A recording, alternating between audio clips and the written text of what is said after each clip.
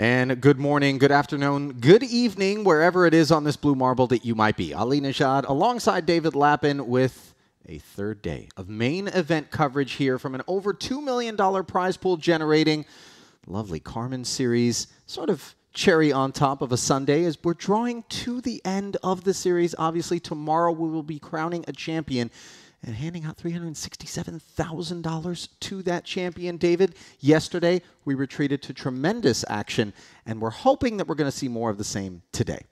Yeah.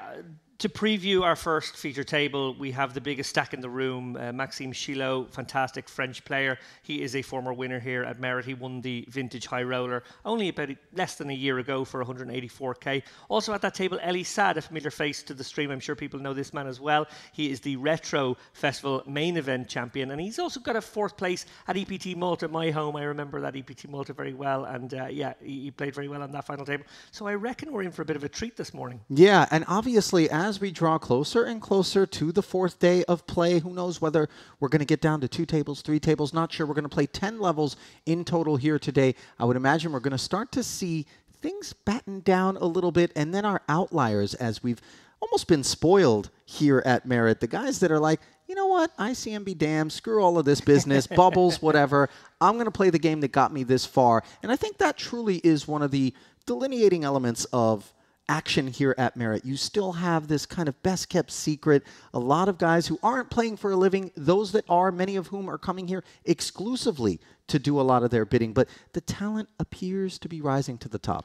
Yeah, it does tend to rise to the top, and of course the first treat in store for you guys is essentially bubble coverage. We've got 142 left. I think it's 89 are paid. So I would estimate the second frame is when we burst the bubble, but plenty of ICM around right now, and if you're a middling stack, it's a little uncomfortable. Yeah, and we're going to get our first look in just moments at not just this beautiful venue that plays host to all of these events, the Merit Crystal Cove Hotel, Resort, and Casino, but of course the 9 combatants as well as their chip counts. And there you go, feast your eyes, our lovely darkened stage that does bring some grandeur to the festivities without question. Sometimes you'll even hear the players sort of discuss the impact that maybe being there might have on them.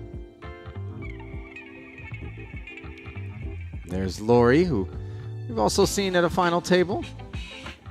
Yeah, Julian in the mix series again. Looking forward to seeing how he gets on. Obviously, a fellow Frenchman there in Maxime Chilot, right center of your picture right now. And another familiar face, Dmitry Gromov. We saw him on the stream during the High Roller, I think it was, a few days ago. So, yeah, look, these guys, no strangers to this room, to this venue, to winning money at Merit Poker events. Now, look at this. It's a stack table as well. On the topic of winning, that's what Maxime Chilot appears to be doing, and very little else, as he's got 28% of the chips in play at this featured table, of course. 1.9 million in front of him. Almost at 7 figures is Maher Noida, Mehmet Ercelan, Julian Laurie. As you know, Ali, I love my storyline, so I'm always trying to gather in whatever information is coming from the outer tables. And, of course, yesterday, Chilot doing all of his dirty work on the outer tables. But every time I looked across, he had more chips. He was pulling in another big pot. So he's been ruffle-stomping his way through this field so far, and that's why he's got almost 2 million. Gromov, 25,000 with the ace-5 suited. It is one of those phenomenons, David, whereby a bit of a snowball effect as you begin to accumulate chips. Your table image gets stronger and stronger. People get more and more intimidated, and the tension is quite high here. Even the most nominal of payouts here in this $3,300 buy-in main event. Good for $4,580. The difference between little ROI and nothing at all. Obviously, that's always the case, but when you have 376,000, I believe I transposed that at the top, going to the champ, it is about survival. 3 bets here from Alalam. How much you start? How much you start? Gromov asking for a count. Fearsome look on Alalam's face, by the way. Yeah, certainly would be uncomfortable if Gromov decides to pull the trigger here, 40 big blinds deep. Oh, but lets it go. I thought perhaps that solver bait that you and I talk about quite a bit, David, the baby-suited aces from ace-deuce through ace-5 might activate, but Dimitri just does well to get away from it. Yeah, probably ultimately siding on putting that in the muck because it was from early position and it was a middle position 3-bet. I think you're absolutely right, Ali. Had that been late position battle, I think the ace-5 might have gone with it.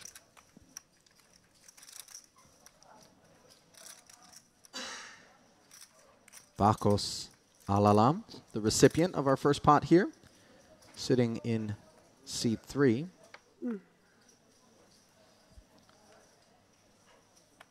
There's a look at Mehmet Ergelan. In the bin it goes. In the bin it belongs. Yeah, King indeed. 5. Gromov out of there, and certainly no binning of the ace-king suited for Maher Nuida. 430,000 in live earnings since 2019, being described by producer Milbudas as a young gun of live poker. He was a bit surprised to learn that his min cash in the main here would be his biggest cash at Merit. Were he fortunate enough to make it into the top 89, just based on the quality of play that we've seen from him. I think there is something to be said as far as competitive advantage, David. Those that do play with high frequency and regularity here, knowing their opponents, because you cannot presume that everybody's approaching this game even remotely close to the same manner. And I think we've seen multiple occasions on which responses to opens from players who are kind of deviant in that way have been very custom tailored. Yeah, I think there's a Merit Poker Room optimal. Yeah, there you go. I like that. MPO. Serves you better than GTO, perhaps, under this roof.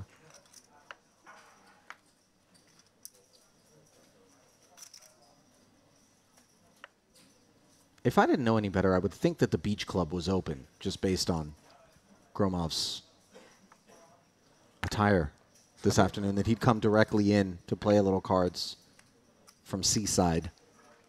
He looks ready to party.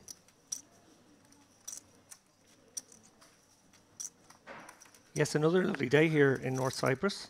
We did have some winds a couple of days ago, but otherwise it's been sun splitting the stones. Another kind of observation, David, that I've made across the better part of this week and even prior stops that I've had the good fortune to attend is people tend to come out as groups to these events, and they spend a lot of time with one another. You'll catch them over dinner, large banquet tables full of guys all from the same country that, you know, have decided to make a group outing of it. You'll catch them in the spa hanging out together, several Austrians, some French players, as we see the ace-jack 10 not connecting with either one of these blinds here. Dmitry Yurosov in the small, just posing a question here at the 6K, 12K level. Not getting an honest answer. Not at all. And this isn't on the strength of 9 high or necessarily the backdoor pursuits from Ergelan. This is just saying, if you had some of this, I would have expected you to do some raising. Now Yurosov's check does provide the opportunity for Mr. Ergelan to show us his chops as he gets after it.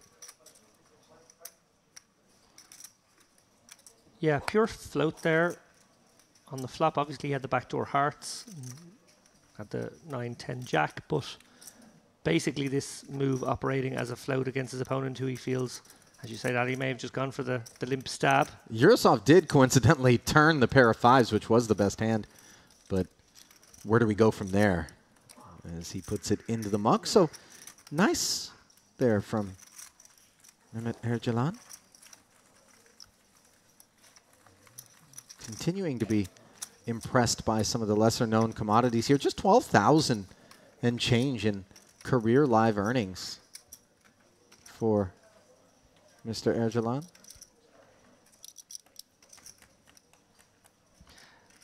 Yeah, to pick up on your point about people traveling in groups, and I think it is a poker thing in general as well. I certainly like to travel with people when I go to the States or if I'm taking a trip to Europe for poker. It's a lone wolf activity, poker.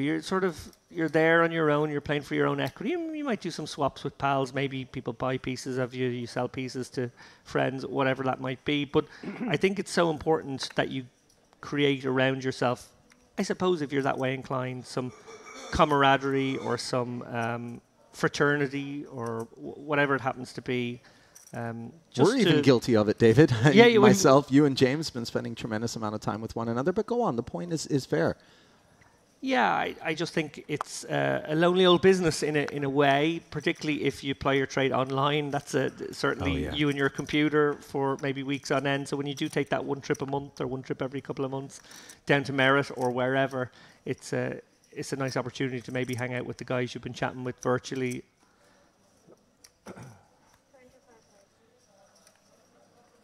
First involvement here from Elie Saad.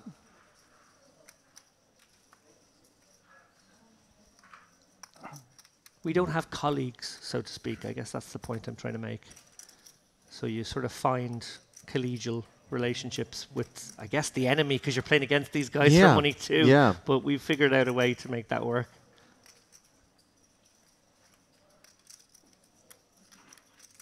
Yeah, not a team sport, poker. And not a good spot for Elie Saad. King 9 against Ace King. Merciful board, perhaps, for his purposes. Though Gromov heavily under-repped. Yeah. Interesting decision there to flat the Ace King. Gromov clearly hoping his opponent will rep the board that he actually hits, and that's exactly what's happened. 30K follow through. Gromov looking to induce additional incinerations of chips as King 9 draws dead on the turn.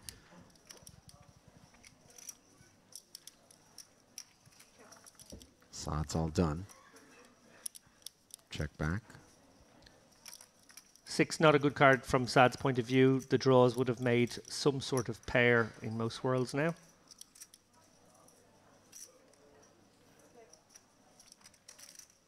The 6-7, the 7-8, these kinds of hands obviously got there in some form.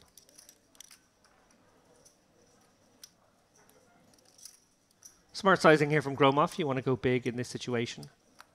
He's under-repped. He's hoping that maybe a weaker ace would call. Maybe even a pocket pair would call.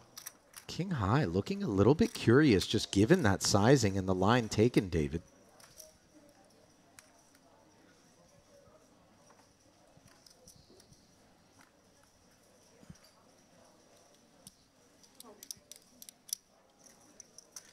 Does end up putting it in the muck, though.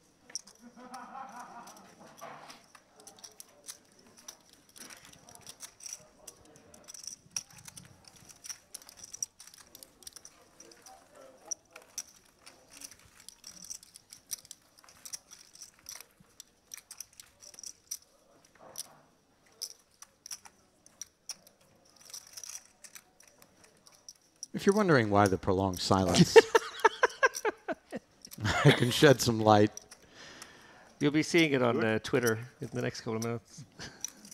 Well, I didn't get a chance to get down to breakfast today, David, and nature's sort of self-contained to-go snack, of course, is the banana.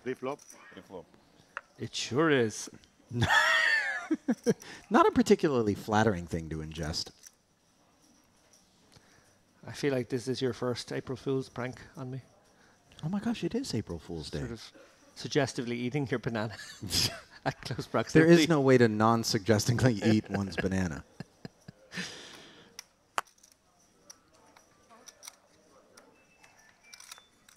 There is Maxime Chilot with the ace-6 suited.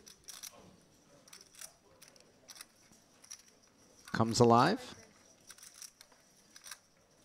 25K.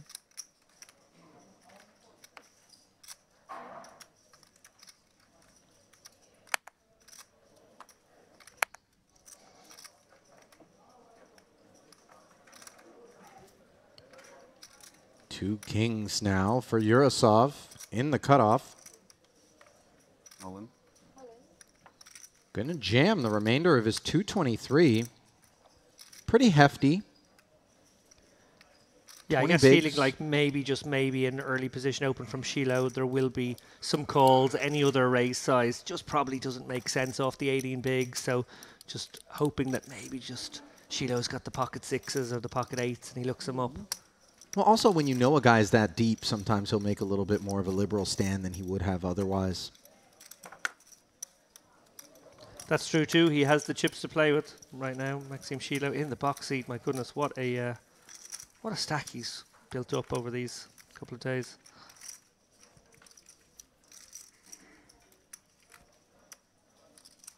I imagine he's served as a bit of a docent in terms of shepherding people toward the exits.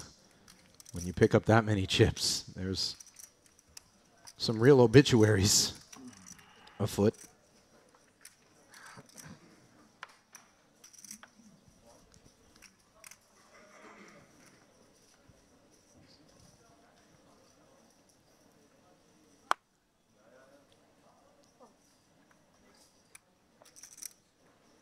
This time an ace-9 for Shiloh, $735,000 in career tournament earnings. Did pay us a visit during both the Western and Retro Series. It's been coming down to Merritt since, oh, let's call it, how far back? Sort by date.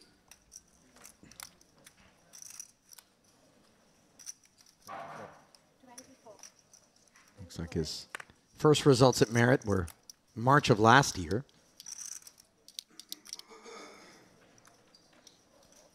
See Gromov.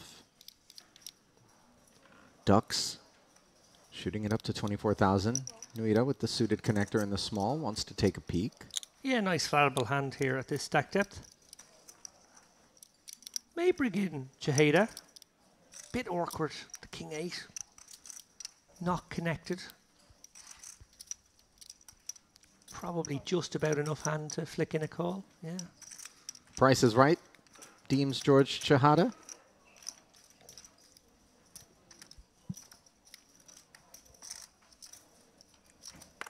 Three players to the flop. Queen Jack 10. So the bad end of an open ender, along with bottom pair for Noira. Shahada with the better end of the open ender, and of course, under pair for Gromov. Yeah, the only man who can have the nuts here is Gromov, but it's also the case that the flatting range contains a lot of Queen Jack, Queen 10, Jack 10 type stuff, even hands that might be a pair and a draw, as we see Noira has here. Tricky one to know how to continue, because your opponent could just have the ace king sometimes, even though he's on the button. And you are in big, big trouble, drawing virtually dead against that hand.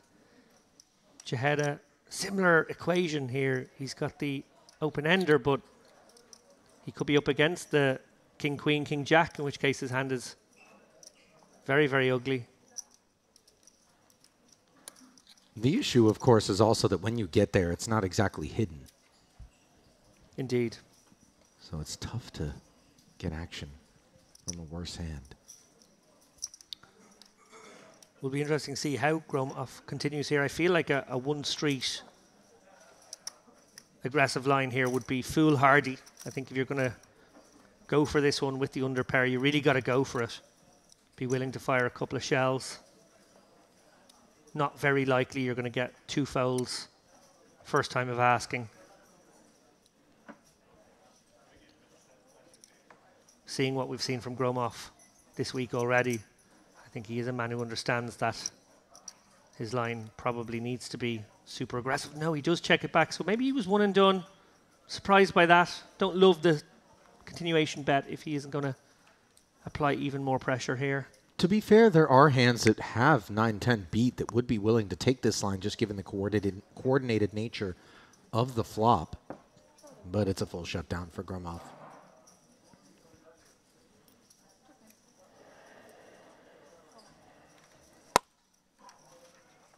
Small blind range there is going to be very condensed around the Broadway cards. Yes, okay, he might have got a small pocket pair to fold. One that was bigger than his twos. That would have been a good result, but just targeting that portion of the range. A bit optimistic, I think, with that one and done.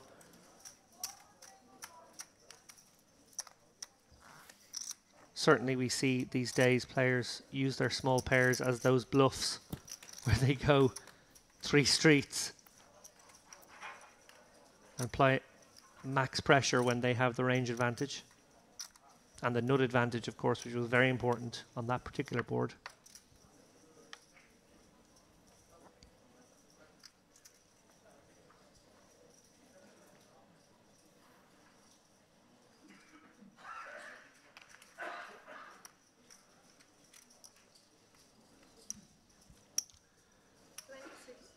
Well, we saw him open the ace-6 from early position a moment ago. Much happier with this pocket tens. If there was to be a short stack targeting Mr. Shiloh, they would be in big trouble here, although Urasov has woken up bigger.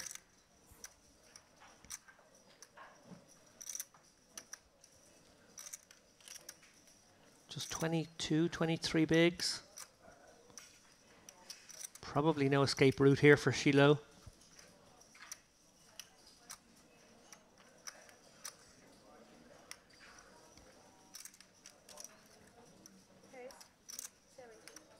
In comes the 3-bet from the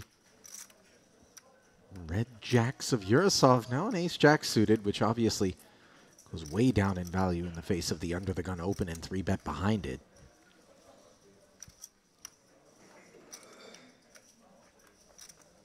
Ergelan, well aware, bins it.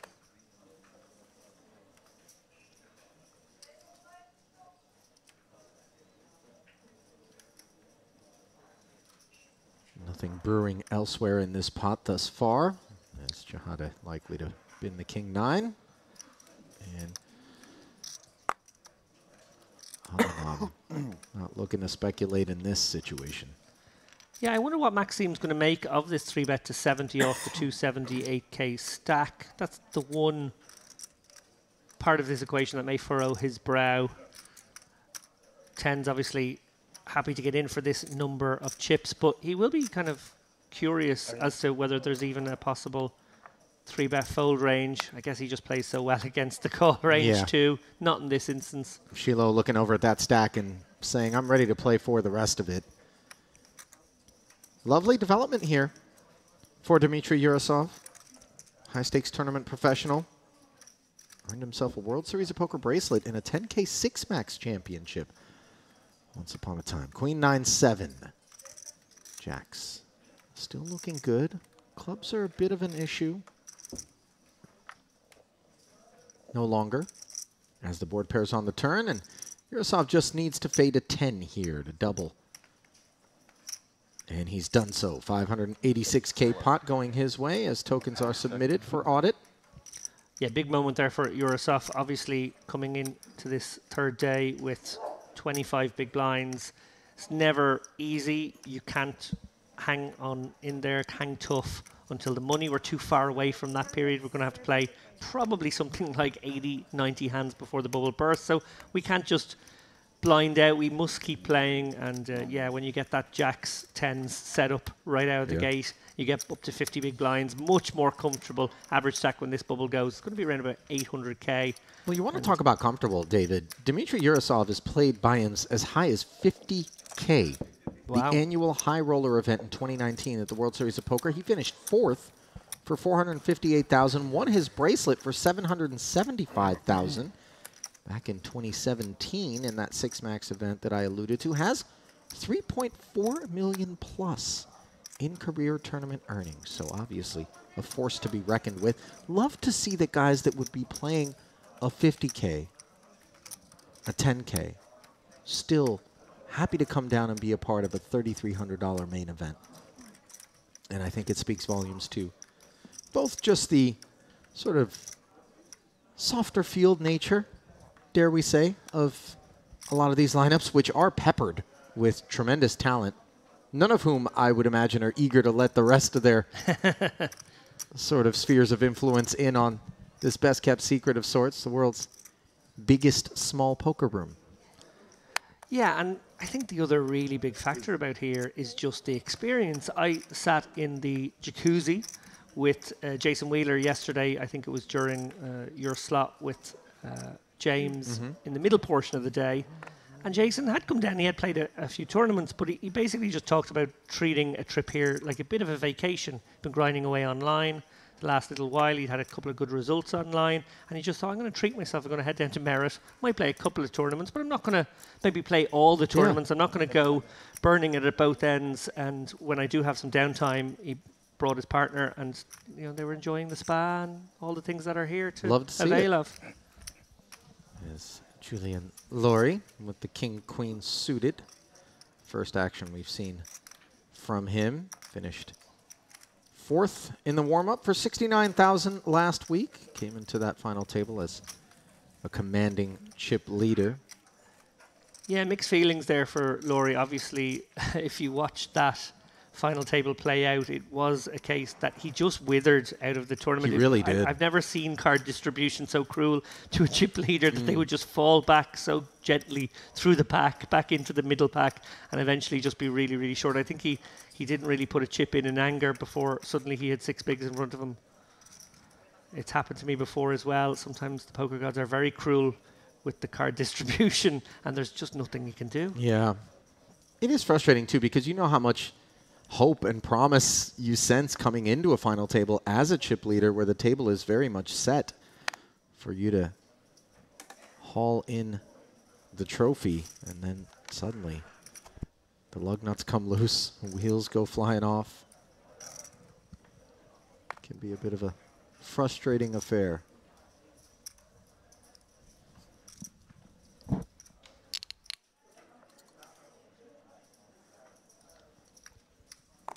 As producer Milbudas informs us that the mystery bounty has just kicked off. That's a fun one. The 2K, it's the second of 2 mystery bounties on the docket here. $150,000 guarantee, 2 day ones.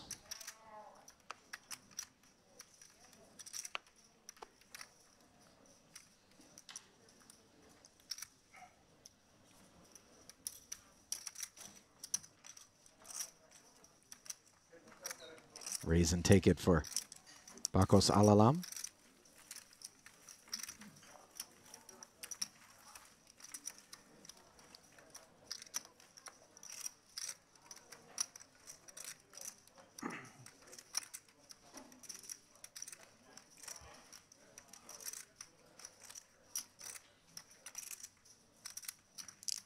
Bakos, a little bit of a mystery, even to perhaps the most informed man in the room in terms of personal anecdotal knowledge, hence why we've tapped him to be our research producer. Milbutas saying, I don't have much on this guy. Every now and again, somebody emerges who's off radar.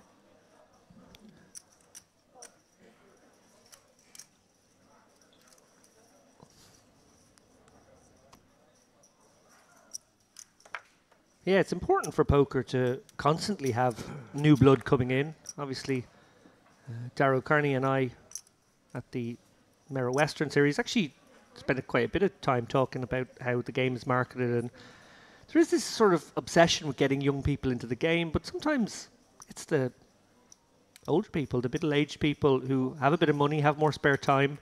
Probably better to target for a game like this. As you get older, maybe the sport you once played at a good level is something you can't do quite the same amount anymore, and you turn to mental gymnastics of sorts over physical endeavors. And yeah, you see that a lot. People getting into their puzzles as they get a bit older. Sure. Their crosswords, their Sudokus, their Wordles. Wordle. Why not a bit of poker as well? Well, Julian Laurie is going to be getting into this ace-king suited in the face of an open from Noida. Black nines.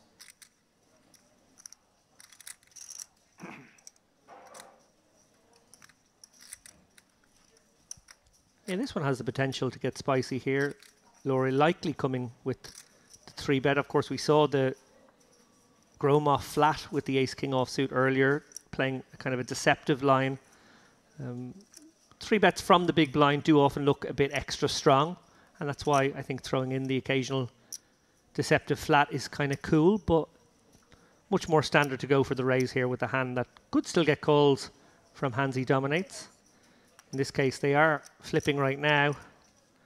Neura unlikely to go anywhere with pretty decent pocket pair. 3-bet up to 120,000. As you see, Noida just almost glaring over at Laurie, who's just not giving anything away. Note the large sizing here, out of position. Laurie clearly trying to get the chips in here if possible, almost set up a situation where his opponent may think it's tricky to flat, and actually what I'll do instead is try and gobble up this 120k plus what's already in there.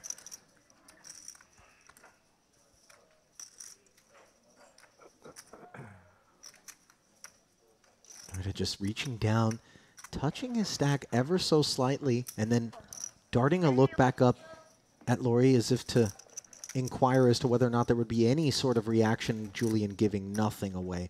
Consummate professional. The call is made, and the flop is Queen Jack 8. Here's an interesting one. Very interesting. 2 overs, Broadway gutter, backdoor hearts for Laurie. But a gut shot of his own, and what happens to be the best hand. 2 nines for Noida, who is dealing with a couple of overcards and potentially a C-bet here as we await Julian's directions. Yeah, the big sizing from Laurie pre-flop has sort of defined Norie's hand as not going to be too much nonsense. He's going to have a real hand here, something that's probably hit a board of this nature, pocket pairs, very likely either set it up or have that gutter, which of course we see they do. Also, maybe the king-queens are in there. That's obviously made a hand. Ace-queen, very possible as well. So Laurie's got to proceed cautiously here and does so with a small bet. Yeah, note the way the sizing has gone down considerably. Pre-flop, it was a 3-bet to 120. And now here he bets 60 into 258. Sub-quarter pot. And that is going to retain Noida's black nines, which have now made a set on the turn. But that card gives Laurie the nut flush draw and puts 4 to a straight on board. Yeah, fascinating card. Laurie obviously picking up that flush draw, but another card that will hit his opponent's range. Pocket tens will be in the mind maybe. Also hard for him to represent a 10, so maybe hard to bet this card. It's a really interesting situation.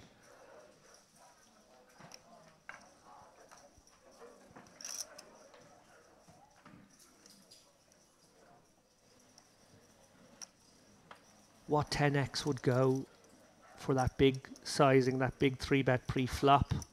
Ace 10, probably not.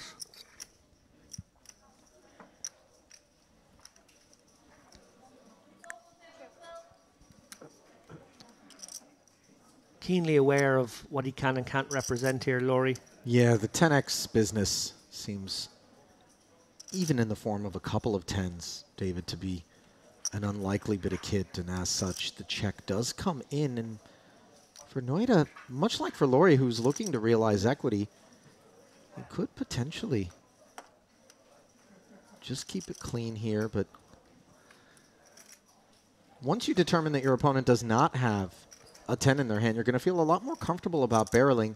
Might Noida expect that were it a set of jacks or a set of queens that Laurie would still be betting? I think Laurie has to keep in a couple of his better hands into his checking range in this situation. I think this is a natural check for him, maybe with his range as played.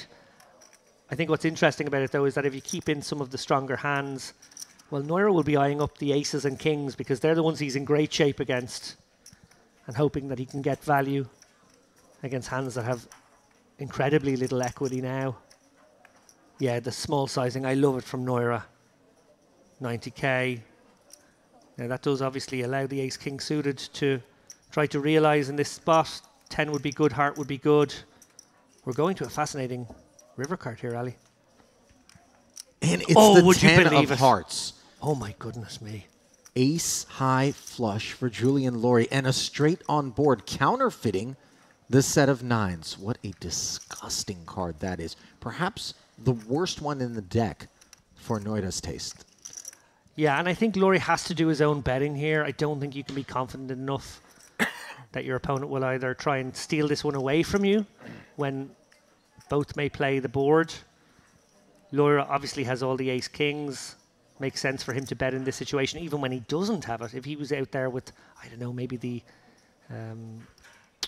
ace 5 somehow, although he wouldn't get to the turn with that. But, you know, I think it's just upon Laurie here that he must do his own bidding. Horrible spot for Noira. His absolutely fantastic hand just shrivels up. Mm-hmm.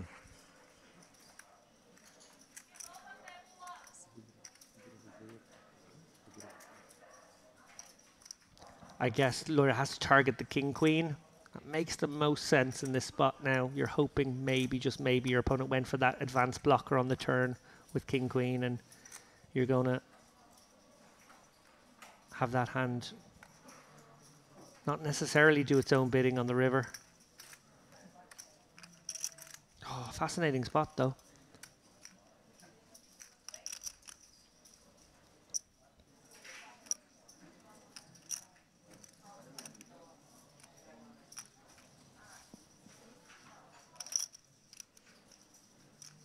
$558 in the middle, 402 back. That's what they're playing effective, as Noida's got his man covered, and all of it, well, just about all of it. Yeah, I'm wondering now if Laurie would do this with aces as a bluff. That's the one kind of interesting hand you may have gotten to the river with. If you had aces with the ace of hearts, if you had aces, would you turn your hand into a bluff here? That's a kind of a cool one.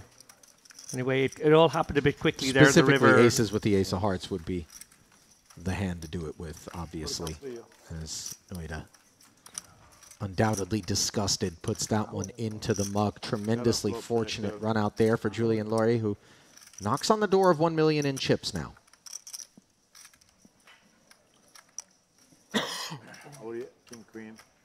Very well played by both players, I must say.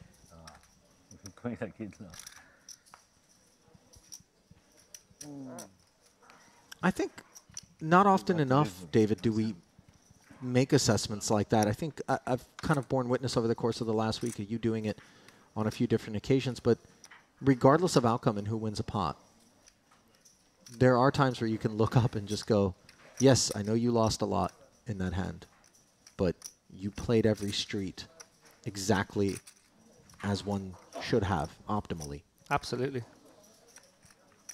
And I think we'll see more and more of that, as you pointed out, these fields, while certainly having some value when there are 765 entries, for example. Obviously, some of them are re-entries, but there's definitely value in these fields. But when they do always tend to boil down to some high-level 27 left, last 3 tables, and we're just like, oh, look, 20 of these guys are pretty good. Yeah.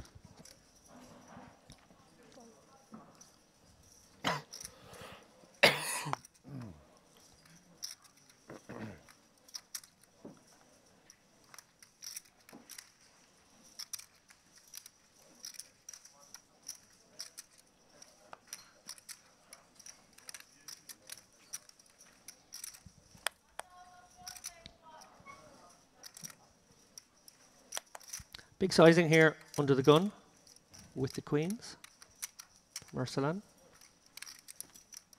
Basically deciding to charge his opponents from up front. Makes life easy for Eurosoft now in the big blind. Doesn't have to defend against this size. Yeah, an ace-8 that perhaps gets curious for less. Certainly. But that's in part what the sizing is designed to do, obviously, is create a little bit more focus and clarity. Allows you to navigate post-flop with greater ease, as Ergelan does give the boys a look at the 2 queens. Was impressed, by the way, with that float that he had. Yeah, earlier. that was cool. Look Look at this. The Middle East Cash Game Festival, June 7th through the 13th. Only Lebanese citizens can participate in the Lebanese Poker Cup and Mystery Bounty events. And I've heard whispers of these sorts of things that just create kind of an insular cultural opportunity for the markets that I think are kind of strongest in terms of merit poker. Obviously, there's a lot of players that come from the Middle East, Iran in particular, Lebanon, Israel. Do see many Turkish players. Yeah, that sounds like a fun one. Obviously, I'm well used to closed fields. The Norwegian Poker Championships used to be in Dublin. They're in Bratislava this year, but at least half of the events on that schedule were closed to just Norwegian citizens. And I'm really hoping that the consulate gets back to me in time over there in Beirut with my documentation. you're going to get in the mix? I just feel like I don't want to be shut out. I would like a passport as needed for every single event, just to be like, you're not going to keep me out. I imagine you to be a man with a suitcase full of passports. None of them Kind belong of international to me. man of mystery. Just an eBay situation, honestly. You know, I actually lost my passport on my way back from South Korea in Washington, D.C., thankfully on U.S. soil. So I think that's a little bit less perilous. You see, far from perilous, the trip aces for Elisad up against a queen 10 here.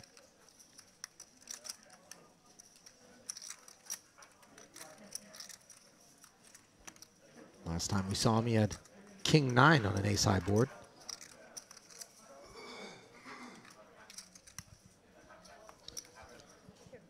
Oh, he's going to play a little trappy here.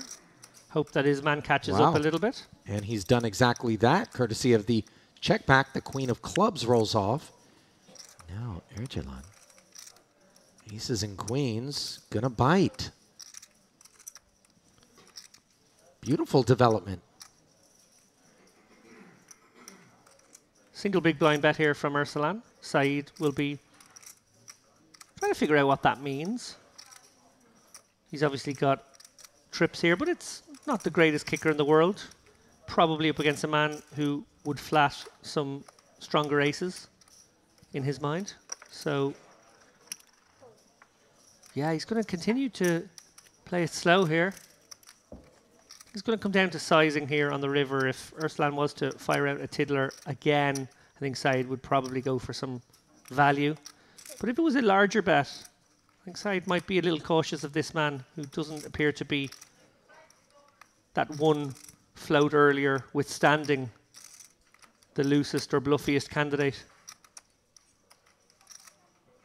Ergelan recognizing that being called on the turn is a bit of an issue. Yeah, even some bigger queens possible now. King Queen would pursue value. I think Queen Jack might even pursue value in this spot. So with kickers playing on the 5 and 7 board there as well, this Queen 10 does shrivel up somewhat. It's a more obvious time to fire a little bluff at this one for Saeed. Would have been on the flop. Obviously more his board. So Ursulan putting the pieces together really well there. Strong play. I'll tell you what, not everyone's going to put it in the bin for 40K on the river there, but Ergelan really just hits the queen, probes, and then feels as though once he gets called there, the jig is up. Yeah. Some news from the outer tables here. Uri Reichenstein, who we enjoyed watching play some really creative poker yesterday, 1.54 million. Boris Angelov, another familiar face to the stream, 1.34 million. Fan favorite Smush, Boris Smushkevicius, 640K right now. And Paul Brown, he came third in the Western warm-up UK player, 855K, coached by top UK pro Jamie Nixon. Brown, bit of a revelation, not playing the game very long. He's already built a big stack in this one. The Dangerous Justice Helt, 827K. And Edward V Barsagian. Well, can he go back to back to back to back for consecutive live stream final tables? I wouldn't put it past that man. He's got 1.12 million. He's built up a stack in this one once again. Whatever he does, I need him to not finish 5th. Yeah, right.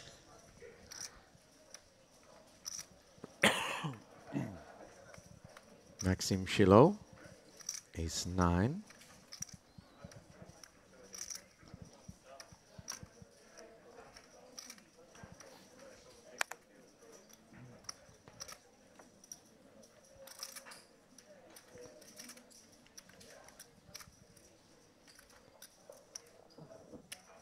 Six, 7 suited being mulled over by Julian. A little bit of Gallic violence in mind there, maybe. He puts it into the muck, but I'll tell you what, we haven't necessarily, based on what we've seen thus far, been able to ascribe the idea that this big stack is just looking to bully from, you know, Chilot only having played a couple of pots, I think. But you know that it's on Laurie's mind that there should be wider opens coming in from that seat. Yeah, I think it was a feature of Shiloh's play when we saw him with the big stack at the Western Series, was that he didn't get out of line too much. Maybe came in with a couple of extra hands, trying to pressurize, trying to use the natural ICM of the situation to his advantage. But never took it too far and always kind of maintained credibility, which is, of course, really important when you want to get those moves through, that you do have it in the minds of your opponent, that you do have it a lot as well. Gromov getting a good board here. Effectively second pair. Doesn't happen too often when you call with the 5s, so he's going to continue. Defended the big, check calls, and now picks up an open ender as Chilot's ace high turns into a wheel draw. Obviously the 5s that he's on the hunt for, a bit busy. Yeah, crucially in this spot, you got to think about your opponent's flatting big blind range, and actually some of the 2x and 4x do fold. So maybe that tipping him towards, I think my opponent probably has a 10 more often and won't fold. So therefore, I'll actually just try and get to showdown here at my ace high. 2 quick checkbacks from Chilot as Gromov flips over the 2 5s to haul that one in. He himself has an incredibly impressive resume as well. I mean, David, there I go. It's the first. That's okay. Again, a reminder, a lot of people think we are the same person. No, but it's also just the one fact person. that your buddy Dara has been hanging out with us. Indeed. Quite a bit. The fourth amigo, if you will. But getting back to Gromov, $3.2 million in career tournament earnings. Best live cash, $636K. And that was like 10 years ago. This guy's a bit of a veteran, I think. Give you the date momentarily. It was a World Poker Tour event in Vienna back in 2011. Yeah. And it was a 3,200 euro buy-in. So just imagine how big that field was. Yeah, a lot of experience there, Gromov. Dating all the way back into the 2010 range. Do you know what it is, Ali? I see it as a compliment when I get called Dara, because Dara is a far greater poker mind. But then I just feel like maybe the audience are disappointed when they hear my voice come in afterwards and go, No. oh, I thought it was going to be O'Carney's analysis, the guy who wrote all the books. I wouldn't say that. They're probably more disappointed in the fact that I've worked with you as often as I have, and yet I still persist. I'm not even trolling. I'm just having microaneurysms. I am the poor man's Dara O'Carney.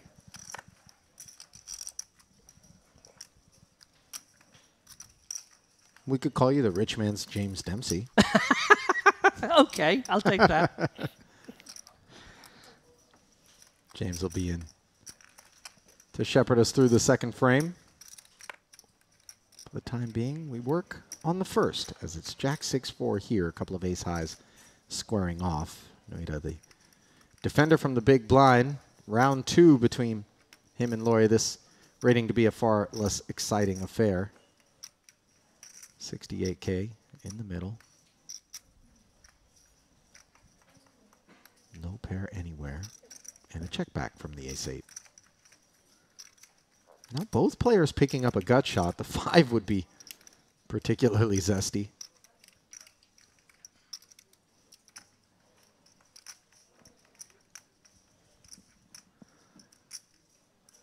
Neuer obviously with a teeny tiny amount of showdown here, but probably considering the value of turning his hand into a bluff here on the turn after it went check, check.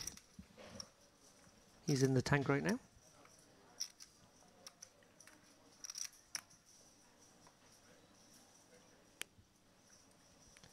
This bet designed to get some better ace-x to fold.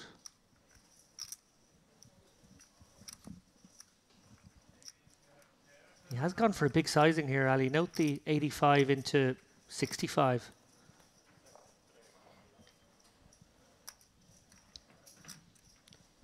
Why the big sizing? I guess his opponent doesn't have too much 5-3, 5-8. He could have that. 6-7.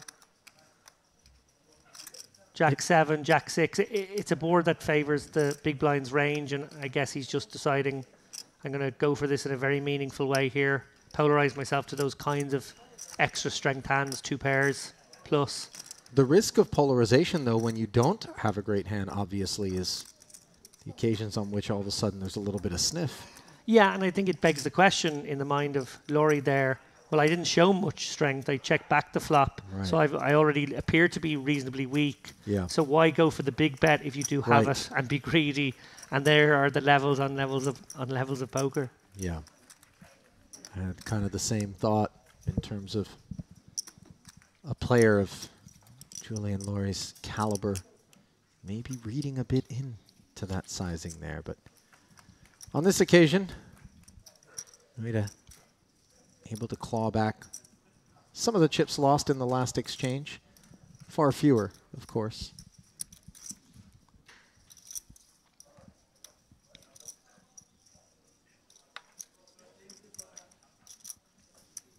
Pretty grueling affair, this one.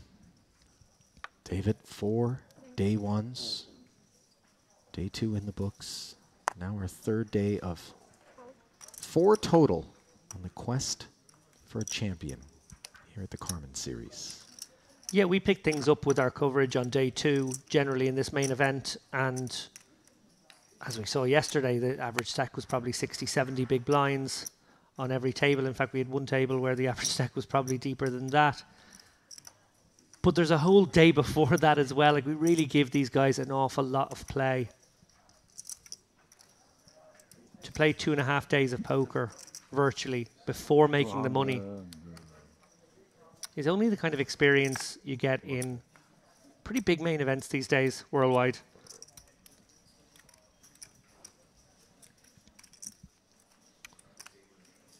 A couple of other notables out there. Luc Bindel, another Frenchman in the field, 610k. And Jack Sinclair, who I know is hoping to make an appearance on our feature table at some point.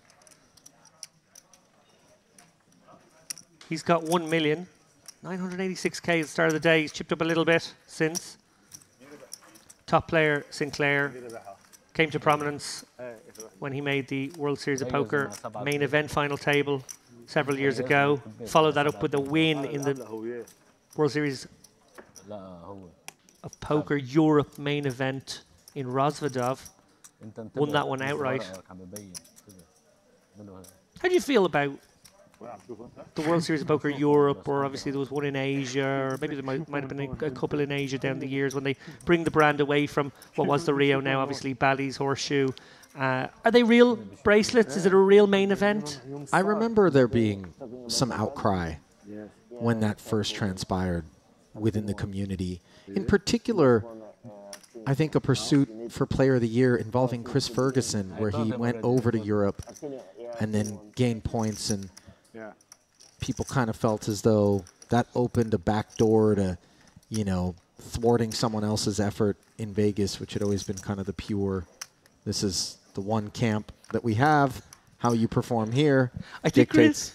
Chris probably upsetting people more by getting to the back of the queue for late registration every single time. Most of the time, As well, he was some chancer exploiting the ICM advantage of the late reg. I think he managed to win the Player of the Year without like a Ever single regging top one 3 time? finish, and just I think right. in the end, when people show their bracelet photo as their Player of the Year photo, because almost always they have to have won something, and he showed his like 34 min cash cards. More than one way to do it. Yeah. I suspect Alan Kessler will be Player of the Year at some point then, just based on that same approach.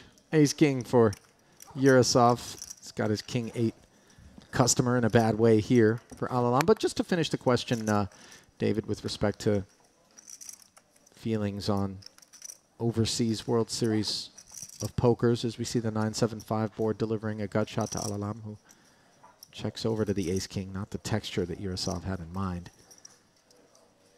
I think broadening the borders and creating more opportunity to globalize the game is ultimately almost a necessity. And without doing that, we would see a worse state of the game today. Change is something that none of us enjoy. In general in life, I would say the vast majority of people, but poker players in particular, can be a bit averse to the boat being rocked in any way. As we see Alalam check folding to that C-bet.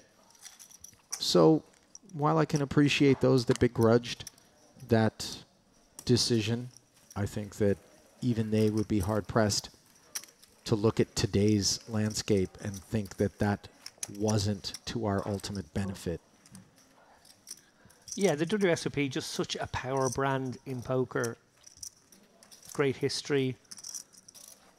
A TV poker brand too. The World Poker Tour also, by the way, has just been around for 2+ decades. Yeah. And continues to host events in new markets, open up those markets. I happen to be very close friends with President and CEO Adam Pliska and marvel at sort of a lot of the efforts and inroads that he has made under different ownership. 2 or 3 different owners, I think, over the years. And I think those 2 brands in particular, obviously, really leading the charge in terms of inclusion of people from lesser tapped markets. I mean, ultimately, once you get the poker bug, as you well know, David, it's tough to shake it, as Nuita with the 2 queens does open.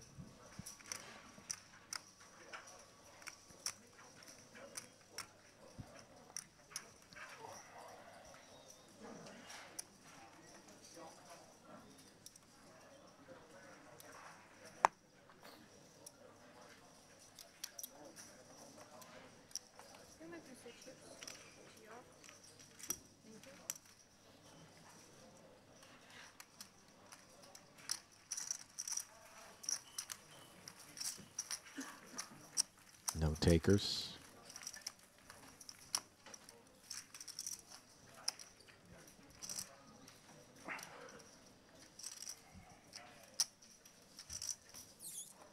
How do you feel about it? Can you share those sentiments, David, in terms of globalization of the game coming as a result of those initial expansions for the World Series brand?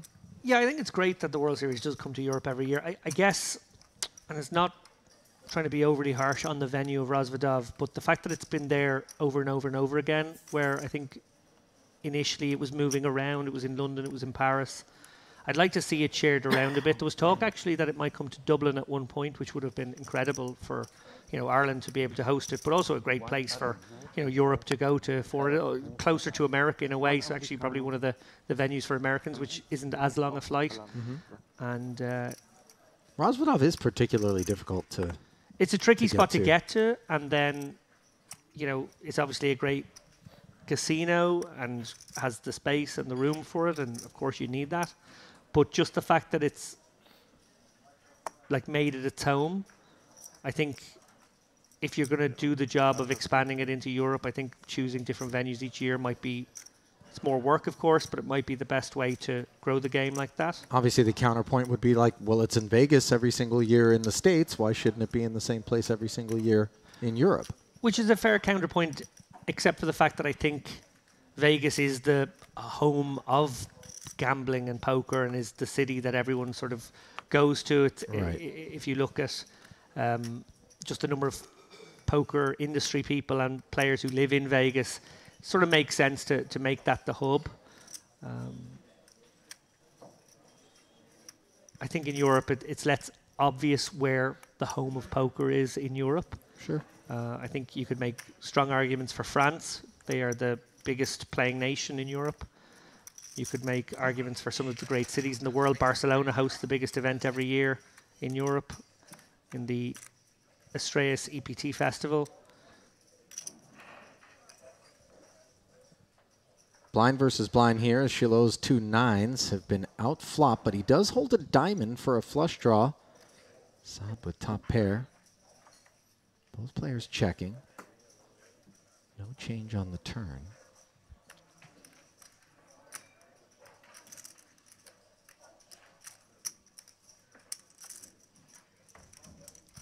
Producer Milbitos rather, popping in and bringing up EPT Prague as being a very successful stop. Perhaps that would be a candidate. Yeah, that definitely deserves mention as well. And I guess is it maybe a natural alternative to Rozvadov? They're only about 120 kilometers apart. Chilot goes to work for 38K. Saad keeping it clean and then keeping his eye on his man as well. A little once-over. You really got the up and down there, Yeah, didn't he you? sure did.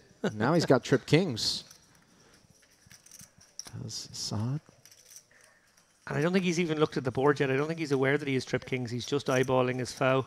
Yeah, here we go. Now the check from Chilot.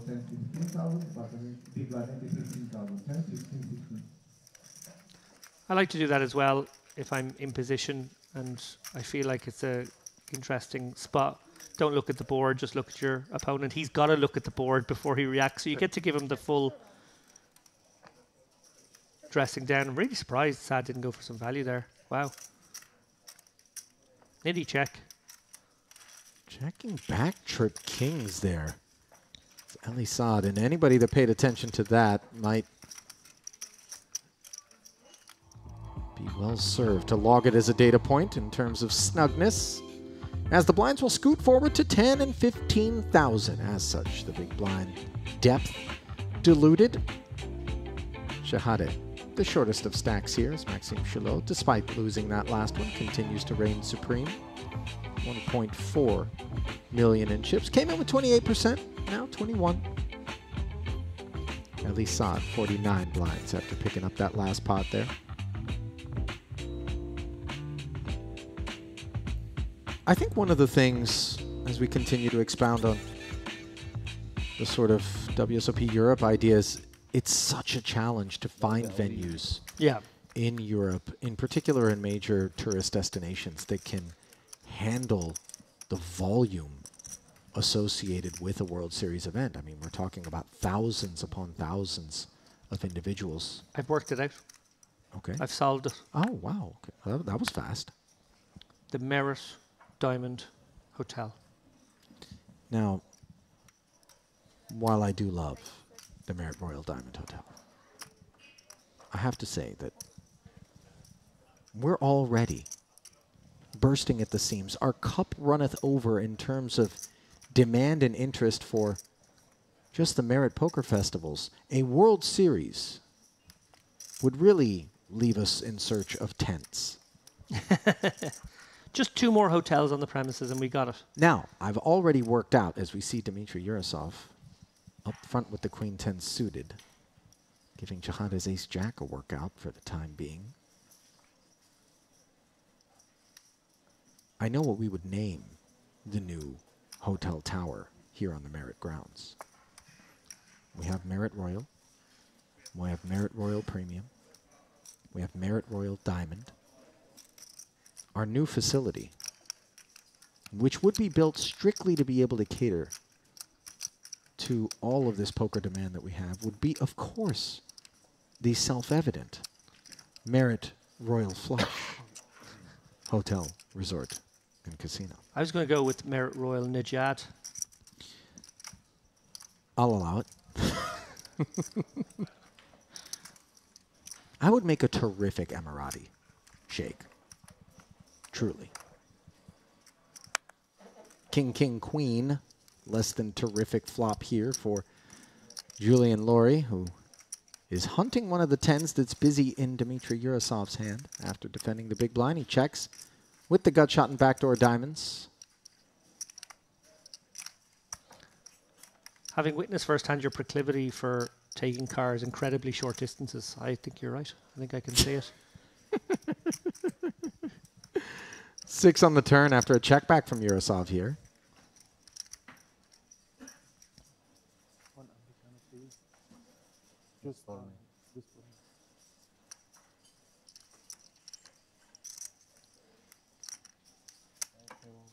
It's the kind of board, by the way, David, that when the under-the-gun pre-flop opener checks back, you do really start to worry that he has too much of it, as opposed to not enough of it. Very clean run out for the Queen 10. Second check back from Yurosov. Might that embolden Laurie to take a little stab? I suspect not. No, I think you're right. I think he feels like he's being pot controlled.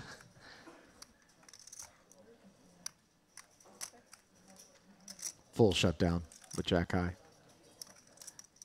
Yeah, I think Yurosov probably realizes he won't get value, but he's got to try and get some here with the Queen 10 now, having not put any chips into the pot yet.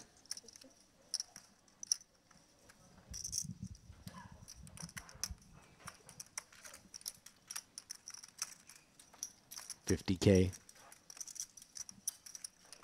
Never getting called.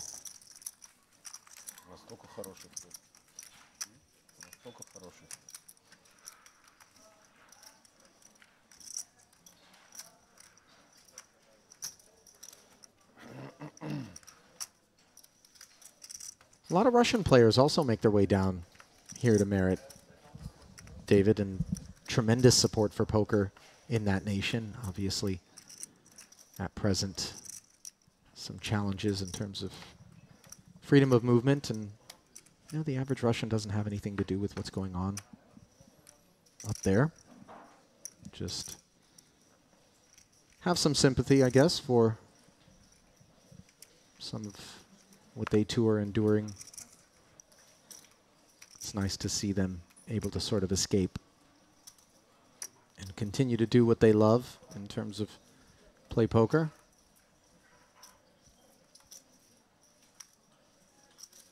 Have you been up to Casino Sochi? No, never. David? No. No. Heard some things? Yeah, I had a lot of friends go out there for the various EPTs and the party poker events that were on over the last 6 or 7 years. All of which are on hold at present. Yeah. I really was hoping perhaps one day to be able to visit. So I know they played host to the Olympic Games as well. Just a very pretty city by all accounts.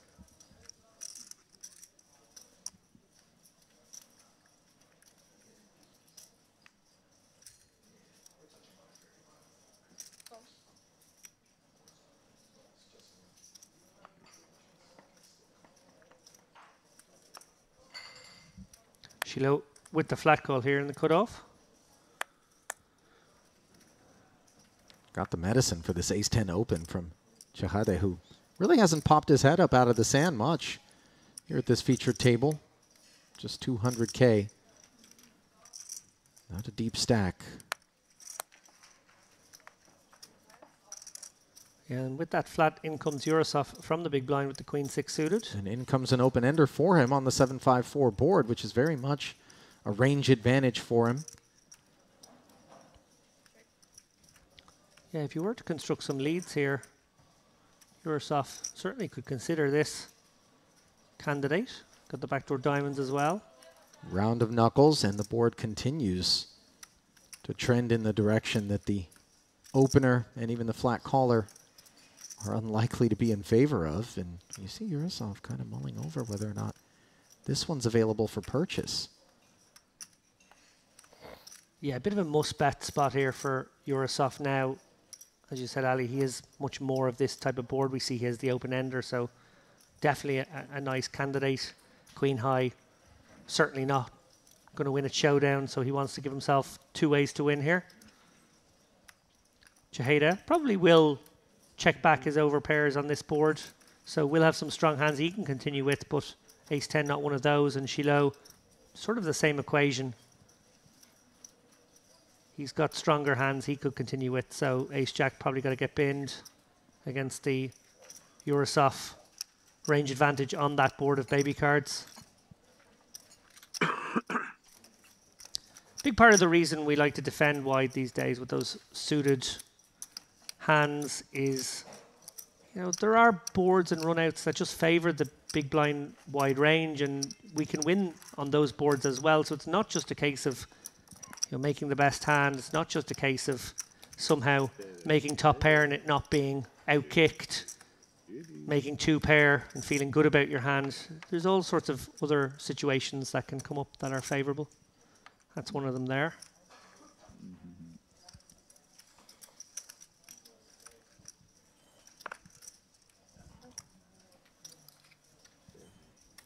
How many roses per Carmen festival do you suppose we go through? I just was transfixed on the dealer's tiara. Are they all real? I think they might be costume roses. They probably are. They can probably put through the dry cleaners after each festival. That'd and be use a again weird next thing year. to come upon as a dry cleaner. Like, hey, Well, I this saw rose tiara. I saw firsthand what they do for the Western. So it's like a costume box. You go back there because I wanted to don the Stetson when I compared the Mystery Bounty 1K and Mystery Bounty 2K at the last one. So in my efforts to find that Stetson, I was allowed into the changing area where it was basically like being at the theatre, backstage, all the costumes laid out, all the different sizes, people picking out what they were going to wear. And I imagine it's the same. I haven't been back there for this stop, but I imagine similar tiara, headgears, cummerbunds, But bow they ties. surely are bringing their own dresses. No, Really? no, it's all back there. Everything looks so well tailored. Phenomenal. Less than phenomenal. Jack 6 off suit, but Eurosoft nevertheless activates and gets a Jack 8 into the bin behind him. Note that he went up to 50K, north of 3X.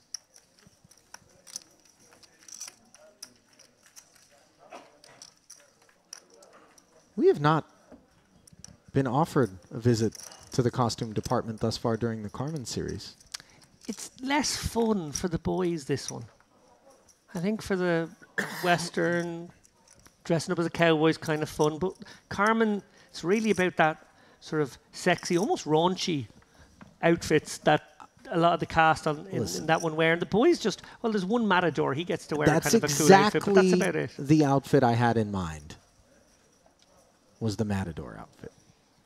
You see yourself as a bit of a Matador? No.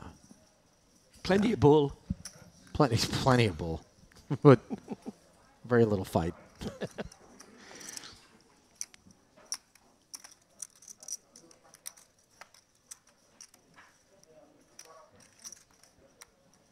I'm just looking for some sort of uniform that'll help me suck the gut in a little bit. Oh, yeah, The Matador outfit is a bit of a corset. Don't want a lot of loose fabric when you're out there.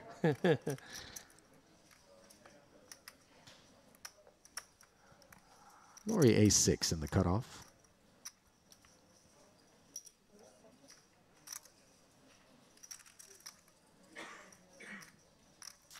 Opens to 30. King Jack deliberates on the button for Eurosoft.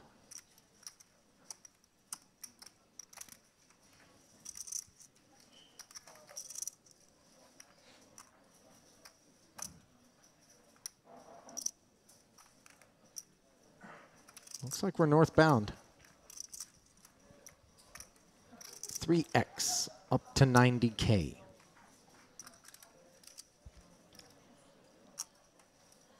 Yeah, nice step out there from Eurosoft. Nice timing as well. Right kind of hands, got the blockers. Puts them to good use. Promptly into the bin goes Laurie's Open. Not the kind of hand that you're looking to fight with. Have you been to a bullfight, David? No. I would never endorse. I don't want to be judgmental. I know the Spaniards are very proud of their rich tradition of bullfighting. I just love animals too much, and I know how that ends. Can't do it.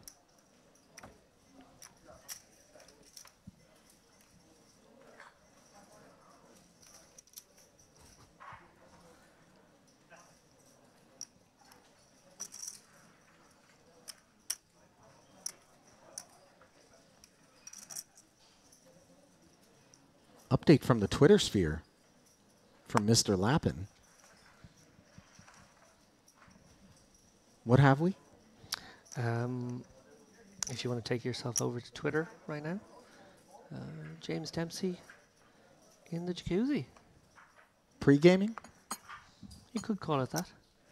He's asking us to get the booth warm for him. It looks like the warmth department is his and his alone right now in the whirlpool. And things cooling off a bit here for Shilod with 2 6s as a trap has been laid by Elisat's 2 kings here. Sneaky, sneaky. Very much so. 1 king into the bin. Erdogan untempted by the ace-4.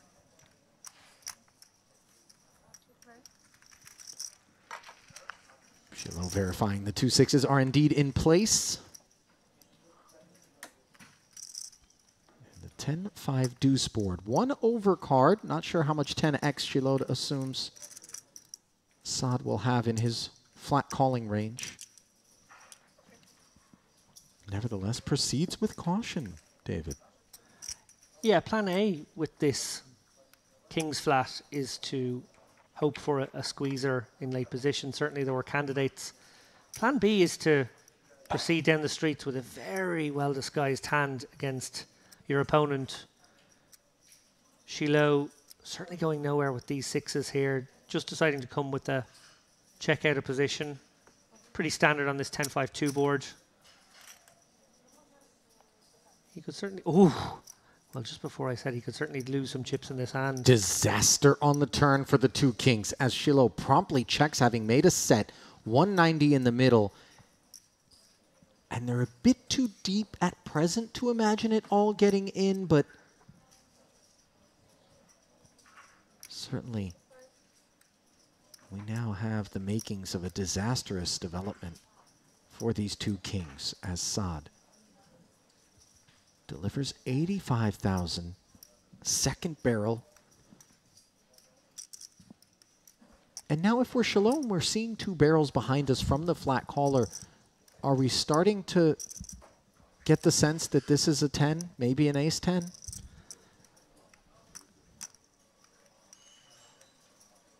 Yeah, I think he'll also assign maybe some 7, 8s, and 9s to Saad here.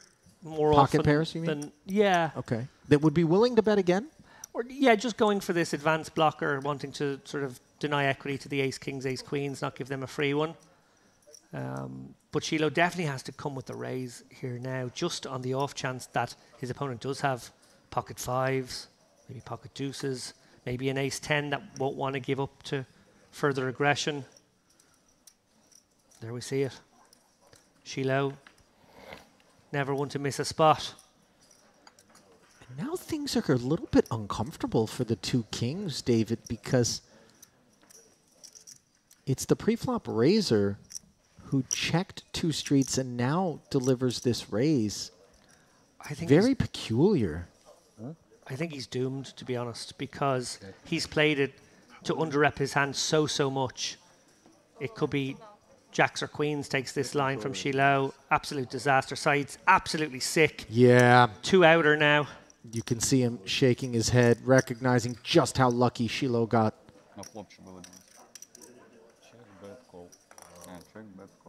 As he jammed and, of course, got snapped.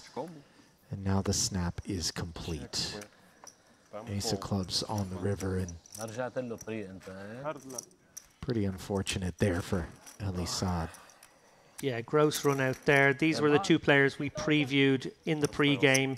Shiloh, winner of the Vintage High Roller for 184k not too long ago. Also not too long ago, Ellie Sad, winner of the Retro Festival main event. A clash of these two regulars to the Maripoka room. Nothing Ellie could have done there. Actually really like his choice for a deceptive line. Just a gross turn card.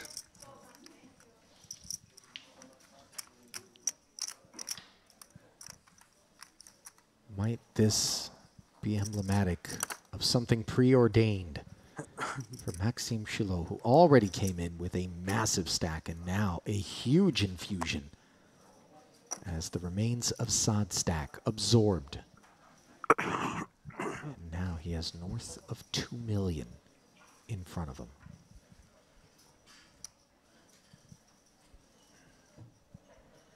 What a devastatingly deflating spot there for Sod, by the way, as we're down to 111 runners. 89 will be paid.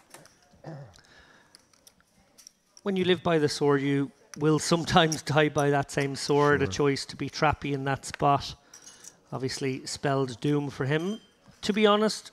And it's something that poker players will often do in that situation. They'll run the hand as if they'd played it differently. He 3-bets. Does he get called pre? Yes, he might actually. He might have got called pre. And then I think maybe the same thing happens on the 10-5 deuce. You know, yeah, he it's not the kind of board that the sixes are going to instantly get away from, as a lot of the ace-X kind of Broadway combo stuff is going to be barreling after 3-betting pre. Yeah, maybe there was no escape. Maybe there was no escape. And certainly it's... small comfort. That board, you're just looking at it and thinking, come on. Like, maybe I've run into aces from time to time, but that would also just seem somewhat improbable. Yeah, I think it would have come down to the 3-bet sizing if Saeed had decided to take it upstairs for a meaningful 3.5.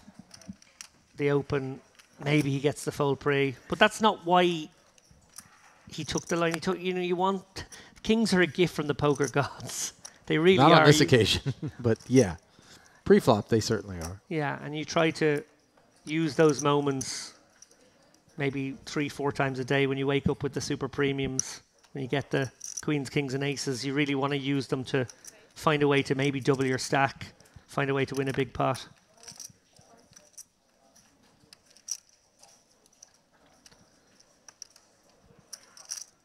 Taking a quick gander at the outer tables. He's just such a popular guy on the stream here. Smush.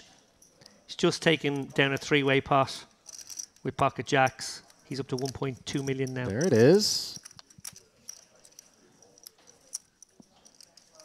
Producer Milbutas obviously going to be a little bit partial to the Smush campaign, fellow Lithuanian. He's a smusher, is he? That's what they call him. Popping into our heads as to say, we're men of a certain size. That's why he's rooting for him. Stature, I would have said. Yeah, I like that. I'll tell you what, I would actually classify their size more so to do with their personalities, which are very big.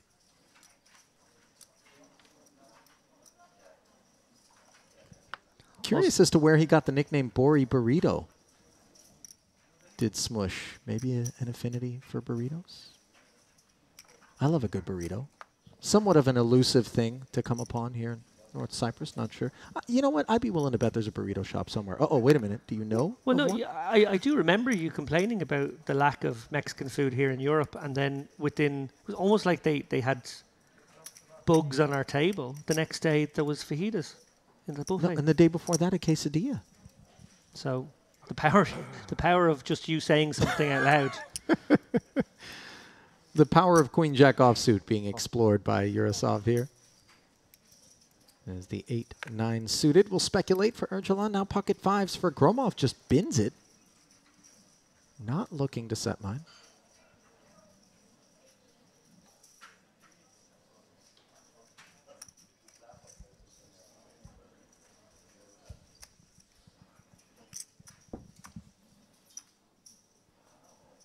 Looked around. Small blind.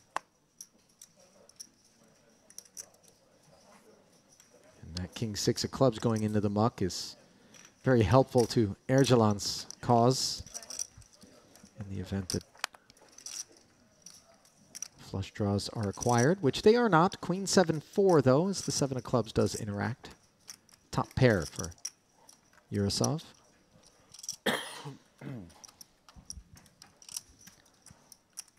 It'd be interesting to see how Ursulan proceeds with this 7-8-9 of clubs. Certainly tempting to continue to a small sizing. No. I feel like you have to have some calls there that aren't just made hands. I think it seems like the dream candidate if you are to float your opponent. Not sure about the 8-9 flat if you're not going to continue on that board.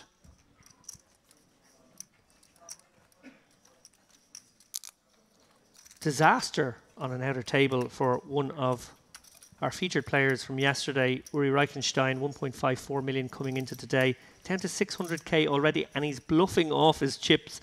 Now, in fairness, I'm sure it was a good spot, but the beneficiary of those chips, Sawyer Gaz, another regular here, picking off the bluff, and as Reichenstein turned to his table, he said, "I'm not here for a min cash."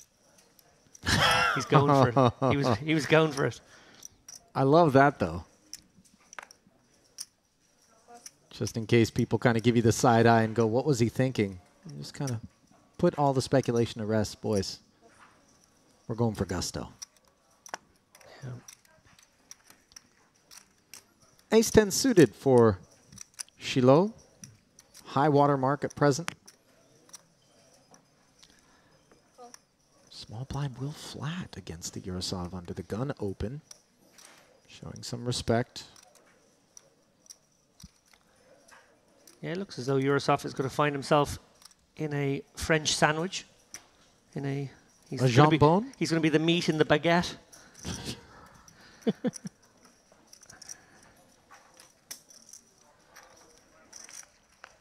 Laurie likes the price here. And he's going to like that board as well. 5-3 deuce. He's got the gut shot and middle pair, but of course Shilo with the wheel draw and the nut flush draw is the slight equity dog, but certainly the hand that I've got my eye on. Yurosov, mind you, has a wheel draw and bottom pair. And he is going to follow through. How about this one? Yeah, this could get interesting. Everyone with a big enough piece to continue, one would suspect, to the turn. Shilo likely to come just with a call, I think, in this situation. Yeah, and that's going to bring in Laurie. So Yurosov likely going to the turn now as the ham in the croque monsieur. One never wants to find themselves as the ham in the croque monsieur. The French sandwich theme analogy persists through two streets, perhaps. Unless Laurie actually considering a semi-bluff here, maybe feeling as though his big blind range contains some nuttier stuff here. Both would be reasonable. Feel like the call is more standard. But he has bumped it up. Wow, okay. Interesting hand afoot here. Laurie with the middle pin, backdoor flush draw, gutter, overcard, deciding, actually, you boys can't have too much of this. And we see they both do have some.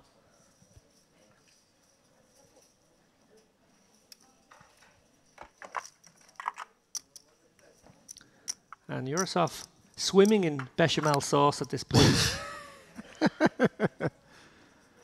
Puts the ace-deuce into the muck, understandably, but of course that is not the destination for this ace-10 suited, as the check raise of not one but two players, which is very relevant, is on the mind of Shilo.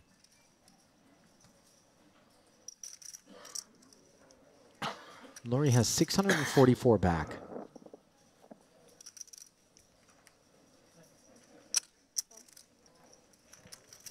Shiloh's going to make the call. So another 300K from those two stacks alone, coupled with the C-bet from Urasov, all bringing the pot to 460,000. Right color, wrong suit on the turn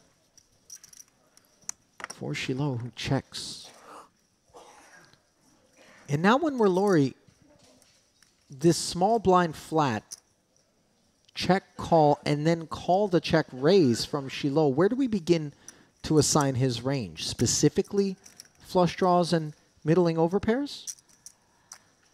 Yeah, it's a very strong line, even with a hand like 7s, 8s, 9s. I don't think you would have felt terribly comfortable as Shiloh. Maybe more so thinking about sets, thinking about pocket 4s specifically as a hand that would certainly take this line, and then thinking about the diamonds. But where does Laurie have Shiloh's range? Oh, no, sorry. That is what I think he's maybe assigning him. Ah, okay. And he's worried about those sets. That's the scary part. Right. The pocket 4s also would get sticky twice.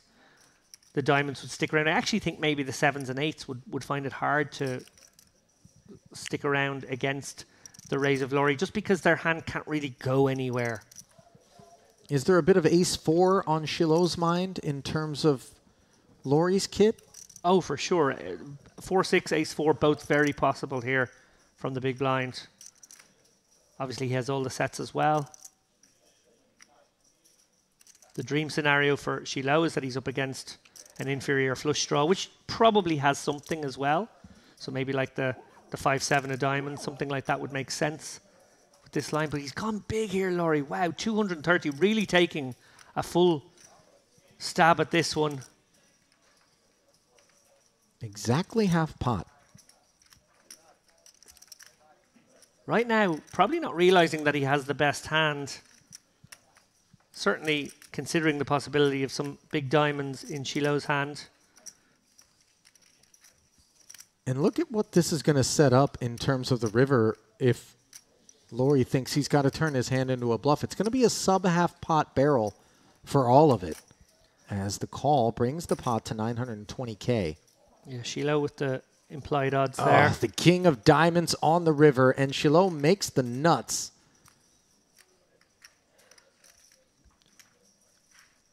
Here's where it gets a little interesting. Laurie could represent the hand that Shiloh has right now.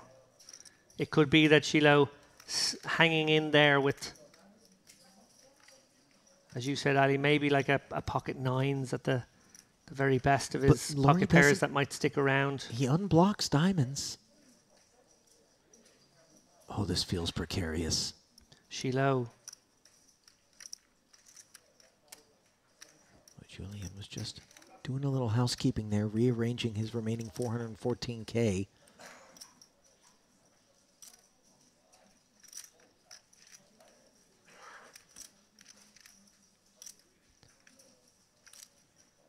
Oh, and he finds the check back. So a shutdown that allows him to carry on, and he can feel good about that decision there, David.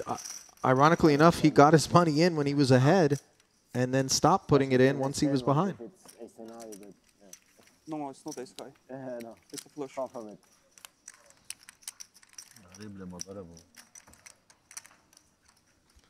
The rich get richer, and I think with that pot, Maxime Shiloh, the tournament's chip leader right now. Oh, yeah, I was A little bit of French on French violence. Speaking of Frenchmen, just caught wind that Luc Bindel, who started the day with 610K, making some steady progress. He's up to $750,000 now on one of the outer tables. Bindel, a French Gozetan. Do you know what a Gozetan is, Ali? An island? Oh, man knows his Maltese archipelago. Yeah, there it is. Gozo is the minor island. Well, actually, there's 3 islands in Malta. So you're saying it's One of them under is- 18 years of age? The island is under 18? Is that what you meant? No? A little older than that, I would imagine, if there's French influence. Back in Yeah, colonial days. don't know if I want to touch this.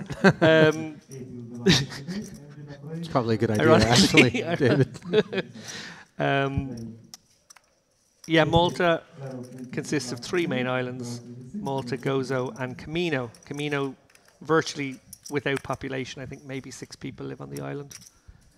But Gozo, well populated. I think maybe 60 or 70,000 people. How's the real estate market in Camino? There are buildings. Get some good prices out there, maybe.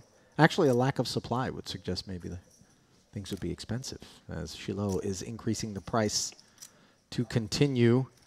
And wouldn't you know it, is Julian Laurie who is doing an audit with an ace-9 suited, which isn't in great shape.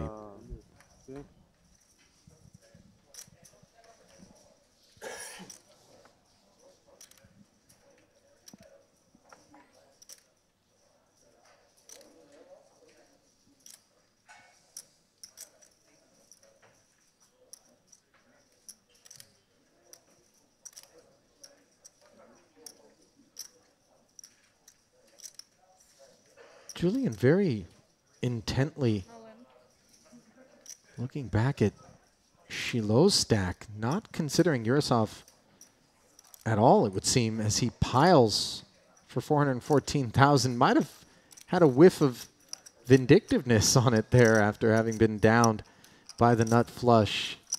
And tough chips to acquire there as Shiloh bucks are hauled in.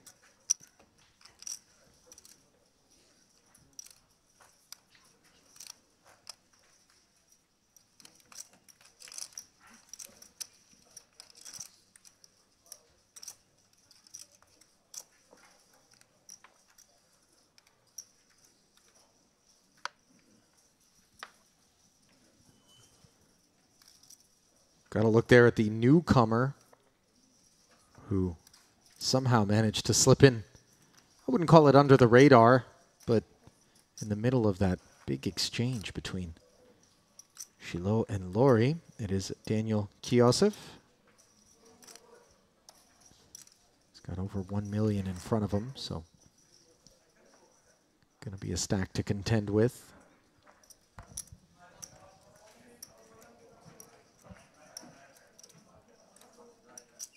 Taking a look at his Hendon mob. Just under $23,000 in career tournament earnings and just 4 cashes on record.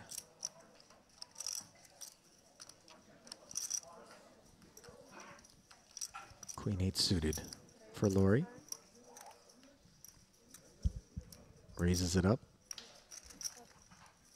I like what sort of the last 2 pots tell me about Julian Laurie. Not that there was really much question, David, and I think you know what I'm getting at. It's sort of a sense of poise and just continue to do what you do in spite of obviously a painful outcome in that big pot. King Jack 10 here as he picked up Ergelan's big blind, which now looks up at these 3 overcards and checks over to what has become an open-ender and backdoor hearts. Yeah, Laurie, very much a man who will continue going about his business undeterred. We are 18 or so places from the money, which does create some ICM discomfort, certainly for both of these stacks, which are sub-average, but deep enough to still navigate some post-flop situations. Sticky from Ursulan, obviously assigning Laurie a fairly wide range here on the button. And the ace on the river, assigning Broadway to Laurie after both players check the turn upon the pairing of the jack.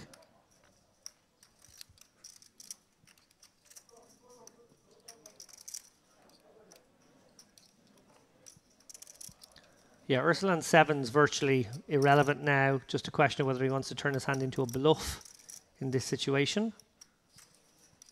He does not.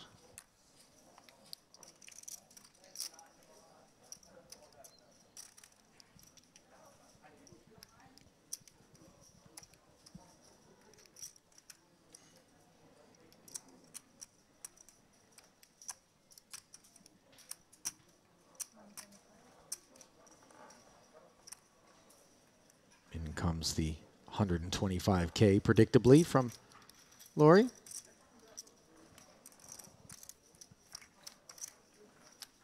And an equally predictable fold of the pocket sevens.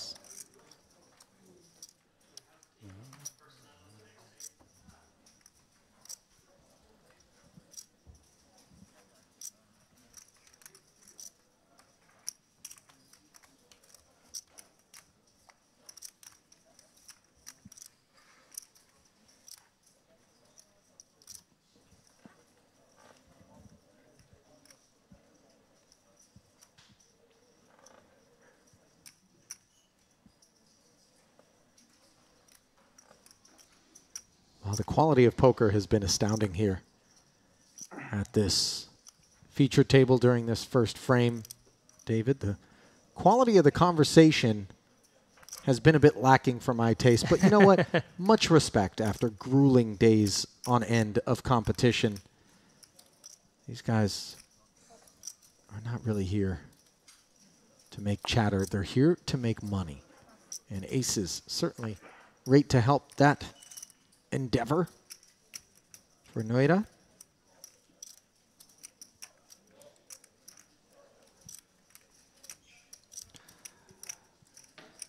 Shiloh with a tempter here. Remember, these guys getting pretty close to the bubble. 95. It will be upon Shiloh to pressurize all of the middling to even in this case larger stacks with Noira. I like this decision to get after it here with the Jack-10 suited. Unfortunately for him, the timing couldn't be any worse. Yeah, you know who else likes that decision? Maher Noira.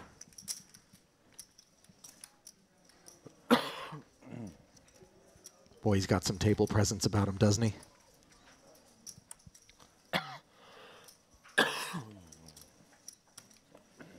Yeah, a picture of concentration. Obviously, we'll be coming with the 4-bet here. I don't think there's a line where he decides to be under-repped and trappy this close to the money. That would seem a little dangerous. Small 4-bet likely incoming.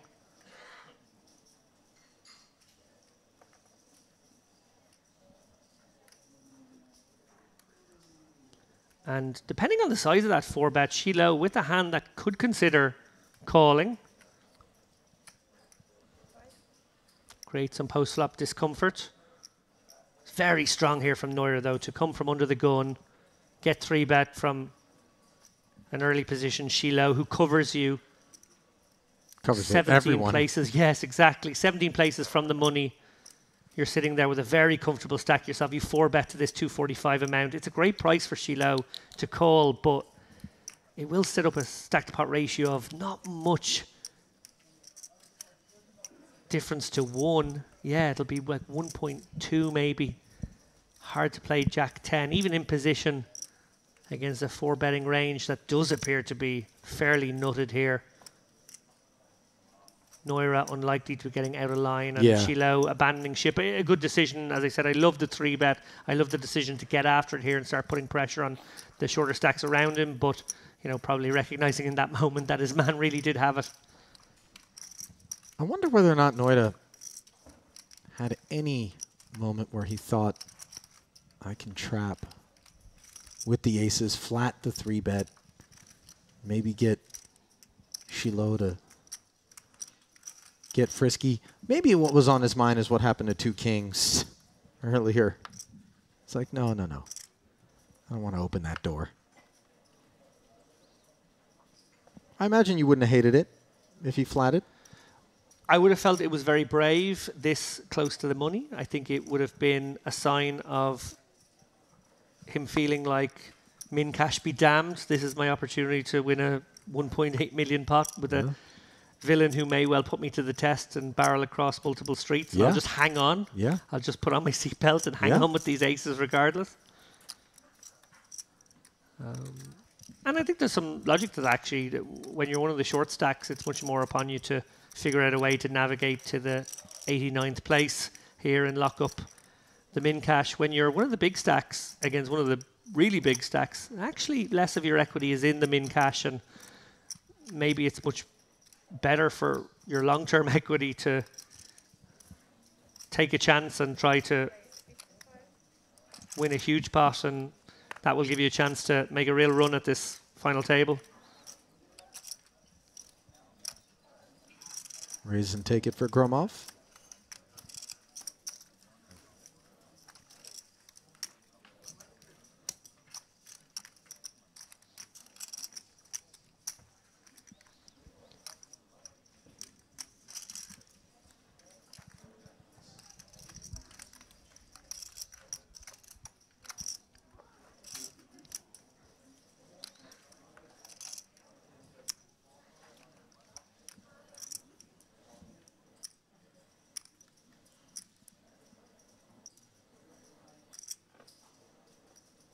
Closing in on the money bubble with just 105 players left in the field here. Day 3 of the $3,300 Merit Poker Carmen Series main event featured table. Overall tournament chip leader, Maxime Chilot, front and center, winning the biggest of pots thus far during this first frame of today's coverage. 10 levels of play in store. King, Queen. For Bekos Alalam.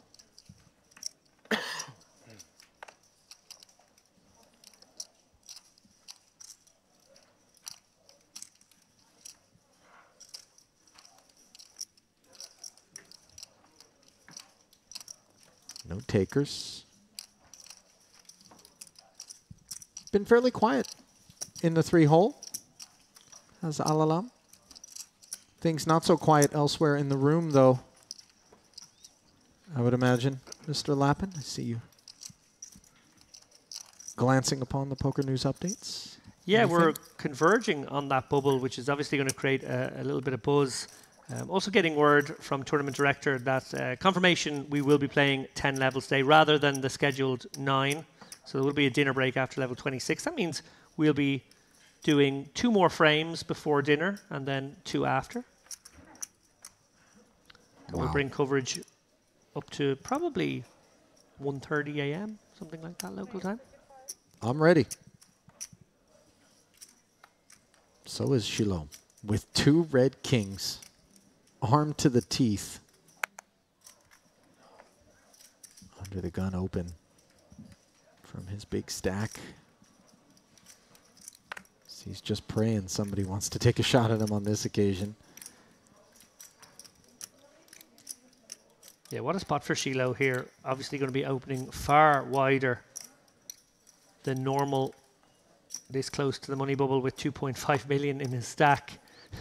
And it's kind of annoying that it's that period of the game where people are less likely to fight back. Yeah. And he did have the goods. He'll live. Picks up the blinds and ante.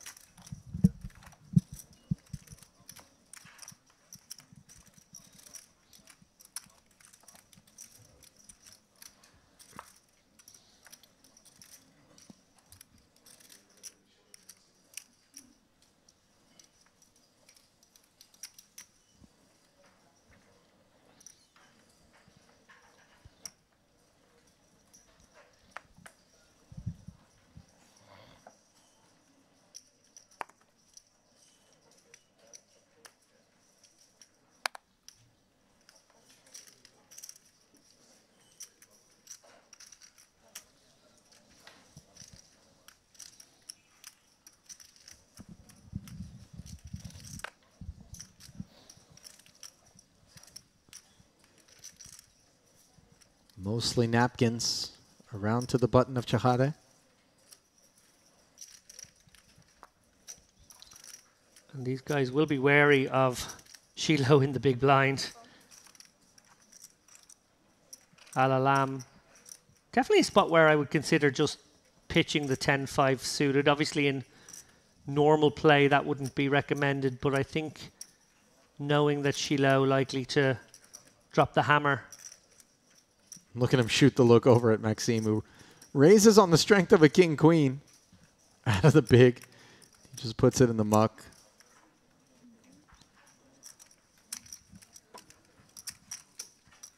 Life is good for the big stack Yeah, it is. as we swoop across this poker room. Still 12 tables. Going to whittle down to about 3, I would say, tonight. Where are we going to find our next featured table? Ooh. Could this be it? We see Being Paul told- Brown there in the one hole. He seems to have added to his wealth over the course of the day. I'll try and get an update on his stack for you guys in the Joseph next frame. Mouad, Jose Nemi, Yixel Savsa, Roman Gadzhiev, Artem Kazantsev. No, we're not seeing these guys. Reading through what I... Not sure if this is Thought going to was be our gonna next be. feature table. Oh, maybe it is. There's Justice Helt over on the far side. Yeah, Tony Kaukua. You are trying to get me to Also there. Heck of a story for Tony. You are trying to get me to spas in some blind on David? Yeah. Well, actually, it's a little mean of us maybe to be putting Tony on the feature table for the next frame, given that the bubble will burst. He was, of course, our bubble boy at the Western Series main event. But I made a there was a silver lining. What happened, Ali?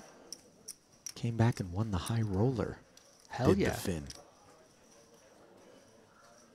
Licked his wounds. Went off to the buffet, as you do. A bit of comfort eating after a bubble. Bit of discomfort eating also being done, by the way. But he hopped straight into the high roller and took it down a couple of days later. We covered that one, of course, as well, Kaukwa. Tremendous performance. Yeah, real talent. And On bounce him. back ability of that nature is to be commended. Be fun to watch him. Haven't had a chance really to observe here at the Carmen series. The procedures. Tony Kaukwa. Personally, I love a bit of Justice Helt. Delighted to see him back on the stream.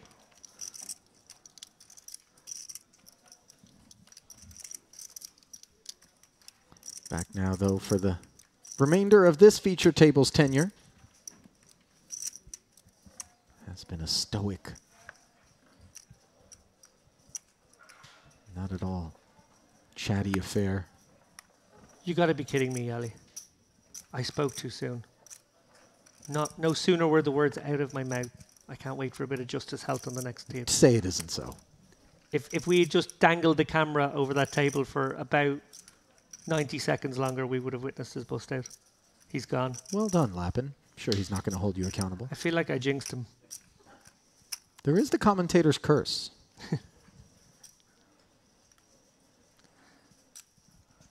Perhaps a Gromov malfunction.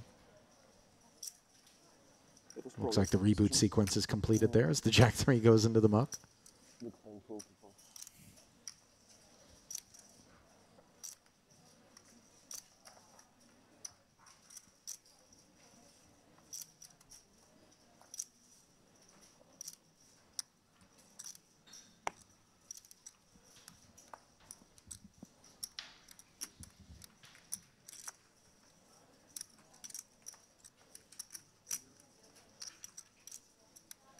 How much are you playing? Like 500? More? 555. I think. Thank you.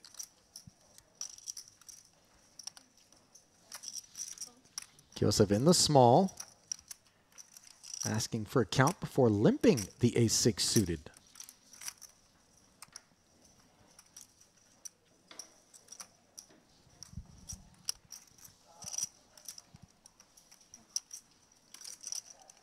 Laurie checks back the 10-4. Always a little bit interesting when a new player is added to the mix who has flopped top and bottom pair here against middle pair.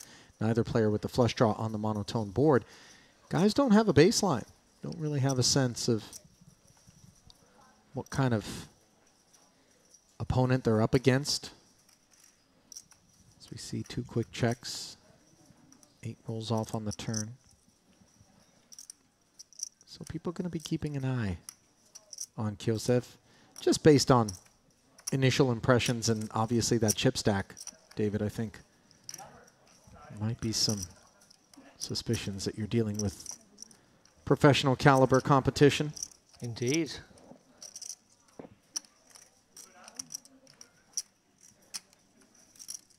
Already an intimidating enough presence here. Cap shadowing the eyes. Yeah. Merit poker cap, for the record. So we see the 30K bet on the turn called by Laurie, and then the 4 now gives him 2 pair 10s and 4s. This is really bad. Which number? But how much is Kyosef going to be able to milk him for on the end? Yeah, it feels like a Разваливать не будет? sort of 3/4 pot type spot. And not easy for Laurie.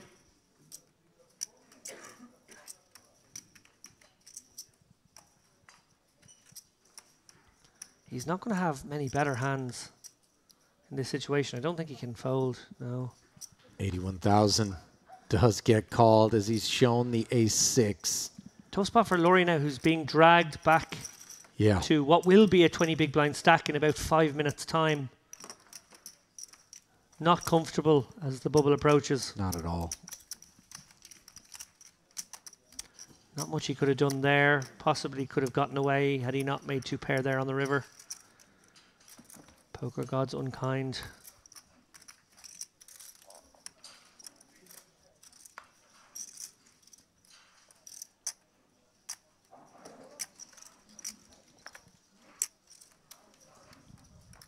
Well, we've watched Laurie go through a very dry spell, as we alluded to at the earlier portion of the coverage, at a final table already. And at no point, and I think you would agree, David, did it strike us as having affected the way in which he approached each and every situation. Didn't appear emotional Thank you.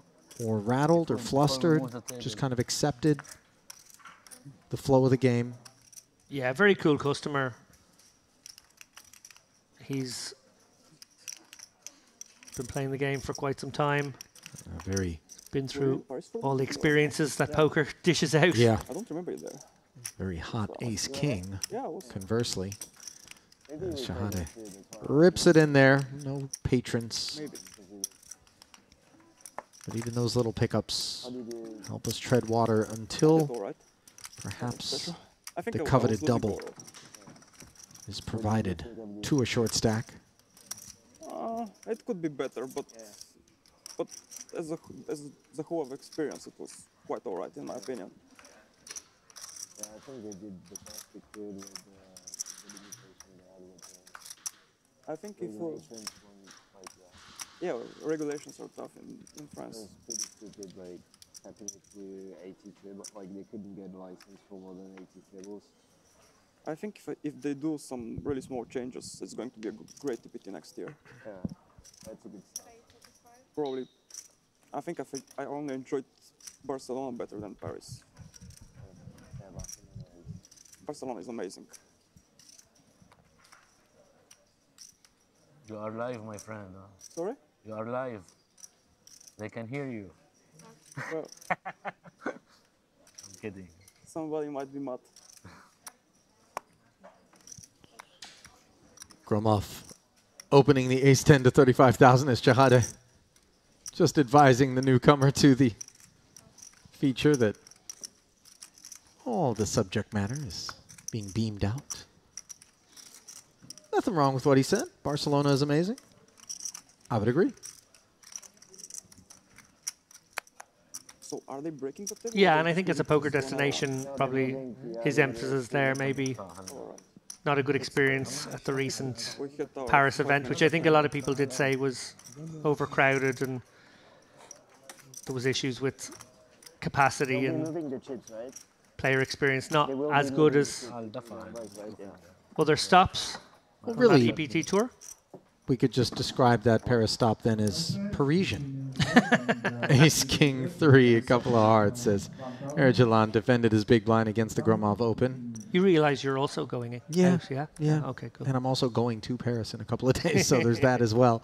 40,000 the bet from Gromov, and that will draw the curtain on the first couple of frames of play as the gentlemen will be headed for a break. And as they do, standard and customary, a peek at their chip counts. They will be disbanded. New feature table will be inbound. Shahada just 8 bigs. Work to be done undoubtedly, but work done by Maxim Shilot, who with the pocket 6s against the pocket kings, David added to his stack significantly and kind of kept it in line. Wasn't really abusive. 2.6 million in front of him, though. A massive stack, a massive talent as well. As we bring you inside the broadcast booth once more here at the Marriott Crystal Cove Hotel Resort and Casino. Ali, David, and just about to put the button on the first couple of frames of play for the day. 10 in total, as play will be extended from the original 9 slated. 89 players will be paid. Still over 100 remaining in the field. Theme had to have been Shilot for you as well there? 100%. He was the story of that frame. He obviously took that hit very early on, running his 10s into the jacks of Eurosoft. That really got Eurosoft's engines going as well. But undeterred, he went about his business the way you would expect somebody of his caliber. He was fortunate, obviously, in that hand against Eli Sad with the 6s versus the very well-disguised kings. I suppose part of the reason why those hands ultimately got in on the turn in that instance. And then, of course, well, that huge pot against Laurie when he made the rivered nut flush. And Laurie did well to escape, you know, with any chips from that spot. He decided on an aggressive line with his one pair combo draw sort of hand, and in the end was very wise to knuckle back and keep himself in this tournament. He is short now, but he has every chance of, you know, getting himself through this bubble. We're very close to the money now, and that's kind of the exciting part. As a poker player, I think you have to be a masochist. You have to like the pain, and there's a lot of pain coming up for whatever 10 or 15 people who aren't going to make the money. Yeah. Well, pain thirsty David Lappin is teasing the remainder of play for today, as we will certainly be bursting the bubble. Speculation that it'll happen here during the next couple of frames of play. Historically, very rapid pace as we get down and burst the bubble. Kind of not what we're used to. And then on the back end, once everyone's in the money, we batten down the hatches. Sort of the inverse is what we're generally accustomed to. We have seen it go that way a few times, but I would expect us to maybe get to the bubble for the second hour of the next frame. It's going to be exciting. Obviously, our roving cameras try and really capture the buzz in the room as people, you know, get excited about the prospect of building big stacks. If they have big stacks, they can really stomp people during that phase of play. And then, of course, the people who are just trying to squeak their way in. Yeah, and squeaking your way in is going to be worth $4,850. But for the time being, everybody trying to work their way onto the right side of the bubble. Here at the Marriott Poker Carmen Series main event, we will step aside briefly, just about 10 to 15 minutes, and then we'll be back with continuing coverage of Day 3 of the main. Stay close.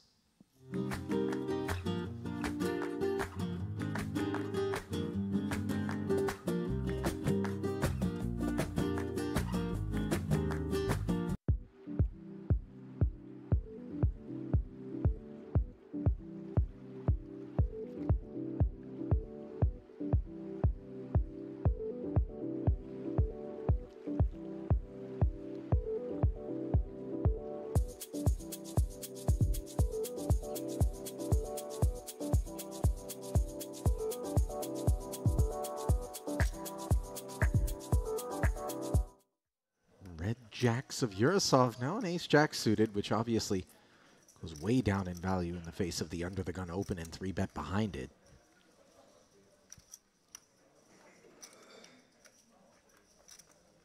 Ergelan, well aware, bins it.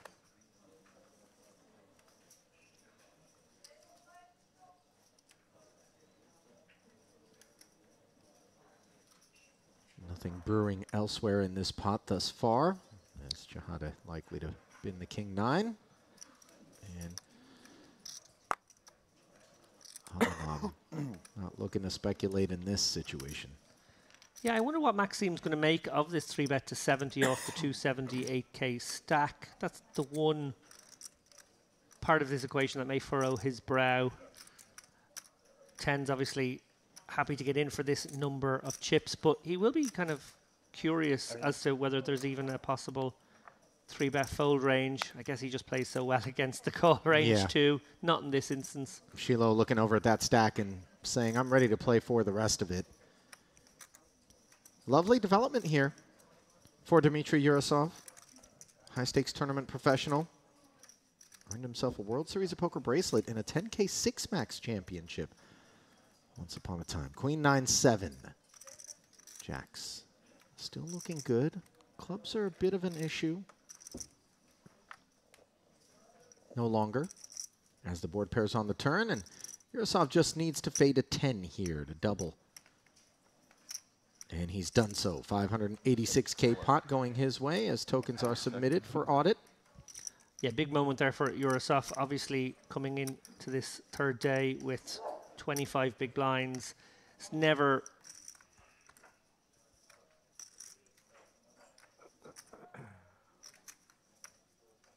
Just reaching down, touching his stack ever so slightly, and then darting a look back up at Laurie as if to inquire as to whether or not there would be any sort of reaction. Julian giving nothing away. Consummate professional. The call is made, and the flop is Queen Jack 8. Here's an interesting one. Very interesting. 2 overs, Broadway gutter, backdoor hearts for Laurie. But a gut shot of his own, and what happens to be the best hand. 2 nines for Noida, who is dealing with a couple of overcards and potentially a C-bet here as we await Julian's directions. Yeah, the big sizing from Laurie pre-flop has sort of defined Laurie's hand as not going to be too much nonsense. He's going to have a real hand here, something that's probably hit a board of this nature, pocket pairs, very likely either set it up or have that gutter, which of course we see they do. Also, maybe the king-queens are in there. That's obviously made a hand. Ace-queen, very possible as well. So Laurie's got to proceed cautiously here and does so with a small bet. Yeah, note the way the sizing has gone down considerably. Pre-flop, it was a 3-bet to 120. And now here he bets 60 into 258. Sub-quarter pot. And that is going to retain Noida's black nines, which have now made a set on the turn. But that card gives Laurie the nut flush draw and puts 4 to a straight on board. Yeah, fascinating card. Laurie obviously picking up that flush draw, but another card that will hit his opponent's range. Pocket tens will be in the mind maybe. Also hard for him to represent a 10, so maybe hard to bet this card. It's a really interesting situation.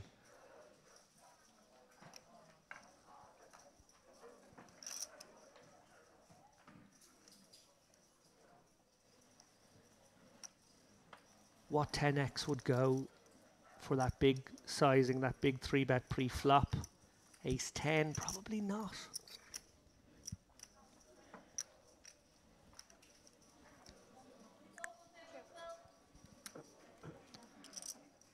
Keenly aware of what he can and can't represent here, Laurie. Yeah, the 10x business seems, even in the form of a couple of 10s, David, to be an unlikely bit of kit, and as such, the check does come in. And for Noida, much like for Laurie, who's looking to realize equity, he could potentially just keep it clean here. But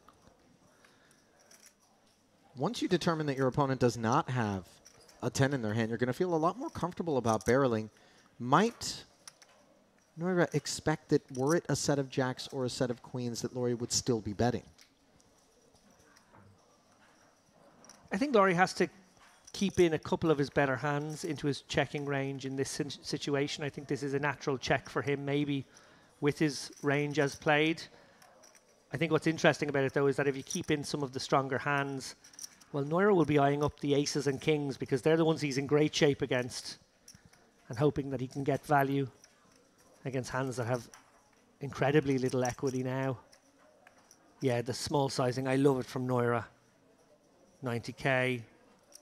Now that does obviously allow the ace-king suited to try to realize in this spot. 10 would be good, heart would be good. We're going to a fascinating river card here, Ali. And it's the 10 of it? hearts. Oh my goodness me. Ace high flush for Julian Laurie and a straight on board, counterfeiting the set of nines. What a disgusting card that is. Perhaps the worst one in the deck for Noida's taste.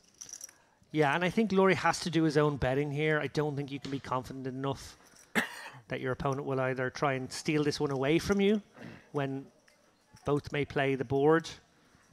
Laurie obviously has all the ace kings. Makes sense for him to bet in this situation, even when he doesn't have it. If he was out there with, I don't know, maybe the ace five somehow, although he wouldn't get to the turn with that. But, you know, I think it's just upon Laurie here that he must do his own bidding. Horrible spot for Noira. His absolutely fantastic hand just shrivels up.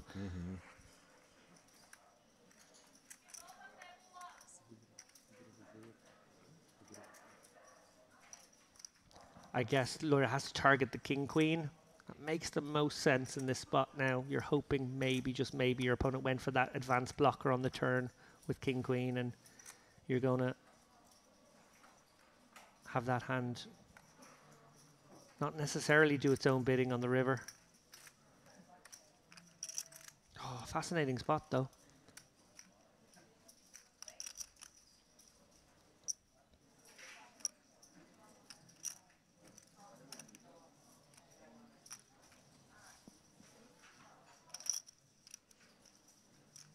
$558 in the middle, 402 back. That's what they're playing effective, as Noida's got his man covered, and all of it, well, just about all of it.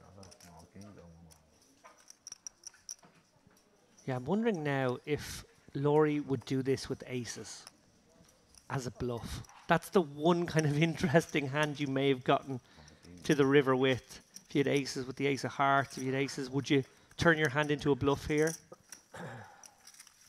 That's a kind of a cool one. Anyway, it all happened a bit quickly there. The river. Aces with the ace of hearts would be Juicy. pre-gaming. You could call it that. He's asking us to get the booth warm for him. It looks like the warmth department is his and his alone right now in the whirlpool. And things cooling off a bit here for Shilod with 2 6s as a trap has been laid by Elisad's 2 kings here. Sneaky, sneaky. Very much so. 1 king into the bin. Erdogan untempted by the ace 4.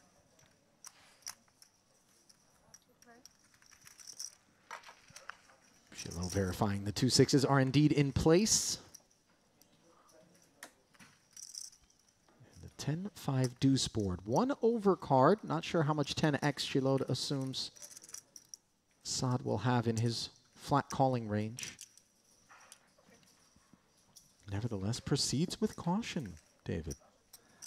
Yeah, plan A with this king's flat is to hope for a squeezer in late position. Certainly there were candidates. Plan B is to proceed down the streets with a very well disguised hand against your opponent. Shilo certainly going nowhere with these 6s here. Just deciding to come with a check out of position. Pretty standard on this 10-5-2 board. He could certainly... Oh, well, just before I said he could certainly lose some chips in this hand. Disaster on the turn for the 2 kings as Shilo promptly checks, having made a set. 190 in the middle. And they're a bit too deep at present to imagine it all getting in, but certainly we now have the makings of a disastrous development for these 2 kings as Saad delivers 85,000, second barrel. And now if we're Shalom, we're seeing 2 barrels behind us from the flat caller.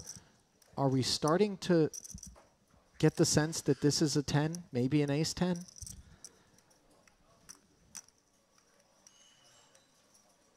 Yeah, I think he'll also assign maybe some 7, 8s, and 9s to Saad here. More Pocket often pairs, you mean? than, yeah. Okay. That would be willing to bet again? Or yeah, just going for this advanced blocker, wanting to sort of deny equity to the ace kings, ace queens, not give them a free one. But Shilo definitely has to come with the raise here now, just on the off chance that his opponent does have pocket fives, maybe pocket deuces, maybe an ace-10 that won't want to give up to further aggression. There we see it. Shiloh, never one to miss a spot. Now things are a little bit uncomfortable for the two kings, David, because it's the preflop raiser who checked two streets and now delivers this raise. I think Very peculiar. I think he's doomed, to be honest, because he's played it to underrep his hand so much. It could be jacks or queens takes this line from Shiloh. Absolute disaster. Side's absolutely sick. Yeah. 2 outer now. You can see him shaking his head, recognizing just how lucky Shiloh got.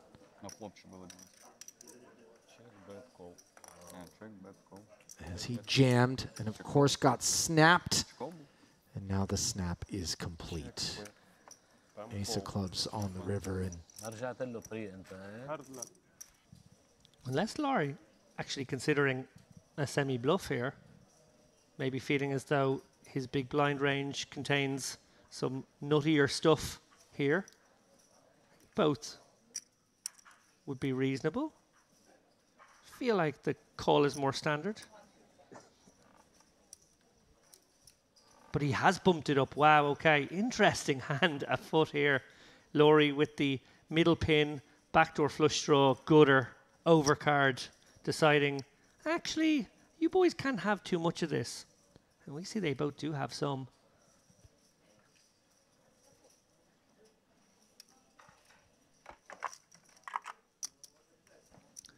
And Yurosov swimming in bechamel sauce at this point. puts the ace-deuce into the muck, understandably, but of course that is not the destination for this ace-10 suited, as the check raise of not one but two players, which is very relevant, is on the mind of Shiloh.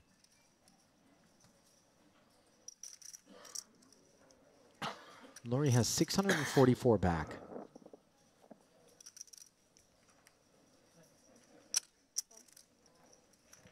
Shiloh's going to make the call. So another 300K from those two stacks alone, coupled with the C-bet from Yurosov, all bringing the pot to 460,000. Right color, wrong suit on the turn for Shiloh, who checks. And now when we're Laurie, this small blind flat, check, call, and then call the check raise from Shiloh, where do we begin to assign his range? Specifically, flush draws and middling overpairs? Yeah, it's a very strong line, even with a hand like 7s, 8s, 9s. I don't think you would have felt terribly comfortable as Shiloh. Maybe more so thinking about sets, thinking about pocket 4s specifically as a hand that would certainly take this line, and then thinking about the diamonds. But where does Laurie have Shiloh's range? Oh, no, sorry. That is what I think he's maybe assigning him. Ah, okay. And he's worried about those sets. That's the scary part. Right. The pocket 4s also would get sticky twice. The diamonds would stick around. I actually think maybe the 7s and 8s would find it hard to stick around against the raise of Laurie, just because their hand can't really go anywhere. Is there a bit of ace-4 on Shiloh's mind in terms of Laurie's kit? Oh, for sure. 4-6, ace-4, both very possible here from the big blind. Obviously, he has all the sets as well.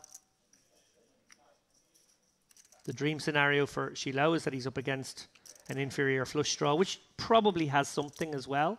So maybe like the 5-7 of diamonds, something like that would make sense with this line. But he's gone big here, Laurie. Wow, 230, really taking a full stab at this one. Exactly half pot.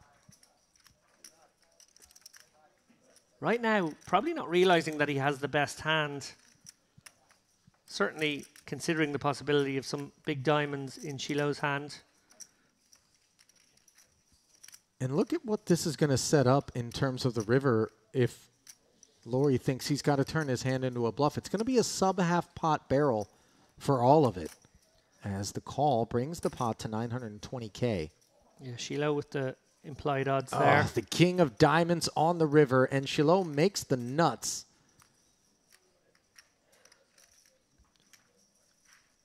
Here's where it gets a little interesting. Laurie could represent the hand that Shiloh has right now. It could be that Shiloh hanging in there with,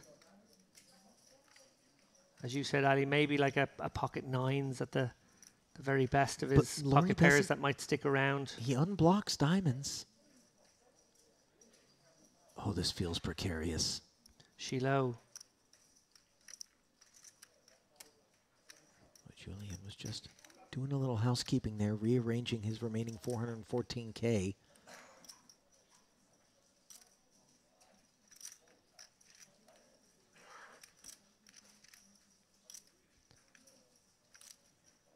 Oh, and he finds the check back. So a shutdown that allows him to carry on, and he can feel good about that decision there, David. Ironically enough, he got his money in when he was ahead and then stopped putting it in once he was behind.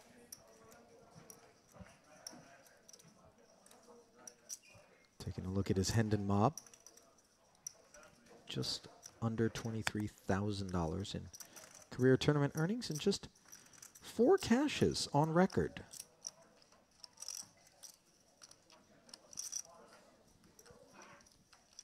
Queen 8 suited for Laurie.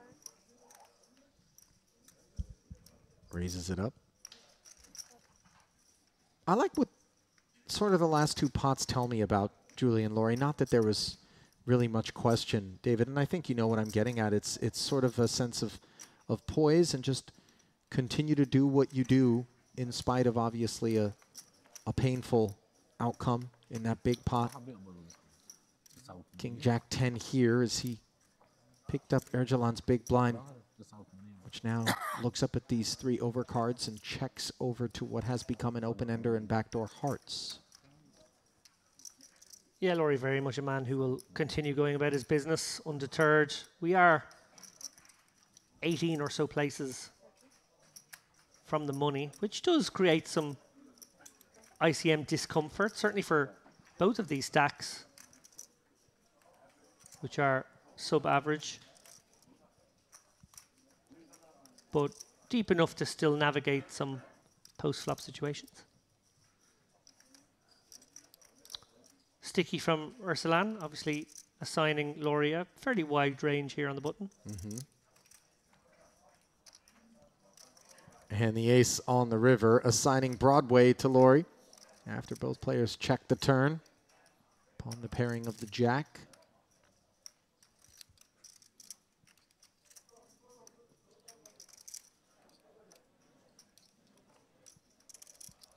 Yeah, Ursulan 7's virtually irrelevant now. Just a question of whether he wants to turn his hand into a bluff in this situation. He does not.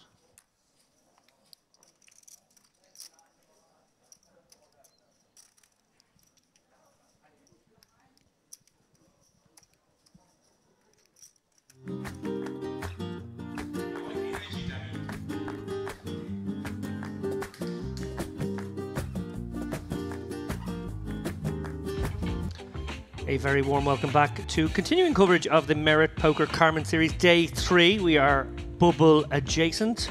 My name is David Lavin. I am joined by James Dempsey in the booth now. Ali has just stepped out. And we started the day with 142 players. We are down to, I think, about 104 players, all vying for the lion's share of that $2.11 million prize pool. 89 will take home some money as we take a quick gander at our new table. Tony Kaukua standing out there. He's got a big stack, 2 million. People will remember Tony as the bubble boy of the main event here at the Western Series, who, undeterred, dusted himself off pretty quickly, hopped straight into the high roller and took that one down a couple of days later. Well. I actually noticed more on this table, on this leaderboard, is the man at the bottom, Roman Gadjev, who was the day 1 chip leader. All days combined yesterday. He started the day as chip leader, but obviously had a poor day yesterday. We saw him on the table, and obviously hasn't quite managed to right the ship just yet. I'll tell you later, man.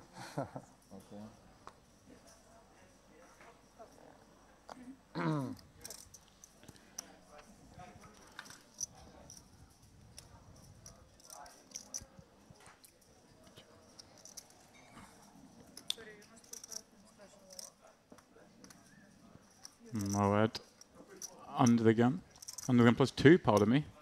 Looks like we're going to play a hand dark, David. Let's talk ranges. I love this.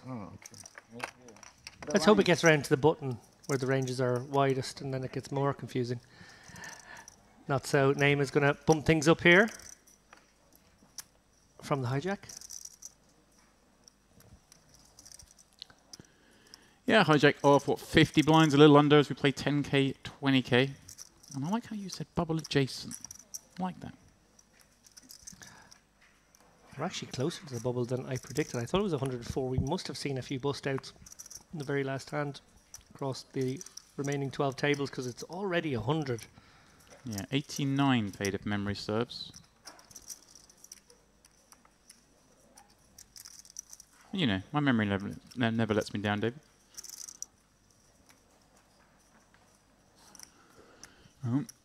Subs up off a very similar stack, peeling in the cut up. Of course, they'll be very healthy stacks. Here's your man then. Peeling from the big blind. So, bubbled the main event last time. Straight in the high roller, ships it. Chips it. Job done. And if you haven't busted the main, saved. he wouldn't bought in when he bought in, the whole world's different, doesn't win. Butterfly effect. The high roller, we don't mention him. The beard probably grew slightly differently. All these things would be disastrous. What's not disastrous to his range, at least, is this 7-7-6 flop. But it looks like maybe the pre-flop opener. Ah. Oh, hello. Oh, interesting little setup here. You were quite right. The Jack-6 did hit the range. And he's actually in the lead here. Both players with good reason to believe that they could be ahead here. Holding pocket fives, Neyma and Savza. Both playing in 55k. Okay. little read. Little read tell. there. Bet sizing, 55. Do you think Sav's like, oh, can you see my cards? Seems pretty reasonable. Name it. C betting the 6-7-7. And I wonder against these two stacks, does Kaukwa ever consider a raise here with the 6? Just because, yes, he has the real hand, so he doesn't really have to do that. But does serve as a bit of a protection bet as well. And of course, maybe most importantly, they could be put under a bit of discomfort here if this pot gets a little larger. I was going to suggest to you there, is there any route for him leading on the turn? But I guess that's probably going to be weighted towards well, the hands that have turned straights, and then some of our straight draws, and I guess some 7x. Instead, he's gone for check, and look at this. Maybe betting again. The 2-5 despite being called in 2 spots. The has picked up the open ender, of course. Yeah, and Savsa with much the same equation here. His hand could be good. 4 obviously does connect with some of the draw type hands here, the 5-8. Got there potentially. Although you are blocking it pretty heavily. That does get rid of Yeah. And well, Kaukwa. both now make this backdoor straight. Kokwa, yeah, it was kind of in an impossible position, I think, there with the Jack-6. When you see a follow-up bet and a call, but they both picked up equity you wouldn't be expecting, hence the continuations. Yeah. And how both of these players kind of in dreamland. I think they've just both got there against a better hand. Perhaps bigger pairs, most likely. In the dream world, perhaps even thinking the other could have a hand like ace-7 suited. Well, presuming Neyma bets here, which indeed he is, does Savsa come with a raise? I guess it's depending on sizing, right? Yeah. He's gone very small. Because if he does come with a raise, Neyma wouldn't be loving life.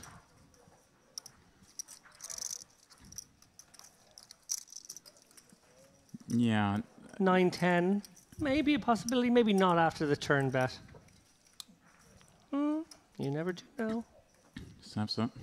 Recheck the cards. I'm just thinking what would be natural bluffs for Savsa. He does go for a raise, though. 8-9. Neyma can't love life. Obviously, there are boats possible. Yeah, Neyma's not liking seeing this these chips cut out, is he? Because it is. He's gone for look just over min. It looks like. I do like that click raise because I think you have to lay an incredibly good price to get called, and actually it gives you an escape route if raised again. Right, could probably fold and save yourself the 425 additional. And Neyma Yeah. Again, you know, you can be up against pocket 6s, could be against pocket 8s, could be against pocket 7s as played. When you have 2 of the 5s in your hand, it makes it very, very difficult, doesn't it? Yeah, but I think it's just too much hand. And an incredibly good price. Some bluffs in there. Potentially, I don't know what they are. 8, 9 that just decides to turn 8 into a bluff, but does it go this size? Probably not. This does actually feel pretty grim. But it could be A7, right? Wow! He folds. I gotta say, I did sort of think that that might happen. It was an interesting situation. So he's giving his man no 7s when he raises the river. He's giving his man no bluffs, for sure. Right, but no worse value either. No. And I think that's right. I don't think you do want to raise a 7 there on the river. It is possible your opponent has a 5. Without live stream, not live stream. Well, incredible. That's a sickening one to look back upon. Yeah. Not one you're expecting to see, of course, having the 2 5s yourself. You had on screen there, we remember him from the Western Series coverage. Remember him being a bit of a fan favourite, bossing his way through that field. Oh, sorry.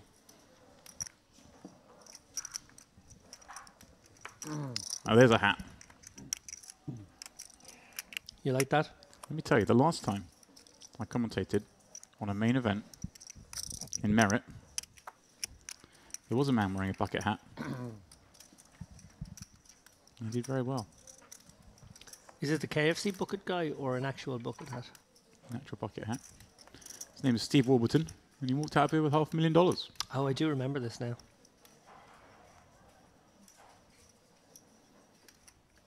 So, there's something to it. The bucket hat. Do you want to hear some good news? It's a curious look. I do, you know what, I'd love to hear some good news. Did I get the all clear from the doctor? On the outer table, Ari, the Clipper, has just won a fairly significant pot here. He's up to 800k. Lovely. That's what I like to hear. Oh man, Ari, the fan favourite. In another exciting hand from the outer tables, Uri Reichenstein, who we remember bluffed off a significant portion of his chips just an hour ago. Well, he's gone for a 4-bet jam, got the job done. Clearly, guys constructing some 3-bet folds against his range. Reichenstein drops the hammer, and he's back up to 820k, around about average. Talking about dropping the hammer. Savs up. The nut flush draw having opened up here against Kassar, who has an open ender and a diamond, which could potentially see him get a little stuck in this pot. That's such a big pot. Savs has just so many chips after that. 5v5's hand. Accidentally bluffing. I think that's a fair assumption. A fair description. Right, swiftly checks back. Ace high would be good at showdown if Kassar decides to allow that. I guess we can go really small here, right? Try and rep some 7x. Yeah, the door is ajar here for Kassar. Ajar for Kassar. Look at this. You're such a wordsmith. You really are, aren't you? He's gone 55. I don't think we even need to go that big, but I'm here for it. Nice execution. You did like the small bet. He probably went a little larger than you thought, but it's kind of around that neighbourhood. Yeah, and it's kind of like a, I guess, perhaps a little exploit sizing, like kind of pretty sure his opponent had a hand like that. Would fold 55. Don't want to go too small and give them a chance to call, I guess. I'm here for it.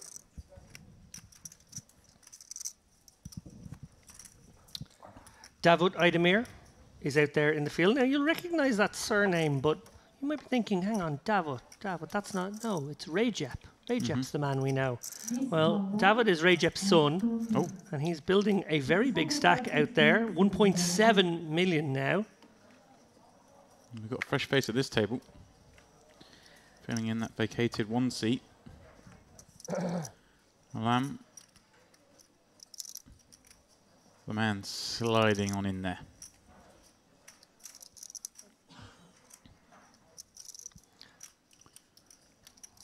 Maybe glancing up at the tournament clock as we approach that bubble. Just 10 away.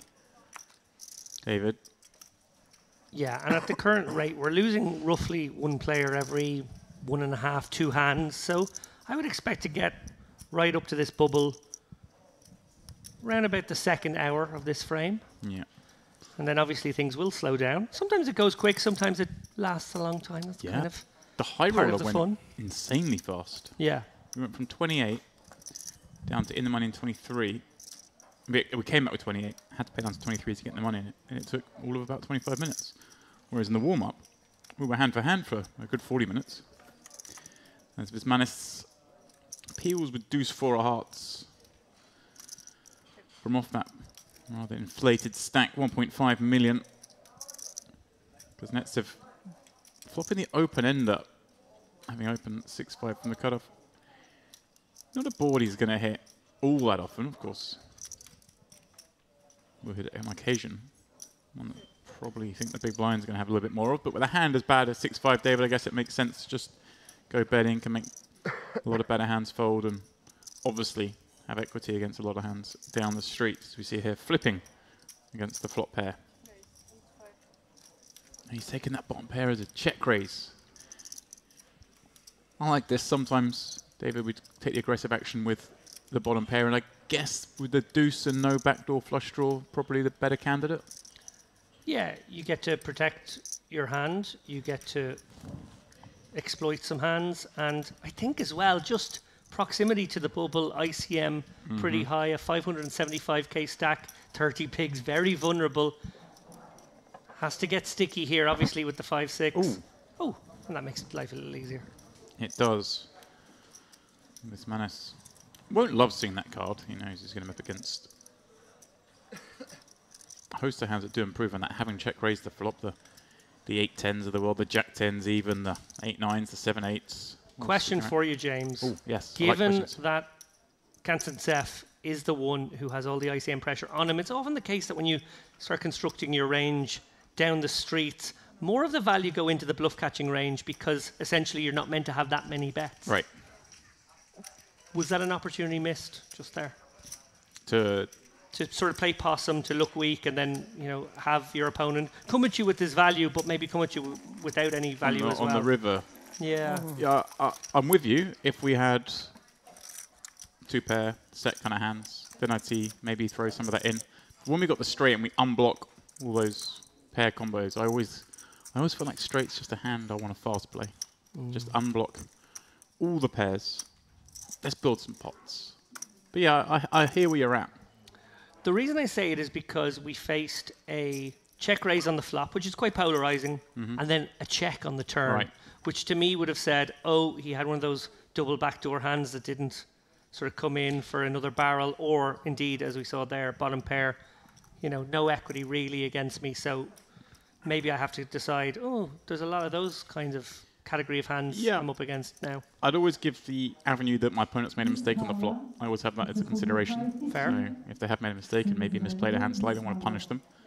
And also, maybe there are some hands he's check raised flop with that now caught enough it doesn't want to bluff, but may still check call. But I do get your point, and it's a very, very valid one.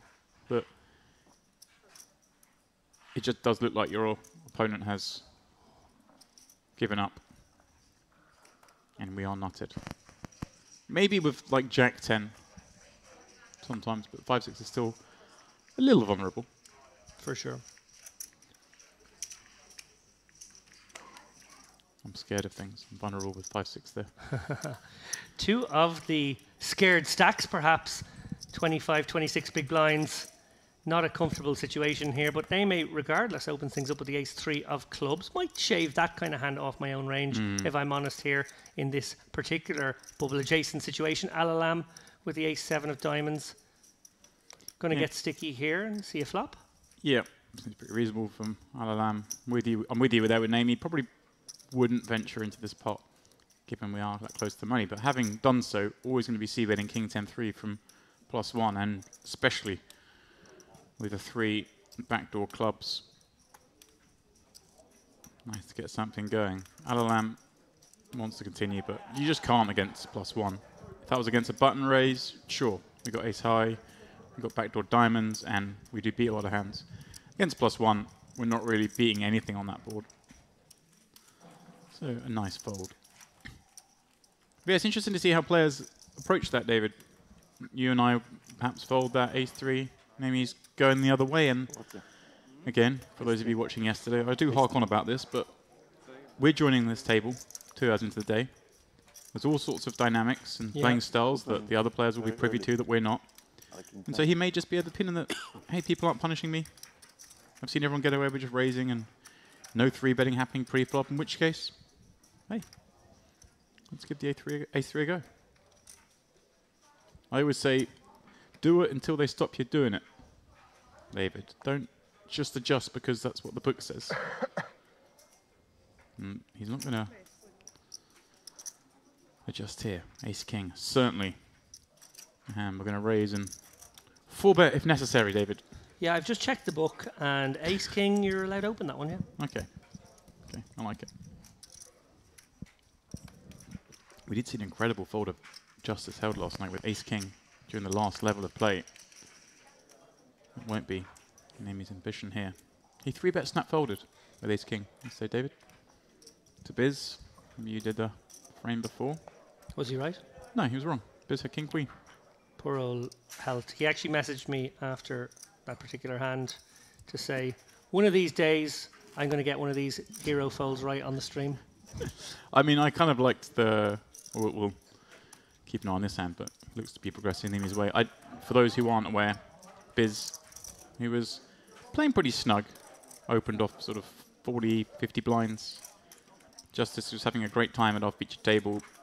3-bet with ace-king, and they were both relatively early position. They were next to each other. Suddenly we Came round, and Biz had the dreamy hand of king-queen diamonds to sort of peel the 2.75x, and instead just quickly, like 3.5x 4-bet.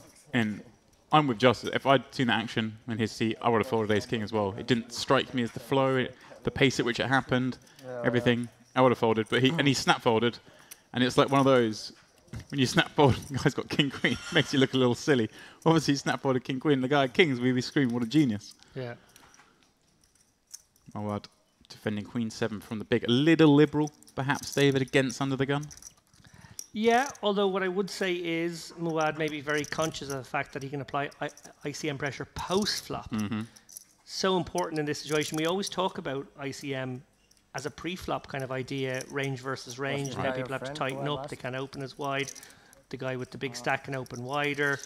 But actually down the streets, if you can do one of those threat bets, as Darrow Carney likes to call them, somewhere around the turn, threatening the stack of the player who will potentially be at risk come river, you have a lot of leverage in that way as well. So not necessarily a bad idea to peel wider if you're in the big blind getting a good price anyway against a stack that you think you could threat bet. I like it. I raise 3-bet. He calls. Yeah. The sizing was a bit small. Yeah, so 30 to 75. Yeah, that flop. He flats ace queen off. I have 7s. You call. And then 10, 9, 7 flop.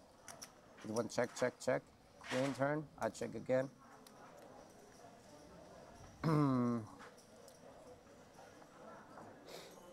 I think this guy bets and all in. 97 players now. He has So just 8 from the money. Has straight. Then I think a 9 on the river. Good, Jeff. That day 1 chip leader. So I got a bit lucky there. But Good fold from Gatsiev there. You just got to let those hands go in this situation now. Far too close. Aiding big blinds. A lot of your equity is in that min cash right now.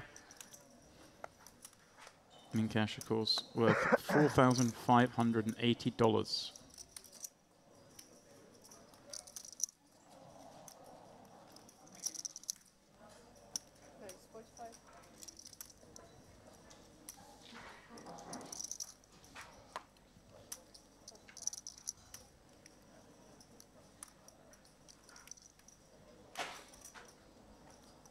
Oh, Muad's turn to have a big slick here. Maybe conscious of the proximity to the money as well here. We'd sometimes see somebody come with a call in that scenario. Just try to exercise some pre-flop pot control here. Have a very disguised hand. More standard plays, of course, to 3-bet, but just, I think, an option you can throw into the equation I like this at this sizing stage. as well. Going 4x. Oh, he's gone big. I like it as well. If you are going to do it, it's sort of going to charge your man. Yeah, you want to really define the range. And if your opponent does peel, you've got a Go, much Chelsea. better idea of knowing where you're at post flop. Hey, Tony. Hello.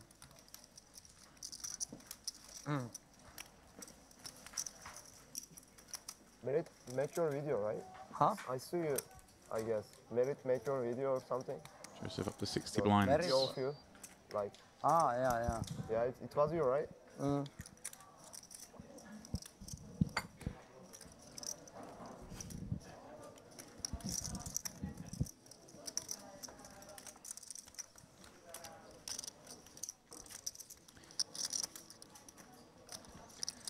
On the other table, we've just lost Antonis Kodinov from Bulgaria. The hands of Ephraim Tavdi, who's now up to 1.5 million, joining some of our bigger stacks in the room.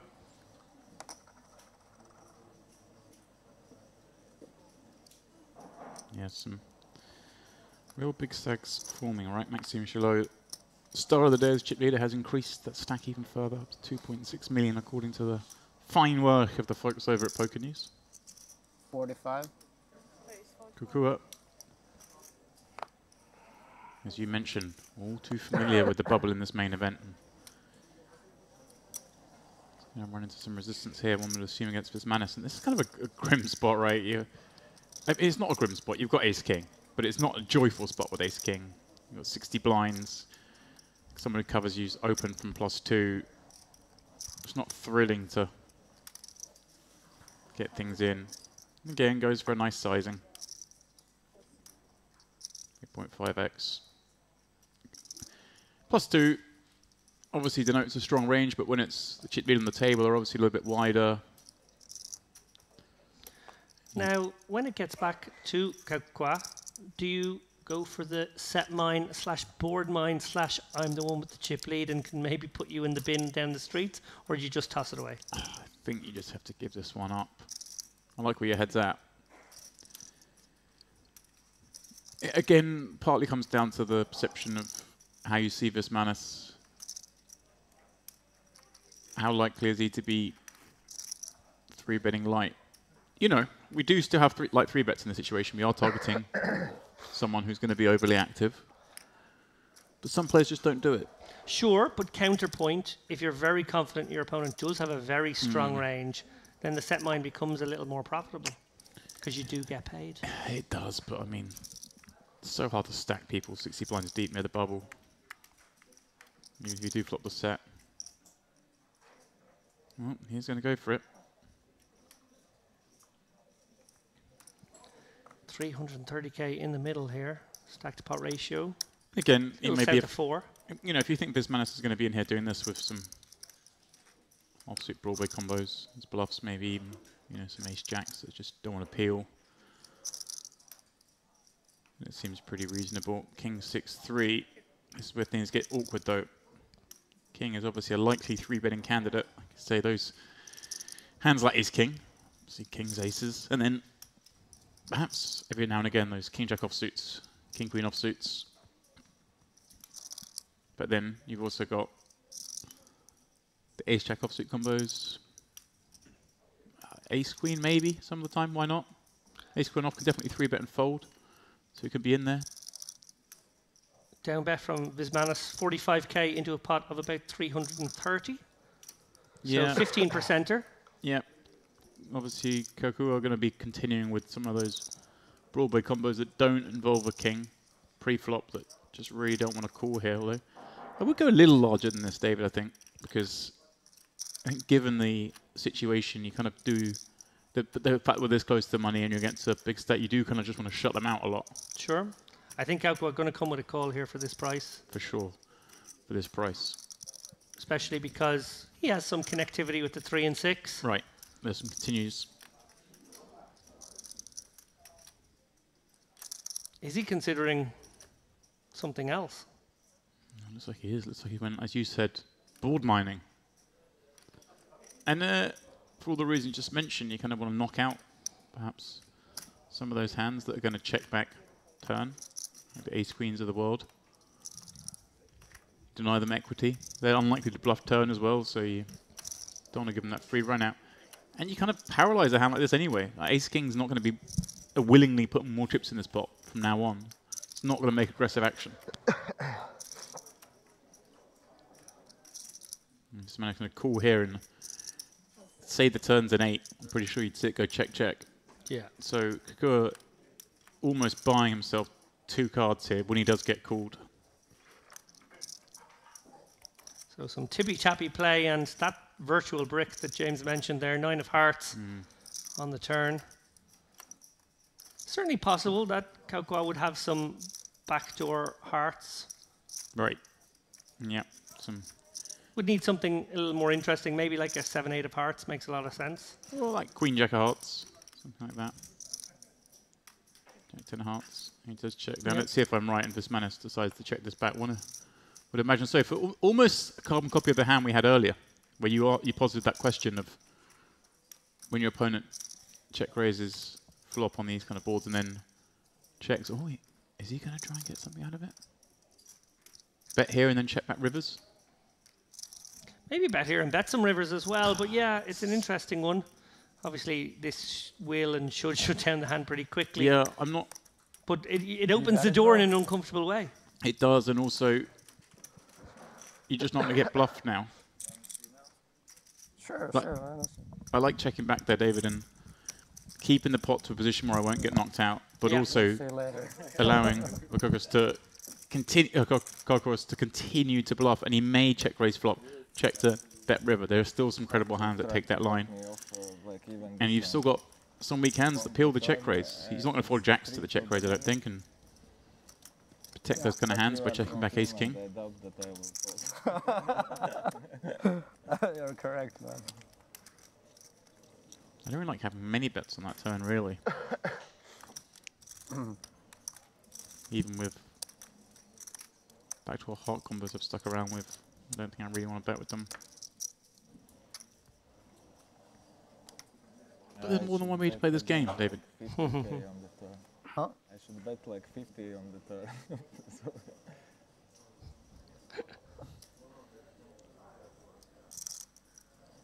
I'm too stressed from TV.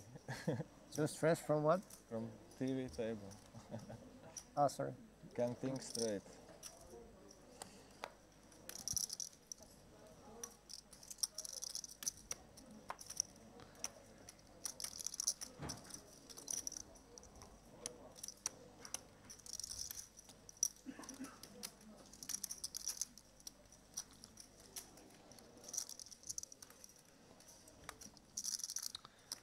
Interesting spot here for Naomi. Likely to just come with the call, I feel, against an early position open. Yeah. Wow, 3 away. That went quick. Yeah, precariously close to the bubble now. Something I'm sure all of these players keenly aware. The guys with short stack should be Gutziev. Definitely going to take this one off, and with 15 bigs, he's very much one of the shorties as we approach. Neymar. Well, this one could get awkward.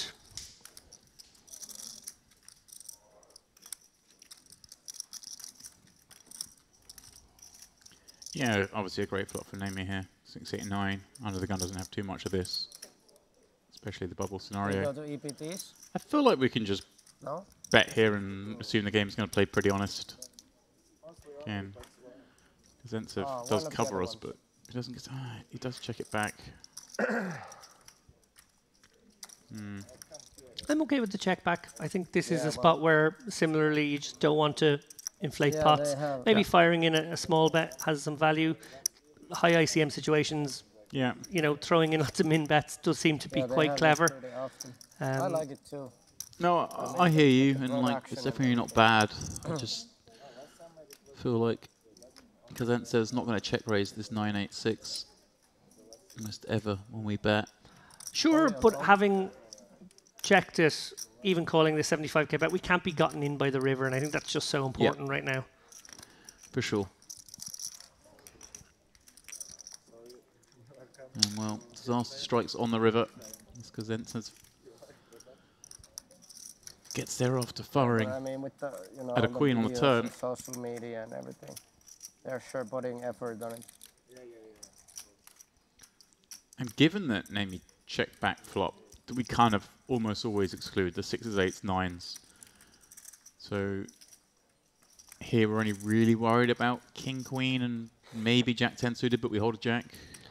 Well, actually, what I was going to say is, do we ever consider using our 10s for Right. bluffing and more nefarious purposes? If we face a bet, if we face a check, we might just knuckle it back. But if we face a bet, do we ever try to Yeah, I was just looking at the hand take the from spot?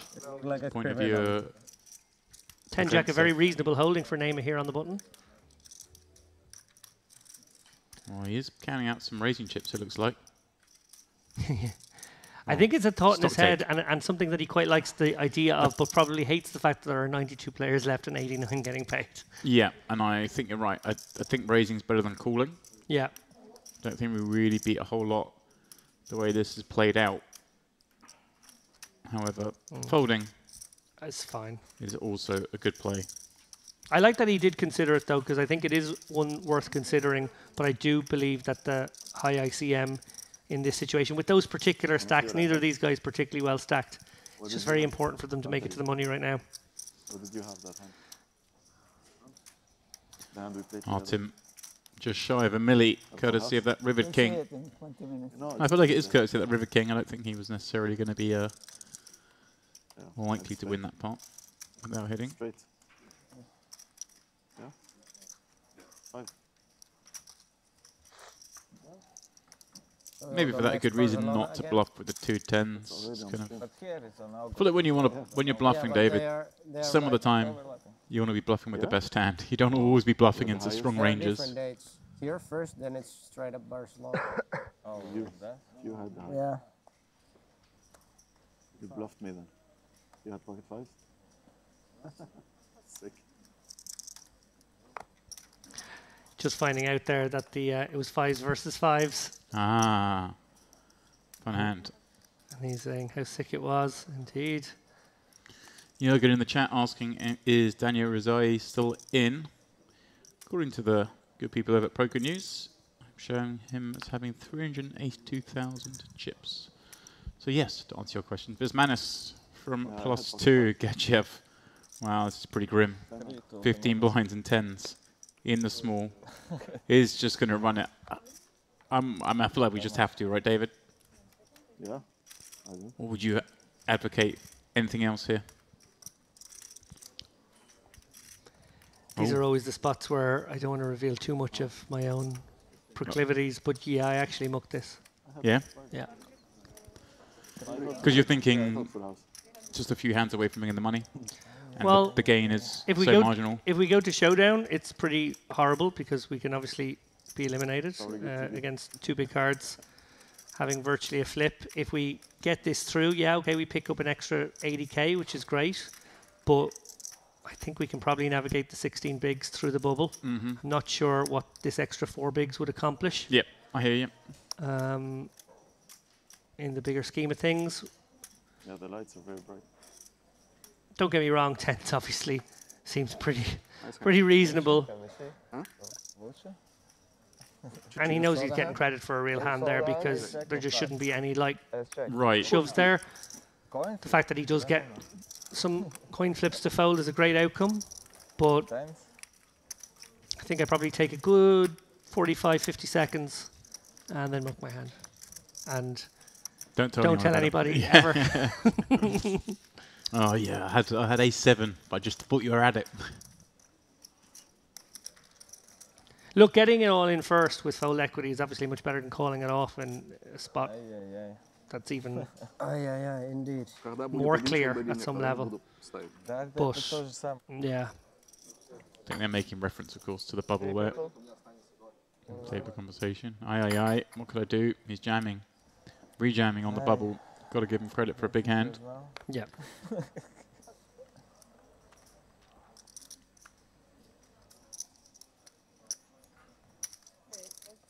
Tilt.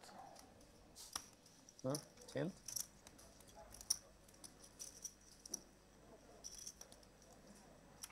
Let's go one more time. goading action here, Vismanis. Wow, he might find some. Savza, another deep stack here, 70 big blinds, pocket jacks. Right, 70 bigs to be, therefore, just going to get to play this hand a bit more standardly, like 3-bet rather than forced to flat. Seems like there's a big else for Vismanis to get out of line, right? Even though he does cover when we're this deep. Oh, he's gone for a click 3-bet. Kind of stops it going multi-way, but doesn't really... Doesn't bloat the pot. Yeah, but on the flip, obviously doesn't really define your opponent's hand. Well, will it here? Because... It kind of sometimes does, though, because I think some people do get a bit spooked by the very small one and think it might be aces or kings sometimes. That's what I mean, though. Does Vismanis then, therefore... But it's hard to imagine many hands Vismanis open with that would fold to this bet. No, that is actually true. You're obviously getting an incredible price now. But yeah, I'm with you. He may not necessarily 4-bet this. Although he may, with ace-king offsuit, seems like a pretty good one. Kind of 4-bet big, and if Savsa then does rifle it in, can feel pretty good about folding. He does. And that's exactly what we see now. Savsa, with the attempted paralysing 3-bet click, has actually not got the desired outcome and is in a rather uncomfortable position now, facing a 4-bet to 225k, another 145k to call. You're not the hugest 4-bet either. No, it's a re-click. I think we're back in 2009 right now. Ah, come on now. You could have made it 130. Now, like, this is a really curious position Savsa's found himself in. Yep. Kind of 3-bet, clipped it small, try and keep it heads up, and now suddenly he's facing a 4-bet.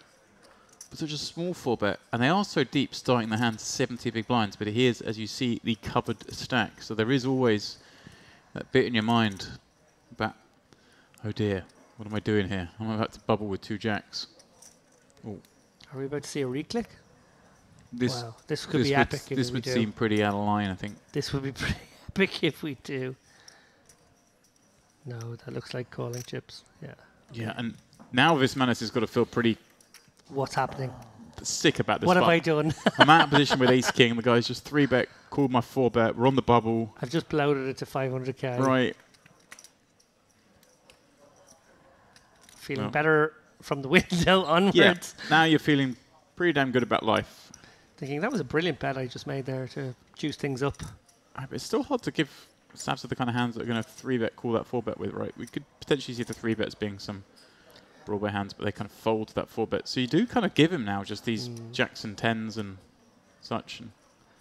Well, I expected a big downsizer from Vismanis, particularly given what we saw in the previous hand. But I guess very tight ranges we're dealing with now. He's probably considering his opponent to have maybe the same hand, maybe queens and kings. Ace-queen. Ace-queen. Yeah, maybe. I guess given the fact that it was clicky, it became, maybe. Yeah, an ace-queen suited perhaps. There's one probably the queen suited. We'll see one combo of that. But yeah, I think you could certainly see queens, jacks are potential hands. And Savsa, not a believer yet anyway. Maybe even like trappy kings. I wouldn't feel great about this call with jacks, but maybe he feels like he has to just draw a line in the sand for one street. Yeah, you can't. I don't think you can fold for one, certainly. What are you beating? What 4-bets are you beating with jacks right now? King, queen being the most obvious, I think. It's not very many hands. No, well, it certainly isn't. But I mean, there's 2 aces on board, so you do, the board does block ace, queen, ace, king. Hands I'm most worried about. May even. Oh, we hear hand for hand announced in the background, David. Yeah, that throws the cat among the pigeons here as well. I'm sure Gadzieff delighted with the fact that 2 things are happening. 1, a pot's brewing that could see cards get all in, and 2, a lot of time is being used up. Although I guess with hand for hand being announced, that doesn't matter anymore. He managed to get to that point. He got to the hand for hand, right? Yeah, and Savsa's like, how have I managed to get myself in this situation where I'm playing a 4-bet pot, 70 big blinds deep on the bubble? It's kind of been caught offside here, you could say.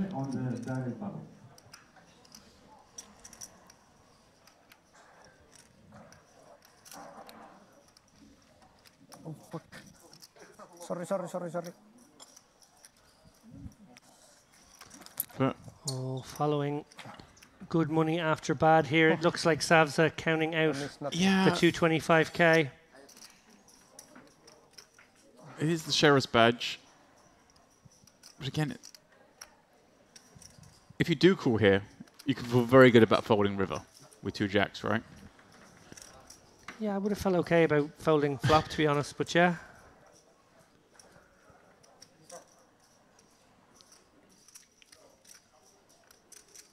It's not like you have to. Yeah, toss them in the muck there, Savza. It's just, again, does your opponent continue with kings and queens in this vein? Probably not. So it is just those, the ace king.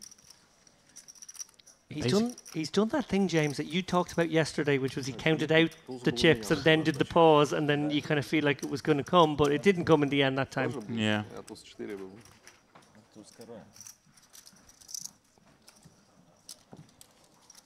Huge pot.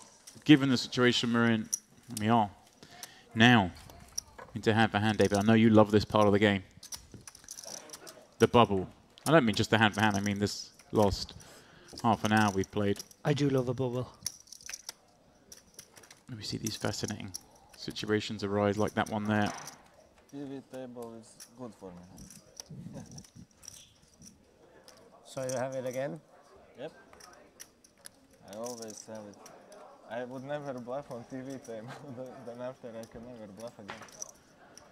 Your deck, bro. Looks like maybe L table was the last one to get finished, given the size of that pot. So we waste no time. All right, we have hand, but we're still 2 away. So perhaps. I mean, I do quite like that, David, when sometimes the hand comes cupping early, because it could be a case of some egregious stalling elsewhere. But also in quite a large field, it kind of doesn't have to be just the last. I kind of like it. The bigger the field, the more players you get hand for hand with. Just because logistically in a live tournament, it's kind of hard to keep track of that. Completely agree, and I think that is the reason. I think because we're dealing with 11 tables around the room, it's good to do this at this stage. If it was maybe a 50-player bubble, I'd probably just wait till we get to the exact money bubble, but a couple spots off seems logical. Savs up. We'll see. A little wounded from the last time, but let's done a king jack offsuit from the cutoff. I was going to ask if this is a raise or not in your mind, David, but if he is raising, I do really like this sizing, going for 3x. Kind of, you just, all your hands you want to elicit folds at this point, so it does make sense to go for a bigger sizing. You're kind of going into that shorter stack in the big blind. He still has 50 bigs himself. I'm a big fan of this, actually. Yep. Nice little adjustment from Savza, who's right back up on the horse after that jack's hand did not go favourably. Kassar with no real decision here. Oh, wow. I'm so sorry. This is a little gambly, facing potentially strong range that dominates. He's called from the big blind to the larger size, and he is under the ICM cosh. Right, with only 3x pot behind, which is obviously a lot, but I mean, there are plenty of times you get it in for 3x pot. It seems... Yeah, this one could have got very messy for Kassar. Lucky, in a strong sense, not to find some piece of this one. Very small bet. Quarter pot. But that makes sense on 10 deuce deuce, right? Kassar's not supposed to really have nearly any deuce X, given the situation we're on with this hand for hand. Obviously, there are some, the ace deuces. Are we 90 or 91? Oh, so 91. No, but you're absolutely right. Maybe ace deuce is the only deuce. Maybe like, yeah, king deuce suited perhaps. But I mean, Kassar almost feels like he's thinking, well, I'll come this far with this king 9. Do I have to carry on? No, he does think better of it. Little wasteful there from Kassar. You want to hang on just another 4 or 5 hands, maybe just one hand, and then... Well, here we go, David. For the big one. This is what goes on the outer tables. The camera phones are out. That's the clue. And here we have Yuri Bochkarev all in with ace king against Maroon Jazar's kings. So he's going to need to find an ace in order to survive. As the board has come, well, king 10-5. And the river? No, it hasn't. Needs to be an ace. Is not an ace. And we have lost a player. We are on the direct money bubble now. I don't know if there is another hand at showdown. We'll let you know in a moment. Yeah, down to just 90 remaining. The pure bubble.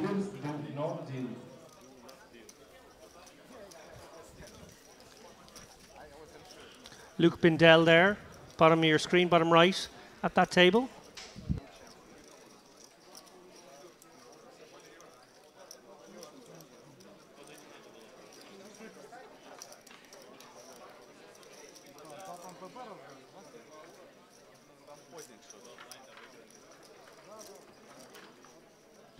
Yeah, you spied Luke Bindell on that table. Uri Reichenstein there, centre of your picture. Yeah, I'm wondering if there's another rule in somewhere else. We expose those cards. Typically, that's the last hand to finish when you do that. The dealers, if you're wondering, you see stood up behind the chair here. Let's just so the floor stuff can easily see when everyone's finished on their table. But we should be on to the next hand. Yeah, I'm not quite sure what happened there. Obviously, in a hand-for-hand situation, we should be waiting for all the action to finish. There was an announcement of dealers do not deal the next hand, so maybe they're just trying to gather up. Milpudas in our ear has just made the absolutely sensible suggestion. Of course, we're playing 9-handed. We're down to 90. We have to break table 11. Those people have to come to a new table for the actual bubble now. And while we pick up their stacks and pretty much bring one to each table. Yeah, makes sense. There's always an obvious reason. And there is the man, the myth, the legend, Brutas, in the middle of the field there.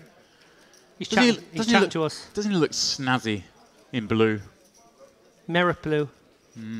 Very much on theme. Oh, there's off. There's the Clipper. That's the Clipper. Ari Clipper. What a legend. Very much enjoying this saunter betwixt the tables. Yep, play will get back underway. Edward the Fifth. Edward the Fifth Basagian. Fifth in the main event here last time that you were at, David. Fifth in the warm-up and fifth in the high roller at this festival already. Can he get fifth again? Would he take it right now? Of course he would.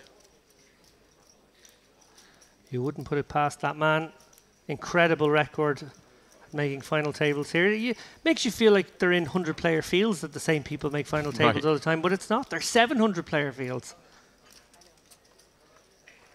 As again, we take a little stroll.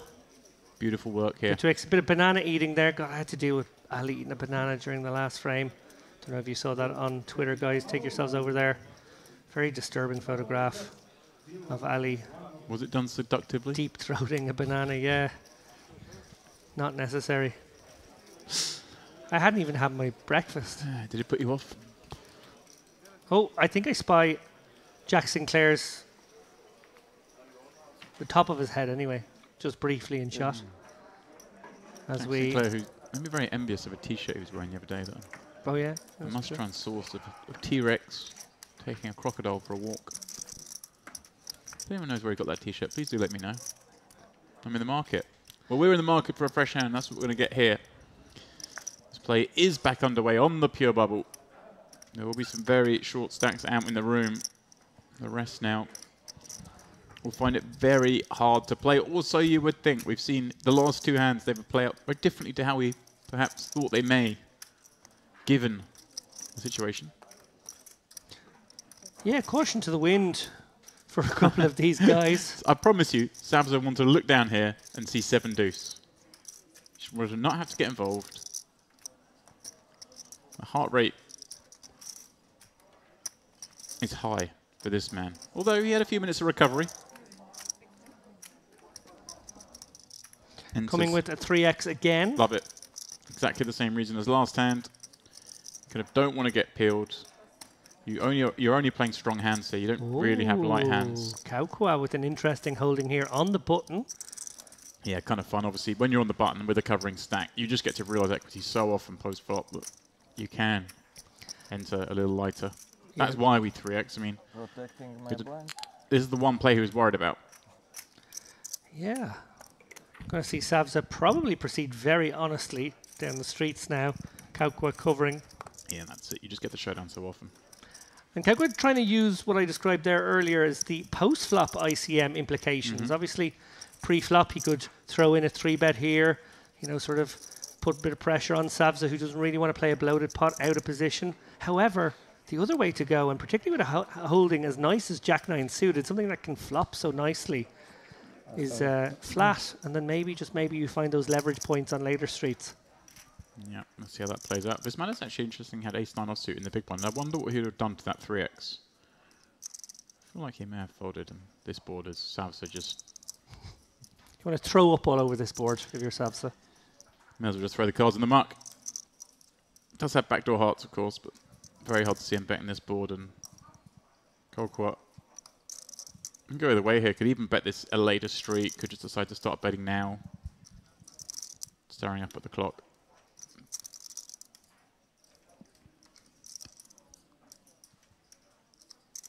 Do you just like range betting, David? Yeah, I like a bet here. I think it's the board that you were hoping to see, actually.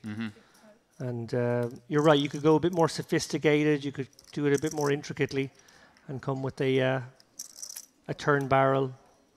But I like just coming out with a bet right away. Savza, interesting decision here to just call. Yeah, I think to that sizing, 55, I think maybe we stick around. Terrible card. From his point of view, as Coco is going to surely continue, having picked up clubs. I think he was continuing anyway. Right. I was going to say that kind of still the ace highs that Sav's has got that are going to check call flop some of them. Obviously, a lot of the cards fold. Like he's less worried about the queen, right? Sav's king queen, queen jack suited would have folded flop. Crucially for Savsa, when constructing a range in this situation, you see that 6-5-4 board. Your aces, your kings, your queens, they also have to go into the check call line. So he is protecting his ace-jack hang-ons with some real hands that will stick around on later streets. And for that reason, there are ways for him to continue, but not against this, I feel. No, certainly not. And I like he's got much bigger sizing now, Kokwa. Now we're trying to put the pressure on, you know, the 9s, the 10s. We know ace high is going to have to go up to this sizing. That's blasted out. We could have made ace high fold for a much smaller sizing. He's gone this size. This side also kind of on the off chance he's up against a better flush draw. Even David, it kind of knocks that out, right? The ace 10 of clubs doesn't really want to call here. Yeah. And that is the threat bet there, the bet that sort of implies that, well, yeah, okay, it's slightly more than pot on the river, but I could just put you in the bin here on the river and make life so gross. Like 7s and 8s are probably going to continue because they've got the straight equity, but the 9s and 10s are going to really want to fold there because they just, like you say, they just know that there's a very good chance the cannon comes out, the howitzer on the river. Threat bet. I like it. I don't like facing it. Oh, action. Out we go. Make room, part the seas. Pure bubble time. Here come the camera crew over to vulture rail this potential bubble. As we see, well, we already have a full board out there. Yeah, David, the situation in here is the big blind was all in for just 2 blinds. See that old gentleman there with the sunglasses around his shirt. He doesn't look too thrilled as the hands continued between the rest. The board and showdown, please. is King, Queen, Jack 10, Deuce. King 7. And there's a top pair there. I don't think he's looked at his hand yet. Queen 8 and all-in. It's 8. Eliminated. 8-3. Congratulations. Quick bubble. Very quick bubble. And can I just point the audience and yourself, James, back in the direction of that pocket 10s hand from Ganziev. Just a few moments ago, I think we played 4 hands since then. He put himself at risk with the 10s in that spot. I said, actually, I'd be a bit squeaky bum here. I'd sort of throw them in the muck. I wouldn't tell anybody. And I'd just get out with my life. Because I wouldn't want to risk, putting myself at risk. Where we see there was a guy with 2 big blinds out there. I did actually... I thought that was what I thought it was. It was Tsar Wolf, who is our unfortunate bubble boy. Player that is known further afield than just here at Merit. Very experienced player, but sadly we'll go no further. And yeah, I see exactly the point you make, and it's a very good one for those at home watching to perhaps take away. It feels like getting violated. You feel dirty. Yeah. It doesn't feel good. It feels wrong, but it is right. What, would you fold jacks in the same spot? Yep. Queens? I don't want to talk about this anymore. Queens? You can't take my playbook. Look into my eyes. You can't take out my playbook, and I need to have some credibility going forward. Look into my eyes. 6-5-4. I'll give you 2 queens. You've got 15 bigs in the small. You're probably 3 or 4 hands away from the money. The big stack opens with +2. Give me your queens. What I will tell you is He's not looking in my eyes. I did shove queens in the IPO about 7 years ago on the direct bubble with queens in that exact spot that you've just described. And I was sitting in my hotel room moments later, a very unhappy camper. Once bitten, twice shy. Indeed. Anyway, back to the post-bubble action. Stop. He's staring at me. He's bullying me. I'm going to call HR. I am HR. Dempsey is the one who knocks. Well, back to regular poker then. And perhaps a flurry of activity now as we are into the final 89 players. Everyone guaranteed $4,800. Part of me is sad. I do love a bubble, and I don't feel like we got enough of a bubble there. We got like the second last hand, and then the last hand the next hand. It was like, oh, it's done now. Bit anticlimactic. I said 4,800. What I, of course, meant was 4,580. I knew there was a 4 and an 8 in there. Interesting that the payouts jump as quickly as sort of the next table, so 5,200 the next jump. So quite often you'll see tournaments have like 2 or 3 tables, kind of the same payout, and then things ratchet up a bit steeper, but here it's a bit more linear. Because it was 18. 18 was yesterday. Yeah, I think so. 19 was first today, probably. Really?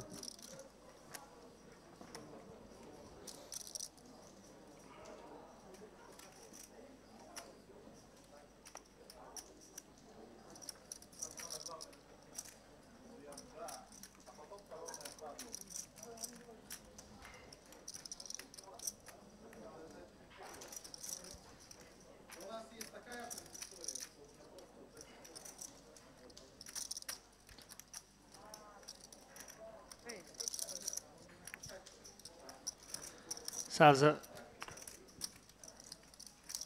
deciding to stick to the larger open size now that we are post-bubble. He's gone with the 2.75x here to 55k. Gadziev obviously looking for a spot now with his 20 bigs post-bubble. This doesn't feel like a great one against +1. Maybe, just maybe,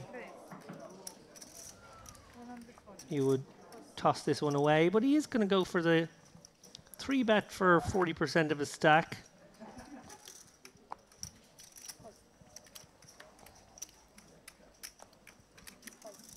One suspects if he had shoved, Savsa would snap it off here, but actually, versus this 3-bet that looks just that extra bit strong, it will at least give Savsa some pause. Yeah, and it's an interesting one off with Gadziev just celebrating being in the money.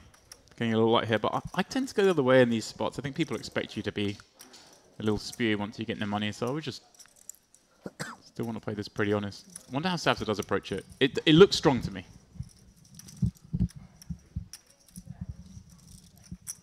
I think this is fine. Have a look at the flop.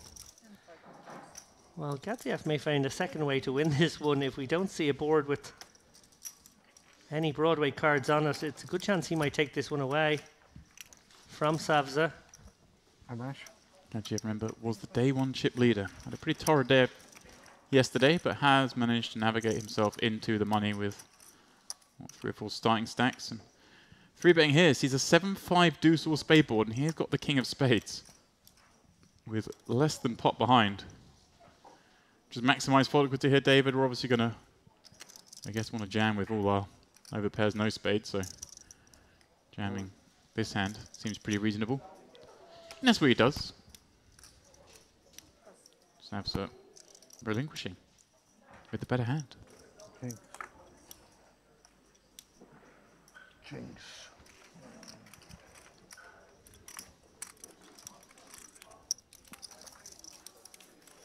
By virtue of a bit of card removal there, Savza coming to the conclusion his opponent had kings.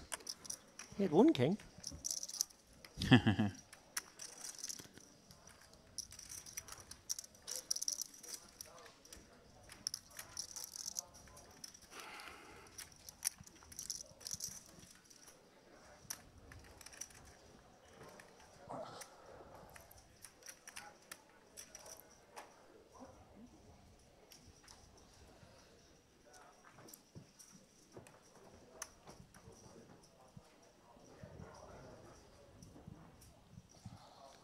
Oh, and I have some bad news from the outer tables. I did not spot this, but I guess the hand before we went hand for hand, we lost Papazian. Papazian, no more.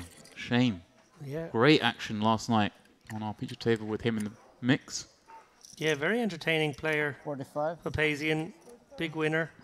He had open-ended and 2 overs against the pocket aces, so he didn't really have the 2 overs. And did not hit his straight to survive. Jacopi Brandy won that pot and is up to 800k. We're opening the 2 9s here off that big stack, and saw the next seat, 25 blinds and ace-8 offsuit. This would be a mistake if it were anything but a fold, David. You did see him make that rather curious pair with king 9, and does come around to the idea of a fold this time.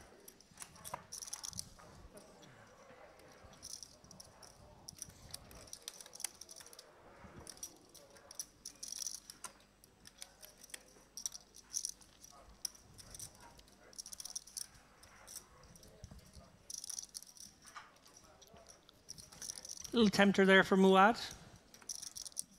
Yeah, I wouldn't have hated it. We're pretty deep, but it's never ideal playing from the small blind against a very competent player with a bigger stack. So. Now account. All you can eat from Neymar here. One would presume the 9s find a call. It's a big shove. Sorry, I thought we were in the 1025 level. No, we're not. We're in the 1020. So actually, this is a big shove for 26 bigs. Very big. From a seat that gets to just flick in 1 blind and see a flop. Yeah. I think this is a spot that's underbluffed, in my opinion, David. I quite often say that. Oh yeah, very tough for Kaukwa here.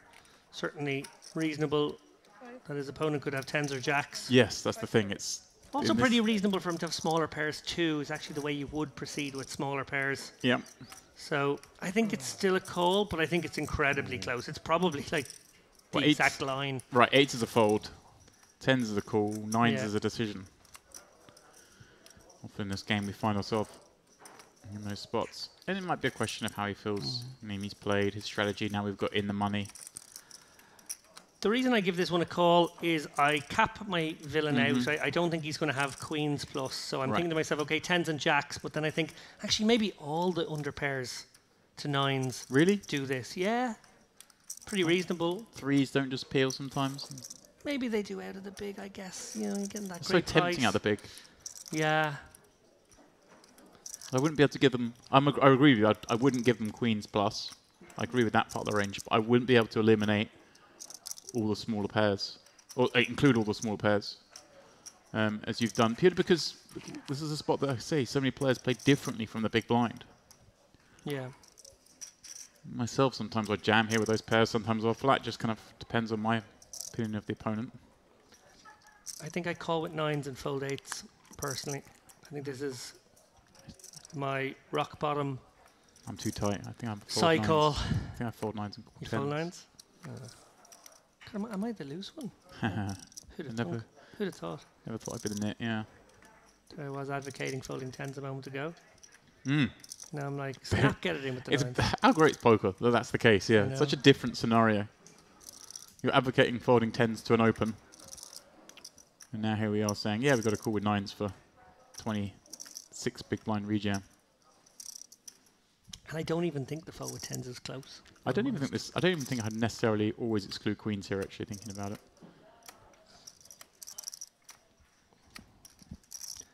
Well, it is exactly these ponderances running through the mind of Kaukwa right now as he tries to size up his opponent Neme's range. Does he give him some frequency of queens? Does he give him some frequency of 2s through 4s? It's those kinds of on the fringe. That's all it comes down to. Factors. Yeah, if you think they're always jamming those small pairs, then of course you have to call. Oh, we're probably flipping, but I don't know. Flipping or you have better. So he's not sure about those small ones. Probably flipping. If it's flipping or he is better, it is a fold. Yeah.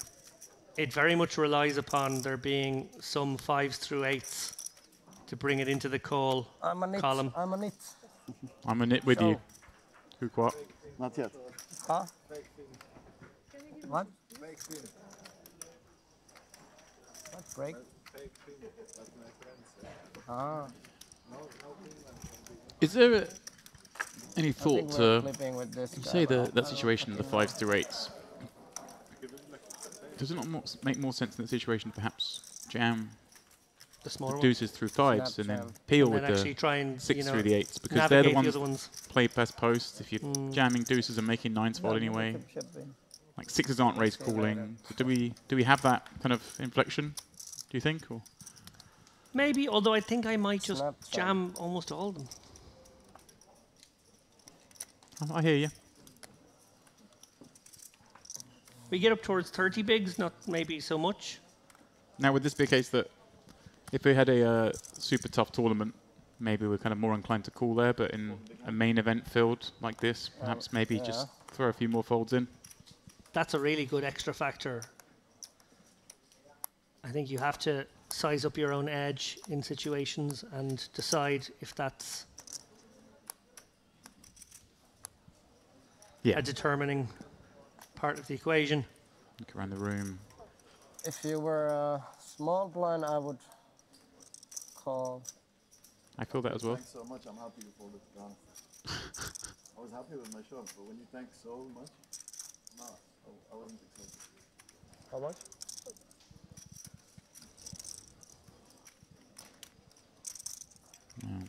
Now he's thinking. Now he's thinking, did I just fold to 8s with that table talk? Because they are tanking again here. I mean, again, this would be a little foolhardy, I think, to get involved. And maybe he's just looking at. Maybe someone told him the bubbles was at 88. Just looking for that first ladder you mentioned that isn't too far away.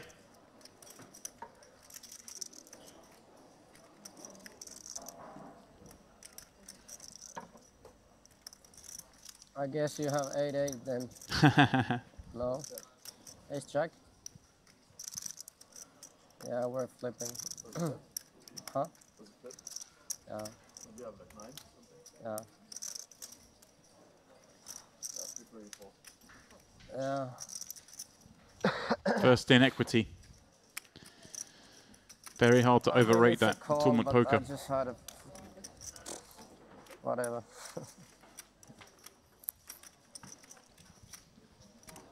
I think Kauko basically expressing exactly the sentiment you mentioned there, James, which is that he felt like it was a call, or at least was like the worst one that's borderline, but did probably rate himself to have a bit of an edge over this field. Yeah. Probably just thought, yeah, I'm not going to take this spot against you, Mr. Neme. Not quite sure I've sized you up as someone who would do it light. And also, why take an incredibly thin spot when surely I can get my chips in easier ways against my table mates now and whoever I maybe put up against over the course of the next day and a half if I do manage to get that far.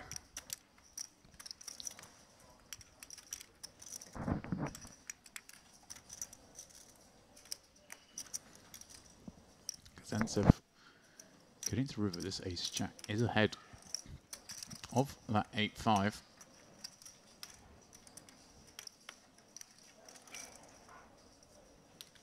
Is he going to be able to win it? Showdown. Savsa firing out 4 blinds.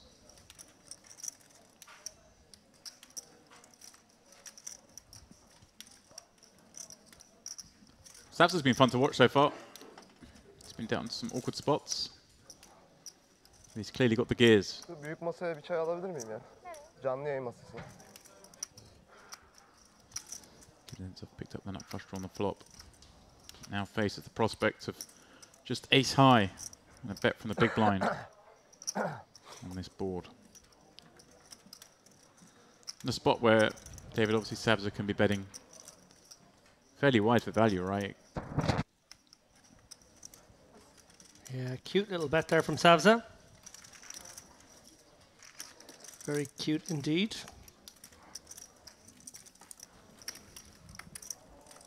A wily customer, Savza.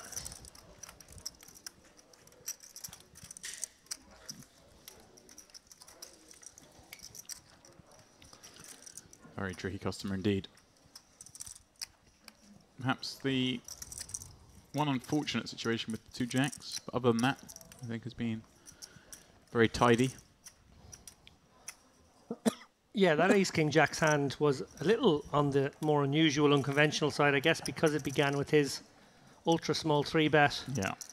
And then from there, with the ICM implications, it was certainly made more awkward than it had to be. Yeah, it's interesting as well how players react to those really small 3-bets. Obviously, we came up against a 4-bet, but quite often people just call those really small 3-bets because it's so enticing, right? It's like the big blind peels, and then people 3-bet from the big blind. It's like, Yeah. well, just peeling seems pretty easy. So maybe we do have to just give that bit more respect to the 4-bet from Vismanis in that particular hand. And Kazala now finding a hand he wants to play for sure. The 2 9s from +2. He's popping that up to 45,000. 400, 450. Vismanis, the next seat, King Jack. Hand he wanted to open, but don't think we'll want to play this against a 25 big blind stack. Also no interest. Moed been very quiet since his early forays into the pots here.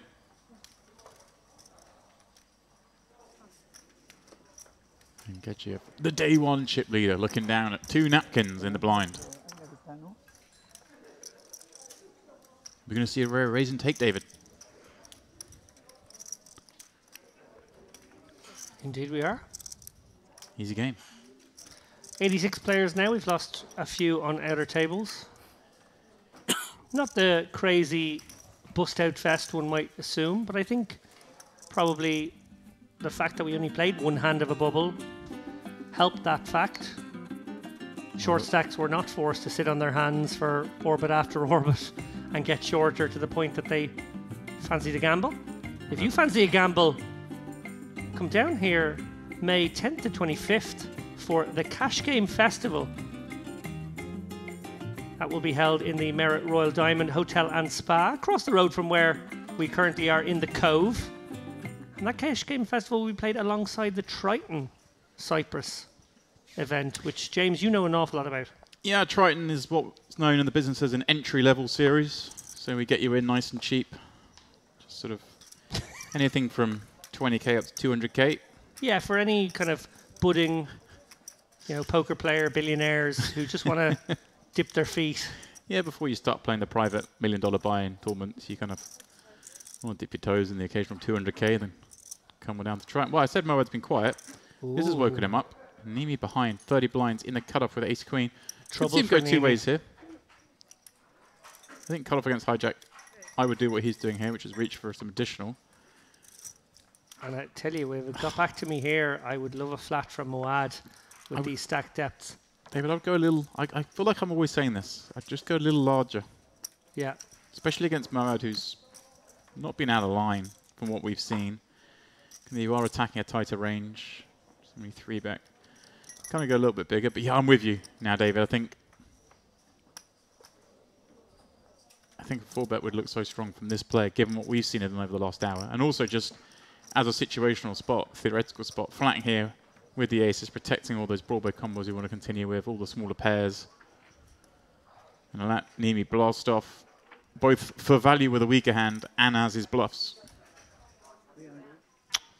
Unfortunately, Moad going to drop the hammer. And I think Nimi's sort of got his read now on the situation by going for that 3-bet. He's given himself a chance to escape.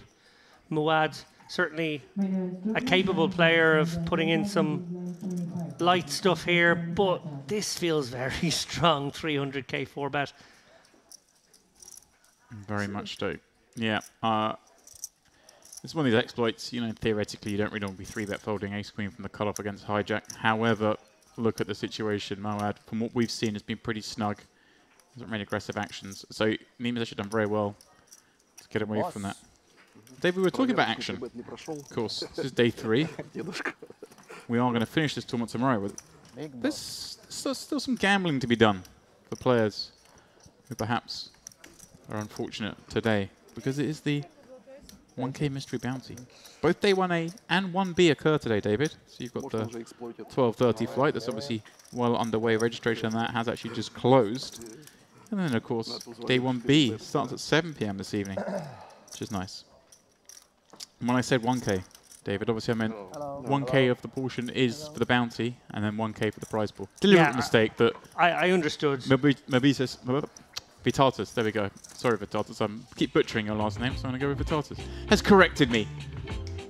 I'm reading it off the schedule as well. Do you want to butcher some of these last names? All right. What I am going to do is mention the fact that blind's been a 10.25. I've got that bit right. I know that for sure. Naomi and Alalam, who has been very snug at this table, sub 20 with that increase. Roman Gadzhiev, the man who was day 1 chip leader, is just above that mode. And then, of course, Moad, Kokuga, and Vismanis, all above 50 big blinds, which is a lovely spot to be as you play down in deeper the money.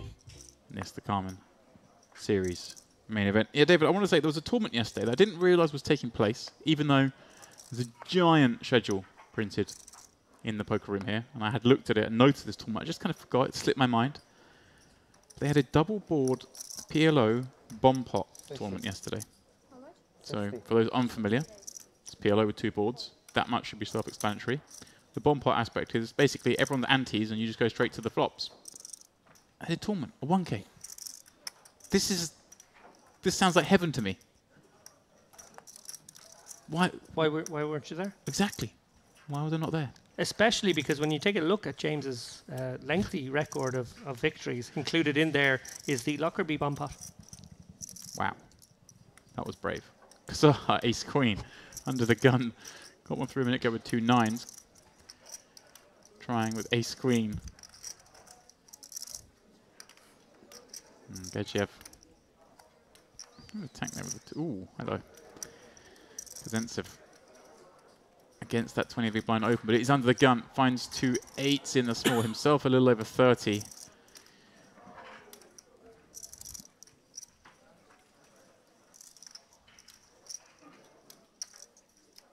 All down to perceived ranges, this one, David? Yeah, I don't hate a flat here. I think that's probably the best way to continue. Like you said before, some of these mid-layer pairs more easy to navigate. How much you play? Around 500 maybe, or less. It's just over 500, as we see. It's 485 Mac. Kauka wondering if it's prudent to come with a call here. Right, you're not expecting to be dominated here, although we can see he's super dominated by the small blind. You're thinking small blind's going to have some Broadway combos more likely than hands like this. So maybe you get a board like that and you can get up to no good.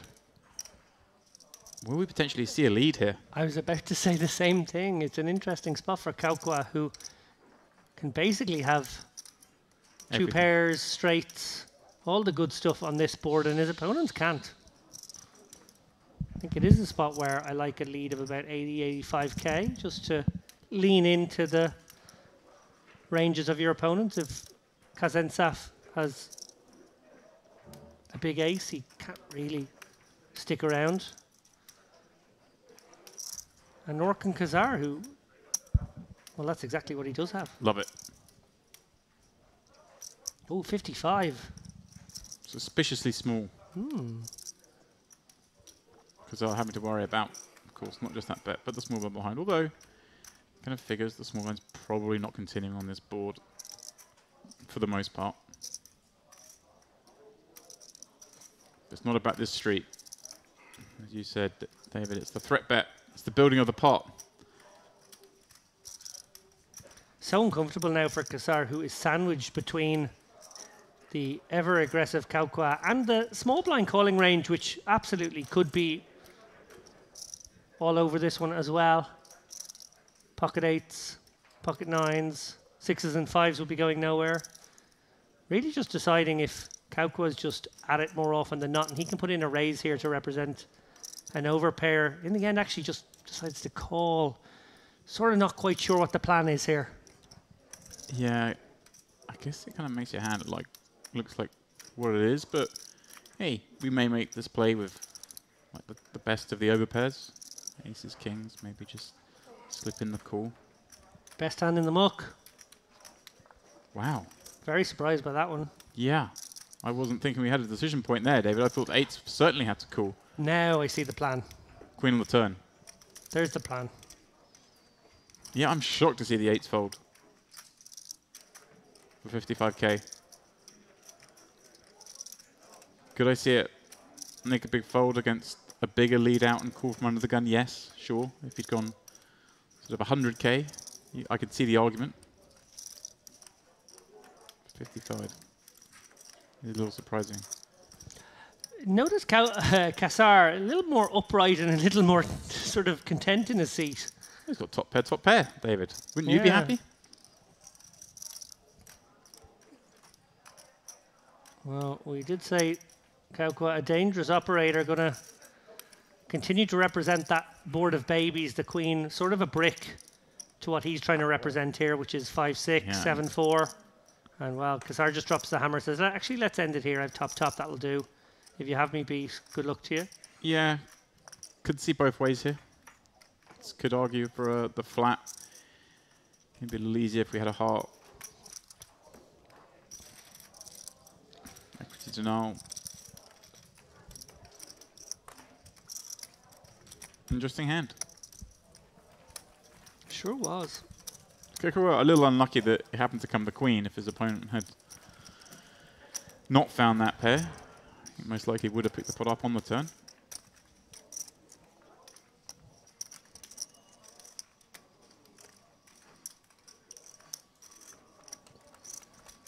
Mr. Carlos Habib, it is over 5:15. Carlos Habib. We are in the money if you're just joining us. This is the Carmen Series main event. Day 12 of 4. That man has had a couple of fun situations. Won a big pot with ace king earlier against the 2 jacks. Not played a hand, I don't think, since joining this table. Been dealt mostly dust. This man dealt the boots a few moments ago. Got the 4-bet in. Looks like he's interested in the pot once again.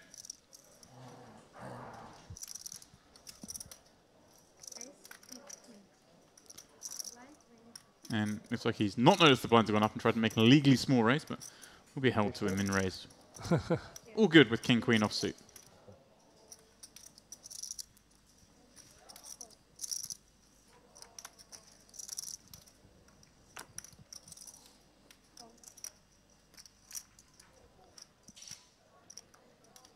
Ace king now for Kazantsev. Perfect stack just to 3-bet induce this one.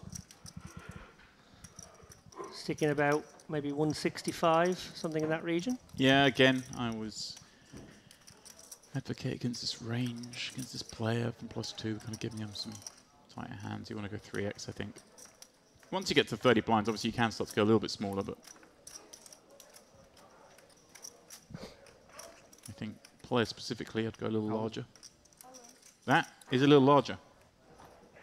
And again, you kind of, maybe against Moed, he's thinking I can get him to fold some hands that might not fold to smaller sizes. Or some of the pocket pairs, you don't want to give them a chance. Yeah, maybe I can get him off 9s, which I guess is the objective here. If you can jam here and make him fold 10s rather than 3-betting him, having him jam back at you or peel and play a flop, then not so bad.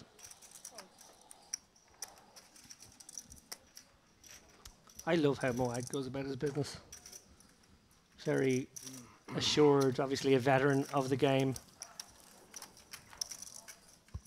Nothing fancy, but very, very solid. Certainly is.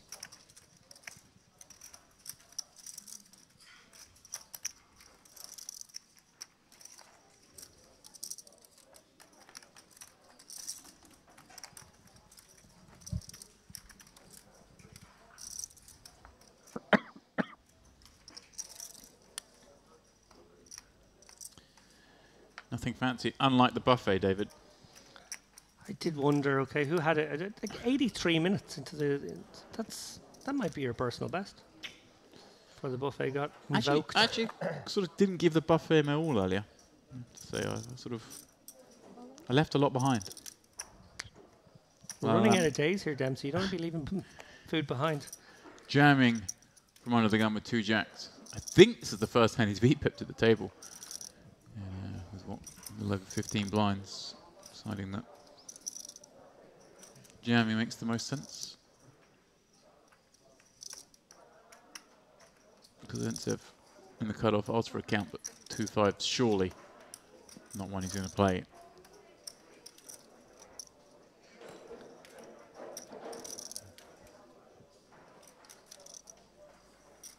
Yeah, not much of a decision here. Is this maybe a factor of the fact we are on that pay jump? One more player. I think you've hit the nail on the head. Jump up to 200 bucks. Well, here is a hand that will get involved. Kazar instantly rejamming his ace-king from the small. It is one of the more classic flips in this game of ours, David. Off to the races we will go. Alalam decided not to leave the chip behind, buy himself those extra 30 seconds, a minute he might have needed if a bust out could have happened on the other table, an extra 600 or 700 bucks ladder jump about. Yep. He is at risk. Imagine if it can. Imagine. Kassar unimpressed by that flop. But very happy with that turn card. He likes that. Yeah. Maybe if we're going to be cruel, as we head to this river, just the jack will do it. It doesn't materialize for Alalam. Maybe, like you say, David, put everything in but a chip, take maximum time. Although, maybe he snuck in. Who knows? It's possible. 80? It's possible. Maybe on another table, someone bust moments before. Speaking of outer tables, I'm on French watch here. Obviously, we had Maxime Chilot on our last feature table. He just squared off in a big pot against Boris Angelov. He came off the best of that fracas, and he now has 2.8 million, biggest stack in the room. Meanwhile, Luc Bindel, who we haven't seen on the feature table, is up to 1.4 million. 435.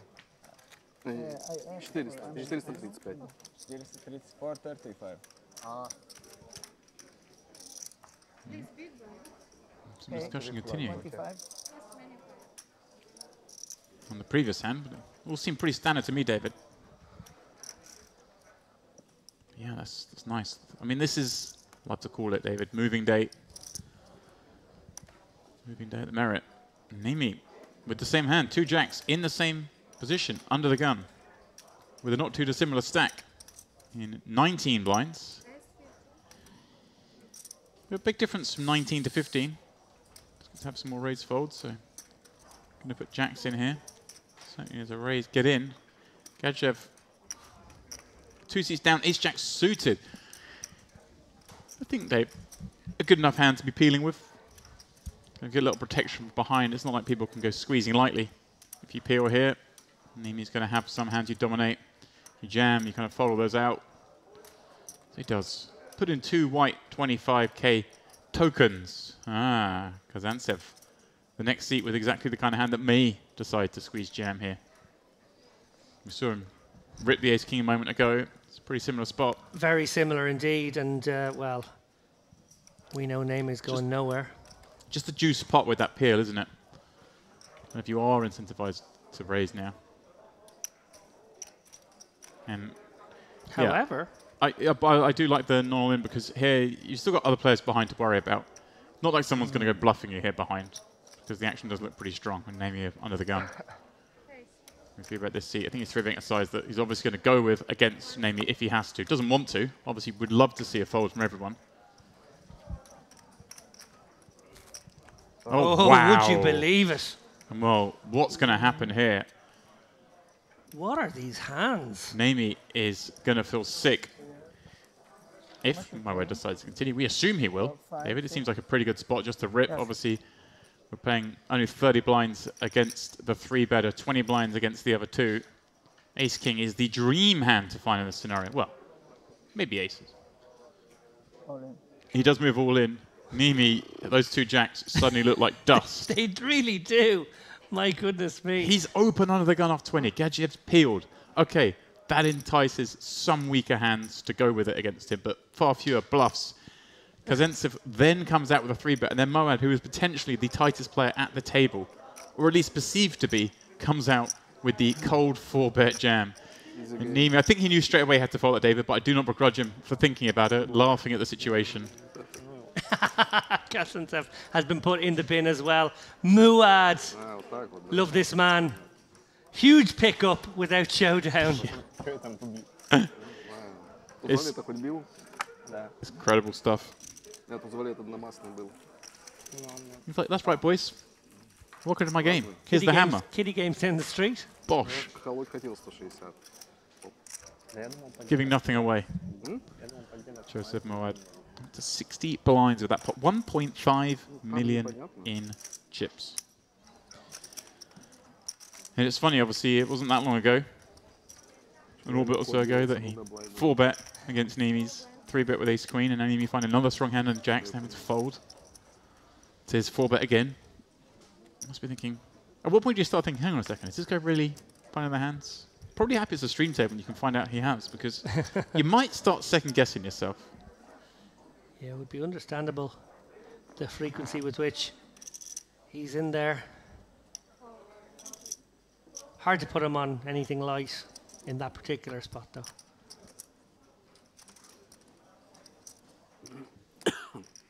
Kazantsev lives to fight another day. He chose the 3-bet. Okay, I'll get in against Namath sizing. If anyone else acts behind, it can get away, and get away he did. So, well played by him too. Kazar. With a hand that treated him very well earlier in the orbit. Ace-queen, played that from under the gun. Found a queen on the turn. Here he is this time from the cutoff. Nimi 60 with a very bad situation. Big blind, a little over min. Yeah, the kind of hand that you maybe feel you have to call here, try and flop some equity, although it is a larger than min sizing. But hey, 2 broadways. I don't think we're ever folding for this sizing. Yeah. We're in the money. We've got to start building chips. 76 now. We've lost 4 players very quickly. Goes fast. 10% of the field remain.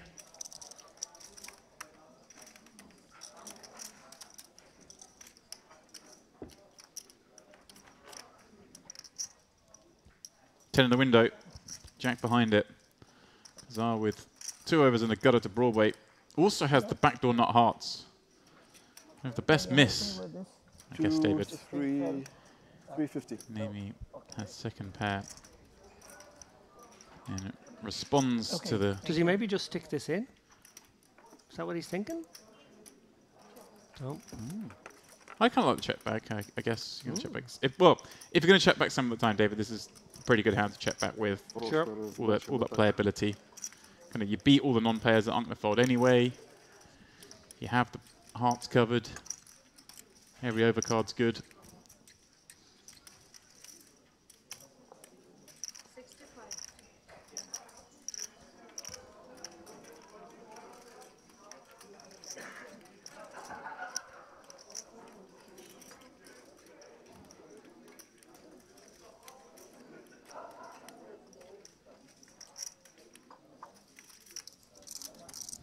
Block bet.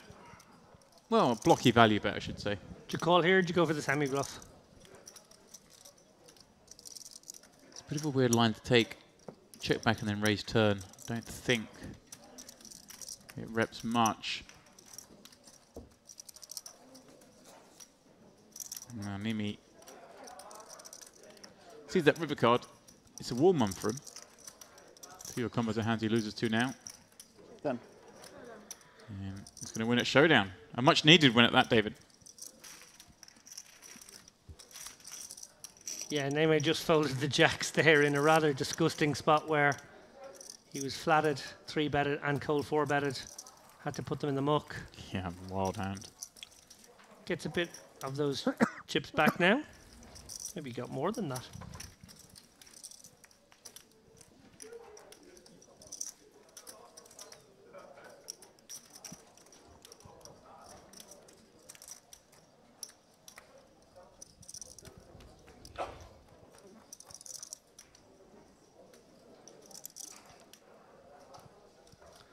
Jose Neme.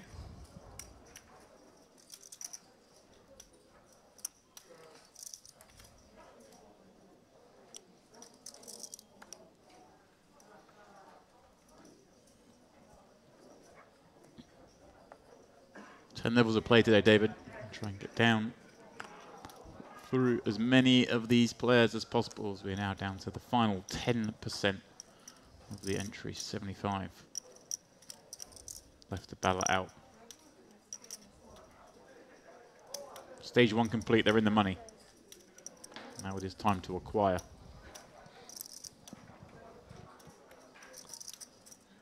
Yeah, definitely a time for accumulating. When you look at the way ICM impacts poker tournaments, there's a very steep climb. It's gradual pretty much from ball 1 of the tournament, but it does crescendo at the bubble, and then it sort of ebbs right back and builds up until final table bubble and 9-handed play, at which point it crescendos again and then ebbs back ever so gently. So this definitely a time where the handcuffs are off. You can start going into accumulation mode. Oh, we're 3-betting once more. I don't like this once again, especially against the player up against. They're going to be opening pretty wide. You want to define their range a little bit. Moa just carries a lot of respect as well. Knock out the other players. 9 to play, obviously better heads up if you get peeled. You can have it, my friend.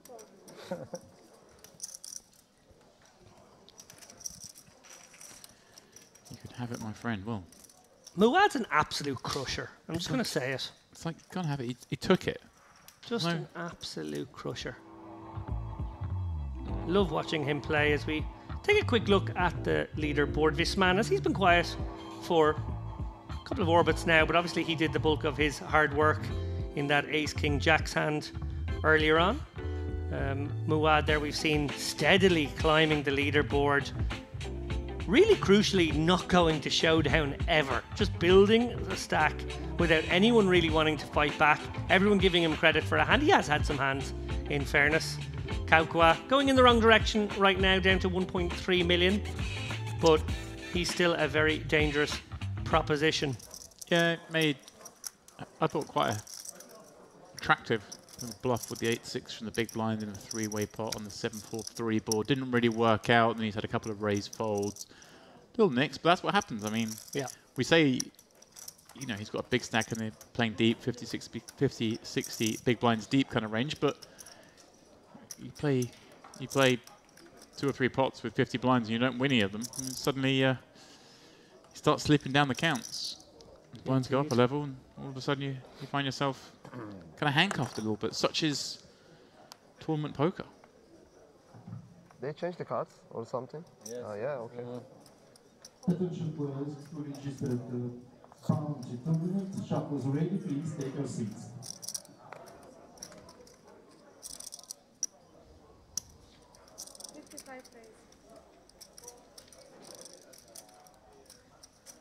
Vismanis, you said he'd been quiet. Here he comes. He must have heard you. Jack 10 from the hijack. There's our table chip leader.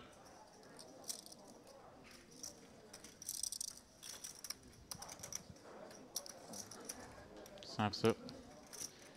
Said a maybe not difficult but awkward time of it on this table. Been down into some unfavourable situations.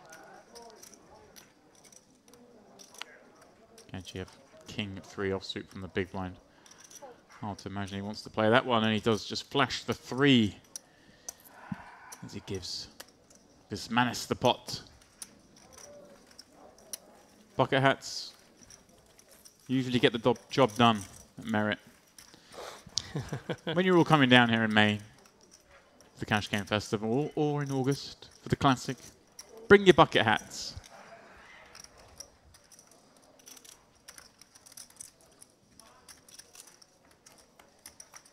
Don't listen to what everyone else says. Don't listen to the fashion police. Run good.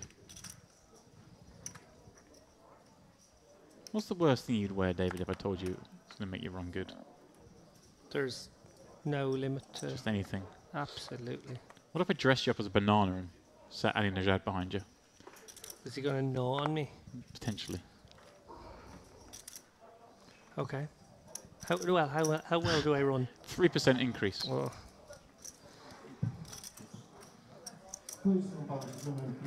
Definitely some cold poker rooms out there where a banana costume might be a welcome.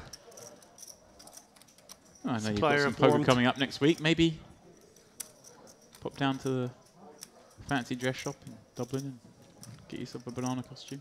And then if you win, just kick me a buy. I'm not greedy. Gadzhiev, he is greedy because he's a poker player. But ace-8 offsuit, again, against +2. Non-ideal. Yeah, credit to him. He has been patient. Obviously, I was a little critical of the 10s shove. I think most people eyeballing that one from a distance wouldn't have seen anything wrong with it. I was trying to get really into the weeds of bubble play with my comments. But I actually think he has been very patient. He's not really had the hands to play, and he's been content to just keep his head above water. Maybe, just maybe, he'll get a spin going if the poker gods change their mind and start distributing him playable hands.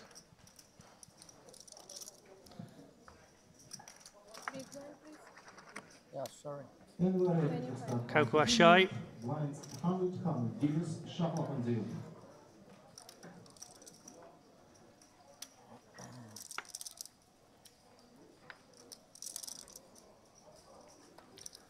Kassar looking down at the very playable King 10 suited. These definitely the kinds of hands you want to throw into your early position opening range. Queen 10 suited, 10 Jack suited. 60. And that he does. Interesting, there is a sort of default to a larger opening size at this table. Most of the players going for that 2.2x, 2.3x. Yeah, it used to be the old school kind of thing. It was almost like the first person who opened at new level set the number and everyone else used to follow.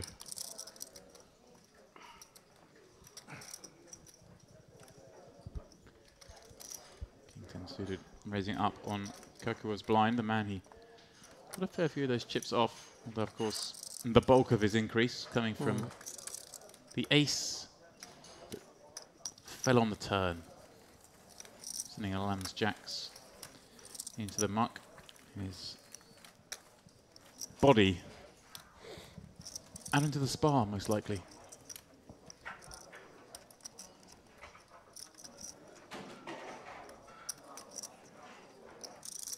Our penultimate day of coverage here at the Carmen series. It's been a fun festival thus far, David. Obviously, we still have a whole nearly 2 full days to go. But my eyes have been opened to a whole new cast of characters, and perhaps the star so far of the streams has been Ari Clipper. David was in the mix still in this tournament. We haven't heard anything to the contrary. We haven't heard anything about Ari to the contrary, but oh my goodness, I have just read the most devastatingly horrible hand history. Luc Bindel, who I mentioned there, Frenchman making tremendous progress, looked like he was going to make even more progress. He 3-bet pocket queens against the pocket sevens of Michael Magalashvili. Flop came down 10-6-4. It went bet call. Bindel still in the ascendancy there. 8 on the turn, obviously gave double gutter to Magalashvili. 9, shoot. Bindel put it all in at that point, sending his opponent into a very, very long tank, which he eventually called. Got the bad news that he was up against queens, but did bink the 9. Wow. To win an absolutely monstrous 3 million pot. 3 million chip pot, my word. Well, here in a perhaps more pedestrian way, we have Savza popping up Jack 10 suited from the hijack, all reasonable. Kokua deciding to appear with Ace Jack suited from the small. I like this. We want to have some strong aces in the small, and a suited Ace Jack seems to be the best of those. 3-betting kind of almost overplays the hand. It does allow the big blind to come in, though, and that big blind finds hope on the 6-5 deuce board. Yeah, very similar to that other hand from a few moments ago, where now instead of Kaukua having the opportunity to play from the big blind. It is actually Kassar, the man who had been the pre-flop aggressor in that previous one. Very, very similar spot and very, very similar line being taken. The difference is he's gone for a little bit bigger sizing. 80k the lead. Savza, well, he isn't going to be able to continue. And Kokura with ace-jack of hearts on this rainbow board. No backdoor flush draw. Going to be very hard for him to continue as well, right? Yeah, I think this just gets the job done. Good recognition of board texture and where the advantage lies. Kassar, he's been pretty good actually. Yeah. In this session of stream play. Look back at the cards. A little glance. Like, did I really have to set? Sure, boys.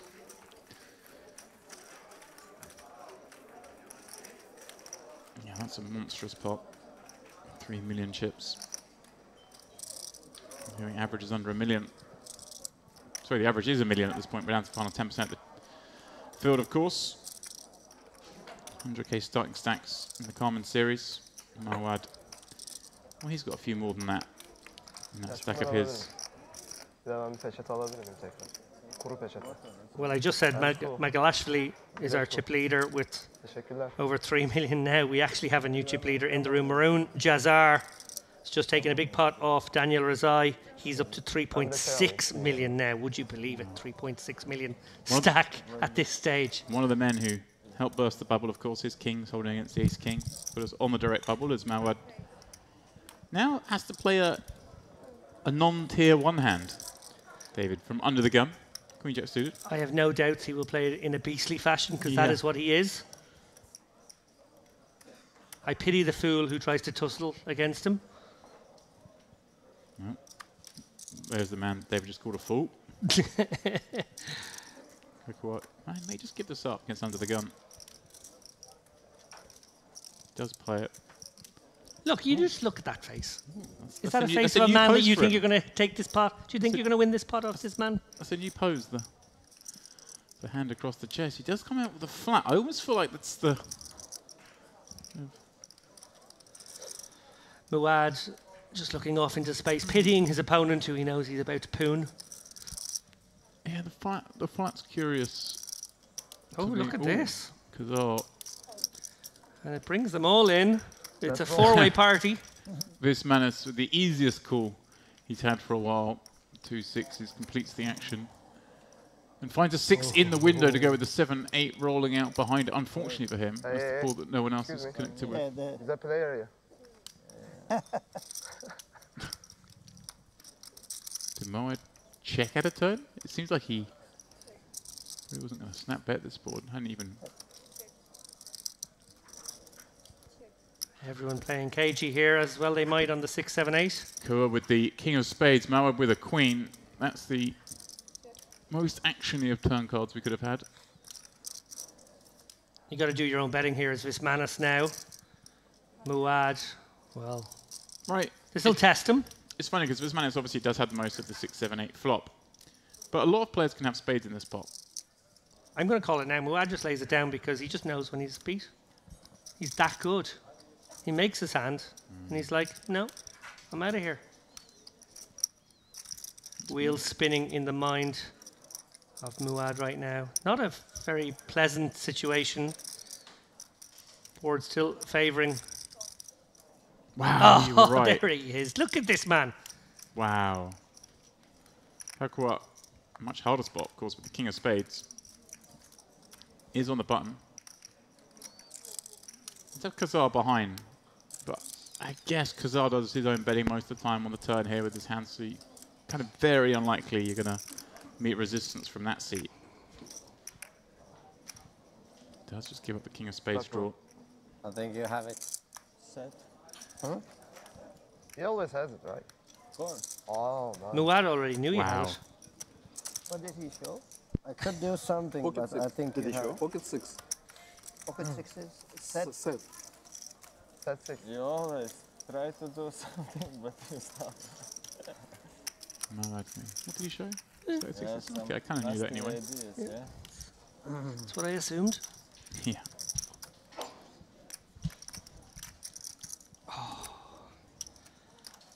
I'm starting the Muad fan club. I've got a website. I get the Facebook page up and running now as well.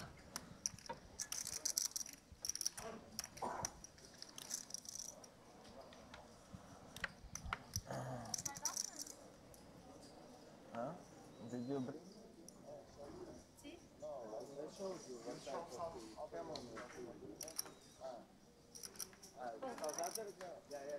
Savza with the boots, 32 blinds.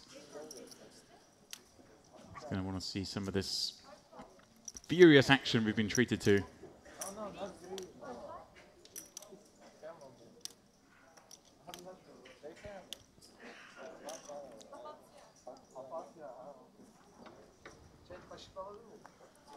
But not getting any of it. Napkins behind. Trappy, trappy. Aha, here we go. Oh, here's a customer. This menace, Queen Jack suited. I like it just to complete here. Yeah. There's no need to. Oh, pardon me. I've completely misread the action here. I didn't see stuff limped off. Oh yeah, trappy, trappy. Wow, wow, wow. Pay attention, James.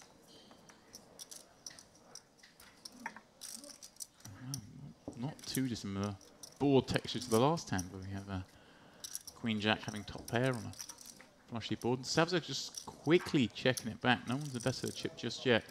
This man is going to feel very good about this hand now. Yeah, I think Savza sensibly recognising that he has a 2-street hand now at best, and he may as well let one come off here on the monotone board. Yep. Now your man's do the betting for you. Going to value cut himself here, but for very good card for this man to see. I think he's going to feel very confident. He's got the best hand here. Yeah, just bet small. As it makes the call. And this man is going to feel a bit surprised to see that hand.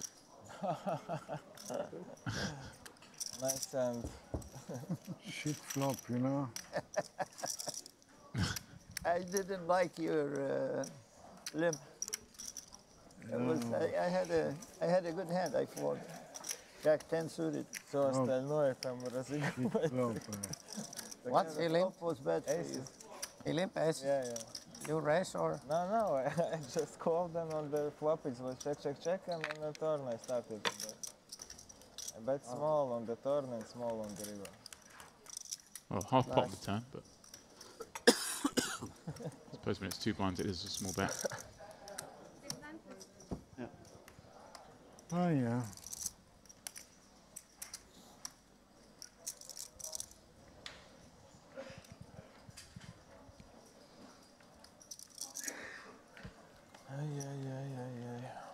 Probably a frame that has lacked fireworks so far, but certainly one where I think we've been treated to some intricate poker, some interesting spots nonetheless. Maybe not big pots, but plenty to chew over.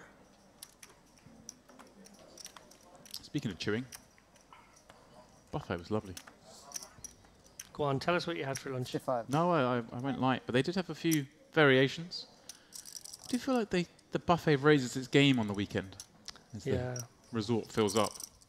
It was very seafood oriented last night, I remember. Very nice. I haven't had breakfast or lunch yet. Absolutely starving, James. Can't wait till my break. Send him some food. Head over to the Diamond. All the buffets are great, but the Diamond probably takes the biscuit. It has a broader range, doesn't it? It's a bit like a chip leader on the button. It's a beautiful bit of commentary.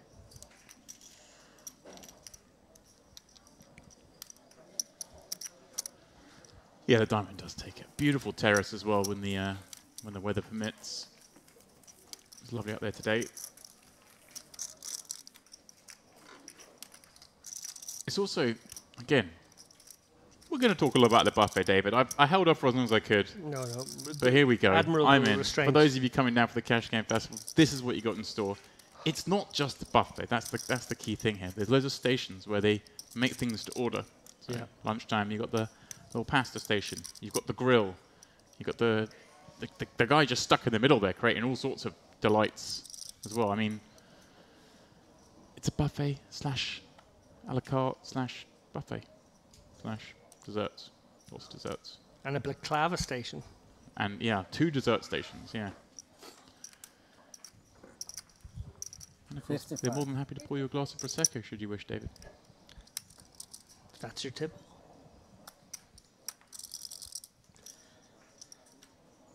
Lovely little wok goes into operation in the evenings.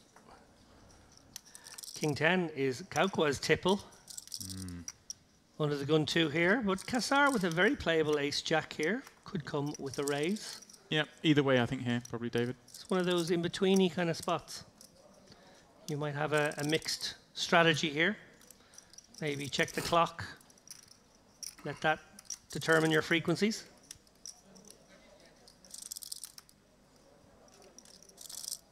He's going to dig out some raising chips here.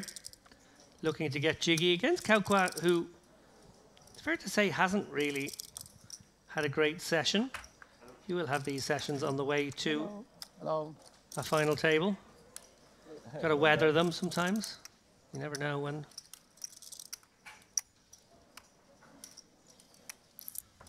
The weather vane will change directions.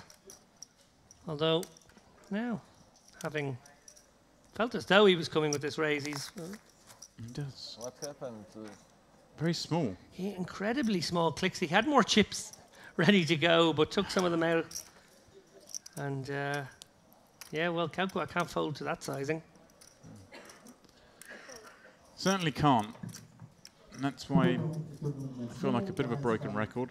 I keep sort of saying 3-bet size. We just need to go a little bit bigger, people. You might be able to define your opponent a little better. Find out where they're at. This size just allows you to get bluffed off so many more hands post-flop. Kaukwa can just get some more board coverage. Savsa. What's he thinking? I mean, you hate peeling with King 10, but what else can you do? 50k. Could he perhaps just make this the 4-bet bluff? The slip on the table. Yeah, for sure. It might be a better candidate for that than... Well, you just have to call for this price. I don't know. It's kind of a funny one.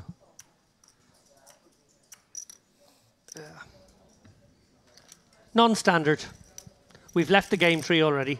That's what makes this all the more fun. Great flop for Cassar. He's got top 2. He's also got a backdoor flush draw to the jack. Kaukwa just the gutter. Couldn't ask much more than this when you click raise with ace-jack, somehow find top 2. How much you play? Like 1 million. Yeah, roughly same stacks here. About.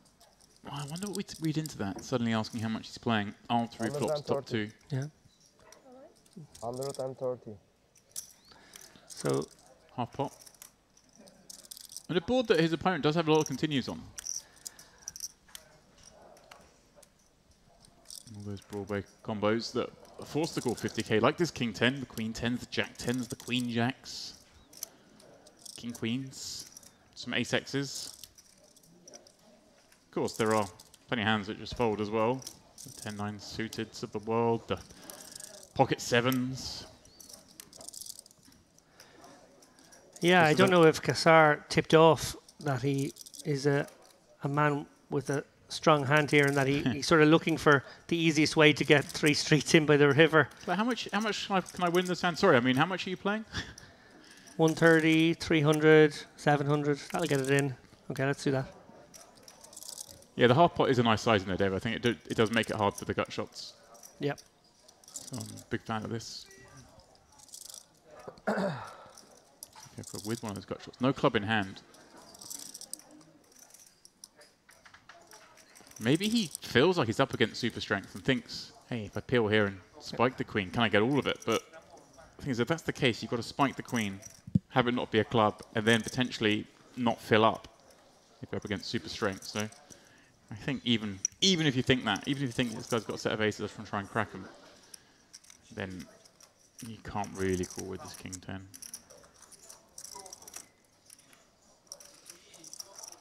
A few more strokes of the beard for Kaukwa here. I might look stupid, but I might look stupid. Right? You have it again. Yeah. Some previous. Obviously, we've joined them for the last hour and a half. There may well have been some hands before we joined them that these two have played, because they haven't played too many against each other since we've been here. The ace-queen against 6-8 notwithstanding about 30 minutes ago.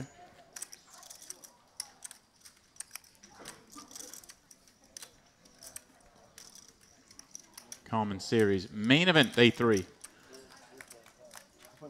We are in the money. This man is in the ascendancy. And, well, a fresh face. David. Lose so many small pots. Get used to it.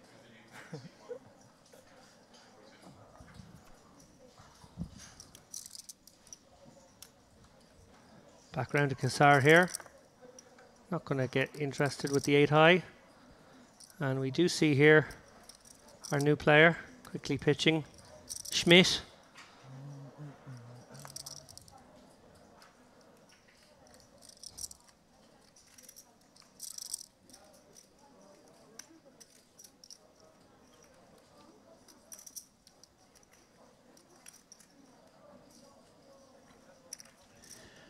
Sabza, completing from the small.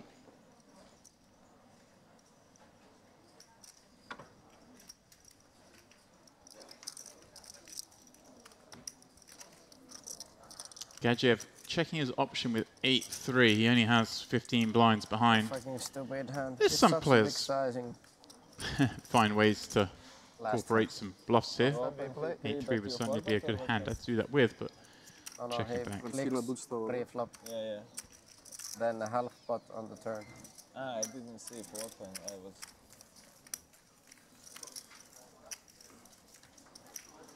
Well, bet and take for the man flipping second pair in Sabza. The trapper with the boots. You had The it? condition is coming through my head, man. You're gonna be sick here. Yeah. Everybody is sick now. Yeah. Same. Everybody got flu. COVID.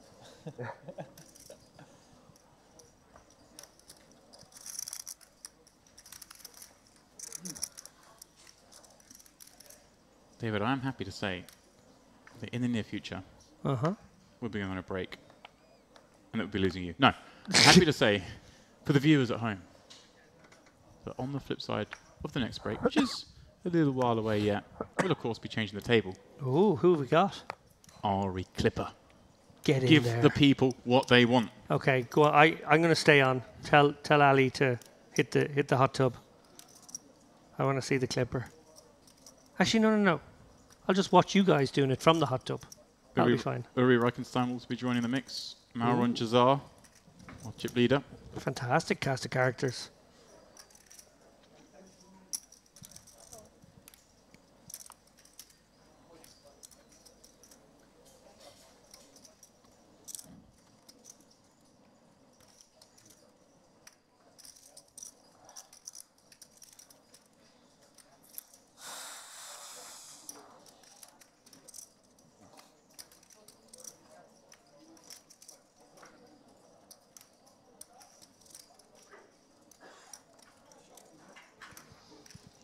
Two fives.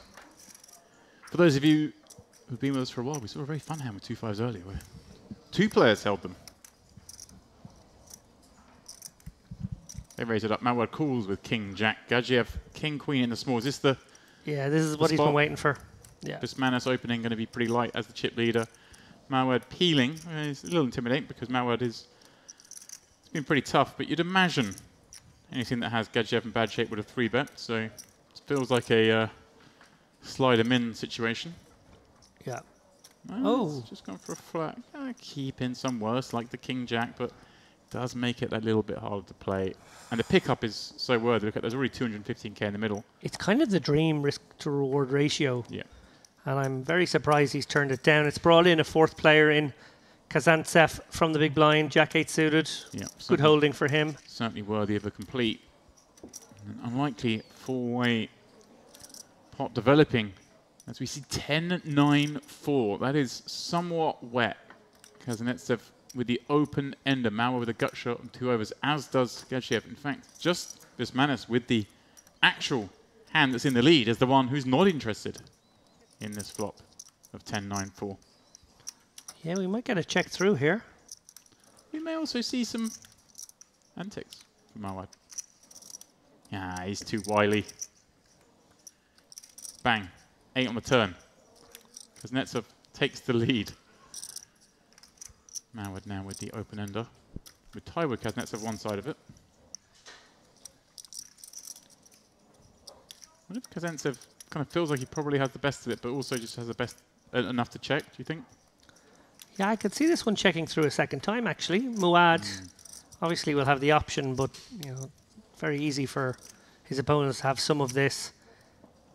Oh, no, look, we do have a bet from Kuznetsov. Good read there, James. Yeah, I can see going both ways. Muad, interesting spot here because he is drawing to the king high straight. There are scenarios where that queen comes off and he gets paid in a big, big way.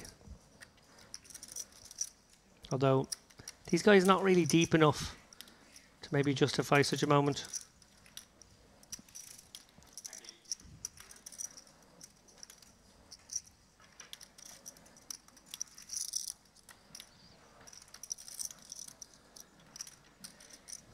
And whatever he decides to do, it will be the right decision because Muad plays flawless poker. There we go. He's got number one fan anyway. I'm a fan.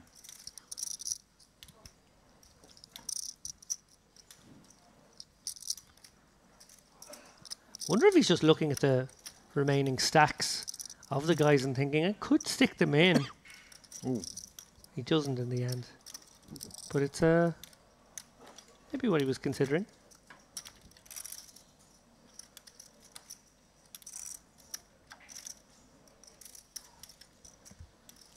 Well, Gedgiev with a slightly worse draw, but a slightly better hand.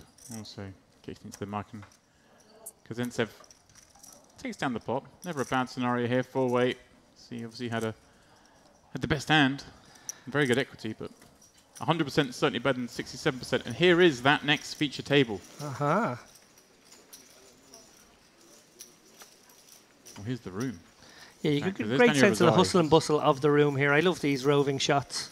In the background, 6 minutes left on this level. Oh, there's all these Jack players. Sinclair. Jack Sinclair. You keep spotting Jack Sinclair. Left of shot. Oh, McCulloch as well. McCulloch. Foreground. Is this perhaps our table? I see our man in seat 1. There's the Clipper. The one you've all come to see. The price of it, well, the admission's free. So, I mean, that's a bit of an insult, I suppose. But if there was an admission fee, he'd be worth it.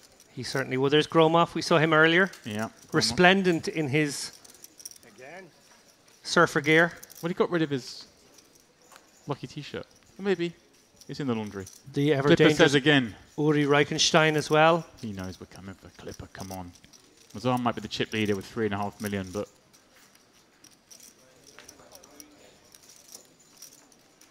table 5 is all about the Clipper show. This table subdued. Some players had the wind taken out their sails. Not the least of which Kukua, who had a big stack on the bubble, has kind of just been taking a steady slide downwards without really misstepping. Here he is in the big blind with Kuznetsov holding 30 bigs in the small with a very strong ace-10, given their positions. Limps in. Definitely had options here with ace-10. Could have raised, could have limped. Depends how blended his strategy is. Facing raises after limping would have multiple options with that ace-10 as well. As it is, Kukua checking back 7 deuce and finding a piece on queen 8 deuce. Kuznetsov ace high still figures to be best on this board and has the 10 of hearts, so certainly some playability. A lot of players do stab boards when limping from the small. He's no exception.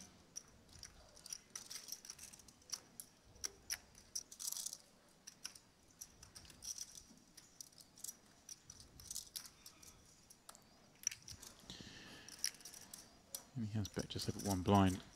Kukua, of course, going nowhere with a flopped pair.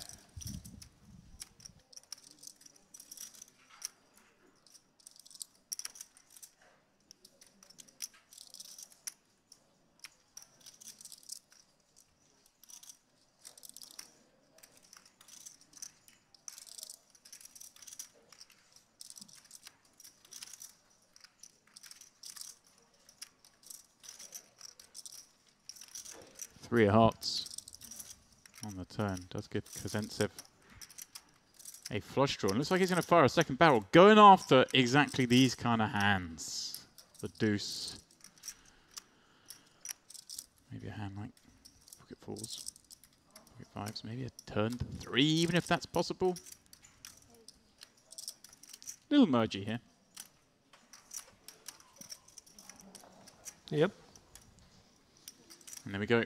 Gets the deuce to release. It's always nice when you kind of take those pretty mergy situations, betting a hand that's still ahead some of the time, but can make some of the weakest pair hands fold, and that's exactly what happens. Makes you feel good when you look at see the one back. Of course, it's a lot of equity with a live flush draw. I mentioned there Jack Sinclair, who we got a brief glimpse of. Not from close-up, though, I will say. Just disappointed about that. But we got a quick glimpse of him on the outer table. He's just won a nice little pot against Marat Galyamov. In fact, it spelled the end of Marat Galyamov, who has just been eliminated on the 4-5, 7-9 king run out. It was king-queen against king-8. Galyamov out-kicked, and that was enough to send him home. Jack Sinclair, who's had a up and down sort of day, back to 820k.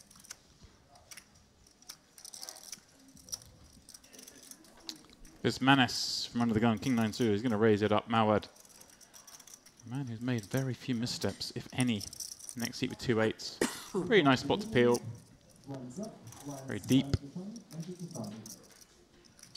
Going to get a nice bit of protection, really, because it's very hard for everyone else to come after these two guys, given they have such big stacks. Although there are some natural 3-bet jamming stacks behind, of course. Gachiev, that's the most obvious of those.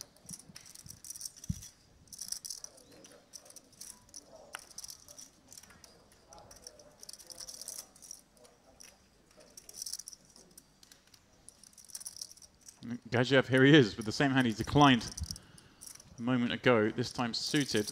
Surely this time he's going for it. Nice. He does. And this is what, 13 blinds? Mountbatten with 2 8s.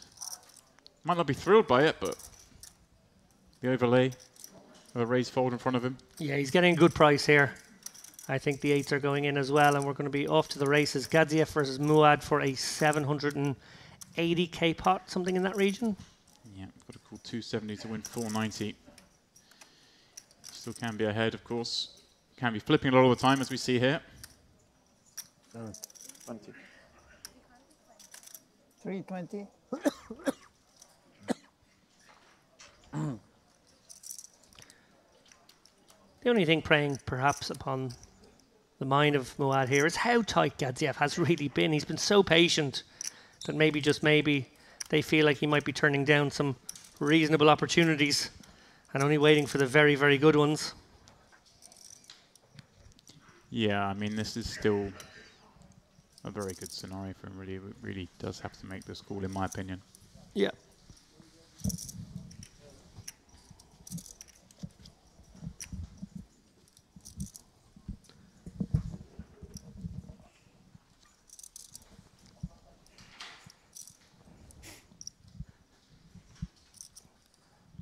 Especially David, with how many chips he has back as well. This is not going to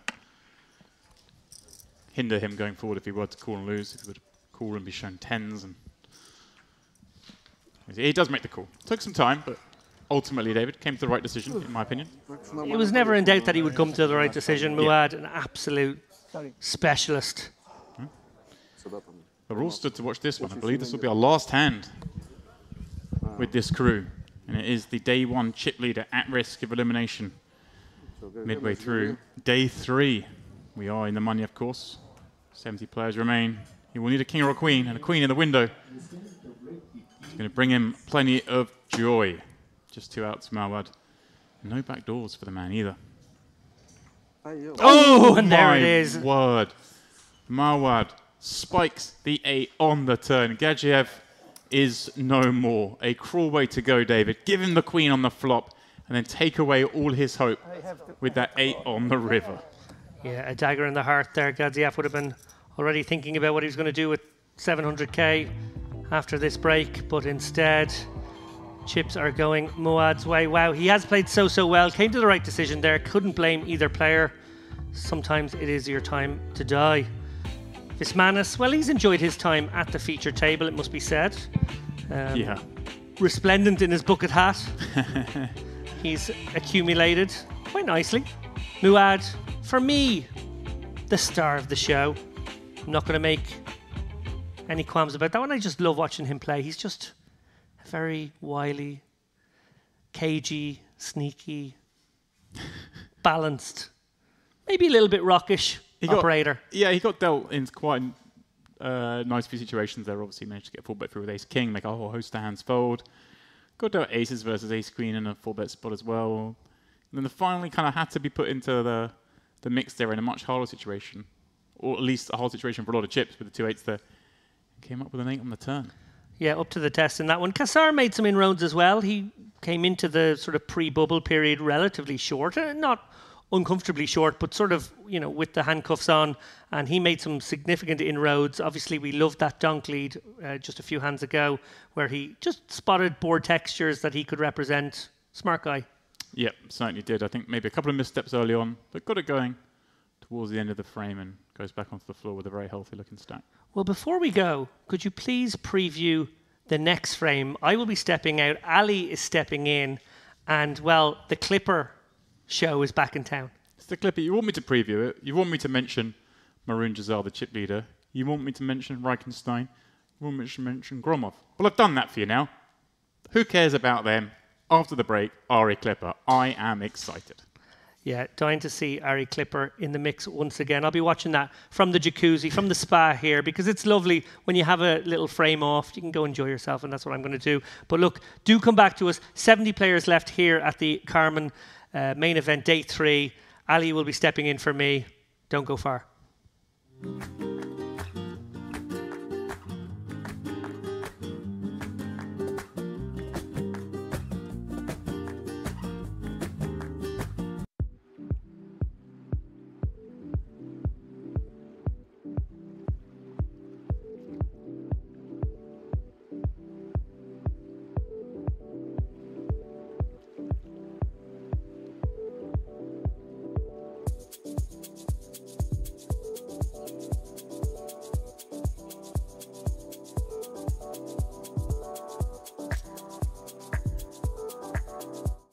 Saved. He wouldn't bought in when he bought in. The whole world's different. Doesn't win. Butterfly effect. The high roller. We don't mention him. The beard probably grew slightly differently. All these things would be disastrous. What's not disastrous to his range at least is this 7-7-6 flop. But it looks like maybe the pre-flop opener. Ah. Oh, hello.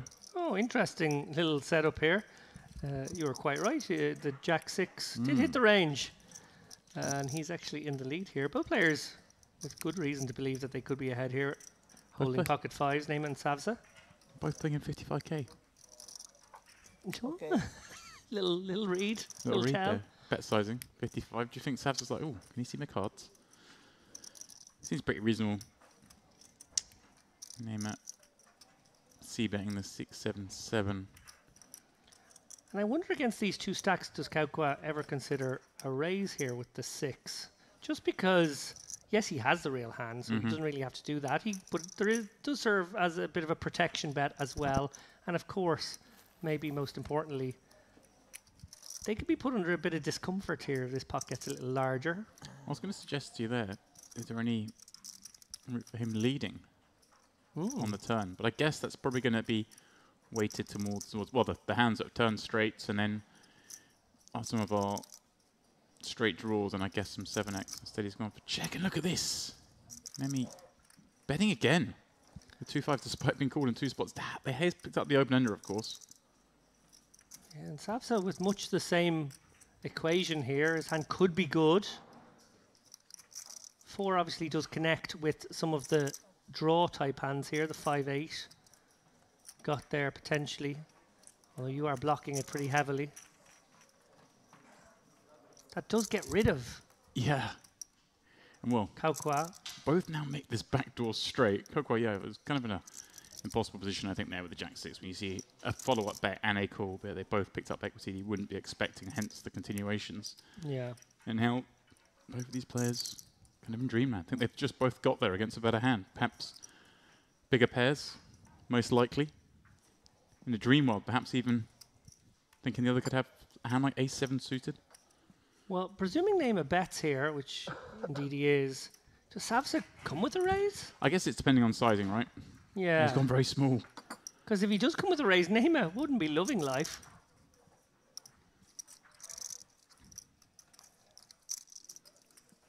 Yeah. 9-10. Maybe a possibility, maybe not after the turn bet. You never do know. Savsa. Recheck the cards. I'm just thinking what would be natural bluffs for Savsa. He does like go for a raise, though. 8-9. Neymar can't love life. Obviously, there are boats possible. Yeah, Neymar's not liking seeing this these chips cut out, is he? Because it is. He's gone for like just over min. It looks like. I do like that click raise because I think you have to lay an incredibly good price to get called, and actually it gives you an escape route if raised again. Right, could probably fold and save yourself the 425 additional. And Nemi, yeah, again, you know, you can be up against pocket 6s, could be against pocket 8s, could be against pocket 7s as played. When you have 2 of the 5s in your hand, it makes it very, very difficult, doesn't it? Yeah, but I think it's just too much hand. And an incredibly good price. Some bluffs in there. Potentially, I don't know what they are. 8-9 that just decides to turn 8 into a bluff, but does it go this size? Probably not. This does actually feel pretty grim. But it could be a7, right? Wow! He folds. I gotta say, I did sort of think that might happen. It was an interesting situation. So he's giving his man no. Now, like, this is a really curious position Savsa's found himself in. Yep. Kind of 3-bet, clicked it small, try and keep a heads up, and now suddenly he's facing a 4-bet. But such a small 4-bet, and they are so deep, starting the hand 70 big blinds, but here's, as you see, the covered stack. So there is always that bit in your mind about, oh dear, what am I doing here? I'm about to bubble with 2 jacks. Ooh. Are we about to see a reclick? This, wow, this could be epic if we do. This would seem pretty out of line, I think. This would be pretty epic if we do. No, that looks like calling chips. Yeah. Yeah, and now Vismanis has got to feel pretty. What's happening? Sick about this. What have I done? I'm out of position with Ace King. The guy's just 3-bet, called my 4-bet. We're on the bubble. I've just bloated it to 500k. Right. Feeling better from the window onwards. Yeah. Now you're feeling pretty damn good about life. Thinking that was a brilliant bet I just made there to juice things up. It's still hard to give Savsa the kind of hands that are going to 3-bet call that 4-bet with, right? We could potentially see the 3-bets being some Broadway hands, but they kind of fold to that 4-bet. So you do kind of give him now just these jacks and 10s and such. Well, I expected a big downsizer from Vismanis, particularly given what we saw in the previous hand, but I guess very tight ranges we're dealing with now. He's probably considering his opponent to have maybe the same hand, maybe queens and kings. Ace-queen. Ace-queen. Yeah, maybe. I guess given the fact that it was clicky, it became, maybe. Yeah, an ace-queen suited perhaps. There's one yeah, probably the queen suited. We'll see one combo of that, but yeah, I think you could certainly see queens, jacks, or potential hands. And Savsa, not a believer yet anyway. Maybe even like trappy kings.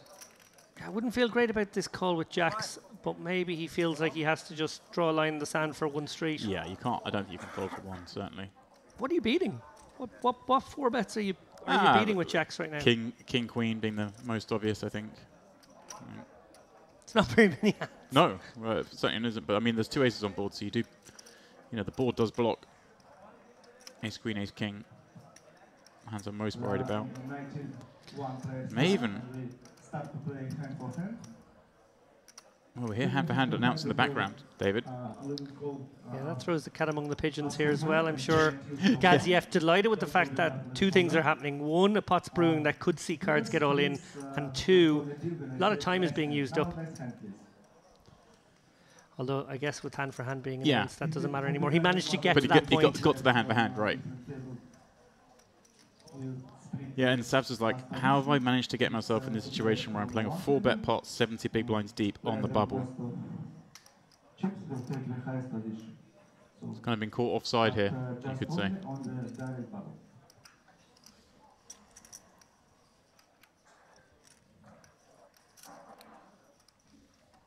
Oh, fuck.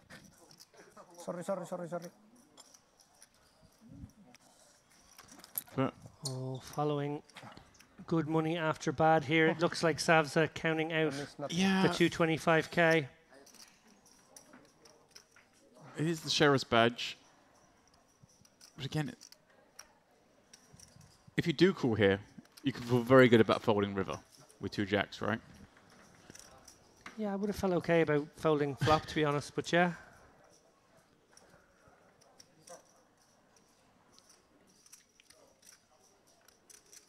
It's not like you have to.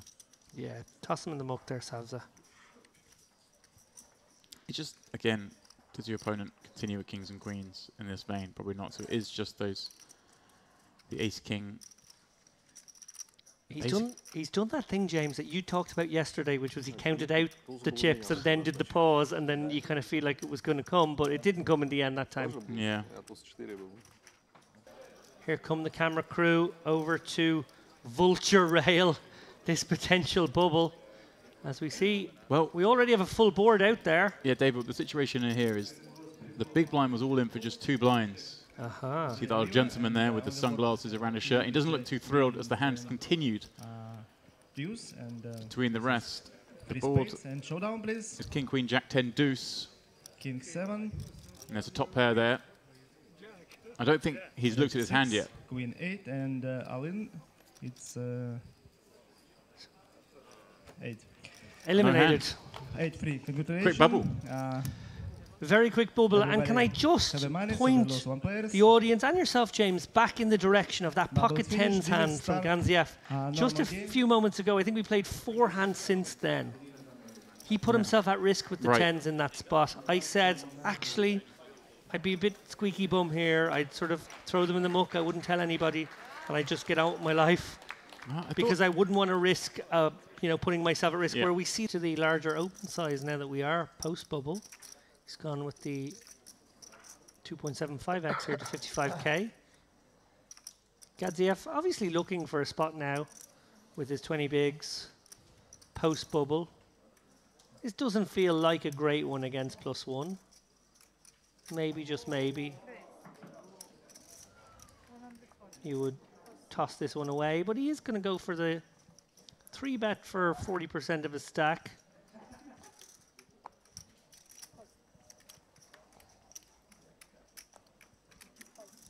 One suspects if he had shoved, Savsa would snap it off here, but actually, versus this 3-bet that looks just that extra bit strong, it will at least give Savsa some pause. Yeah, and it's an interesting one. I'll pick Gadziev just celebrating being in the money. Getting a little light here, but I tend to go the other way in these spots. I think people expect you to be a little spewy once you get in the money, so I would just still want to play this pretty honest. I wonder how Savsa does approach it. It looks strong to me.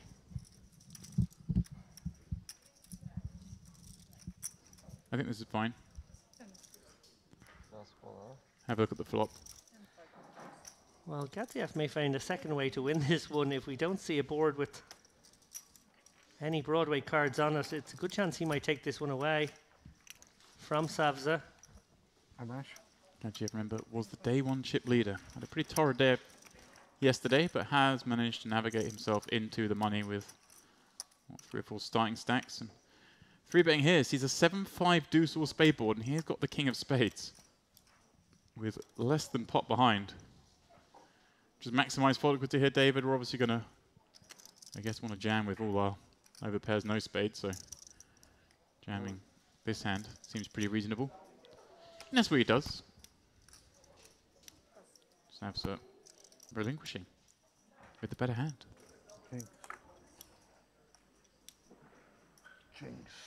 Maybe they do out of the big, I guess. You know, you're getting that It's great so tempting out the big. Yeah.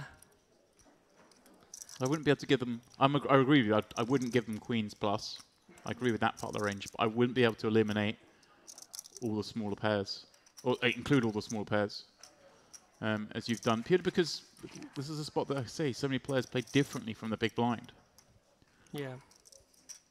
Myself, sometimes I jam here with those pairs, sometimes I'll flat, just kind of depends on my opinion of the opponent. I think I call with 9s and fold 8s, personally. I think this is my rock bottom. I'm too tight. I think I'm side call. I think I fold 9s and 10s. You fold 9s? Am I the loose one? Who'd have thought? Never thought I'd be the net, yeah. I was advocating folding 10s a moment ago. Mm.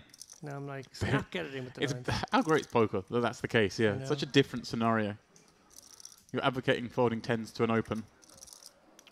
And now here we are saying, yeah, we've got a call with 9s for 26 big blind rejam. And I don't even think the fold with 10s is close. I don't even think I'd necessarily always exclude queens here, actually, thinking about it.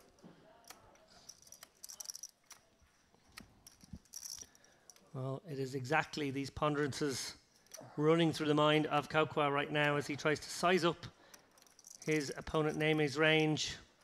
Does he give him some frequency of queens? Does he give him some frequency of 2s through 4s? It's those kinds of on the fringe. That's all it comes down to. Factors. Yeah, if you think they're always jamming those small pairs, then of course you have to call. Oh, we're probably flipping, but I don't know. Flipping or you have better? So he's not sure about those small Probably ones. flipping. If it's flipping or he is better, it is a fold. Yeah. It very much relies upon there being some 5s through 8s to bring it into the call column. I'm a nit. I'm a nit with you. Who what? Not yet. Huh? What? You say that situation. Attack there with the ooh, hello. Defensive against that 20 big blind open, but he's under the gun. Finds 2 8s in the small himself, a little over 30.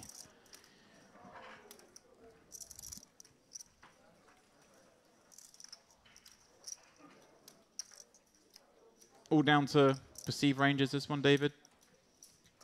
Yeah, I don't hate a flat here. I think that's probably the best way to continue. Like you said before, some of these mid-layer pairs more easy to navigate. How much you play? Around 500 maybe, or less. It's just over 500, as we see. It's 485 back. Kaukwa wondering if it's prudent to come with a call here. Right, you're not expecting to be dominated here, although we can see he's super dominated by the small blind. You're thinking the small blind's going to have some Broadway combos more likely than hands like this. So maybe you get a board like that, and you can get up to no good. Will we potentially see a lead here? I was about to say the same thing. It's an interesting spot for Kaukwa, who can basically have two pairs, straights, all the good stuff on this board, and his opponents can't. I think it is a spot where I like a lead of about 80, 85k, just to lean into the ranges of your opponent. If Kazensaf has a big ace, he can't really stick around. And Norkan Kazar, who, well, that's exactly what he does have. Love it. Oh, 55. Suspiciously small. Because I'm having to worry about, of course, not just that bet, but the small one behind. Although, kind of figures the small one's probably not continuing on this board for the most part. It's not about this street. As you said, David, it's the threat bet. It's the building of the pot. So uncomfortable now for Kassar, who is sandwiched between the ever-aggressive Kaukwa and the small blind calling range, which absolutely could be all over this one as well. Pocket 8s, pocket 9s, 6s and 5s.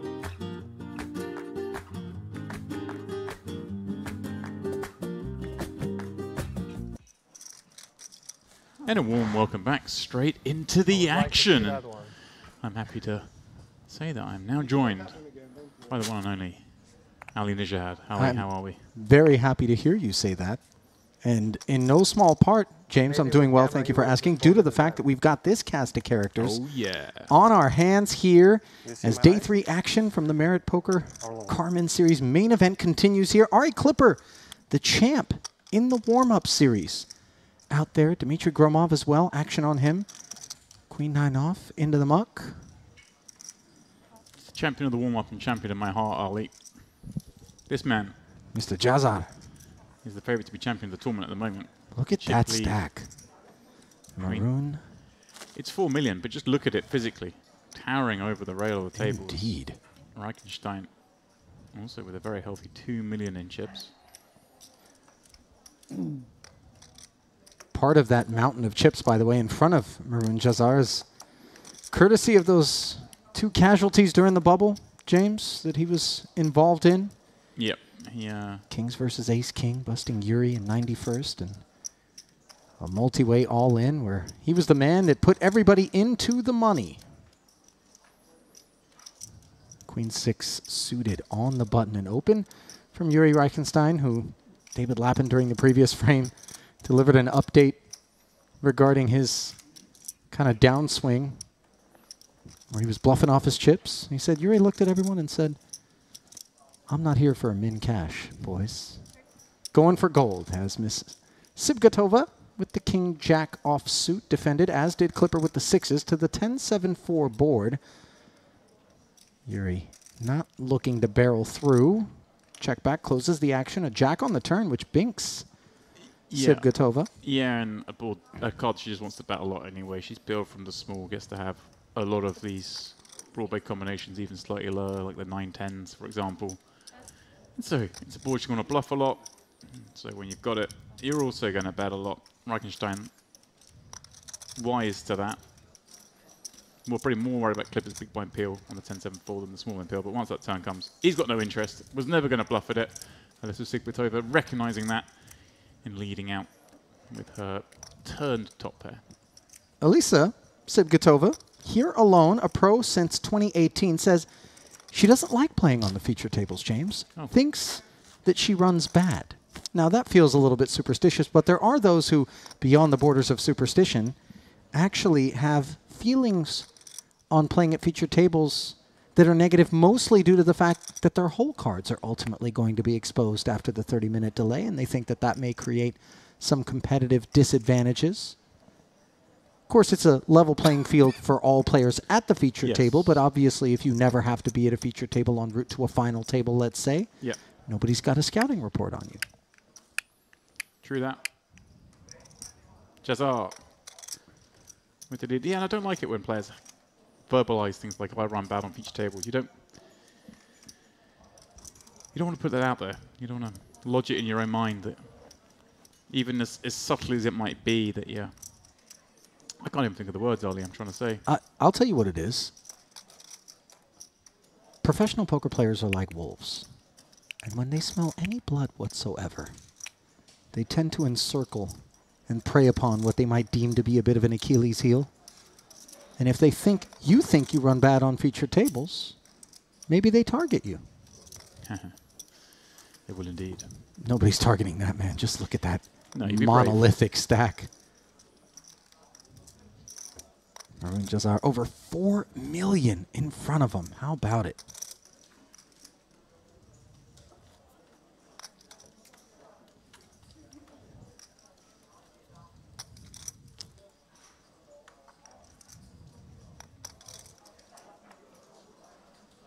Just pulling up Mr. Jazar's Hendon Mob, over 200,000 in career earnings, notching main event cash for 13th place back at the Western Series for 22,000.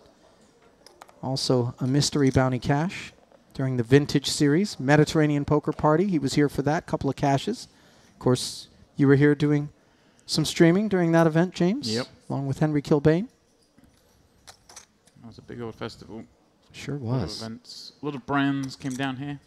Merit has a good relationship with a lot of the major European tours. Yeah, I actually wasn't aware until you and I talked about it exactly schematically what the Mediterranean Poker Party was, which was hosted here at Merit Poker. But a lot of the major European tours, Norwegian, Irish, so on and so forth, all were brought together for one big festival across a couple of weeks, was it? Maybe longer? I think you were surprised, weren't you? We saw it in the back room and you saw the advertising hoarding. You were like, hang on a second, this was Irish Open was here? That was it, everyone sort of brought their players down here for a big Mediterranean poker party. That's what it was, for the most part, a party, but some poker thrown in and talk about throwing in. Yeah, Ari Clipper starting a party of his own with the ace-8 suited. His 3-bet from the button, making quick work of an ace-jack behind him.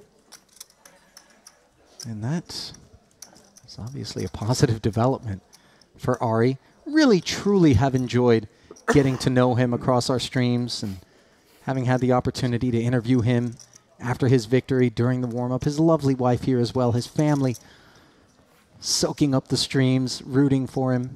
And he's the opposite. He loves being on this table.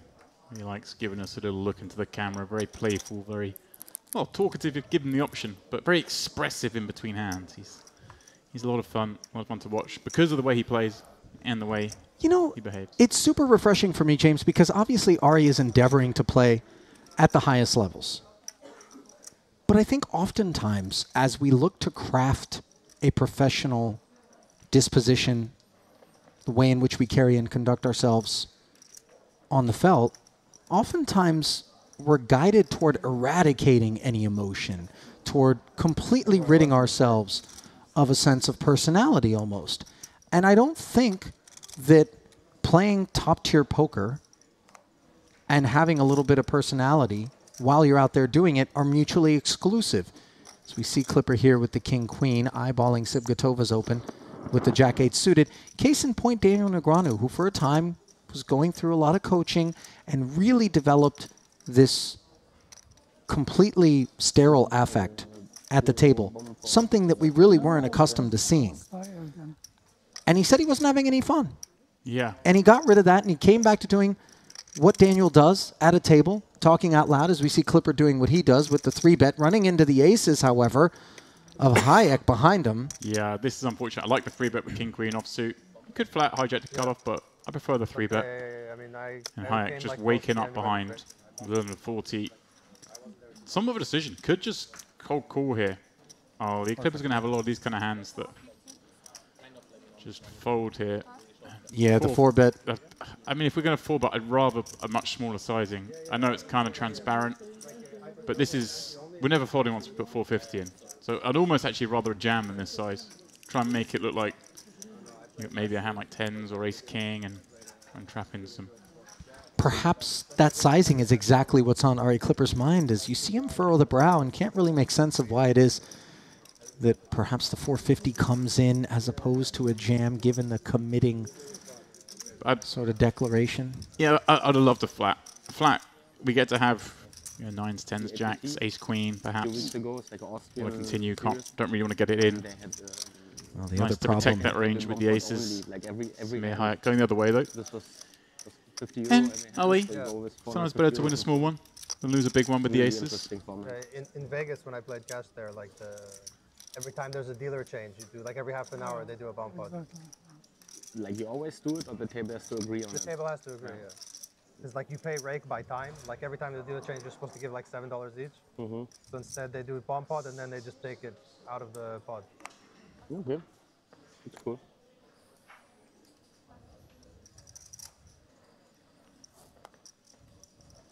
Producer Milvitas stepping in to advise as we were marveling at Runjazar's stack that there's 76.5 million chips in total in play. So his slightly north of 4 million currently, representing 6%. Yeah, whopping 41 starting stacks, Ali. There's a lot of action on this table. The hands no kidding. The hands have kind of been predicating it, but Reichenstein popping up once more, getting 3-bet once more, this time by Sibgratova, who herself was 3-bet the previous hand. She's got 2 jacks, taking it to 3x. I like it with 40 big blinds deep. You kind of want to go at least this size. And Kapstein behind with ace-king. Wow, we're going to see another cold 4-bet, Ali. 60 became 180, courtesy of 3s and jacks. What will 180 become on the button? Yeah, it's kind of like when we 4-bet, we're never folding to Sibgratova, but we do have to worry about Reichenstein opening from +2. Those two playing 50 big blinds deep. So this is a situation where we do get to have non-all-in 4-bets that aren't super small. So I'd like to see him take it up to sort of 400K. Denis Kapustin, big moment for him being in the money in this main. Results on Hendon dating back just to September of 2021. Did join us for the Western Series main event where he finished 34th. Also played a little bomb pot Omaha. But his best live cash, 11,500. Pivotal moment for him here as he looks to better that figure off of 2 million. Sigpatova not enjoying this protracted inquisition decision by Kopstein. Sigpatova's jacks obviously very good. Love to play the pot against Reichstein, but you do not want to get cold 4-bet when you've got 2 jacks. No. Just so often you're up against a hand like this or the bigger pair. It looks like he is. They go for a size in the 400s. Taking him time counting it out. Yeah, Sigpatova's not enjoying watching this moment, and it's going to be very hard for her to continue because, well, I say that, Ali. There are a lot of chips on this table. A lot's obviously been going on. We don't know what. Wow, he's gone really small. Yeah, he sure has. A 4-bet to 300,000. The type of bet that would seek to retain Sigpatova 100% of the time. Yeah, I mean, he's gone for the absolute minimum. Sigpatova put the 60 up to 180, so the 120K raise. Kapustin needs to put it up to 300,000. Now, the math does not allow her to fold. No, this is just... But she's got 1.1 back, and what is she going to make of this sort of ginger... Well, that's the thing. The 4-bet range is still super tight, and when someone 4-bets this size, you don't really think they're light. This isn't going to be the ace-5 suited part of the range, Ali. No. So you are thinking it's a range of... Well, it's weird. I'm not expecting anyone to 4-bet this size. That's the problem. I don't think she was either. But then you're thinking, do they do this with ace-king? Probably not. You start thinking, is this just the nutted part, the kings, the aces? So she's almost set money with 2 jacks. Sees a 10-6-3 flop. It's a good flop for her. In any normal circumstance, this is not a normal circumstance. This is a very peculiar position to be in. Yeah, she's really going to be super passive, I would imagine, from this point forward in the hand. And by the way, these jacks don't get to see showdown if they face 3 barrels. Yeah, for Kapustin here, I mean, you just got to go for this now. You've almost, with that sizing, kind of repped exclusively aces. I mean, it sounds silly. We are not privy to what's happened for the first few hours. Like I said, there's a lot of chips in this table. They've obviously been butting heads. We've already seen a cold 4-bet with the previous hand, multiple 3-bets already. This cold 4-bet. Kapustin betting 1.25. I kind of like the small sizing because Sigpatova obviously 3-bet, peeled them in 4-bet. She's going to do that with a lot of hands that just can't continue on 10-6-3. It's not just pocket pairs early. It's not just the strong hands. She's going to have, you know, the ace-jacks of the world, the king-queens of the world. All those kind of hands struggle against the bet on this flop. So we don't have to go big. And he has gone small. Sigpatova, I don't really think can do anything but call. Again, I'm going to caveat everything Ali with unaware of recent dynamics. We'll get more aware, of course, as this frame progresses. So, Sigpatova flats as another 250,000, slides into the middle, almost 1 million total in the pot. And what sweet relief this turn card is. Wow. All the discomfort melts away for Sigpatova, who is now praying that she was up against queens through aces. Yeah, bizarrely, obviously a hand that Kopstein improves on, given that it gives him a gut shot. The worst card in the deck for him, though, in reality, Sigpatova with those 2 jacks. But it is one that he has to be slightly concerned about because jacks do play this way with the flop bet. We kind of, yeah, I can't believe he's managed to find the check back, Ali. I mean, I can because of everything I was about to say, but incredible stuff. Because it was so tempting to carry on.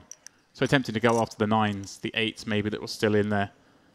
I don't know if they necessarily 3-bet pre-flop. That was what I was going to come round to. It's more likely to be the jacks part of the range, but there's also going to be some 10x that we could just blast off with ace-king. Now the value comes in from Sigpatova, 375. The ace-king promptly finds the muck.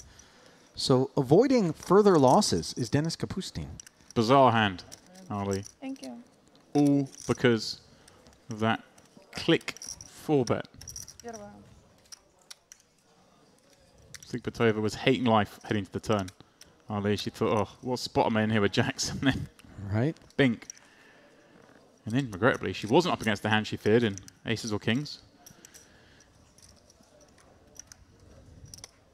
And yeah, I was coming back to earlier. I don't really like it when people put out these self-fulfilling prophecies, because I think that's what they are. You know, I'm going to run banner feature tables. These little things niggle in your head. Maybe you start to play differently to how you would in the tiniest percentage parts of the range and that seeds. But so far, she's running good. If she didn't hit that jack, though, it'd have been a fun hand. I actually, the jack kind of ruins the hand. I want to see a low card come down and see how this one plays out. Yeah.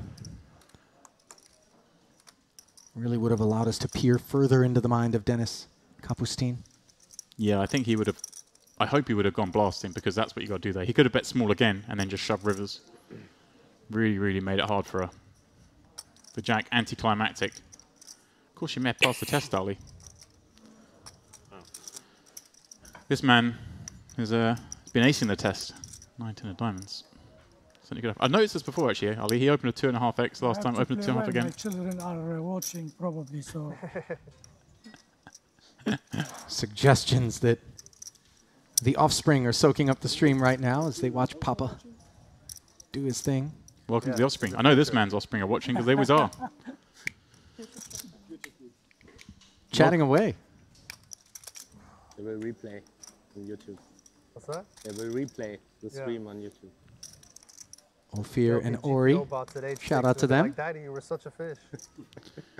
Clipper clan. But interesting, Ali, that he's going with 2.5x opens off that big stack. Wants to open a lot of hands. Just instantly off the bat, when you make it at the bigger sizing, puts a lot of stacks under pressure. When you've got 4 million, it's not a bad spot to be in. By the way, just glancing at the chat on our Merit Poker YouTube page, where Ori, who is Ari's daughter, one of two, says we need a TV show like the Kardashians. I'll produce it. Ophir then responding, which Kardashian are you?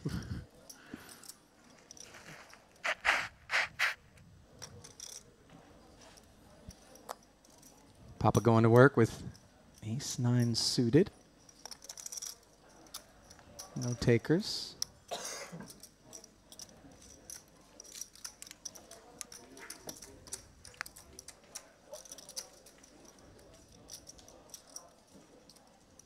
Ari, by the way, set the bar very high. As I am unmarried, but knowing that there are women out there who will allow you to play poker on your anniversary, James, as Ari did. Granted, he did win the warm-up, so that creates for less. Yeah, like, I would have been... if you, like, bubble. No. I want to see what would have happened if he'd unfortunately busted the day before. Would he have been in the 600 turbo? That'd be real love there, Ali. Let the man play a final table. Let him play a turbo. Now, when you say that would be real love, unclear whether or not you're referring to Mrs. Clipper's adoration of Ari or Ari's obsession with poker. Because the 600 turbo is a bit rich, proverbially, in terms of things to do instead of celebrate your anniversary. Maybe you buy her in, and you're like, oh, honey, maybe you play with me. King, Queen, Hayek trying to see who's going to play with him. Out of the hijack, standard open. Markenstein. 2 cards that can make a straight in the big blind. Gonna call that min raise against the late position raise. King high flop, all Hayek. Yuri checks it over to Samir. Just a modest 9,500 in career earnings, coming all as a result of a Merit main event back in March. Sorry, can you put your chips in a way where it's possible to see how much you have? 27th? 20s. It's 40? Yeah. Okay.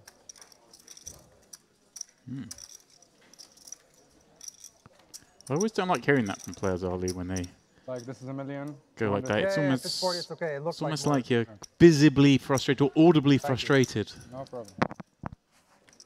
So losing the pot, asking him to stack his chips a different way. I mean, I don't think the frustration has to do as much with losing the pot as it does with just wanting to facilitate. As, by the way, is within a player's right to sort of request. Once upon a time, that wasn't a rule, by the way. But those chips are stacked in a very reasonable manner. He didn't know. Just want to verify. Okay. Is it stacked in 40s? So that he can eyeball the stack and know exactly how much he's up against. I'm going to play Samir All right, Advocate. Mr. UN. Sorry, Yuri Advocate on this one. Couple But you stint. remember once upon a time where you could just kind of have your chips however you really wanted. And it would make things very difficult. You want to be able to... Well, especially in the old days when we didn't have big blind ante and there were gazillions of physical chips in play. No, you need to go away from the table. Couple stim does You pop can it like up. sneaky do it here. 50 blinds with his 2 fours. We'll see with 24 blinds, ace-9 suited from the cutoff. This down to ace-9, decides to fold. It was suited. Could call, but I like the fold, I think. Especially on a table where there's been a lot of action pre-flop. I feel like I can get those 25 blinds in perhaps a more favourable spot. Sigbatova. Flicks in the peel with 10-7. A flop for the razor, Ollie. Jack deuce deuce. Sigbatova checks. Round 2. And this one definitely skewing in favor of Kapustin. Yeah, anytime you see this kind of board against a big blind peel, big blind's going to have loads of hands like this, the 10-7, that could never continue. Of course, the big blind does get to have a little bit more deuce. So the strongest hands was in that range, but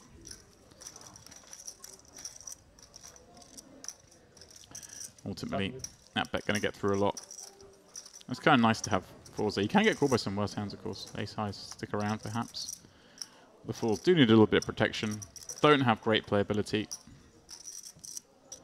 Nice, just to take it down. Eyeballing the payouts. 75th place.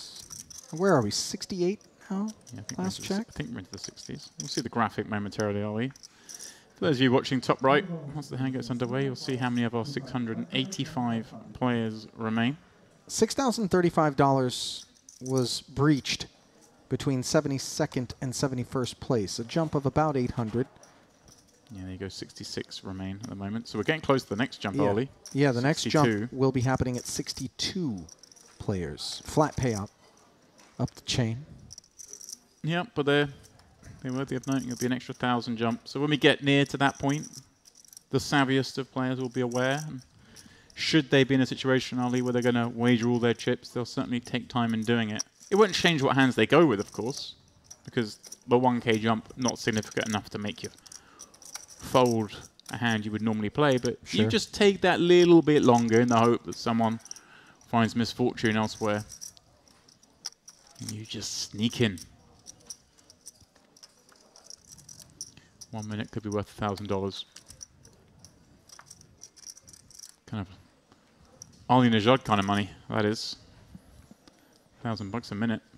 $1,000 saved is $1,000 earned. I would make a terrible fortune cookie writer.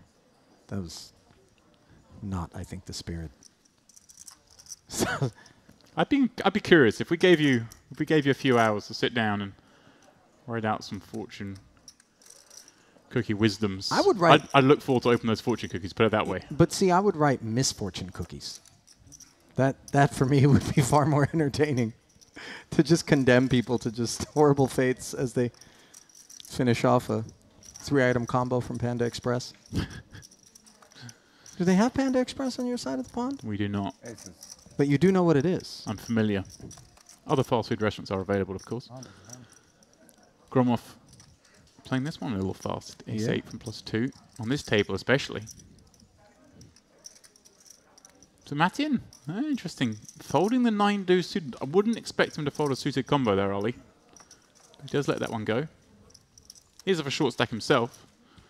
And maybe vindicating somewhat a Gromov open of Ace-8 if your opponent is that little bit tighter from the big. Who knows? Maybe 9 deuces it is a fold, but one is not obligated to play. No. And like I said, I'm surprised to see Ace-8 from +2, so perhaps I'm being a little unkind on the big blind fold. Funny to think, Ollie, go back through the years, that would be suggesting that folding 9 deuce from the big blind is maybe a little tight. Olden days, we fold everything from the big blind. 60. Nowadays, 60. everyone's far more aware. Less. So much work has been put in. Not by you, Ollie. No, not by me. Certainly not. You know me. Cash game degenerate. Ace 8 suited here from the cutoff. Yeah, Julius, popping up over off just under 25 blinds. Sipkatova, so we have a lot of hand, but not enough hand to get in. Kind of decides to come along with the call. I can get on board with this.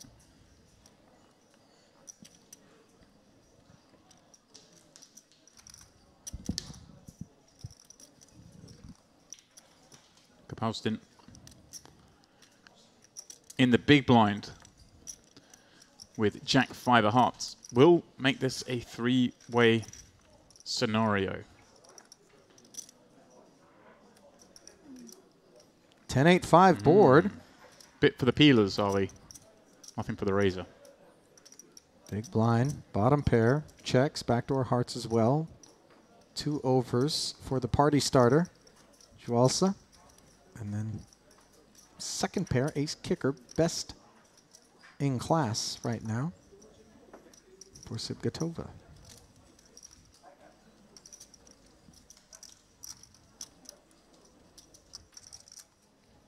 Knuckled all the way around. 6 on the turn. Yeah, Sipkatova really the only one with a decision, I think, on this flop. Able to check or bet there.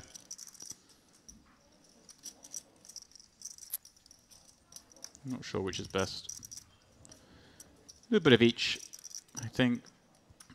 Obviously, probably still just check quite a lot of strength on this board. He doesn't get to have too many continues on 10-8-5, so perhaps that's why she checked back. And of course, you do have the big blind to worry about. But I always like Ali in these 3-way positions, kind of leveraging the fact you are 3-way, squeezing that player in the middle. If she bets here, it's hard for the big blind to continue because he has to worry about the opener. Kind of, I found these spots play a little bit more honest. She does go for the delayed on a very good card to see. Now has a very strong hand as played. Kapustin. Look at this, he's going to get curious. You know, he's thinking there can be some queen, jack in there, some spade combos, even just some complete air. So maybe a ace-9. After the bet from Sipgatova with the 8s, he is the lone customer. King, queen would have gotten there on the river, but understandably not interested in calling 75K on that board texture on the turn. It's pre-flop razor checked out, and now Kapustin with just bottom pair, really deteriorating board texture. Yeah, he doesn't really beat anything now. It's an awful card for him to see, and I'm wondering if he's considering getting out of line here. So he doesn't beat anything. He, of course, can beat some nut spade combos, perhaps. Sipkatova going to be very happy to just win this one at Showdown. She's still confident she's ahead a lot of the time there against some weaker 8s, maybe a 6. Did get a street of value out of it, though, from the Jack 5, so well done there. Certainly did. And also, but more importantly, didn't open herself up to if +2 did have a big pair that checked the flop.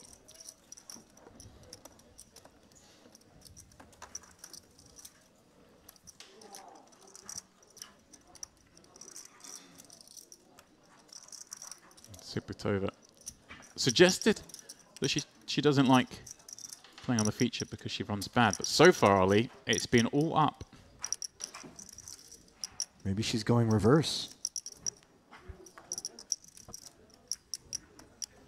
Ducking when they're diving. Does it work with the poker gods, as it were? You know, if I knew what it is that the poker gods wanted from us, I certainly would have delivered it long ago. I thought you were going to say you certainly wouldn't be sat next to me in this booth, but I like you came in a much nicer way of saying it. Speaking of things that are nice, 2 queens pre and not so nice, 2 9s for Jazar. And it looks like he might be doing a little leaning. Yeah. 175, is it? Yeah. Again, this is going to make me sound results-orientated, but I'm not a big fan of this 3-bet Ollie when we're playing 40 effective against under the gun. But with a chip leader, we get to mess around a little bit more. Reichenstein now with a delicious-looking ace-king. He himself on, what, 60 bucks. This table's so deep, Ollie. Just I feel like a mandatory 4-bet with the ace-king off combos. I mean, it's also a bit perilous, though, how deep the table is, because clearly any one of these guys could potentially be a chip leader at an outer table. Yeah. Maybe not the 1.1 for Gromov, but the 1.7 for Yuri rates to have a couple of tables out there to be boss stack at, and instead he's got to deal with stacks bigger than his. This is fun because he kind of wants to flat with jacks and tens. I think could flat like ace-king suited perhaps in these situations, but I think you just got to 4-bet the ace-king off, and that's what he's done, taking up to 425. I like the sizing. And this is making Gromov very uncomfortable, let me tell you. I mean, Jazar's obviously being very active. If he's 3-betting 9s, then this 4-bet becomes mandatory. Gromov, I think Ali just does have to go with it, but he won't enjoy this. That 4-bet from Reichenstein showing a lot of strength. Of course, there are going to be some nonsense in there. We know he's a very capable opponent. He's the sort of guy that will occasionally mix in some of those suited aces, the ace-5s of the world. But we're not expecting to see jacks or tens here. And we're not expecting... Well, actually, we may see ace-queen. Ace-queen's a really nice hand to 4-bet forward. But obviously, holding 2 queens early, we know that part of the range is far less likely to be in there. Yeah, he blocks that ace-queen stuff right now. And so the ace-king lurks. Yeah, again, we don't know what's been going on before we came here. But there are a lot of chips in this table, and I imagine there's been a lot of butting heads. So there are scenarios where this could potentially become a really, really nitty fold. I don't think that's what's going to happen here. Just because these players are clearly being thrown punches at each other. Such a delicate phase of the tournament, though, as you're looking to survive and work your way into those bigger payouts. One little misstep, he does and fold it can all come unraveled. He does fold it. You did have a hunch, and I think a lot of this has to do with the fact that he's out of position against a 3-better and a 4-better as an upfront raiser himself. He's open under the gun. That's the key point here. Jazar, again, I don't know what his 3-bet frequency is. The fact he's 3-betting 9s tells me he's probably 3-betting too many, but he's 3-betting Ali for value. I don't know how many times he's turned up 3-betting as bluffs. So he's right in the 3-bet is value, and he's therefore right that the 4-bet is also value. And queens just shrink against that range. As absurd as it seems, there are moments where hands like that do find the muck and do so understandably. Wow, Jazar However, peels. Jazar, a larger investment with the 175 out there, going to roll the dice for 250 more. And note that Yuri's 4-bet has rid him of the guy that had him in jail, the 2 queens. Well, I mean, the difference is... King, 3, deuce, and this is a fairly dry board. Jazar going to check it over. Certainly not lost on him, James, is the prospect of an ace-king lurking. Yeah, but I mean, this is just a board that Reichenstein... Well, I say Reichenstein has to follow up. Obviously, his 3-bet's ace-king. His 4-bet's right, ace-king. Occasionally, maybe he's gone bananas with king-queen off. There's like a bluff. King-queen suited as a bluff. He also has kings and aces. So you just feel like he bets here. And Jazar's going to have... I don't think we expect him to have 9s too often, but certainly he's going to have jacks and queens himself. Little to little out. And so he does go for the small sizing. Wants to take my chips. Jazar's not wrong. And look at Maroon just chatting away throughout this hand as the downsized 100K C-bet brings the pot to almost 1.2. Turn card puts a 3rd spade on board, and now Yuri picks up the nut flush draw. Oh yeah, a lock on the hand.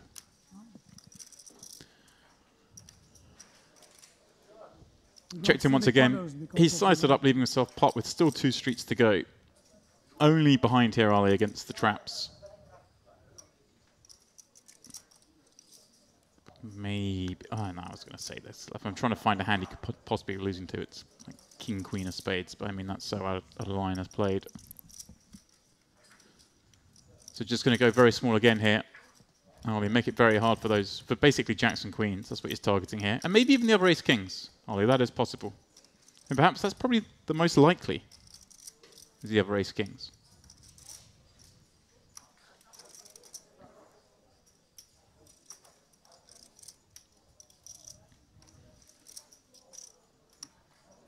Yeah, is sizing out. Again, about quarter pot.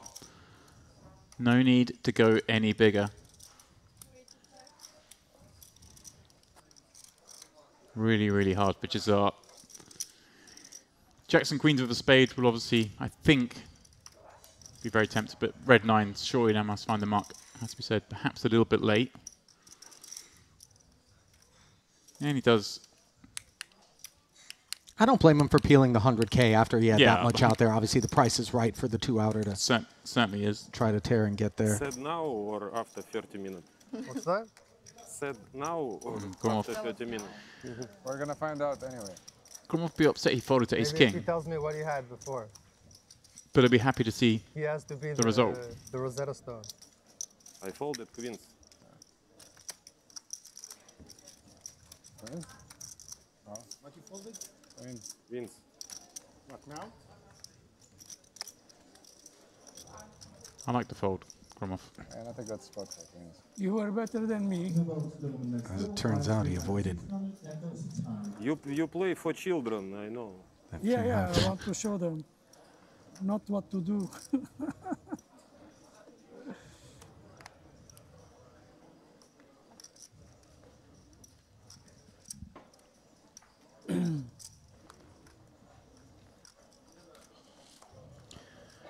Sipkatova, ace king. Ace king, ace king. Ace king.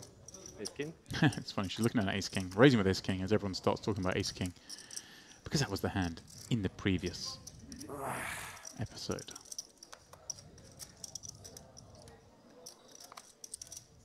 Kuppersten and deuces on the button, 50 big blinds deep.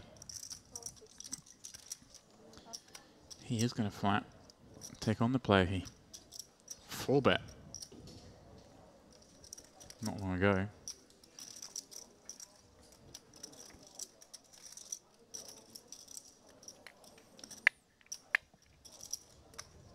Gromov, suited queen in the big blind, closing the action. Never great having a...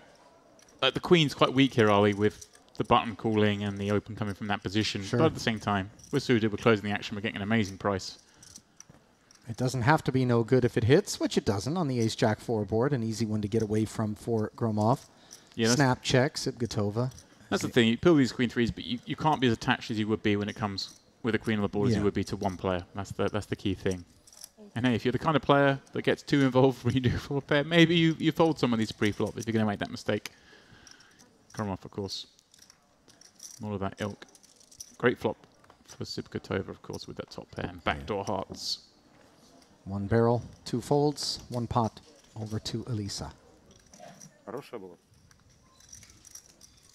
Открывай, ты все увидишь. Хорошая. Можно было меньше, конечно. Yes, sir. What did you have with me? I forgot you. Respect, by the way, too. You're what did you Elisa have? Sipkatova. I can see it. You need to check. I check.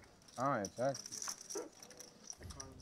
Made the trip out here on her own, and that's not so much the focal point for me, but it's a different experience being a professional poker player as a woman, James. A lot of times in the conversations that I've had with friends of mine who play on tour, it cuts a couple of ways. On one level, maybe you get a lot of people who aren't playing as optimally against you because of presumptions that maybe, oh, you're just a girl, and how much could you know about poker, and that sort of misogynistic absurdity. Yeah, But conversely, sometimes you'll get people that really are sort of gunning for you. Yeah, Almost. it's bizarre. Just, anytime you just stand out of the table more. It's not how it should be. Our game has no physiological edge. Right. But you do just stand out by virtue of being women. So people pay attention to you more almost when you play the hands. And then there is also different cultures, different people, different upbringings will treat women in a different way, and it does create a completely different dynamic. Obviously, everybody's entitled to play their hands the way that they want, but definitely incumbent upon us all to respect one another, regardless of race, color, creed, any sort of beliefs. That's part of the beauty of poker, is it brings us all together. Wow, a mutual love of a game. And on the topic of love, Yuri loves hearing the term all in when he has opened with the aces, as Joalsa picks an awful time to take the solver bait with the ace-3 suited. Yeah, he's looking for love, Ollie. He's looking for a lot of heart. Yeah, he is. It's about the only way he can get out of this coup. 10-9 for ugliness, and you can understand why the wires are coming off of Joalsa. And the 9 on the turn does make it official. He draws dead, wraps the table. Obviously, you can feel the disappointment on him. Just north of 20 bigs. Just ran into it there. Seat open. Now I know what you had. Not a bad run on the feature table. Good TV. Yeah. Off he trots. Ollie still do have that Easy with 2K aces, mystery bounty. He can enter, if he so wishes, with some of the gains from this event. Day 1B, starting at 7 p.m. in a Nice hand. monstrous prize pool will be with half the buy-in going to the bounty portion. A lot of fun, those mystery bounties, Ollie. Not that they've opened an envelope, but I've watched you open a few, or assist with the opening of a few. Oh, yeah, I lived the dream over in Vietnam prior to this event. It's my game show host debut.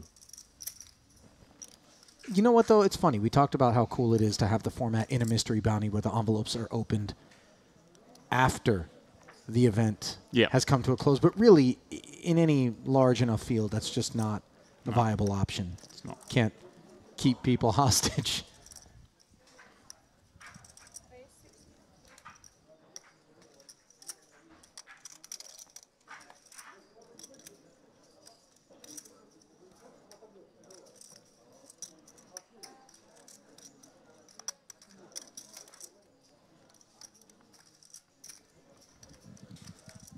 Clipper. More ace-king popping up here. Sibgatova, poorly timed king-5 suited open. Yeah, this from fairly early position, by the way, off of this north of 2 million chip stack. Respect. She's getting after it. It's in vogue, Ollie. The suited King kings? X's, yeah. Wow, this table is just delivering some hands. This is the man that I feel missized before. He's been dealt into almost exactly the same scenario, although this time the 4-bet value of your hand with queens is different to ace-king. Ace-king, you're trying to elicit a lot of folds. Queens, you're trying to think, how do I get worse hands to call? The ace-king blocks aces and kings. The queens doesn't. Different situations, but a similar hand strength. Let's see how he approaches it this time. Last time was a click. 50 blinds deep here. Although Clipper, the shorter stack. So we're actually only playing around 35.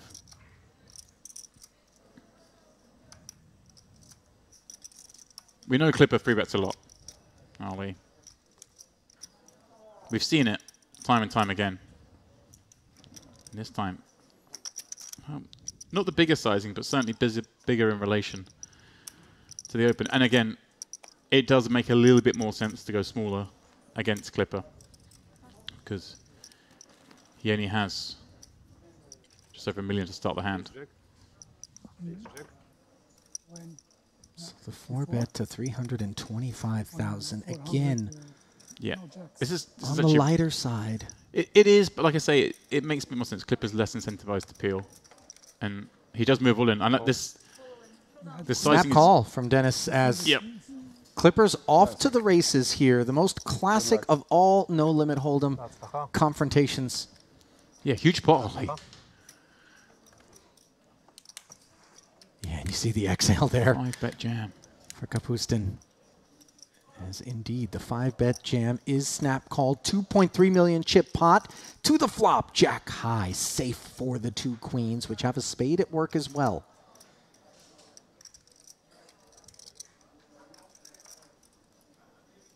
Turn card does bring a spade, and that will take a couple of outs off the board for Ari Clipper.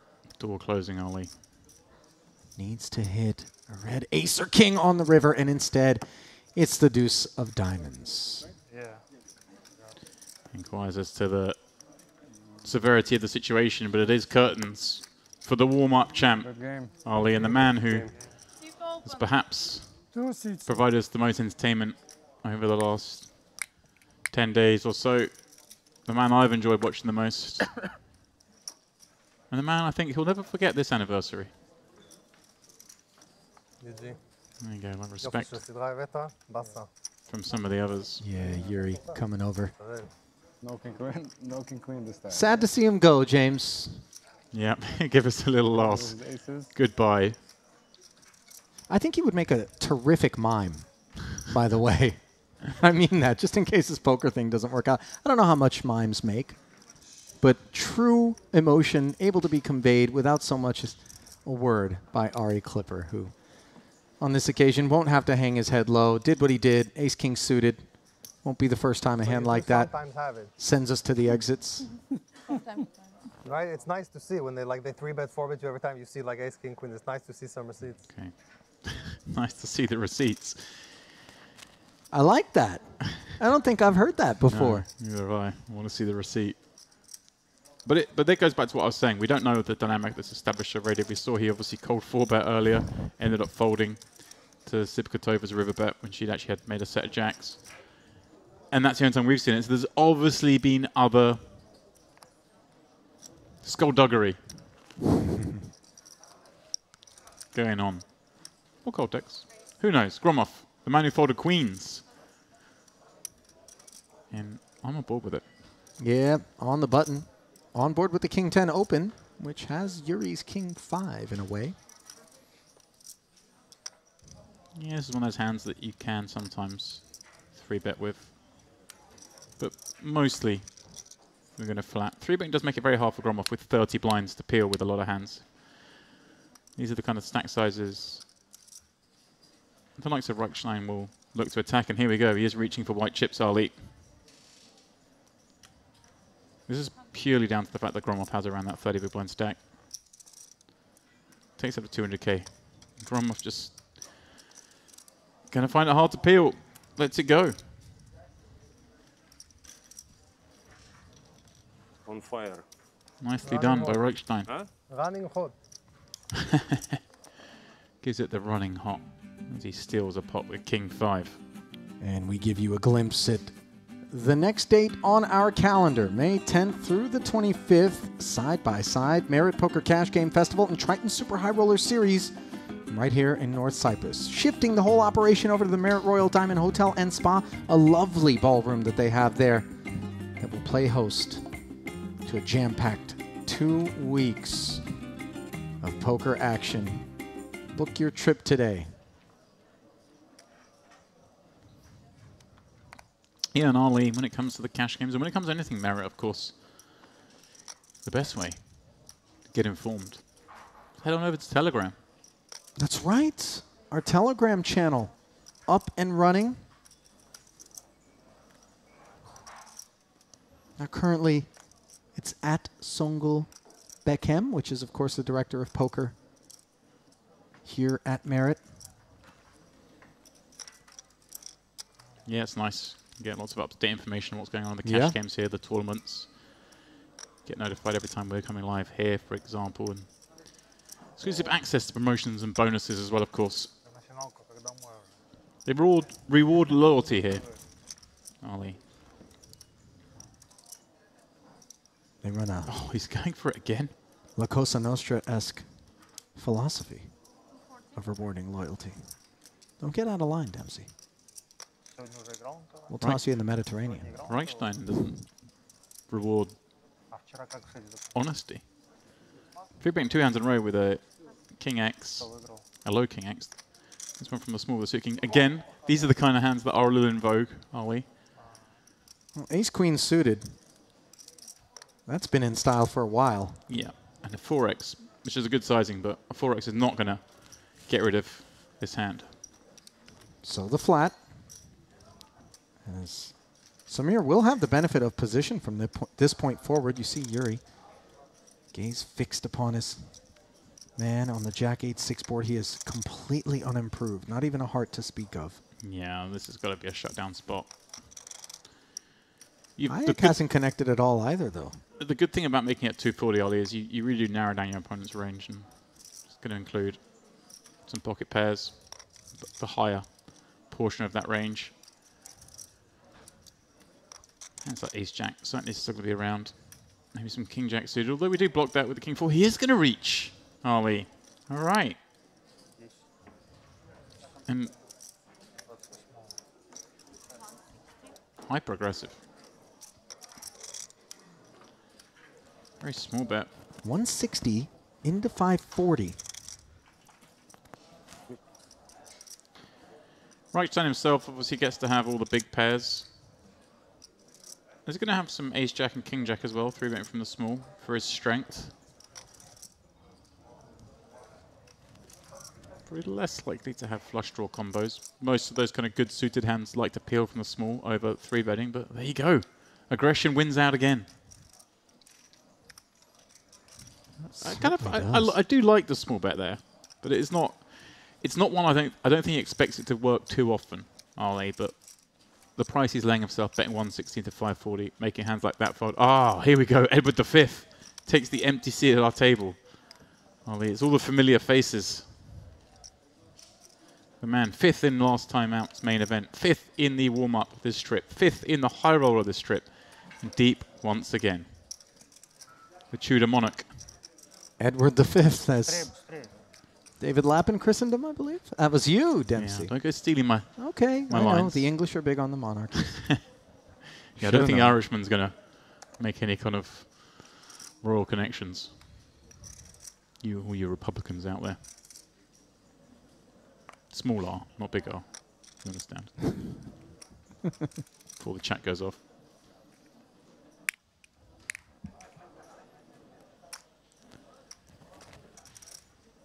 Reichstein up to 3.5 million with these little maneuvers over the last few hands.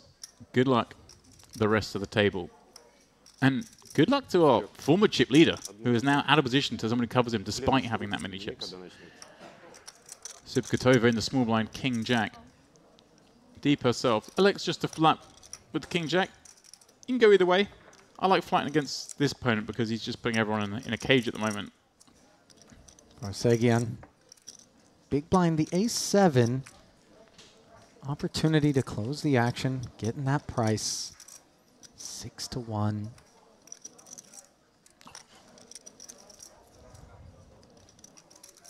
Ooh. He's going to reopen the action, it looks like, here on arrival, James. First hand at the table. And this is going to work. Yeah, I think he's making the assumption that Subkotova isn't that strong if she's willing to flat the button open from the small? I don't think it's necessarily true because she's nearly 70 blinds deep, Ali, and there's just plenty of hand. She still has plenty of strong hands that flat there because she doesn't want to face 4-bets and want to play post-flop. So some decent pocket pairs, some suited Broadway combos that would continue to a 4-bet potentially. So I'll say again, having a go at the situation though. I like it. I mean, it's a pretty good hand to do it with. A raggedy ace, don't really want to play it 3-way. 3-bet's probably better than flatting. Certainly better than folding.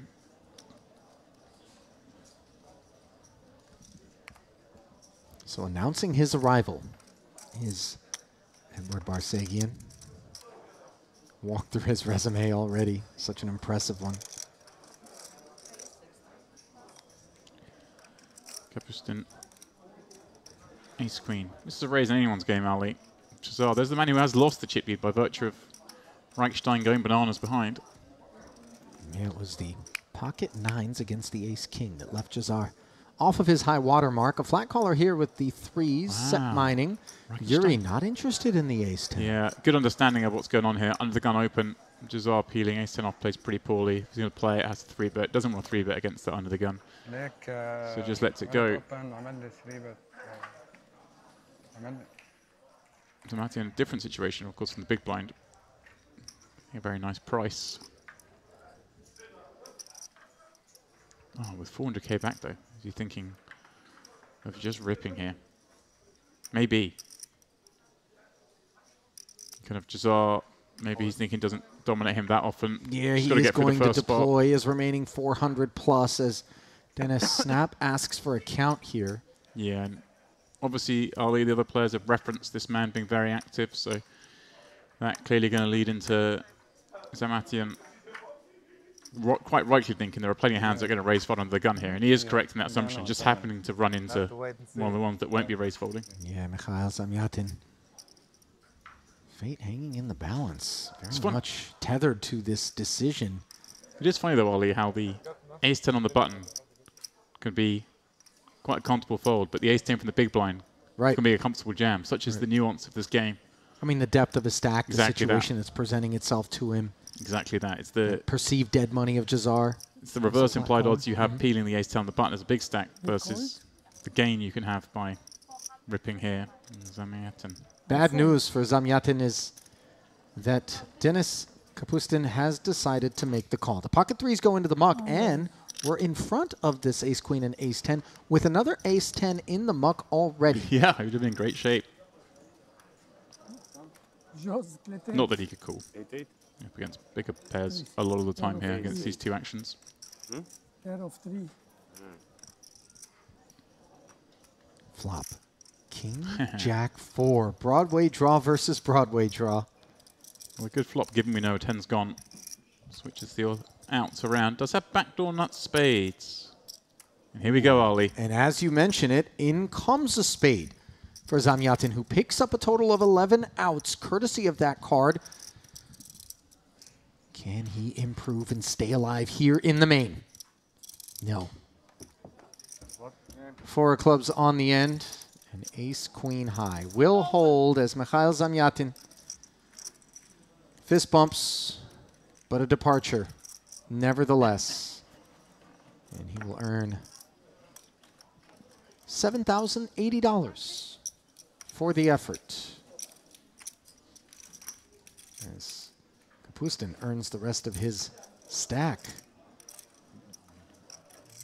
And things have definitely looked up for him here ever since that altercation with Sibgatova, Jacks versus Ace-King. Yeah. He was a on the big flip against losing end of that one. Clipper, of course, righting that ship. But I'm actually enjoying this. The deeper these guys get, I can see some real fun stuff coming up. Reichenstein stepping out of line, albeit rationally so. Sibgatova, I think, as well, is kind of gearing up to fight back. We've got Edward V coming in here, just 3-bet squeezing the first hands at the table. Jazar kind of appears to be pretty fearless. We could see a monstrous pot potentially. The dynamics at players. Reichenstein finds 2 10s, certainly worthy of a raise. This one not light. No takers. He's like, come on guys, I'm raising every hand, 3-bet in half the time. I've got a hand, you all just fold.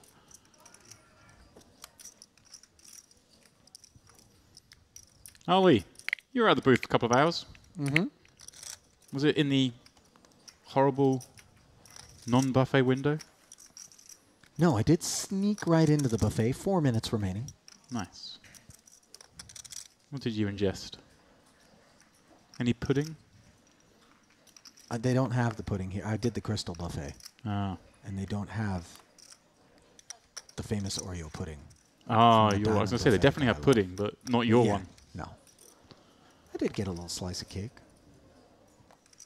Well. Some chicken wings, I believe.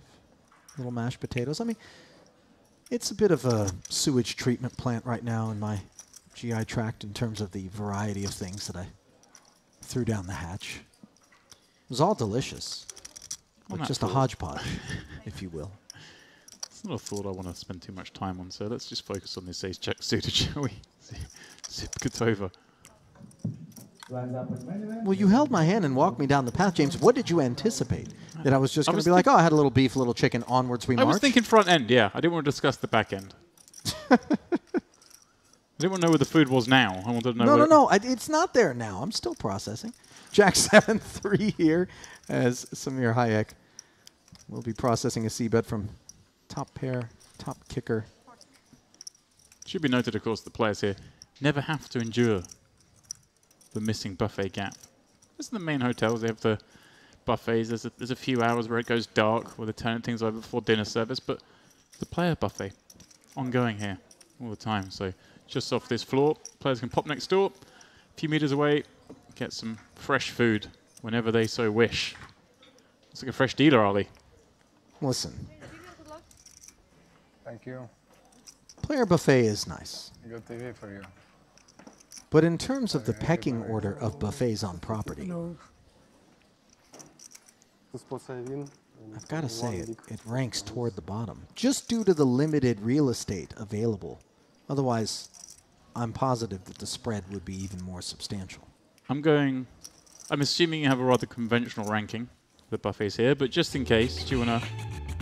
Yeah, for those that maybe are going to find their way here to Merit Poker, a glimpse at the chip counts. You see the order there, 1 through 7. That's not the important order. It's Correct. about the buffet. Merit Royal Diamond Buffet at the top, without question. Second place, I'm going to have to give the nod to the Merit Royal Buffet. I think there's no argument there. Bit of a toss-up third, fourth between Merit Premium and Merit Crystal Cove. I'm actually going to give the nod to Crystal Cove for variety. However, Merit Royal Premium is where families stay. And they do have a lovely little kids buffet area where for the juvenile Epicurean in me, a well-placed chicken nugget or some french fries, chips as you guys call them. Well, I'm sorry to say, Ollie, at the available. moment, it is currently being refurbished, so out of action. Is it really? Yeah, a lot of work going on over there. That's where I have my morning coffee, over that side of the That's property. right. You're kind of the Lewis and Clark of the Merit grounds. Really do explore. It's just our exploring the Queen Jack suited up front. Apologies, by the way. I really do enjoy a lovely tangent when the opportunity presents itself, and oftentimes when it doesn't. As the King 10 for Yuri. Right? Yeah, he enjoys ability to 3-bet whenever it presents. Suited King's kind of his cup of tea. Yeah, it just this is a bit of a picking on the big boy too. Yeah, this is, how do I say, this is going after someone here, which is he just sees they're super deep and he thinks, I want to try and win that 3.5 million. Ooh, hang on now. A couple of nines in the cutoff, and Barsegian just... Unless he was very privy to the way the dynamics here between Jazar and even then, it's like Reichenstein is 3-betting from +1 against under the gun when these guys are 90 deep. So of course, he's gone very small sizing. Sorry, I just read it because blinds went up. Jazar opened to 100. I say very small. He's gone 2.4x, but that is very small. +1 against under the gun. It's always going to elicit appeal, and I think that's what Reichenstein's saying. He's saying, look, the rest of you get out of the way. I'm going to rep strength. Stop hands like 9s coming along. Stop hands like Ace-Jack. I'm going to get all of you out and play Jazar heads up in position in a bloated pot with the betting lead. Table for 2. Ooh, the 9-high. Wow, Barsegian's going to be sick. 9-7 tray would have given him top set had he come along. The 240 a little bit too rich for a flat, and 2 9s not enough for a 4-bet against the under the gun opener and 3-better directly behind him, Jazar. First to check. Yeah, Reichenstein obviously doesn't like this board, but we're obviously playing an exploit strategy against Jazar. With that in mind, I fully expect him to just follow up here because Jazar obviously going to peel with a lot of hands that can't stand any heat on this flop, having opened under the gun. But again, not a flop Reichenstein's thrilled with. And a lot of time, well, not a lot of time, but some of the time, obviously, you're going to be betting into hands you beat, but that's okay. It's nice to take down these 500,000 chip pots, like he'll do here. This is great stuff. I'm enjoying seeing him deviate in this super deep situation. Not often we play 90 effective in a tournament. Вроде по делу. Вроде все правильно. Все правильно. We've got an import. Hello. Coming into the 2-seat there. Very long time.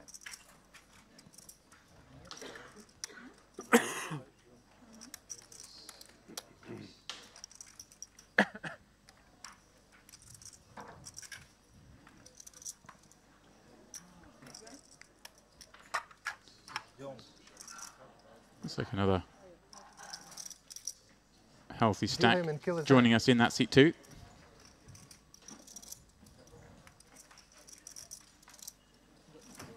talk to them. It's always a little bit awkward to be the new arrival. They want you to have this on the side. On the, yeah, like off the table. Doesn't look good on the TV, I guess. Ali, as we progress through this tournament, as the players bust out, Here they give you the fancy one. the field condenses. And these two players will have to quickly figure out what's going on over here. There has been a lot of action. Efforting, by the way, the newcomers' names.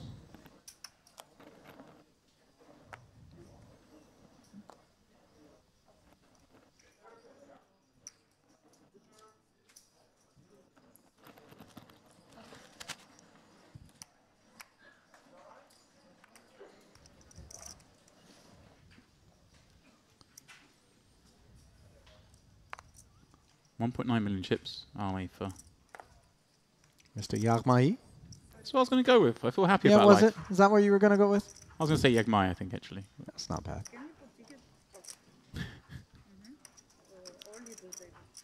Yeah.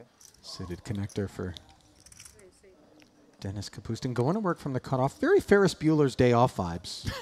That's what it is. I've been trying to work it out. It's exactly what it is. The kind of oversized glasses. It looks Dad's like jacket. a young man who's enjoyed some detention. Trikarachi? During primary school, secondary school. Am I right there, Trikarachi? Are we going with that? Trikarachi? Trecarici. Trikarichi. Ace-4 suited, either way. I'm more comfortable playing that than the name. Milbitas, verifying pronunciations. As 10-9 tray. 2 diamonds. Providing the open-ender to the pre-flop villain. Yeah, a lot of times we say these kind of boards lean a little bit down towards the big blind, but 10-9 against the cutoff range certainly throws things back to that cutoff opener.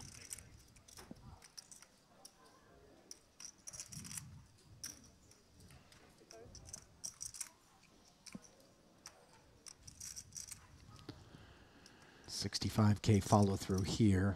Yeah, has enough to continue if he wishes, Ollie. It's always tough, like you say, coming to the table, not knowing what's been going on, but obviously ace high, backdoor hearts, connected around that 3. Gonna peel. And by the way, it goes both ways in terms of lack of familiarity, as the 7 of clubs on the turn now does give Kapustin the best hand with a pair. But Dennis doesn't know Trecarici any more than Trecarici knows him as the second check comes in.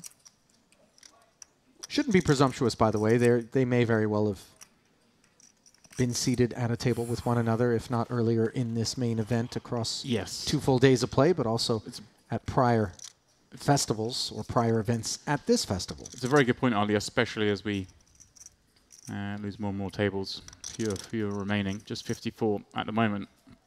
Board does pair on the river, James. Forgive me, as the 2 checks came in. I forgive you. Find out whether or not Trecarici wants to turn the ace high into a bluff. He may feel like he's got enough. As it goes check, check, and the 7-8 will be happy. Beat all the showdown. Beat all the Picasso combos. I'm always feeling like put the hearts out there when I get shown the 7-8 suited. You're a greedy man. Greed is good, James. Well, we're just throwing in 80s movie references for fun now, are we? Wall Street. Did you see the new Wall Street? Ferris Bueller and Wall Street in the same hand. Did I'm impressed. Well, I am the Gordon Gekko of this booth, let's be honest. Not a title I want to fight you for. You know, Blue Star Airlines. Yeah, there we go. I think there's something was wrong with the Markers are closed, the reading Ollie. machine. Saturday. Your, really? Yeah, I know, your I'm jacks bored. look like 9s. Yeah. Your jacks look like 9s. Did you really claim jacks off the hand? I love that. It appears that Yuri Ace king. Queens, nines. Yeah, you ace said king. ace king too. has gotten the scouting report on that ace king versus 2-9 spot. I don't know whether or not Jazar claimed that he had jacks or in let that them think particular that. pot, or Maybe Yuri's just being cheeky and going, well, surely you didn't call with nines. I think maybe someone said, oh, you must have had jacks, and he just probably didn't. Yeah. Didn't close him down on it. But I like the line. He's come up with a couple of corkers. Oh, yeah. Yeah, your jacks look a little bit like nines. I've actually forgotten what the other one was already, but it was a great line. Oh, the receipts, of course. Receipts is wonderful. I feel that's going into the That's yeah. Rolodex. 100%. You want to be shown some receipts. You and I have the luxury of seeing the hands. These gentlemen obviously got to wait half an hour.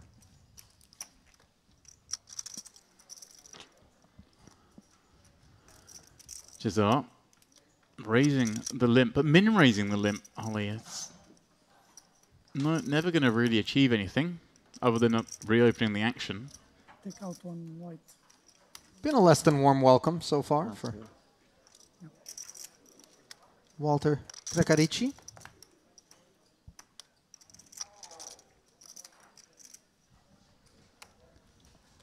Flop. All hearts. Where was this? Last hand is what Trecarici's thinking. He does have the better of the two flush draws that have materialized, but a wheel gutter and the 5 high hearts allowing Jazar to bet.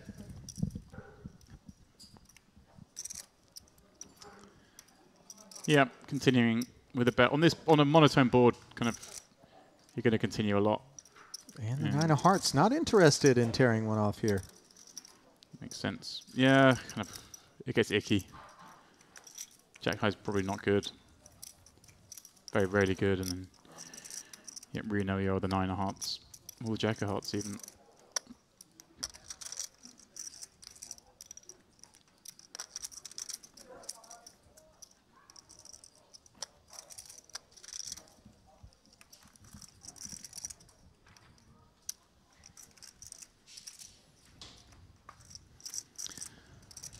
Subkotova off to a good start on her stint here on the feature. Been a little bit quieter this level. So we played 20k, 40k, but it's been prosperous nonetheless, Ollie, up to now.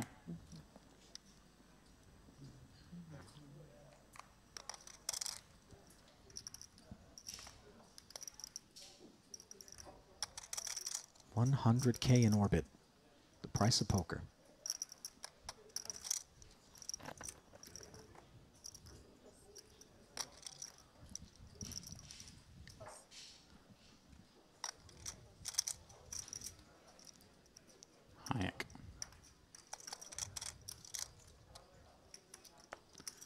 I feel like Hayek would quite like a table move. 1.1 million chips on an outer table, maybe of more use. This is no strawberry patch we've got on our hands here at the feature.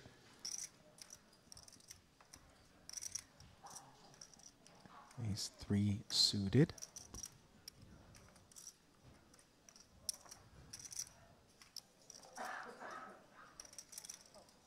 And now?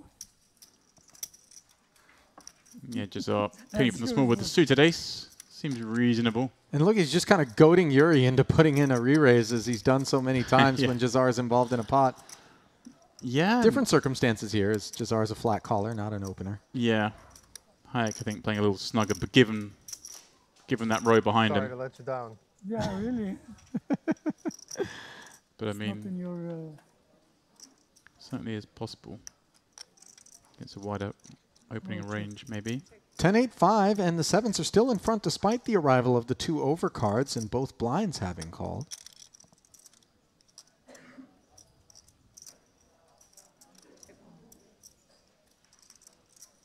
Round of checks, and now the 9. Binks Yuri for the best hand, but does deliver the bad end of an open-ender. Was it the 9 of hearts, Ollie? Was it the flush draw for Jazar? Stand by. It is indeed. Had forgotten that element of the pot as Jazar comes out swinging. 75K.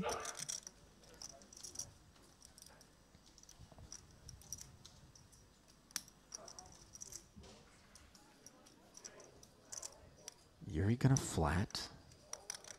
Now for Samir, it's uncomfortable because there are the 3 over cards, and if we do hit, we don't want to hit in the form of a jack. Yeah. This is a horrible spot with the 2 flush draws on board as well. 7's not going to be a good card for him either, as 2 different straights. You're looking for the would be offsuit possible. 6. Yeah. 2-tone board too. Wow, nevertheless, he's going to make the investment. The only caveat with that, Ali, is we've been watching Desire and Reichenstein kind of get out of line a lot. And he thinks maybe the price is right. Desire pairs his 3 on the river here, but does not find the heart or the ace that he would have needed to make the best hand.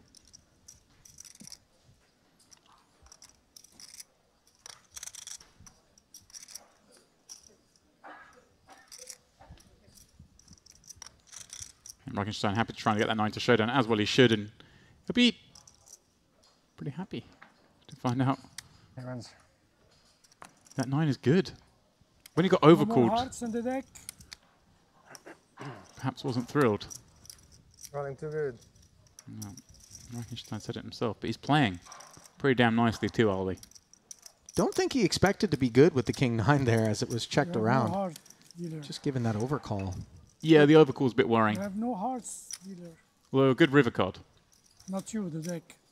All the draws missing.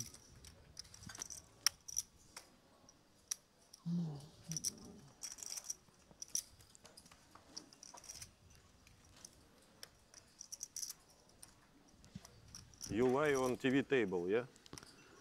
I forgot. Fucking unbelievable. I forgot. How I trust you before. Unbelievable. I think Gromov got the memo about his 2 queens.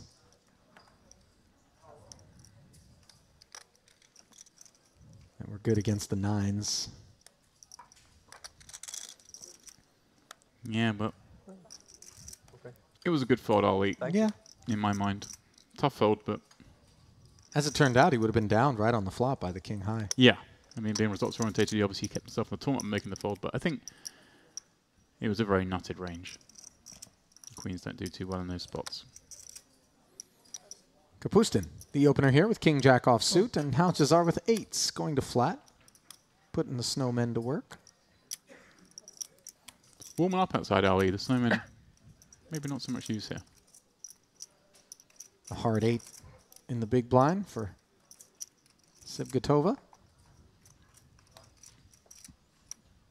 You and I took a stroll through the Crystal Cove Casino yesterday en route to a rare meal at one of the a la carte restaurants on property. Walked by a craps table. Was surprised to see it. Yeah, I saw your tail wagging. You know what? I like to play my dice in back alleys. James. Cash in hand.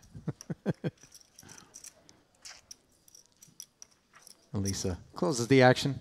Comes along, doing some set mining here. 300K in the middle. 3-way affair. Ace, King, 3 as Kapustin. Ends up with the best hand, second pair. King of clubs hard at work.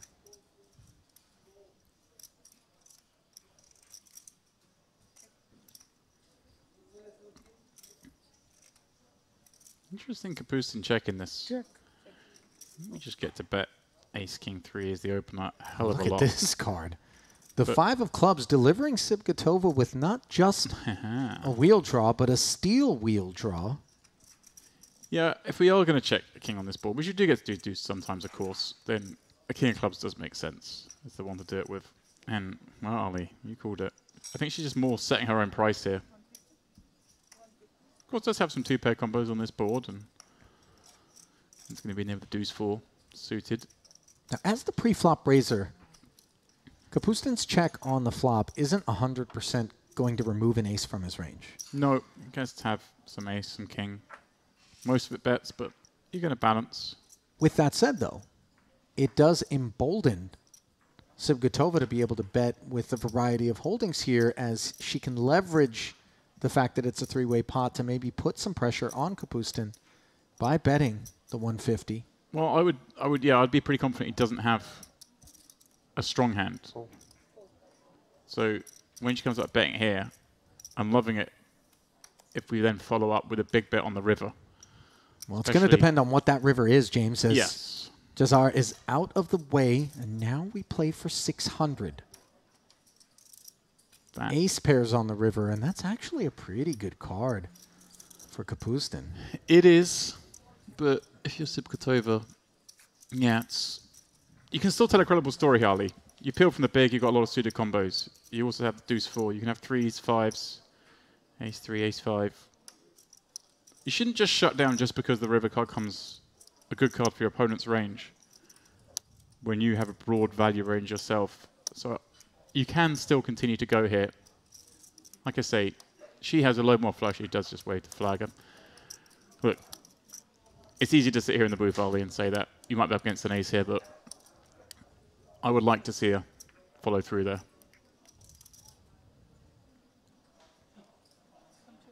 Check back. She doesn't want to show. She knows she can't be good when he checks back. I do appreciate, by the way, that Dennis waited because he is entitled, 100%, as the man checking back, and Elisa Sigbatova being the last person to deliver action to the pot, to getting a look at her holding, and there's information to be gleaned for free. I don't blame her for trying. Just sort of being like, yeah, no, go I ahead. don't want to show like you win, kind of.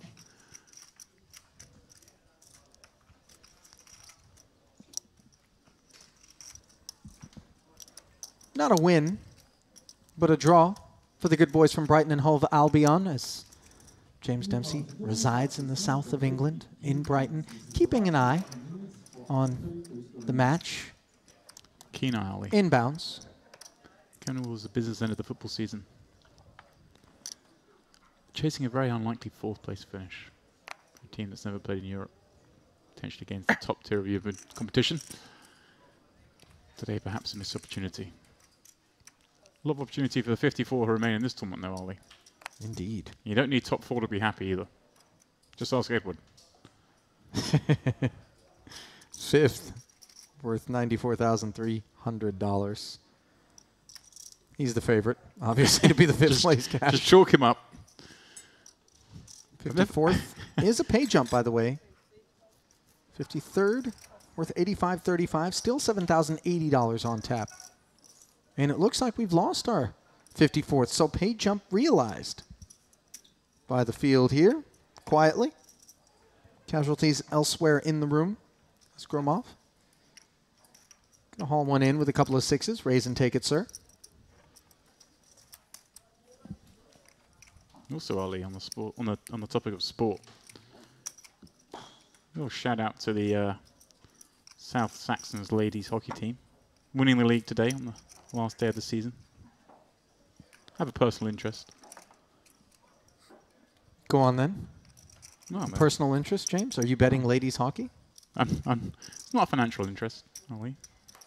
Oh, you truly meant a personal interest. Yep. Oh. Shout out to the ladies coming back, having to win the last game of the season and have the team that was in first lose. And that's exactly what occurred. Surprise win. Promotion, aren't we? You've got your tentacles involved in all sorts of sport. I do. Dempsey.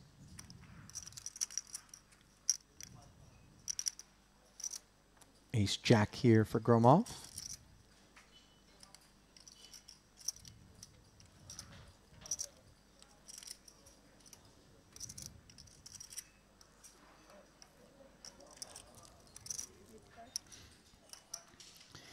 $85,000 the bet.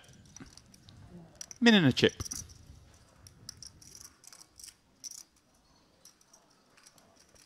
When you know it, a suited king for Yuri Reichenstein. I mean, really, it's been the hand du jour for him.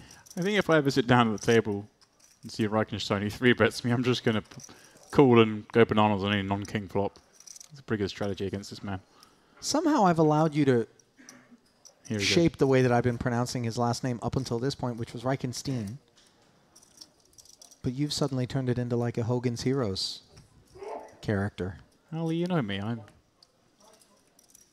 You see nothing? mispronouncing. Mispronouncing. It's almost like your trademark. Yeah. I would hate to see you suddenly start correctly pronouncing things. It would be strange. Well, we both know you're the cunning linguist in the booth. Oh, cute. 3 bets to 225,000, almost predictably. No surprise here at this point.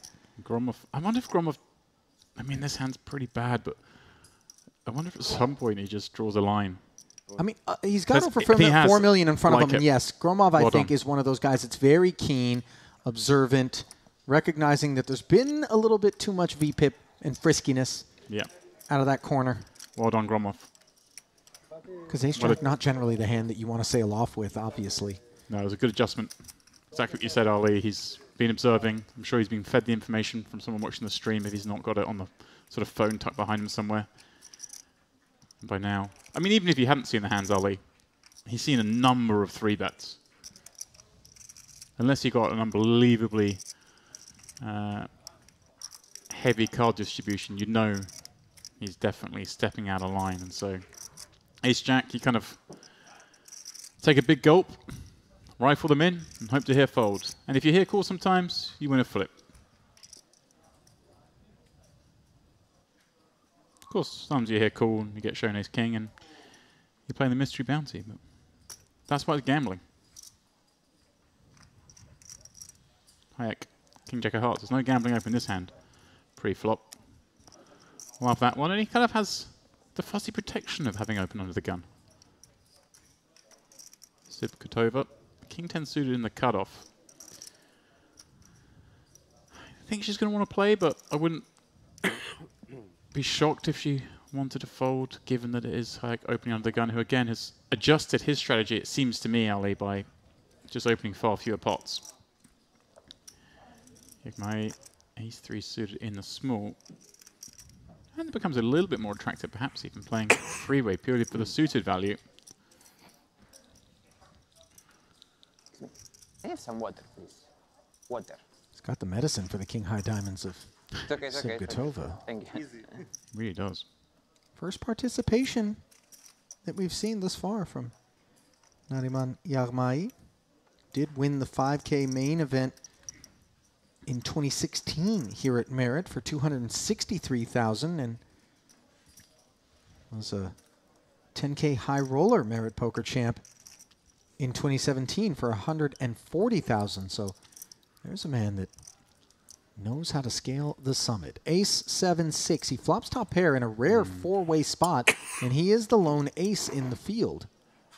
Yeah, kind of an anticlimactic spot here. Hayek doesn't really get to bet. I mean, you can try and force the issue with the backdoor hearts. Round of checks, and that allows Kapustin to develop the lone club draw. 7 does pair. This is a spot where Yagmai could bet holding the ace, kind of more for protection than anything. He gets to have some flushes himself calling from the small, so it's not like people can go bananas against him, but does elect to check. Kapustin, of course, also holding a lot of flushes and also holding plenty of 7x, more than anyone else, having peeled from the big blind. He may well decide to go betting here, but again, those ace-high boards in a 4-way pot when you've got the button peeling, or the cutoff peeling, I should say, and the small blind peeling, a little precarious. If he had the queen of clubs, Ali, maybe we bet. 9 of clubs, far less likely to be good if it hits that you don't really want to put chips in.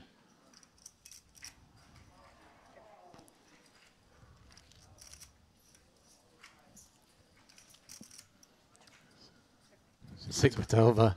2 rounds of checks in front of her, but avoids any sort of temptation with just king high, which she might think has a touch of showdown value, but doubtful as played, I would imagine. Now, I suggested 8 roll off. Suggested this man may bet turn. I'd like to see him check river now, because there are some bluffs that come in. No need to protect, of course. We are on the last card, and when he does check, it is Kapustin who's kind of got a spot where he may want to bluff. Like I say, he can still have flushes. He can still even have a 7 that checks turn. Could have been trapping. And also, Ali, we know he's a man who's been a little bit too frequent in the aggressive actions. And here we go. He can't bear to see a pot go to waste, Ali. So nice play by Yagmai to allow this scenario to occur. It's just hard for Yagmi betting from the small. Like I say, he does have flushes as well to get paid off when he's got an ace. So it does play best as a catcher. Oh, okay, we've gone big. I like the sizing if we are going to bluff here. Off the strength of that 9 of clubs blocker, the 325K bet from the big blind, no less, which was able to take a price and have much broader in terms of range a holding than Yagmai would really want to be making this call against. Yeah, I like this because you're saying you've got a 7 or a flush. Or Could be some straights in there. Or a straight swap. Yeah, 9, 10, 4, 5. The goal here is to just make it really hard for the 2-pair hands. Because we are going to have these bluffs like this. And this is a nice combo, like you say, Ali, with a 9 blocking 9, 10, of course, and a club. A smaller bet, Yagmai would have called pretty quickly. But you know, between the lines of saying, I've got a big hand, is also, I've got a hand that doesn't want to get called. Polarity. Yes. And that's on the mind here of Nariman Yagmai. Yeah, he's not worried about his kicker with the 3. He knows he's not up against an ace to this sizing. Pure bluff catching. Yeah. If it'd been a smaller sizing, he may be worried about a hand like ace 10 going for value against him. This is never ace 10. This is only made hands, bluffs. And Yagmai isn't as privy, Ali, as we are to the action that's been going on here. Right, a new arrival. Although, you look down, you see a guy's got 3.5 million chips, and he probably didn't get them by folding. Yagmai having to sweat this one out. Yeah, I think Yagmai has one of the strongest hands he's going to have here. Having called pre, checked it through. I mean, okay, in an ideal world, we'll have the 9 of clubs in our hand ourselves, like the ace 9, 9 of clubs. That'd be a really nice hand to call with, as opposed to ace 3 red. But the opponents both showed weakness. The other 2 opponents both showed weakness. It's reasonable to think Kapustin's having a go here. Flip a coin, Ali, to Yagmai.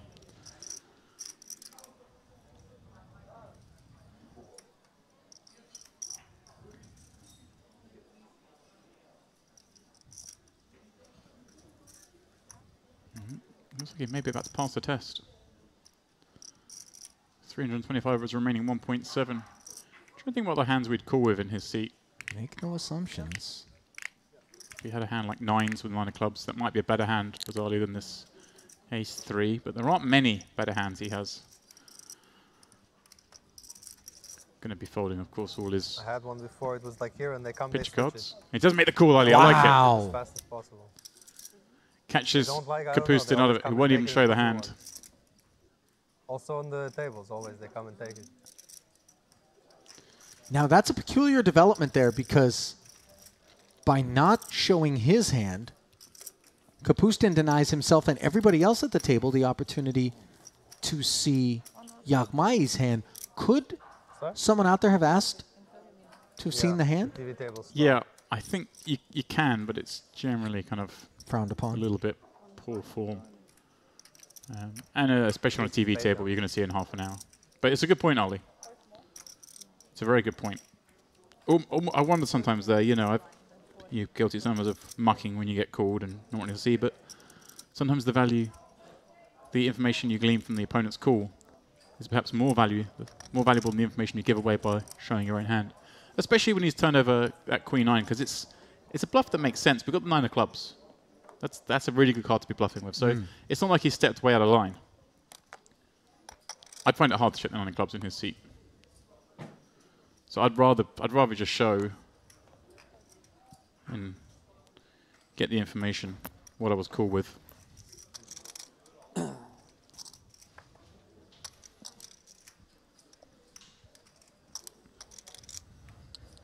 Here is the 5th.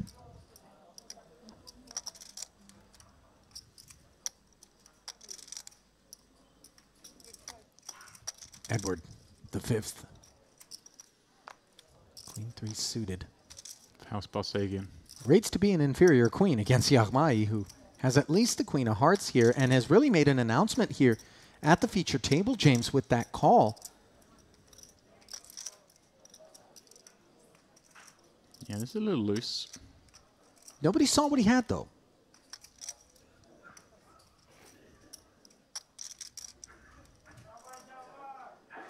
Puts Puts it into the muck.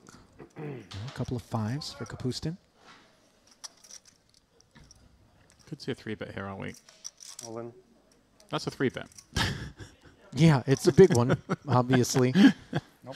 I was going to suggest it had to be like a reasonable sizing to dissuade peels, but no one's peeling that one. No, and obviously the fact that Hayek has 765 behind him and Barsegian with just 1.4 very much. We say just 1.4, but it's 40 bigs. Yeah, no. It's a good chunk.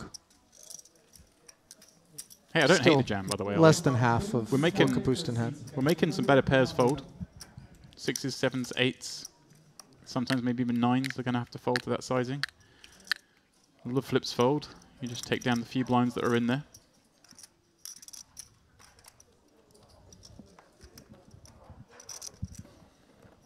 And maybe going for the fake steam effect. Yeah, I've seen people do that before. It's like may also be the authentic steam effect. One never knows. I feel like no one ever does the authentic steam effect. It's everyone always trying to pretend it is. But I reckon this is the rebluff. Kapustin's trying to make him think. And everyone's going to be like, oh, I know what this guy's doing. He's faking me. He's got queens. He's just trying to get me to call off light, and then ends up overfolding. Have I been in here too long, Ollie? Am I going too deep? No. The answer is no. Down my little rabbit hole. I thought the same thing you did. You know our minds are both warped. Yeah, I'm a little bit concerned about how close they're getting, aren't we? You and me. Yeah, with the...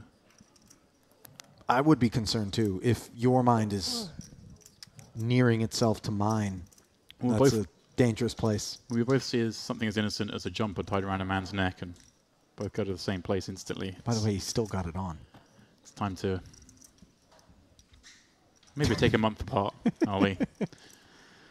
See you in May. Careful what you wish for. King Jack in the small blind. Certainly something you won't be averse to, as Hayek decides to rip it in here against Gromov. Yeah, Ace 3. Yeah, I mean, Ace 3 doesn't get the call for 20, I don't think, but... Sub 20. All Oh, right, no, you're right. With 19, the small Ollie. blind. Okay. It is a bit but rich. I'm curious. I mean, this Hayek's King Jack plays really nice as a limp and then cool raises. You 300, can 500, 700. even limp jam if you wish. 750, 65. And you can limp and see the big blind check behind and play an unraised pot with a very nice hand that when it flops a pair is very likely to be the toppest of pairs available.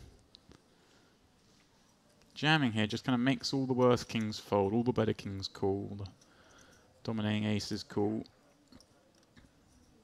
The only benefit of it, Ollie, is maybe you get hands like this to fold.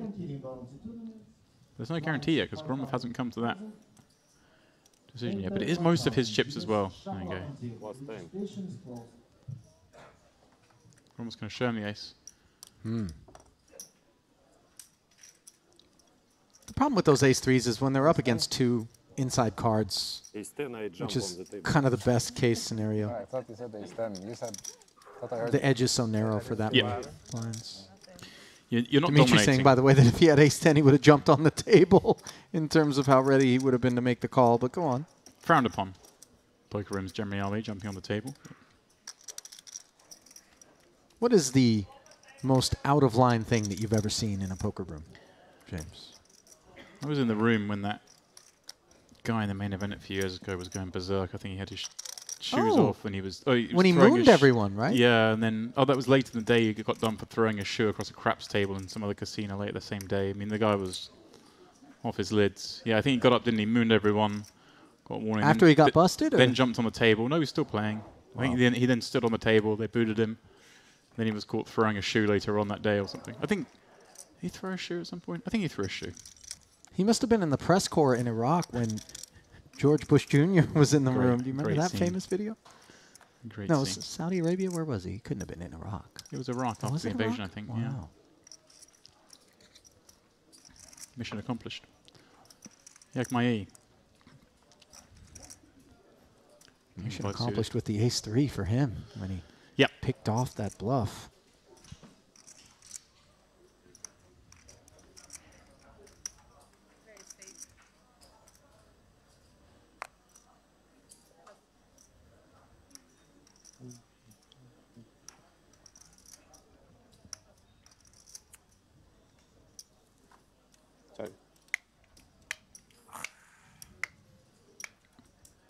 Raise and take it. Raise and take. Shout out to everyone on YouTube. If you have a moment, please do. That's the great favor of a little like and even perhaps subscribe. Then you'll know every moment we come online, which for this series is only today and tomorrow. We're nearly there. Flown by here. Makes me sad. It really does. I'm going to have to cook my own food. No dessert platter waiting for me. You'd better really stock up. Better have a really serious buffet session before you go home and starve. I got some room in the luggage. You know you can't take those pastries to go. I think I was going for the pastries. Little beef bourguignon. Just see how that fillet travels. Ace King. Maybe the smoked duck. As Barsagian opens to just a click north of the minimum. Yeah, you and Dara, or David, there I go again. Well, I think Dara really enjoyed it as well. We're super keen on that smoked duck the other day. It was a delight. I know it wasn't necessarily to your fancy, but it was I a had treat. other ideas. I think Maroon Jazar with the Queen Jack offsuit from the big blind. I think David got through an entire duck. Yeah, there was. It just kept appearing. We said it can't be us. I David was think like, no, I did. I 4 ordered another one. portions, no less. A complete mallard.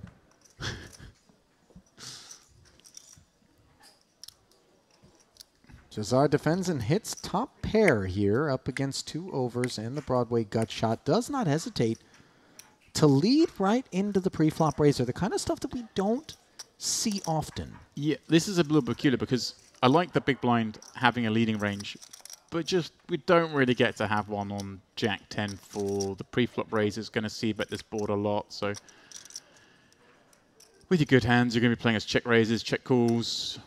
Therefore, with your weaker hands, you should do the same, but let's see how this one progresses because he has led, and Barsagian is now going to have to play a hand from outside the game tree, really, the non-standard stuff. This is where poker's way more fun. 150.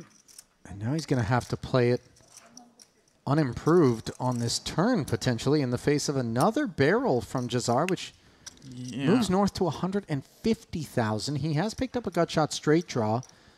Yeah, it's kind of a small bet now, Ali, on this board texture when you've been called. You really need to go a bit bigger. You want to knock out hands like this, King, Queen. There's also some 10x that you want to put pressure on. I get where he's going from, because if he gets too much bigger, he can only get called by better jacks, because any jack's a better jack, really. Opening from +2. So he's kind of gone for a blended spot, I suppose. It's nice having the jack of spades. Ace on the river. Barsagian makes the call and smacks the ace of hearts on the end. And look, just a face-up sort of expression on Jazar's face as he checks it. And is Barsagian going to look for value and assign some authenticity to that reaction? The answer is no. Plays it safe. Checks back, and he will show Jazar the ace-king. Protecting his remaining chips early. I think he's perhaps not sure how Jazar plays. Perhaps putting Jazar mostly on bluffs when he bets twice and gives up, so thinks there's no value in betting. But I think maybe a mistake. If he'd been at this table for longer, I think he would have found the bet. But you could never really fault someone for taking the more conservative spot. When there's 800k in there, he's got 1.1 back. I think it's a lower frequency is getting called. Well, I'll tell you what, having observed Barsagian across multiple festivals now, I'm kind of seeing the way he just keeps it very tidy, lower variance sort of spots for the most part, to great success. There's no reason to expect him to be deviating from that. Yeah, in spots like that. That's too conservative for me, this particular one, Ali, but I'm completely understanding of the reasons of why he's done it. And hey, he keeps getting 5th, so it's working. I've got to stop teasing him, but I feel like it's a good tease. The man keeps getting 5th.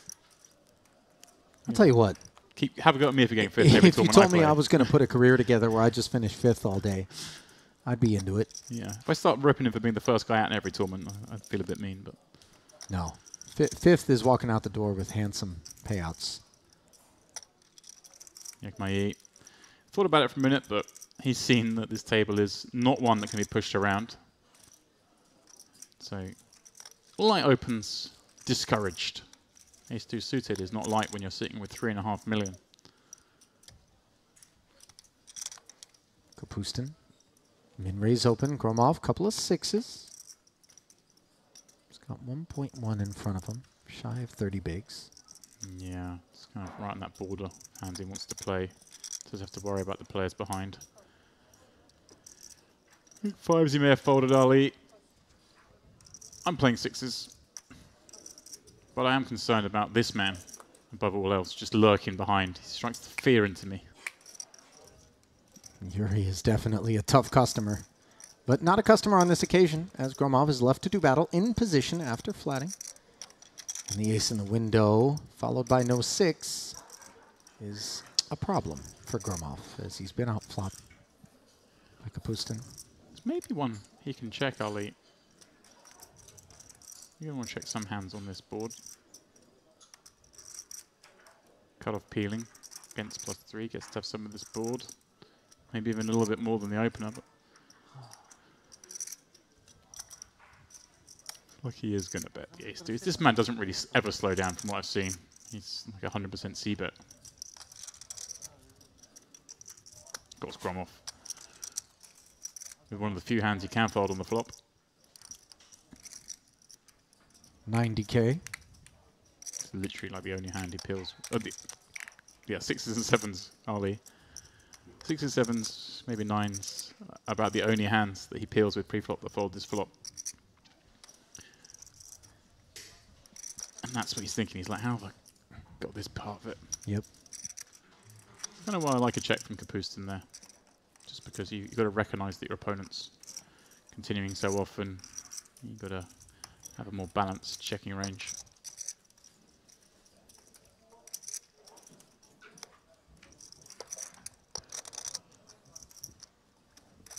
Merit Poker, Carmen Series main event. They're getting close to buffet time, aren't they? And after the buffet.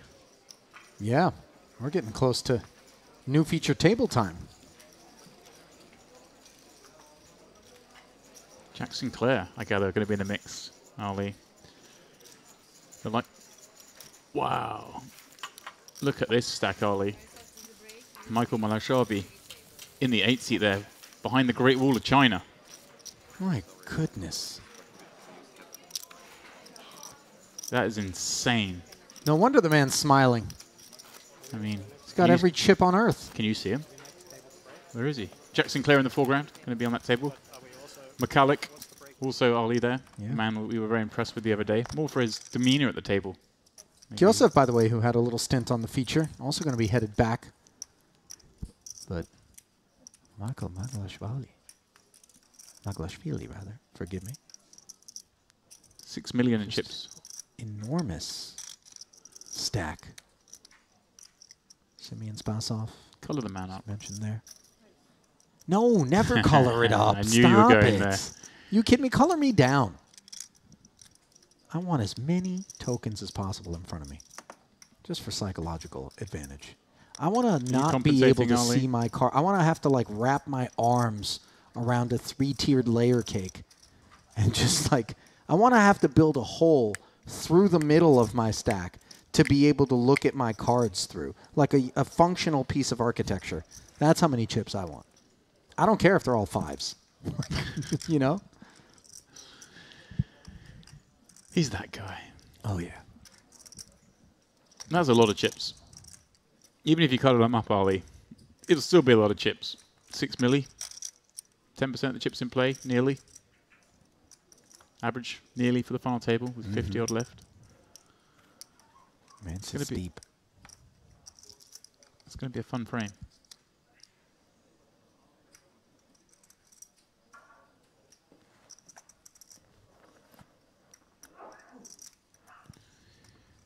My deuces, not going to be a hand. I I think we want to be playing from under the gun. Not a lot of upside on this table.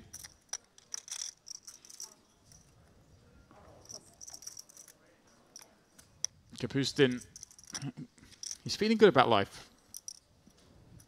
And he's feeling good about 10-8 suited as he continues to be on the more active side. Been a kind of a trade-off between he and Yuri for most active, I would say.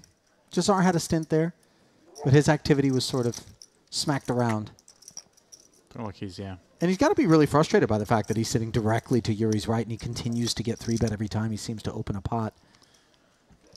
Yeah. You can kind of sense just based on the chatter, even mid-hand, that he's not enjoying the experience.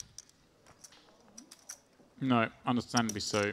And it definitely seems like he's gone sort of back behind the sofa. It's a bit too scary out there. Back behind the sofa. That's a new one. So you've got the across the pond flavor. Couch. Is that better? No, it's just even that. Settee.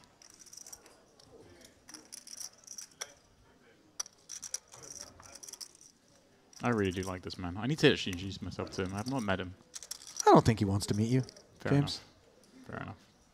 I don't think your resume reads as brightly as his does. Certainly not in the last decade. Yeah, let's see who was ahead 10 years ago, Barsagan. You want to go?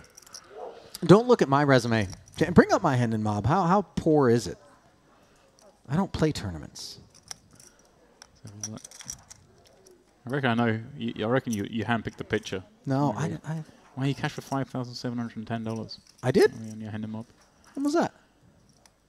4 different caches. Oh no, three of them with you not cashing in TV tournaments. You had that was a 6 max. a 48th finish in the 2005 2.5K no limit hold'em event. Was that different on Inajad, do you think? Look at me. Wonder how many runners there were in that event. There were 279. Oh, it was a rebuy event. Wow. No, I didn't rebuy. I remember I had 2 jacks. Got showered.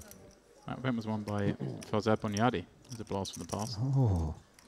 He and I had some real battles online, and a battle could be brewing here between Nariman Yaghmai 2.5 and this. 2.6 total. Maroon Jazar. And a strong hand. I have 2 cards. And all depends on the flop. Strong hand means nothing. I'll tell you what. Talked him into the peel, I think. You know, I don't think Yaghmai was necessarily going to muck, but I do feel as though Jazar could be tipping his hand toward being unpaired. And if it is unpaired, this ace-queen rates to be very good against it. Yeah, I mean, I don't know if Yaghmai was going to 3-bet, but I think the chat certainly lent him more towards just peeling and now facing 200 into 260 on a 6-4-3 board. It's beefy. Yeah, I mean, a board that obviously Yaghmai gets to have a little bit more of, peeling from the big, but it's very hard to call no pair, no draw out of position for this sizing. Sometimes you just got to swallow a loss. Occasionally they're kicking sand in your face, but in this case we can see, of course, Jazar has found a piece. And Yaghmai going to respect that sizing as show the 6. No? a 6 is brandished. On his poker alley. Yeah, but I'm not a fan of it in terms of it serving Maroon Jazar's interests as showing an ace-6 suited like that. I told you, not very strong. Depends on the flop. Yeah, I mean, I think everyone knows he's raising ace-6 suited. I said no strong hands. It depends on the flop. But you're right. The chat before the flop kind of leaning towards that it's a bit more of a speculative hand.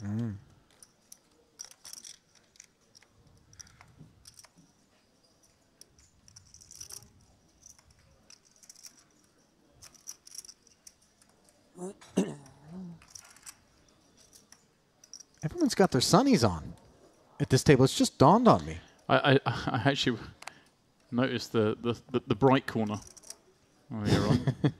Maybe we can pull a curtain closed. Samay Hayek up front. Ace-queen suited. 4 more minutes. 4 minutes till buffet, aren't we? Jazar can't wait. I'm with him. Might be worth missing a hand to get up there for first dibs. Yeah, there's enough up there. You're not wrong. Although, Ollie, I was quite curious to see a little queue forming the other night for the... What was that dish? The sweet and sour chicken? Yeah. They were lining up. Bit of a larger gentleman in the queue, by the way, was of some concern as to whether or not we were going to have any left once the reinforcements arrived. But yeah, I have a little bit too much self-pride to be standing up waiting for the chicken to be dished out. But at the same time, I thought it may be the smart play. Well, Sivgatova deems a flat from the cutoff the smart play with the 10-9 suited.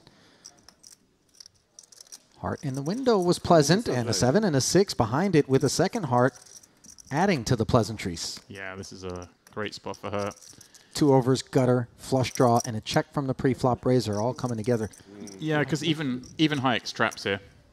If she has to get it in against them, then so be it. She's flipping against aces. Gets to have some of the overpairs herself, gets to have some other sets. And gets to have a bigger stack than Hayek, just in case of disaster. Yeah. Never at risk of a bust. 65k, 1.5 blinds. He's going to stick around with that best of the unpaired hands, or second best. No club on board and no improvement for Sivgatova, as the ace-queen's not going to mind that. No, but 7 of diamonds. Let's see, though, if the second barrel... I think it will. I think it should. You know, her opponent doesn't really get to have a 7. She can have some 7s, but mostly she can have the 8s, the 9s. She can just go hard against these kind of hands. And also, his overpairs aren't check raising. They're still just going to check call, so she kind of realizes equity anyway. I like it. She did bet, and Hayek just has to give up for the second time of asking. После обеда. После обеда.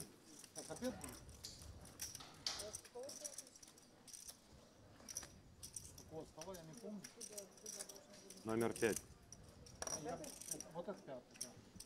Nice pickup there for Sivgatova, who's been impressive during her tenure here. I think not just that she's been impressive with the hand she's played, Ollie, but it seems like we saw her just peel with the king jack from the small. I think she's making a very conscious decision that, or observation, this is a tough table, and she's going to pick her battles. But every time she's played a hand, well, I was about to say every time she's played a hand, she played it in my mind flawlessly, but that might be a bad thing for her. If we're on the same page. Cat's out of the bag. She does have 62,000 in career tournament earnings, James. Results dating back to April of 2019. You don't want to play hands like me, Ollie. You end up in the box, out the back. Best live cash of 26,000. Wow. That surprises me because she's got great presence on that table, Ollie, and doesn't look out of place at all. So I'm very surprised to hear that she doesn't have a lot more experience in the live felt than that. Maybe cash games? It's possible.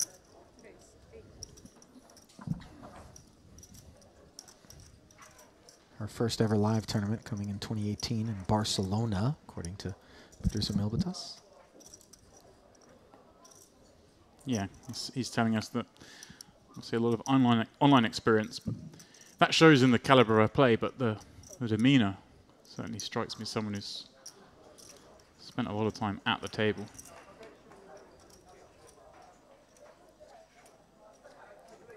Couple of sixes squaring off. Button versus big blind. Neither connecting with this board whatsoever as the action's checked over to the pre-flop villain, Yakmai.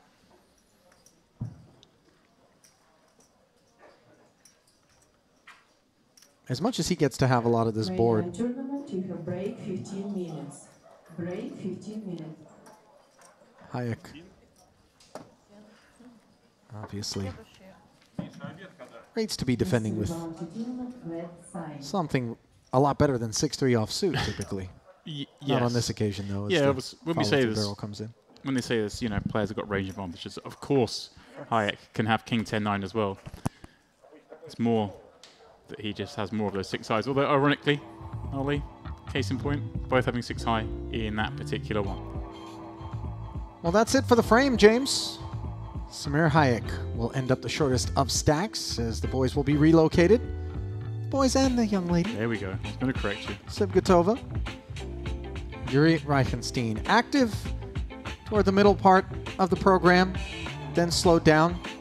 A dearth of suited kings, perhaps responsible for that. Kapustin, though, moving up to 72 bigs, 3.6, and those bigs, of course, will be going up not long from now, as we will step aside shortly. Ali Najad, James Dempsey, back in the booth. Obviously, we were dressed by the same person this morning, James, as I look at our monitor and realize, truly, it's not just our minds that are headed in the same direction, but perhaps our wardrobes as well. Are you going to fire your stylist, are we?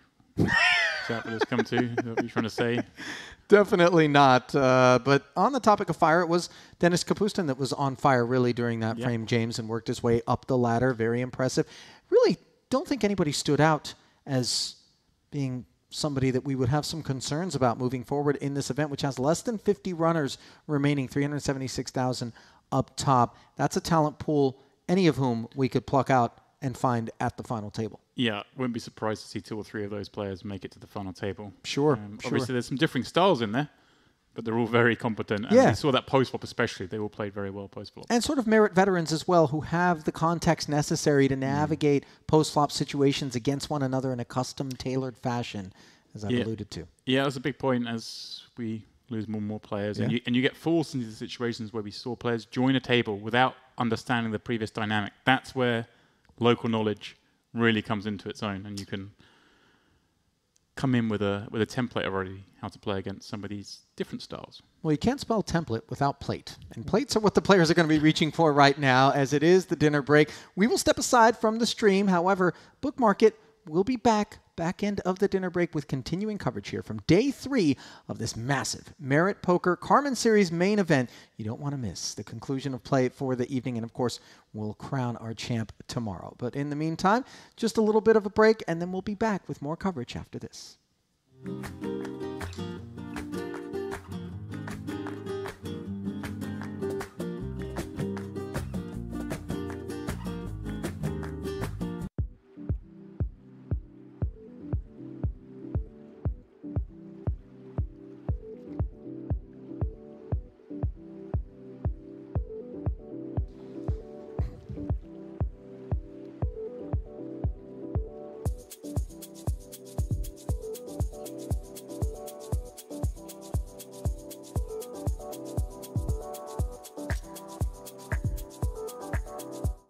So this is a situation where we do get to have non-all-in 4 bets that aren't super small. So I'd like to see him take it up to sort of 400K. Dennis Kapustin, big moment for him being in the money in this main. Results on Hendon dating back just to September of 2021. Did join us for the Western Series main event where he finished 34th. Also played a little bomb pot Omaha. But his best live cash, 11,500. Pivotal moment for him here as he looks to better that figure off of 2 million. Sibgatova not enjoying this protracted inquisition decision by Kopstein. Sigbatova's jacks obviously very good. Love to play the pot against Reichstein, but you do not want to get called full bet when you've got 2 jacks. No. Just so often you're up against a hand like this or the bigger pair. It looks like he is. They go for a size in the 400s. Taking him time counting it out. Yeah, Sigbatova's not enjoying watching this moment, and it's going to be very hard for her to continue because, well, I say that, Ali. There are a lot of chips on this table. A lot's obviously been going on. We don't know what. Wow, he's gone really small. Yeah, he sure has. A 4-bet to 300,000. The type of bet that would seek to retain Sibgatova 100% of the time. Yeah, I mean, he's gone for the absolute minimum. Sibgatova put the 60 up to 180, so the 120K raise. Kapustin needs to put it up to 300,000. Now, the math does not allow her to fold. No, this is just... But she's got 1.1 back, and what is she going to make of this sort of ginger... Well, that's the thing. The 4-bet range is still super tight, and when someone 4-bets this size, you don't really think they're light. This isn't going to be the ace-5 suited part of the range, Ali. No. So you are thinking it's a range of... Well, it's weird. I'm not expecting anyone to 4-bet this size. That's the problem. I don't think she was either. But then you're thinking, do they do this with ace-king? Probably not. You start thinking, is this just the nutted part, the kings, the aces? So she's almost set money with 2 jacks. Sees a 10-6-3 flop. It's a good flop for her. In any normal circumstance, this is not a normal circumstance. This is a very peculiar position to be in. Yeah, she's really going to be super passive, I would imagine, from this point forward in the hand. And by the way, these jacks don't get to see showdown if they face 3 barrels. Yeah, if I Copperstein here, I mean, you just got to go for this now. You've almost with that sizing kind of repped exclusively aces. I mean, it sounds silly. We are not privy to what's happened for the first few hours. Like I said, there's a lot of chips in this table. They've obviously been butting heads. We've already seen a cold 4-bet with the previous hand. Multiple 3-bets already. This cold 4-bet. Copperstein betting 1.25. I kind of like the small sizing because Sigbatova obviously 3-bet, peeled them in 4-bet. She's going to do that with a lot of hands that just can't continue on 10-6-3. It's not just pocket pairs early. It's not just a strong hand. She's going to have, you know, the ace-jacks of the world, the king-queens of the world. All those kind of hands struggle against the bet on this flop. So we don't have to go big. And he has gone small. Sigbatova, I don't really think can do anything but call. Again, I'm going to caveat everything Ali with unaware of recent dynamics. We'll get more aware, of course, as this frame progresses. So, Sigbatova flats is another $250,000, slides into the middle, almost $1 million total in the pot. And what sweet relief this turn card is. Wow. All the discomfort melts away for Sigbatova, who is now praying that she was up against queens through aces. Yeah, bizarrely, obviously a hand that Copperstein improves on, given that it gives him a gut shot. The worst card in the deck for him, though, in reality, Sigbatova with those 2 jacks. But it is one that he has to be slightly concerned about because jacks do play this way with the flop bet. We kind of, yeah, I can't believe he's managed to find the check back early. I mean, I can because of everything I was about to say, but incredible stuff. Because it was so tempting to carry on. So tempting to go after the 9s, the 8s maybe that were still in there. I don't know if they necessarily 3-bet pre-flop. That was what I was going to come round to. It's more likely to be the jacks part of the range. But there's also going to be some 10x that we could just blast off with ace-king. Because now the value comes in from Sigbatova, 375. The ace-king promptly finds the muck. So avoiding further losses is Denis Kapustin. Bizarre hand. Oh. That 4-bet from Reichenstein showing a lot of strength. Of course, there are going to be some nonsense in there. We know he's a very capable opponent. He's the sort of guy that will occasionally mix in some of those suited aces, the ace-5s of the world. But we're not expecting to see jacks or 10s here. And we're not expecting... Well, actually, we may see ace-queen. Ace-queen's a really nice hand to 4-bet forward. But obviously, holding 2 queens early, we know that part of the range is far less likely to be in there. Yeah, he blocks that ace-queen stuff right now. And so the ace-king lurks. Yeah, again, we don't know what's been going on before we came here. But there are a lot of chips in this table, and I imagine there's been a lot of butting heads. So there are scenarios where this could potentially become a really, really nitty fold. I don't think that's what's going to happen here. Just because these players are clearly being thrown punches at each other. Such a delicate phase of the tournament, though, as you're looking to survive and work your way into those bigger payouts. One little mistake, wow, he does fold it. All come unraveled. He does fold it. You did have a hunch.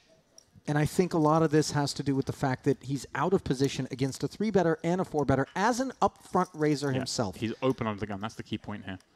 Jazar, again, I don't know what his 3-bet frequency is. The fact he's 3-betting 9s tells me he's probably 3-betting too many. But he's 3-betting Ali for value. I don't know how many times he's turned up 3-betting as bluffs. So he's right in the 3-bet is value. And he's therefore right that the 4-bet is also value. And queens just shrink against that range. As absurd as it seems, there are moments where hands like that do find the muck and do so understandably. Wow. Jazar However, Jazar, a larger investment with the 175 out there, going to roll the dice for 250 more. And note that Yuri's 4-bet has rid him of the guy that had him in jail, the 2 queens. Well, I mean, the difference is... King, 3, deuce, and this is a fairly dry board. Jazar going to check it over. Certainly not lost on him, James, is the prospect of an ace-king lurking. Yeah, but I mean, this is just a board that Reichenstein. Well, I say Reichenstein has to follow up. Obviously, his 3-bets ace-king. His 4-bets, right, ace-king. Occasionally, maybe he's gone bananas with king-queen off. There's like a bluff. King-queen suited as a bluff. He also has kings and aces. So you just feel like he bets here. And Jazar's going to have, I don't think we expect him to have 9s too often, but certainly he's going to have jacks and queens himself. Little to little out. And so it does go for the Slowly, small slowly sizing. wants to take my chips. Jazar's not wrong. And look at Maroon just chatting away throughout this hand as the downsized 100K c-bet brings the pot to almost 1.2. Turn card puts a 3rd spade on board, and now Yuri picks up the nut flush draw. Oh yeah, a lock on the hand.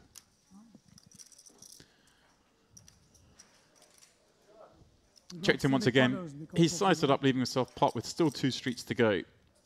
Only behind here, Ali, against the traps. Maybe. Oh, no, I was going to say this. If I'm trying to find a hand he could possibly be losing to, it's like king, queen of spades. But I mean, that's so out of line as played.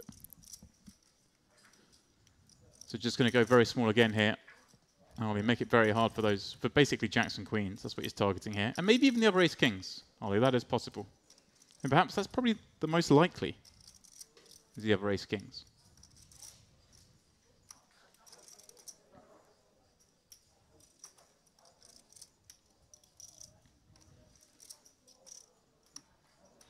Yeah, is sizing out. Again, about quarter pot. No need to go any bigger. Really, really hard pitches are. Jacks and queens with a spade will obviously, I think, be very tempted, but red 9s surely now must find the mark. Has to be said, perhaps a little bit late. And he does. I don't blame him for peeling the 100K after on tour. It cuts a couple of ways. On one level, maybe you get a lot of people who aren't playing as optimally against you because of presumptions that maybe, oh, you're just a girl, and how much could you know about poker, and that sort of misogynistic absurdity. Yeah, it's... But conversely, sometimes you'll get people that really are sort of gunning for you. Yeah, almost. It's bizarre. Just, you know, anytime... You just stand out of the table more. It's not how it should be. Our game has no physiological edge. Right. But you do just stand out by virtue of being women. So people pay attention to you more almost when you play the hands. And then there is also different cultures, different people, different upbringings will treat women in a different way. And it does create a completely different dynamic. Obviously, everybody's entitled to play their hands the way that they want, but definitely incumbent upon us all to respect one another, regardless of race, color, creed, any sort of beliefs. That's part of the beauty of poker, is it brings us all together. Wow, a mutual love of the game. And on the topic of love, Yuri loves hearing the term all in when he has opened with the aces, as Joalsa picks an awful time to take the solver bait with the ace-3 suited. Yeah, he's looking for love, Ollie. He's looking for a lot of heart. Yeah, he is. It's about the only way he can get out of this coup. 10-9 for ugliness, and you can understand why the wires are coming off of Joalsa. Appointment on him. Just north of 20 bigs. Just ran into it there. A viable option. It's not. Can't keep people hostage.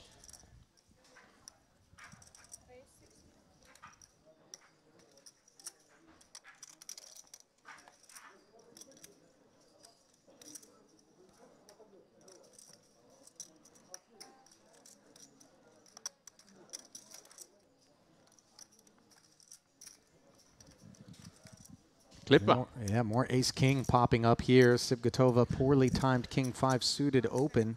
Yeah, this from fairly early position, by the way, off of this north of 2 million chip stack. Respect. She's getting after it. It's in vogue, Ali. The suited king kings? X's. Yeah. Wow, this table is just delivering some hands. This is the man that I feel missized before. He's been dealt into almost exactly the same scenario, although this time the 4-bet value of your hand with queens is different to ace-king. Ace-king, you're trying to elicit a lot of folds. Queens, you're trying to think, how do I get worse hands to call? The ace-king blocks aces and kings. The queens doesn't. different situations, but a similar hand strength. Let's see how he approaches it this time. Last time was a click. 50 blinds deep here. Although Clipper, the shorter stack, so we're actually only playing around 35.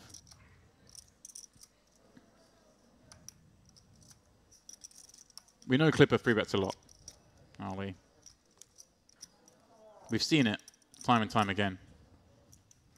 And this time, not the bigger sizing, but certainly bigger in relation to the open. And again, it does make a little bit more sense to go smaller against Clipper, because he only has just over $1 million to start the hand. So the 4-bet to 325,000 again. Yeah, this is on the lighter side. It is, but like I say, it makes a bit more sense. Clipper's less incentivized to peel, and he does move all in. And this snap call from Dennis as Clippers off to the races here. The most classic of all no-limit hold'em confrontations. Yeah, huge pot. Yeah, and you see the exhale there. 5-bet jam for Kapustin. As indeed, the 5-bet jam is snap called. 2.3 million chip pot to the flop. Jack high, safe for the 2 queens, which have a spade at work as well.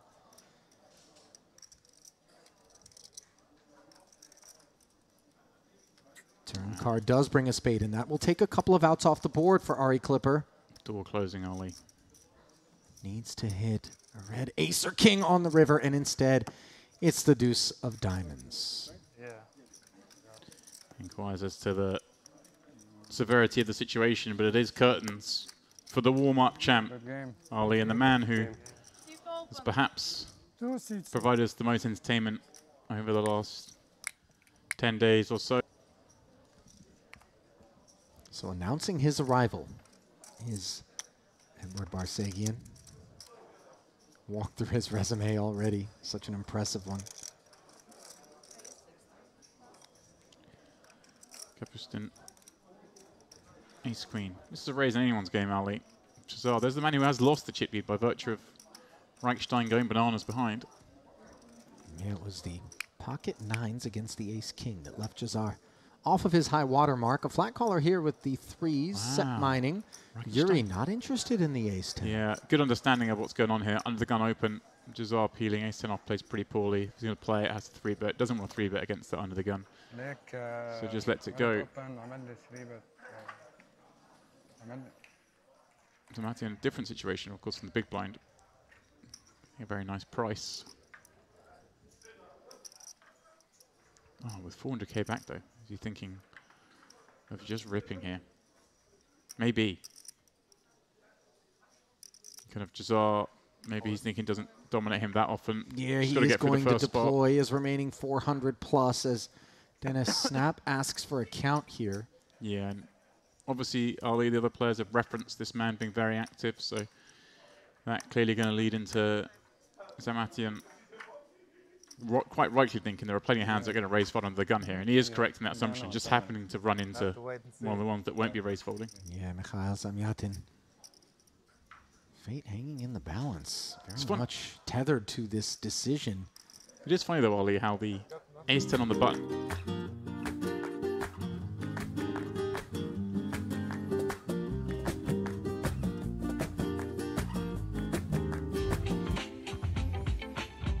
And back for continuing coverage of the main event here at the Merit Carmen Series inside the Crystal Cove Hotel, Resort and Casino.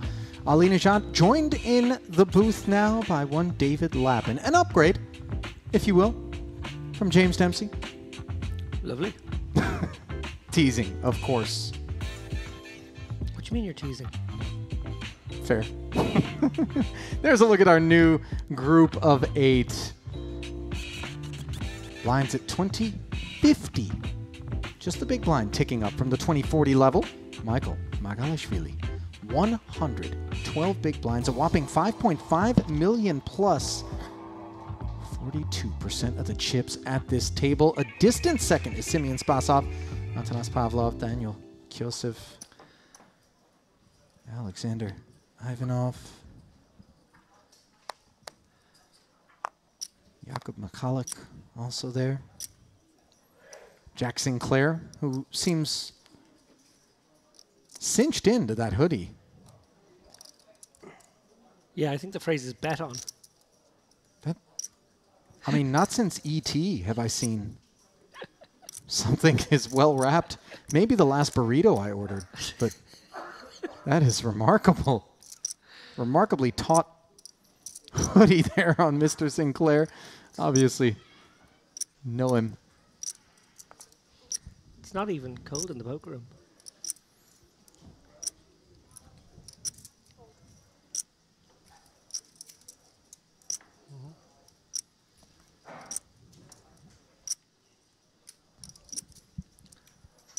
Spasov with the 2 5s. The opener. Oh, and a set of 5s on the King 5-4 board after Pavlov defended. Does pick up a flush draw, so things could be worse. Satanas. Pavlov checks it over.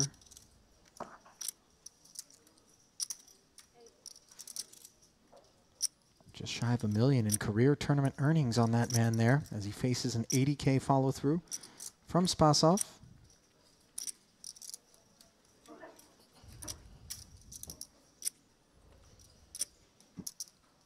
Pavlov makes the call. Does not improve. Yeah, interesting that Pavlov includes the 10-8 of clubs in his minimum defense frequency here. Clearly has ideas of trying to win this one. If the board breaks out and his opponent shows some weakness here, of course, he's not going to do that. And that opponent is a well-decorated one, David, as Simeon Spasov does have a World Series of Poker bracelet on his resume. Just recently, in 2022. Runner-up on a couple of occasions in Merit Poker High Rollers in 2019 and 2022, respectively.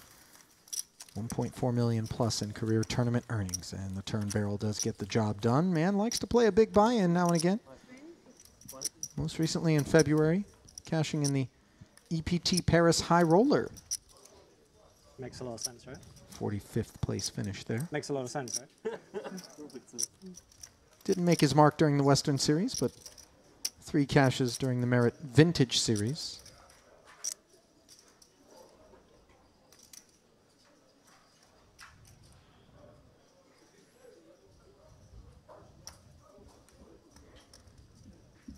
Now we look there at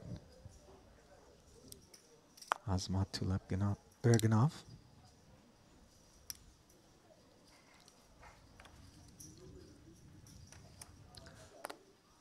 Now, I was led to believe we have a monstrously big stack at this table. Is that correct? I'm going to allow you, once the camera pans around. There it is. What do you think? It was bigger than that. They've chipped him up for sure. So you're just going based on volume now, are you? Tell you what. That's plenty big. It's very big. Remember Magalashvili? I mentioned him earlier on today. He was the vanquisher of poor old Luke Bindel with the pocket pair. Double gut shot against Luke's over pair. Did manage to spike one of those gut shots. One of those double belly busters. Actually ran into Luke shortly after that bust. And as if I didn't already know that he had the right temperament to be a tournament pro. You always kind of know man's on his feet roaming around, wild plays going on. Probably not a good sign when you know that he was in that particular event.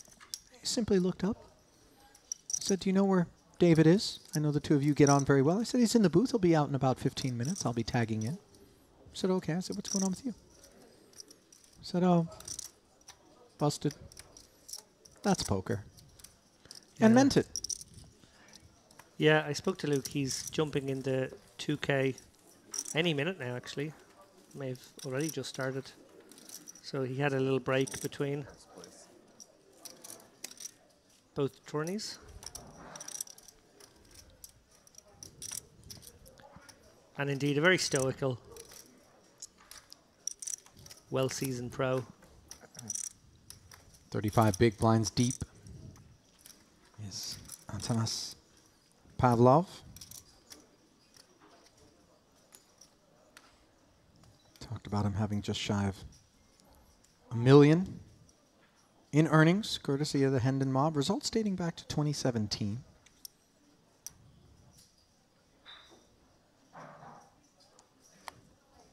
High watermark in terms of buy-in, hovering right around this figure.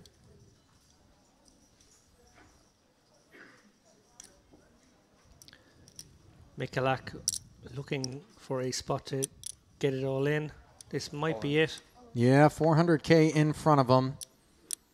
8 bigs. And the Jack-9 suited is going to run into Tulip Berganov's 2 red queens. All in. And Azamat jams over the top for his remaining 710K. No, wow. Wow. The man who can play Grim Reaper to both of these boys has an ace-king in the cutoff, makes the call.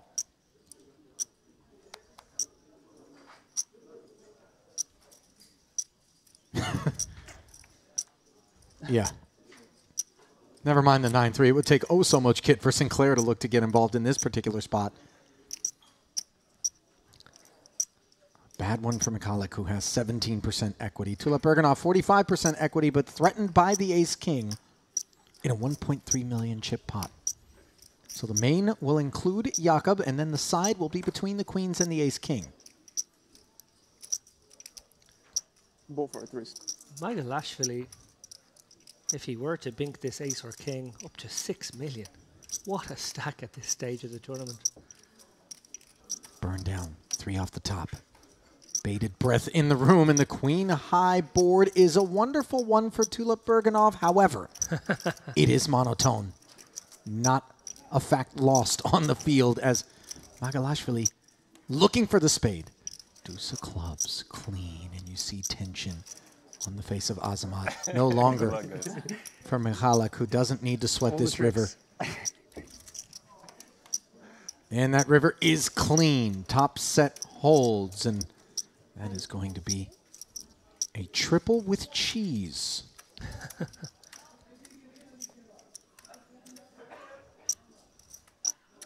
like that there from Michalashvili. Just a sporting bump of the fist. Nice moment. No, that's... There, guys. Not going to call it a flesh wound, but certainly nothing that leaves him mortally wounded.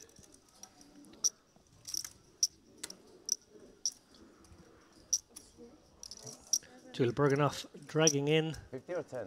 10. 10. 1.8 million, I reckon.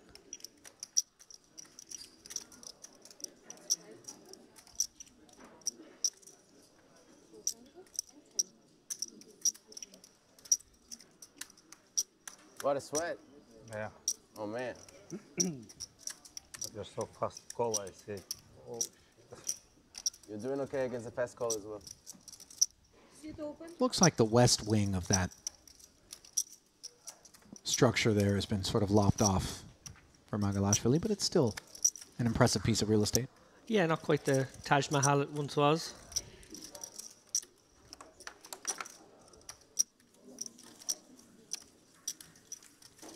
Have you been to the Taj Mahal, Dave? No, I was in India between the last 2 merit stops. I was in a town called Aurangabad, which actually has its own sort of mini Taj Mahal. Has a sort of miniature version. Is it on a golf course? It's not on a golf course. No, it's kind of on, I guess, like farmland, you would say. It's... Well, you know what I was getting at. Putt-putt, perhaps, is where I've seen small Taj Mahals. Mahals. Not that miniature. No, Okay. like pretty big, to be honest. All right. A replica. Yeah, Aurangabad have a replica, sort of, I think maybe 1/3 size, 1/4 size. Big building. It's their #1 tourist attraction. So we went. Were you impressed? Yeah. But then you realized at some point. I'll show you that. I'll show you the pictures. Kiosev realizes up front with ace-queen a raise is warranted, that it's just a building. Indeed. And shortly after arrival, you're like, now what? 6-7 suited. A tempter under normal circumstances. Ace-9 suited, perhaps a tempter as well. Sinclair with less than $500,000 in front of him. We're talking about sub-10 bigs. Is this the one? This is very player dependent. If Jack has seen Kiosef opening light on a few occasions, may get involved. It's a tricky one to navigate. Looks like he's come with a call here. Interesting way to go. Playing. Yeah, that's 20% of his remaining stack. Playing again bigs. Wonder if it's an intended stop go. I hope for his sake it isn't. Yeah, Queen 8-4 Rainbow. He is in devastating shape. So checks it over to Kiosef. He really just has to bet the one big blind here on a board such as this.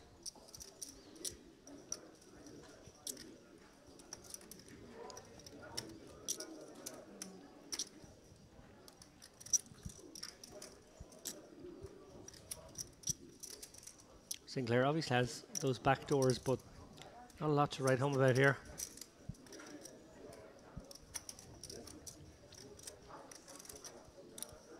This match made it kind of tough for him.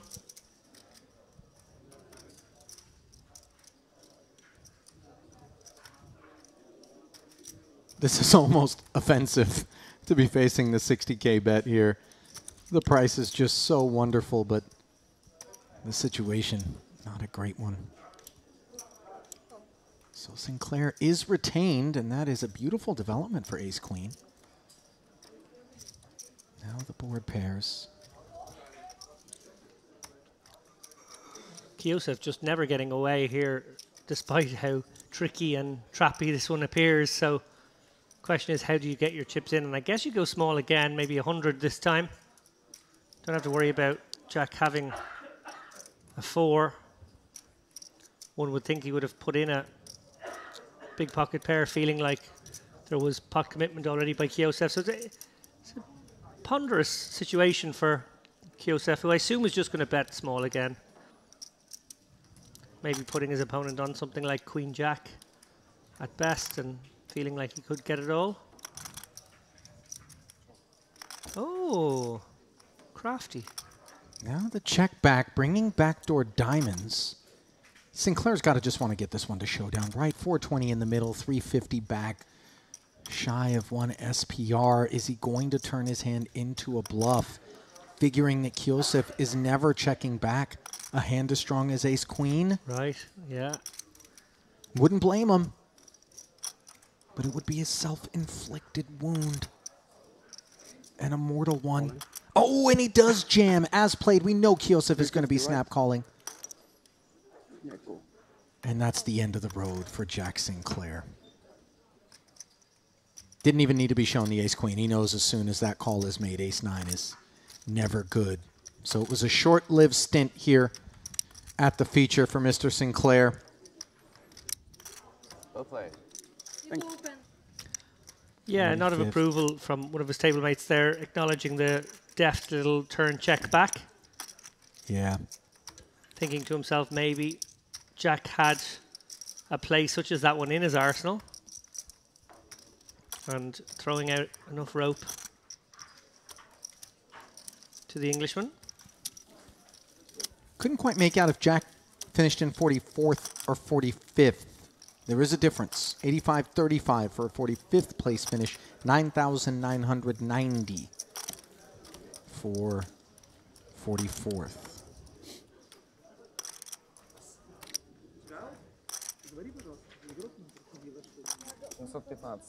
715.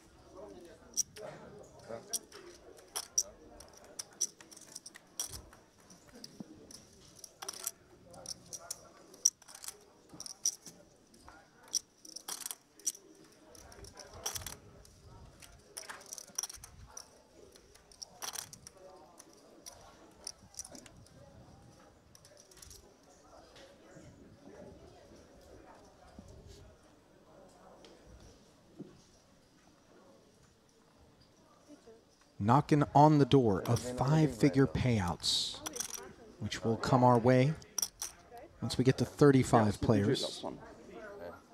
Sorry. Sinclair 45th, it would appear, $8,535 going his way.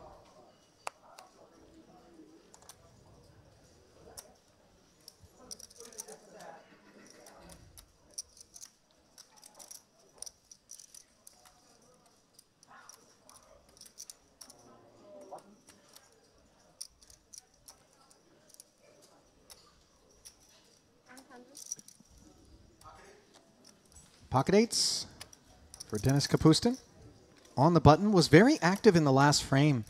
David V-pipping up and cobbling his stack well north of where it was at the start of the frame. So he's just been moved, correct? Yeah. Interesting to see how he handles these new table dynamics. Kiosev defends his big, 4-5 off. Comes up empty on the ace-king high board.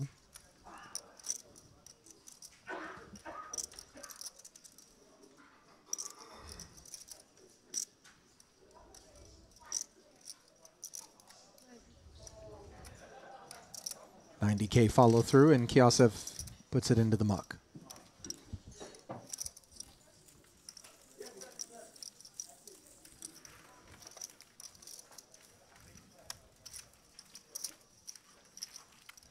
Lappin, the flat payout structure does make it such that you don't need to necessarily have surgical precision about your timing when 8 different places are going to make the same amount of money.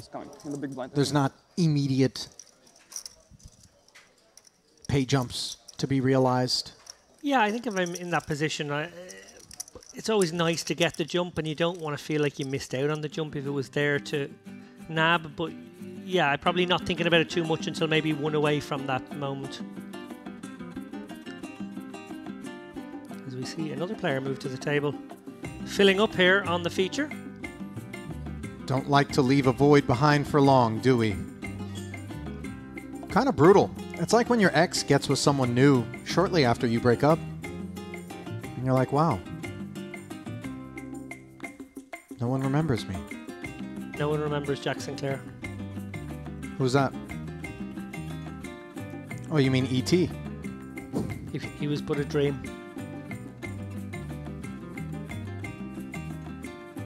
Sort of sad to see Jack dispatched so quickly. I He's feel fun like to he's watch been play. sort of trolled by this stream over the last couple of stops. He's basically been brought on to bust with the short stack every single time. And he has been out there in the room with stacks on occasion. We never brought him over when he had stacks. So Kiss of from death. our audience's point of view, they just think he's this like short stack guy who just nerdles his way in. And then as soon as the TV camera lights are put near him, he panics. Doesn't have the affect of a man who panics, but perhaps someone who's heard final boarding call searching for Mr. Sinclair in an airport hall or two. You like that, Reed? Yeah. You think he's punctual? I feel like he's missed a flight or 4. You think? Yeah. And I respect it. Sort of a merit badge for any seasoned traveler, missing a flight. It's how you recover. That's what matters. I've only ever missed one plane. I want to say I'm in the same camp, believe it or not. No, I don't believe Yeah, yeah. And by the way, I shouldn't have missed it. Gate agent printed out the manifest prematurely. 12 minutes before the departure, 10-minute cutoff. Closed the door, wanted to get on with it. Talking to you, Wanda, at Chicago O'Hare, I remember. Meanwhile, Pavlov, King 10 offsuit, picks up an all-in behind him from Ivanov's ace-jack suited. Speaking of fish called Wanda. Speaking of boarding doors that appear to be closed. Don't think this is a figure that's going to be retaining the pre-flop opener. Sapsa back on the feature table. He was also on our earlier The reader is like, yeah. frame. Wily character. No shortage of those out here in the Merritt streets, and I love to see it. He threw a little limpy-dimpy with his aces under the gun in one hand. That one seems very fishy, though, when we limp and then back raise. Yeah, he didn't get the chance to back raise. He actually ended up having to play a limp pot against the blinds. Oh, that's actually not what you want. Not really, but he did, in that instance, he managed to get 2 streets against the small blind who had flopped top pair and I guess was going for value.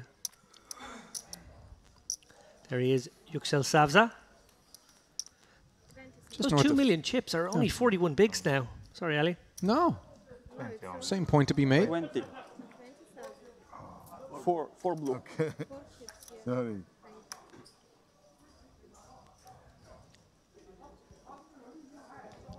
Otherwise, we all go crazy after the blind.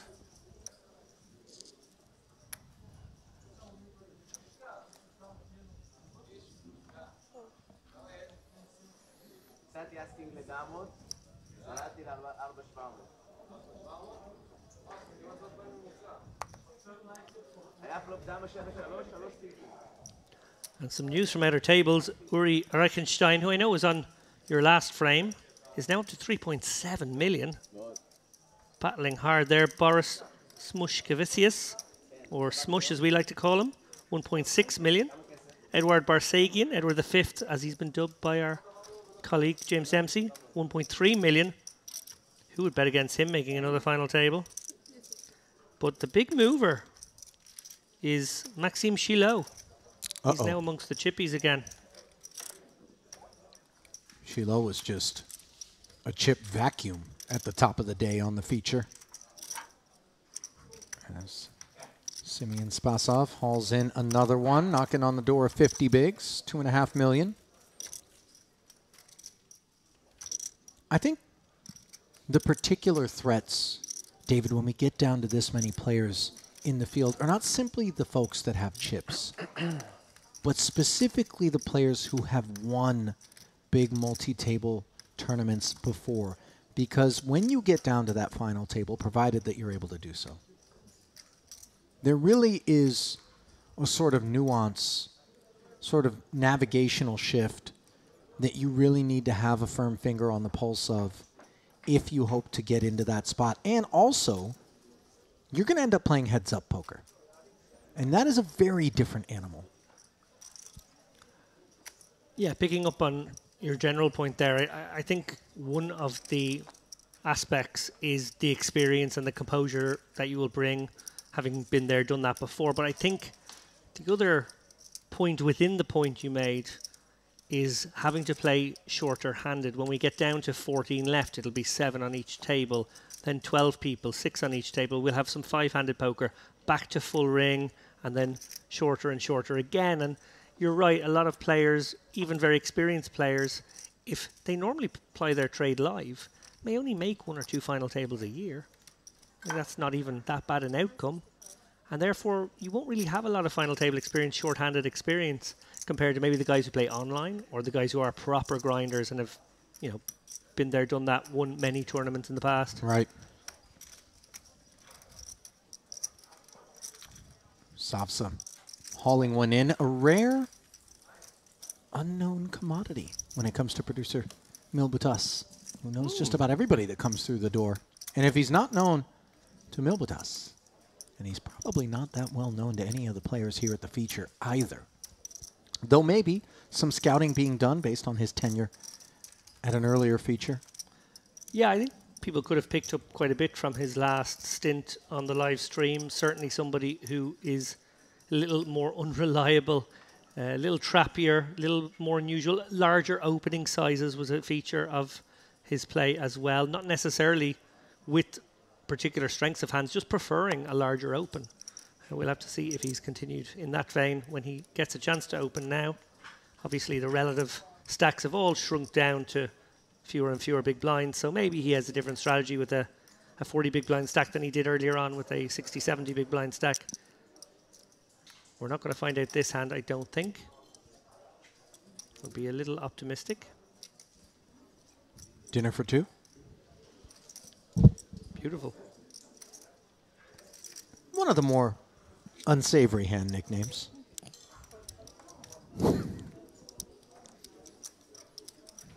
Magalashvili from the small blind, going to limp his ace. Sometimes the bad part of the range likes to activate. Try to take it down uncontested, David. And that would explain this reach from Pavlov. How much is he going to make it? 200? 175? Yeah, interesting situation now for Magalashvili. Obviously, he can call, and there won't be much expectation for him to have too many aces in that range. That'll be part of the plan here. Pavlov, he'll know. Obviously, could be raising stronger than the ace-7. Could be raising some, you know, good Broadway combos as well. That would be reasonable. But, oh my goodness me. Wow. How on earth is this the flop? The limp call from Magalashvili was facing a stack of 1.4 million that has outflopped his top pair with bottom 2. Pavlov at this point just praying he's up against an ace that can actually deliver him some chips, but some vulnerability, of course, for the queen deuce. Yeah, far from over here, but so far the logic of this hand will be Magalashvili reasonably happy, aware that his ace could be outkicked here. That's plausible. Obviously, he got raised pre-flop, but the plan was to flat here and hope that his opponent did his betting for him, representing the kind of hands he could have. Wow. Queens full on the turn as Magalashvili check called.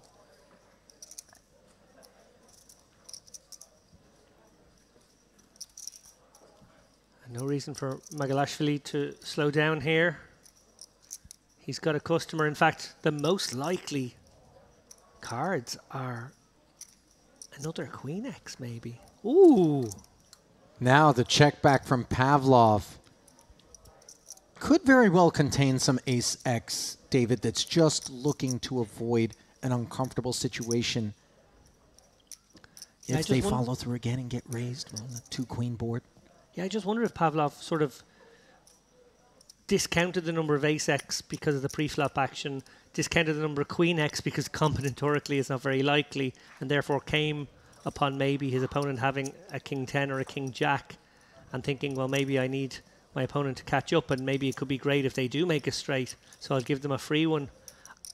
On balance, I do prefer just betting the turn and trying to build this pot. You have an opponent who's already willing to call on flop.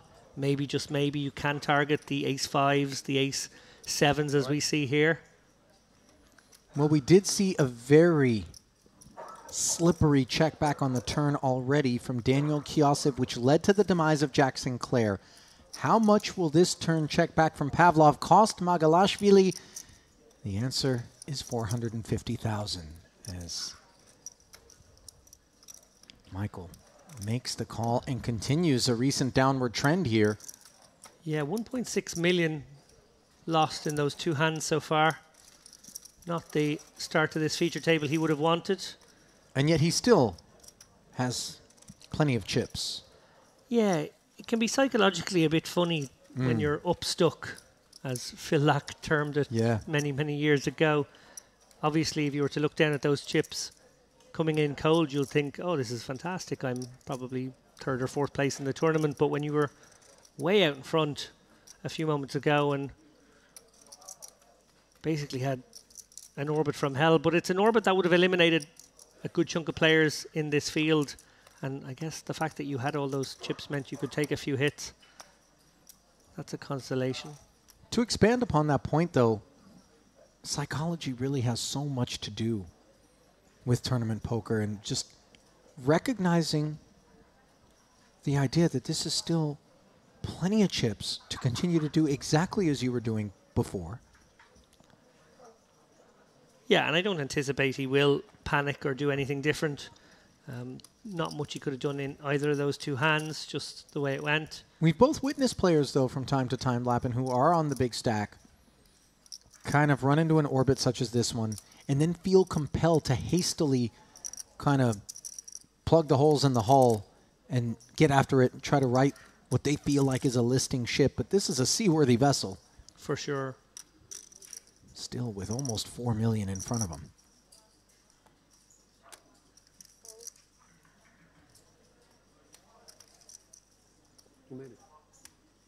Live poker can be a funny experience for all these reasons. Even some seasoned players will succumb to the emotional journey that a 4-day tournament takes you on, and feel a little bit like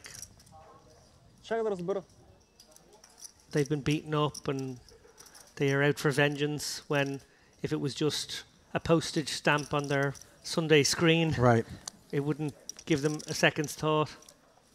I also want to point out just how professionally Magalashvili dealt with the fact that he was shown Queen Deuce offsuit.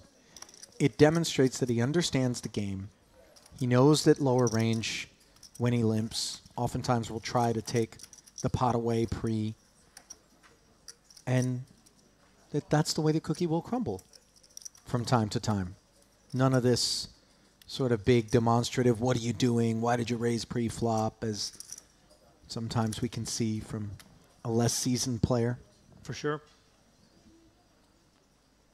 When I say a less seasoned player, I'm really referring to myself in that spot, where I will stand up and scream, this idiot had Queen Deuce to the entire room, because I'm an orangutan of sorts.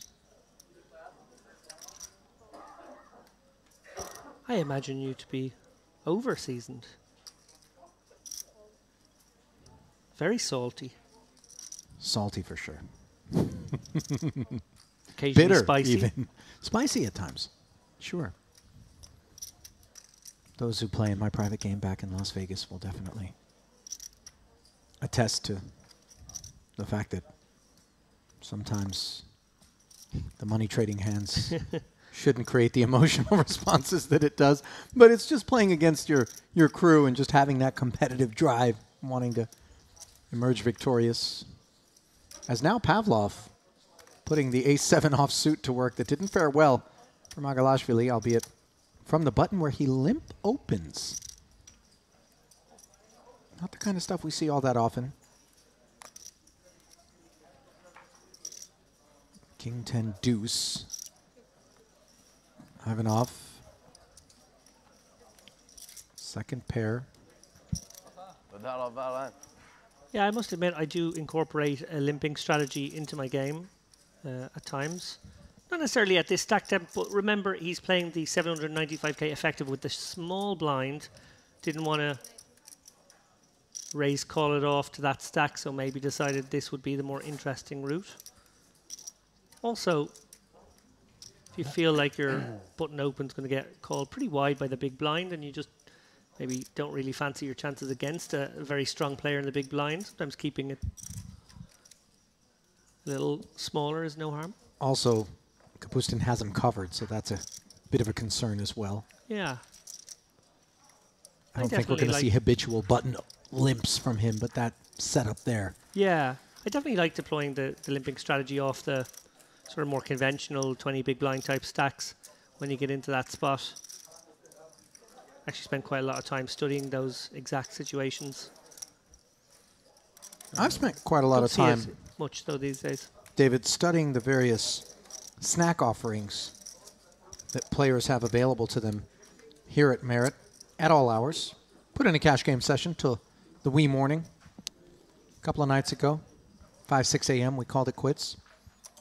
And there's a number of delightful dried fruit and nut plates that one can put on request.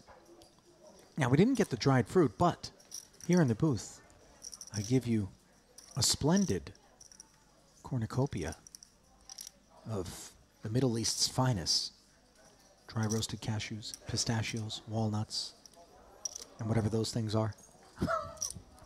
Yeah, I wouldn't have thought they were... Garbanzo beans? I wouldn't have thought they were the most conducive to commentary, eating nuts. I thought that was like one of the more pesky. Here's the thing, David. You don't always need to hide the fact that you're snacking in the booth. Okay. Right? Safsa, snacking with the ace-queen. I'm snacking with the pistachios.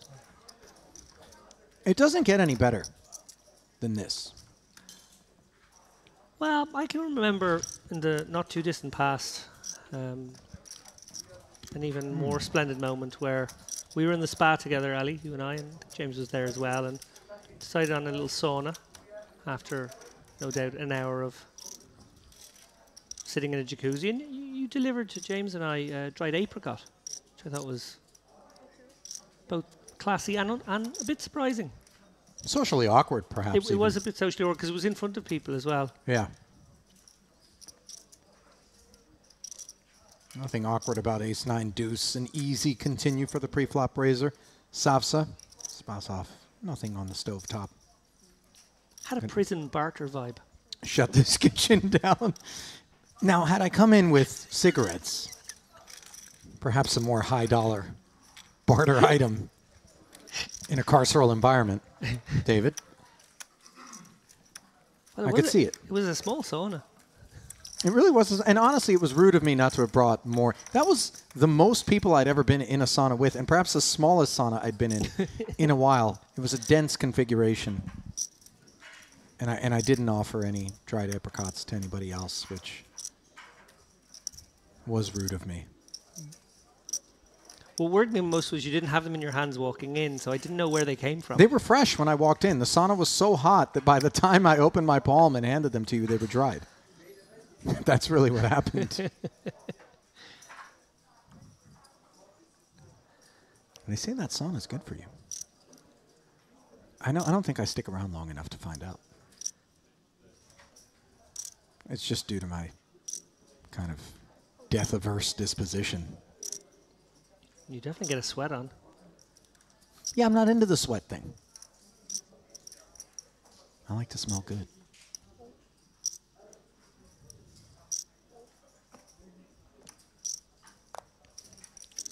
Were we meant to rub the apricots on us? Did I do it wrong by eating it? were you averse to, you were like, oh. Yeah, you're supposed to put them over your eyes and then just lay down. Lappin's been sweating a lot. I think bring him an apricot, maybe he'll Yeah. clean himself off. Oh, Kapustin on the button. Likes the smell of a couple of queens. Makes it 100 to go. Spasov sweating the king 10.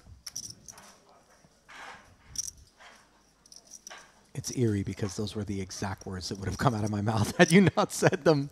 We're starting. It's good that we're done tomorrow, David. Terrifying.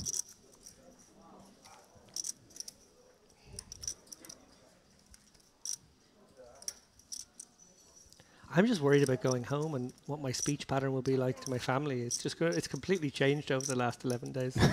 Just looking for segues in every conversation. Well, this is a bit of a different pattern from Spasov. 3 bets to 375K, and he's picking on the big stack of Kapustin here. Might he think that the ranges are wide, given that VPIP that he may have borne witness to during earlier activity at the feature from Kapustin? Obviously, he's run into it here. Yeah, this is a great bet from Spasov, picking up on a point made by James Dempsey in an earlier frame, choosing a really good size here, really, trying to win this pot here and now, charging his opponent, defining his opponent's range. He's going to define it all the way up to queens here, unfortunately for himself, and likely have this shipped in. Unless Kapustin finds another size, I don't think he can against this size of 3-bet. Yeah. Oh, and all in might have been synonymous with Merriam and Webster on that occasion, as the hand is defined, as you mentioned, all the way up to 2 queens, and 375K is passed to the right.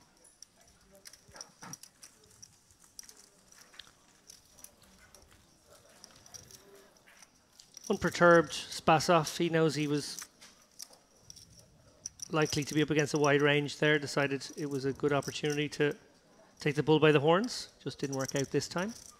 Lots of experience, as you mentioned before, Ali. Experience that dates all the way back to 2013 for Simeon Spasov in terms of recorded cashes. First ever recorded cash, by the way, is a 5th place finish in a €400 no limit hold'em main event back in 2013. So how's that for a splash? Final table, your first ever live event. Yeah, you'll catch the bug from that. His best live cash, of course, his victory in the 2K No Limit Hold'em event at last year's World Series of Poker. 527,000 plus. Wow. Magalashvili, ace queen. Min raise open. Looking for takers. Maybe looking for givers is what we should really call that situation. I don't want anyone to take. Yeah, interesting one here for Spasov, 40 bigs deep. Whether he wants to peel one here on the button.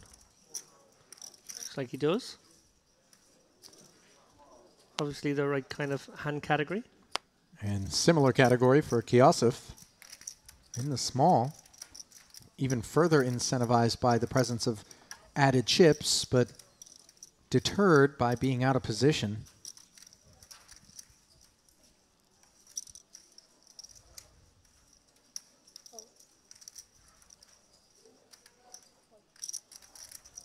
Both blinds will flat. The hearts being covered is a poor development for Kiosif. Sapsa closes things off and flops second pair on the 9-high rainbow board, where Spasov has top pair.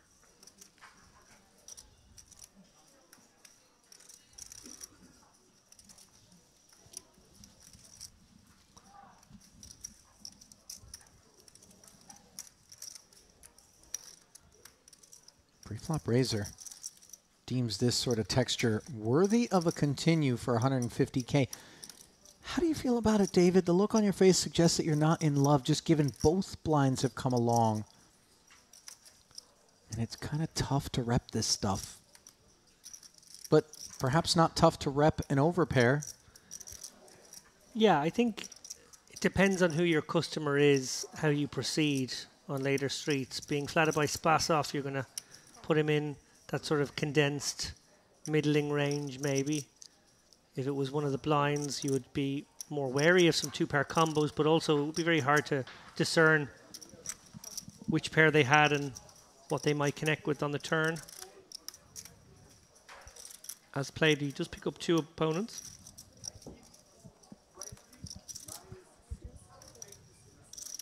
Seven on the turn, as Savsa came along for this ride, does deliver a gut shot for some added comfort to Spasov. This is where the ace-queen knows it's not good. As such a check. Spasov definitely might like to bet this one himself. Obligated? One of those spots where he can bet a small sizing, maybe bring someone along for the ride who has an inferior hand now, not look for value just in case on the river unless he improves, and then he can look for some value. I wouldn't be surprised to see a 250 bet here.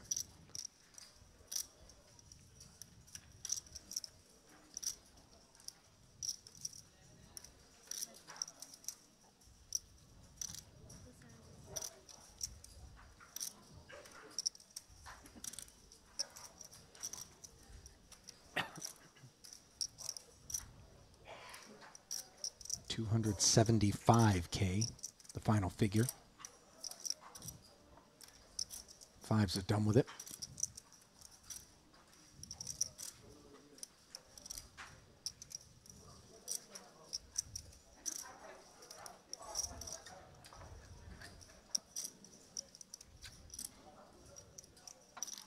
It would seem ambitious to do anything wily. Yeah, and looking a little bit beaten up there was Magalashvili, must say. Not sure I love his line. Not sure I would have gone for the flop bet as played. I'm glad he had the good sense to fold turn. Well played by Spasov. Using good hand category, power position, recognizing it was a good spot to bet turn. Getting the job done. But yeah, there he is. Just looking a little bit maybe emotional, I don't know.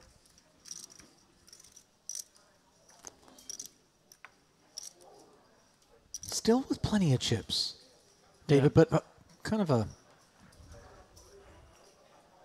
tattered table image, perhaps. I'm not sure his table image is in pieces. I just feel like everything's not going his way, and you know, it's been ace queen, it's been ace king. But it's also pretty reasonable hands, but just not getting the right runouts. It's not all hands that have been shown down. Yeah. So, in some sense, the rest of the table may not have the feeling that these are all great hands that haven't been able to materialize, and maybe this is a man forcing the issue.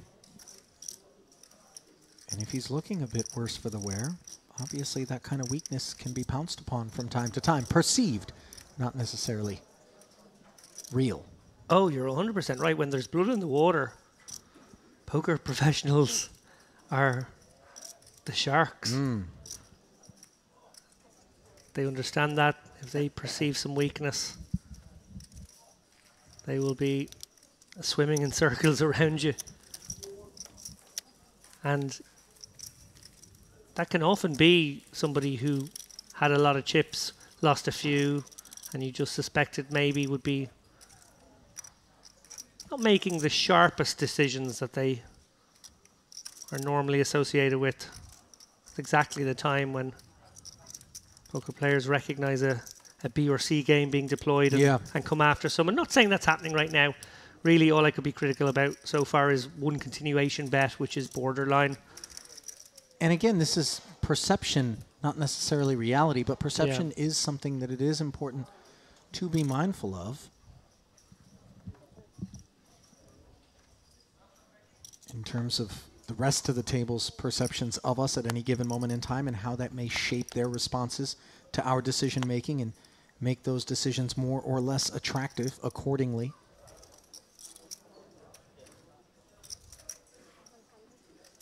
And the more that we sort of discuss all of the different elements that go into any given moment at a table or in a hand, David, the more you begin to realize just how mentally grueling and exhausting a full day of play in a main event where a lot of the field that remains is very formidable can be. And we're still 3 levels removed from the end of play. Granted, there's one more level after this before the players will head to their dinner break. I incorrectly, going to the last break, identified that the players would be headed that way. It was just a standard break as we see the Jack 7-4 board favoring the flat of Savsa from the button with Jack 8. Gut shot straight draw for Kapustin.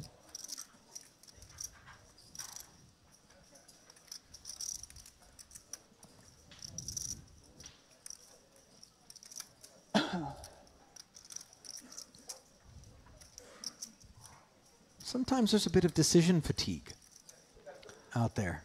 Yeah, I would never go as far as to say poker is a quote-unquote sport, but it is an exhausting game when you have to concentrate for 3-4 days in a row for a main event. You really don't want to miss anything, especially now down. Maybe we're not in the home straight, but we're getting close to it. Big decisions. And yeah, you don't want to be caught out of the zone, so to speak. It's a hard one to explain to non-poker people because I think what we do appears to be sitting around occasionally chatting to each other and gambling away, but actually there's so much going on and it's a real test of your endurance, tournament poker.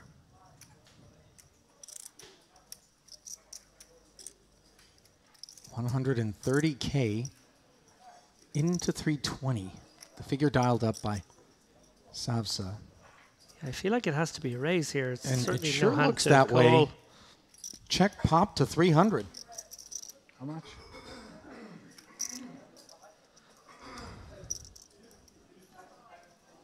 And this really is just designed to ask the question of the man who flat called us as to whether or not this is just an attempt to take a pot away in position after we've shown no interest Wow. post flop. Just snap, clicks it back. Savsa. 630K. Savage. Savage Savsa. Really just removing any notion that he's up against better than jacks.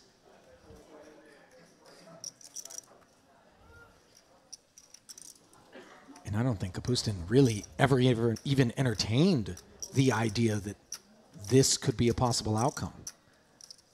No, Savsa's sort of taken his jack and decided, well, I'm actually going to represent stronger than this. I would go so far as to describe it as having taken his jack and bludgeoned Kapustin. Yeah, and I must say I'm already curious that Kapustin hasn't let this one go against someone like Savsa. I feel as though it's an incredibly strong line, flat the button and then raise here. It's very setty, I guess, and that's maybe what he's conscious of, is that it's actually quite polar. But actually we see there he did it with rather merged hand. Maybe there's some pocket fours, pocket sevens in there that don't want complicated texture development on the end coming from the likes of Savsa with this response. But what a play there. Flatting the button with the jack 8.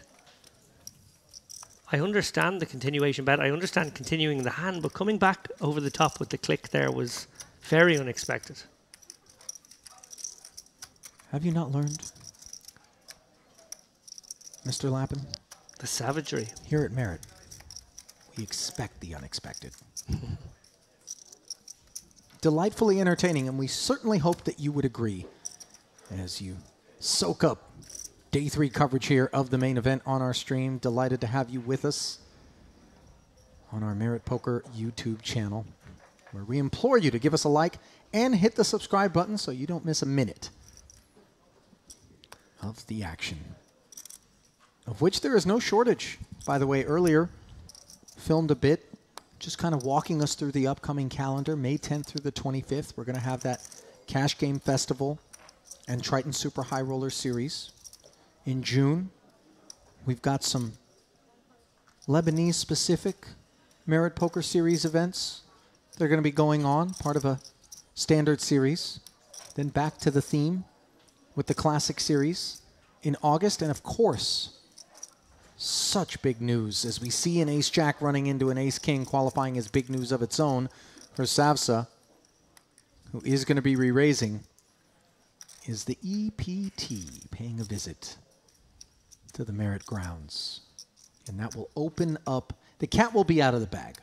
For sure. Once the EPT comes calling in October. 3-bet to 290,000. Awkward spot now for Kyosef once it gets back to him. He may consider going with this hand, given how active Savsa has been. No. Great discipline not to even think about it. Yeah. Really well served.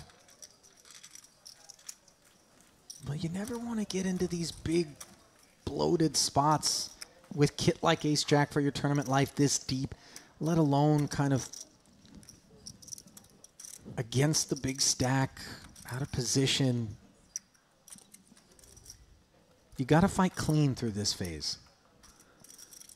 Though, certainly, great risk and great reward available to those who maybe get a little dirtier. Indeed. Speaking of fighting clean, a man who rarely ends up having to show his hands, almost always gets credit, has got credit once again. He featured a little earlier on today, Muad. I made a big deal about this man. I'd seen him play at the Western. He is smashing his way through this field as well. He has just taken down a huge pot on one of the outer tables against Vismanis.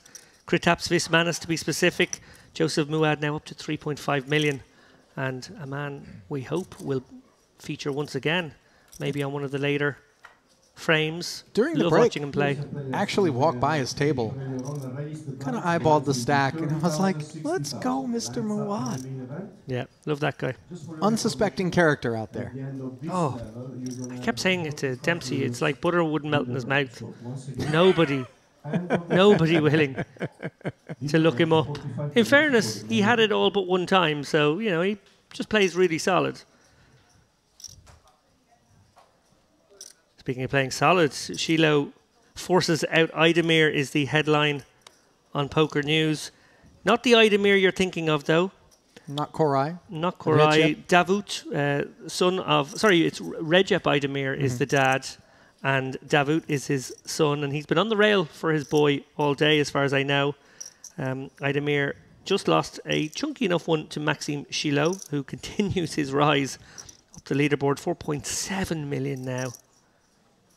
That's chapter 2 in the Maxime Chilot rise epic. Queen 10 suited for Savsa. Right back at it, and this time he's running into Queen Queen for Pavlov.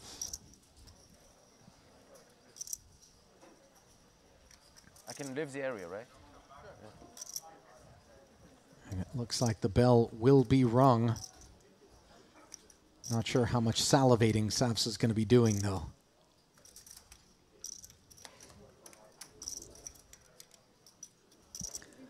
Yeah, Savsa definitely the Pavlovian dog in this situation. Super dominated by the queens.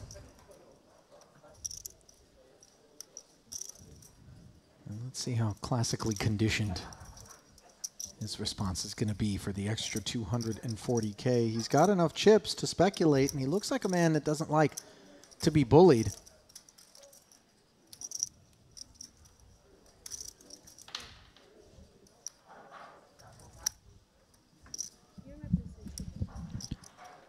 Let's see 3. As you wish. I think a bit more. This one swelling to 8. Let's have a couple more chips out of your stack, though, first, Savsa. Worth a shot, Lappin. Inadvertent, of course.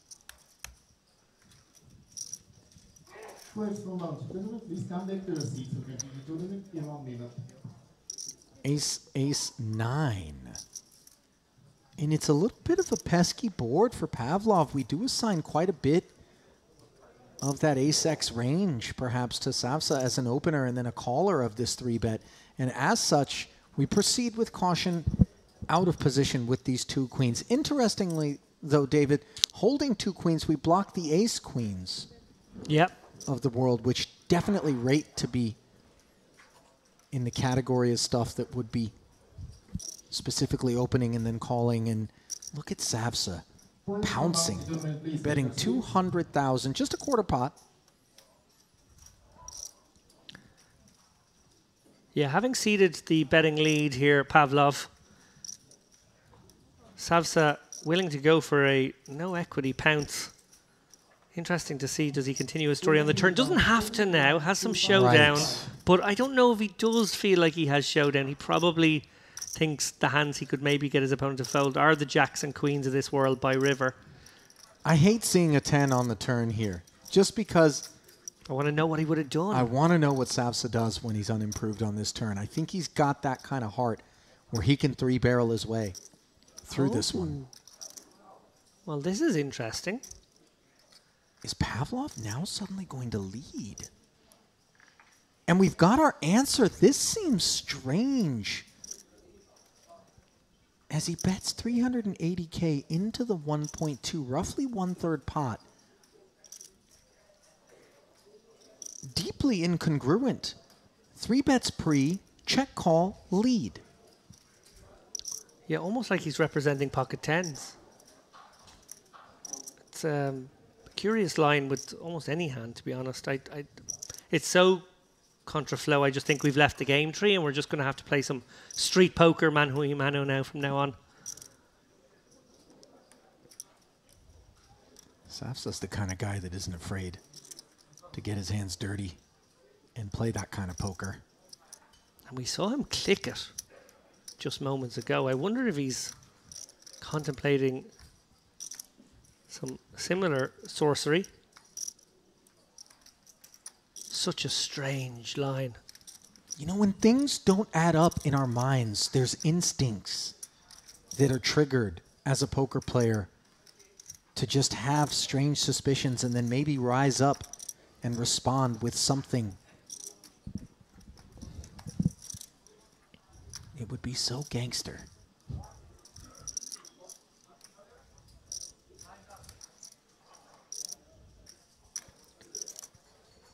Studying hard, his man here, Savsa. You love to see it. Mr. Bounty, next hand lines up, small blind 200, big blind 500, and 500. Look at this.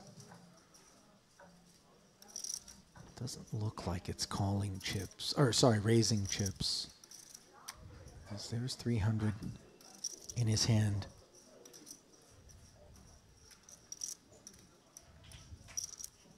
$375, $380.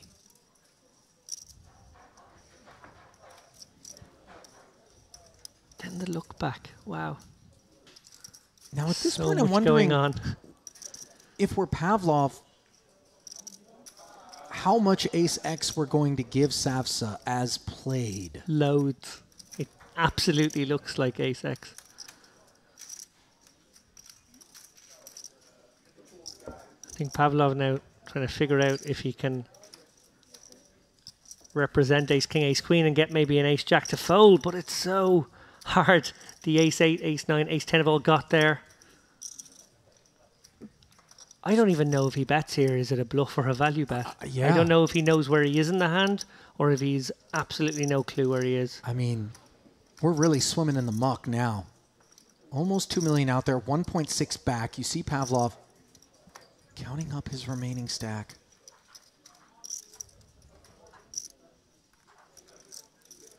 This is deeply uncomfortable territory for both players. Yeah, you mentioned right at the beginning how he blocks Ace Queen quite significantly here with the 2 queens in his hand. And that would be more useful if we were looking at an Ace Ace 3, 6, 8 board and not the 8, 9 and 10, which basically means that you're hoping your opponent will find a fold with Ace Jack if you go for this. Yeah. Because we Very, don't expect, very specific. We don't expect Ace 8, Ace 9 to be calling the 3-bet that often. The Ace 10 even seems infrequent. And now the 800K bet into 196. I'm baffled by this. I am hand. too. It's almost like he knows what his opponent has. If you knew your opponent had Queen 10, you might take this line. But there's no way. But it's given just that we so got funky. The bet on the flop that we just randomly assigned 10x to the caller pre in the face of a 3-bet and then the better on the flop. I'm so confused by this hand. Can I tap out? Can I tap Dempsey in? I mean, Savsa does have his man covered here. But a raise would be less than a click. It's never a bluff line. You can't beat a bluff with Queen 10.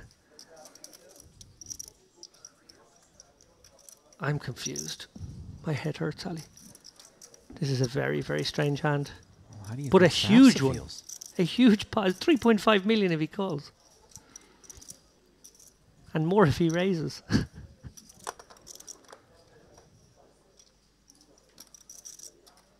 Like, how unbelievably gangster would it be if he stuck the 1.8 in here?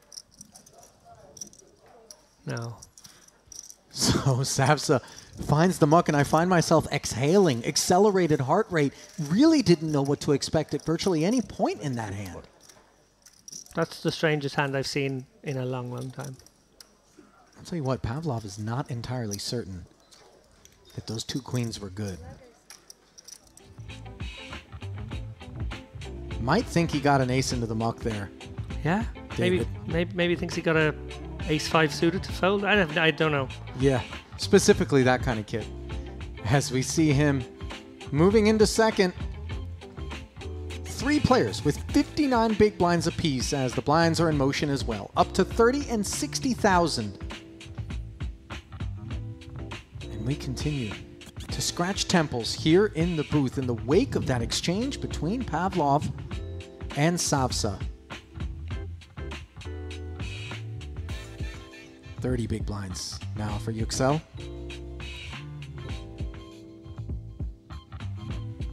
I'm just mesmerized still as I reflect upon that pot. An open, a 3-bet, out of position, a call, the ace-ace-9 board, a check from the 3-better, a barrel with air, a flat.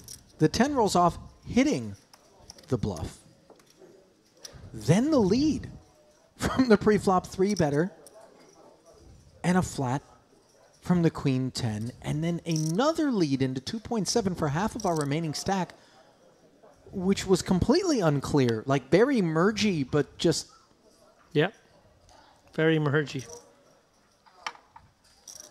I think it broke me.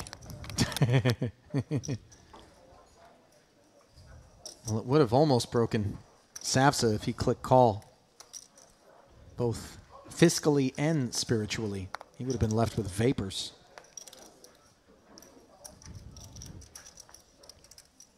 What was that?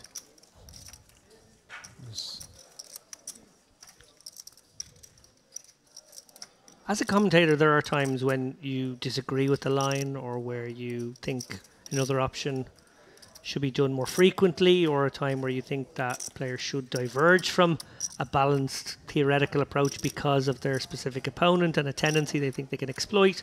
And then there are times where you have absolutely no effing clue what just happened. I'll tell you what, I enjoy the experience. Truly. Not even being facetious.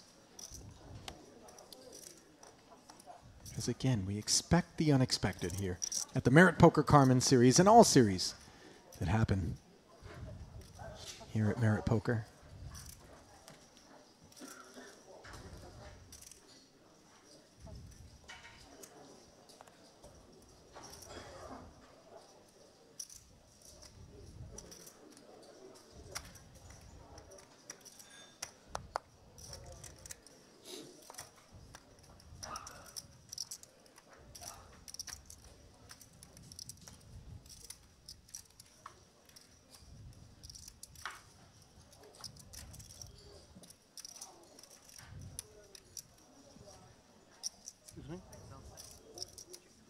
Yeah.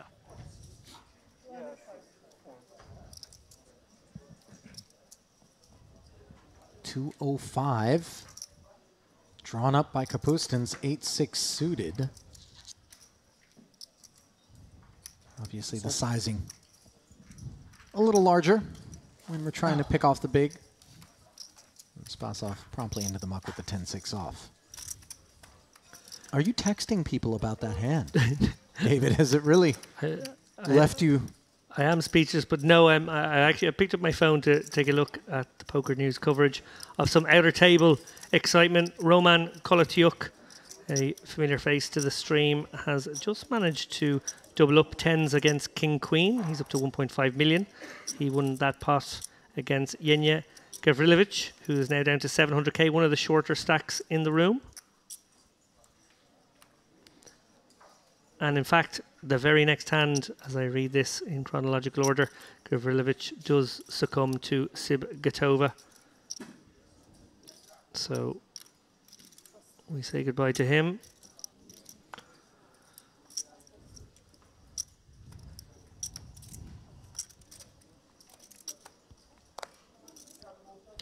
No, I don't think I could send that hand to anybody because I think I would just break them as well. Everyone's minds would explode. Is it a virus? Can we infect people by sending them that hand history?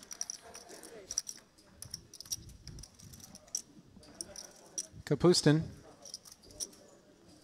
under the influence of ace-king suited here.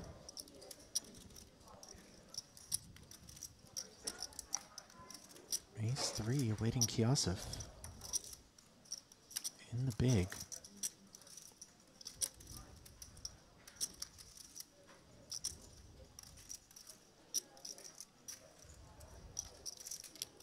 Ooh, and General Kiosef looks like he's going to be directing additional soldiers toward this battlefield, and indeed, there are the orders. Marching papers being issued to a hand that is certainly not going to be susceptible to eviction requests. No, those chips are not coming back. That's the only whites I have. Kapustin just getting a rough count here. Going to find out that his man has about 1.2 mil. So it's effectively a 20 big blind situation. Not expecting too many folds, but very happy to get it in with ace king regardless. We see that it is one of those folds. All in. Oops, cookie jar.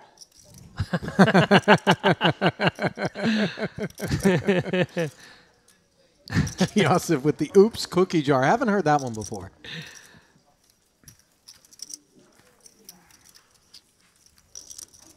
It wasn't stone cold theft. It was an ace 3. But against an ace king, it certainly was out of order. Yes.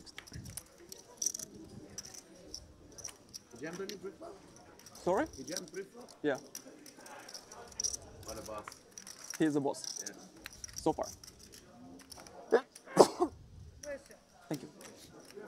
Oh boy, right into the hands, Kiosef, and back to the chips. I really can't condone this madness. Has COVID not left us with several other options into the elbow, maybe down into the hoodie?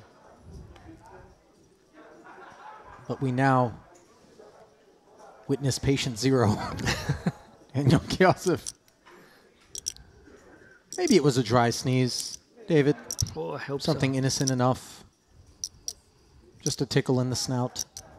Not something associated with a more virulent episode. I think we felt it at the same moment as we watched. Anyway. Oh, it was just so difficult to observe. Perhaps not as difficult as having 2 10s against 2 jacks, though, which is where Antanas Pavlov finds himself.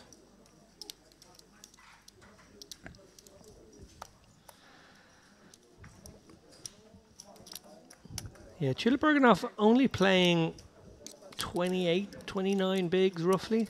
Don't think you want to peel this 3-bet. I think you want to just go with your hand.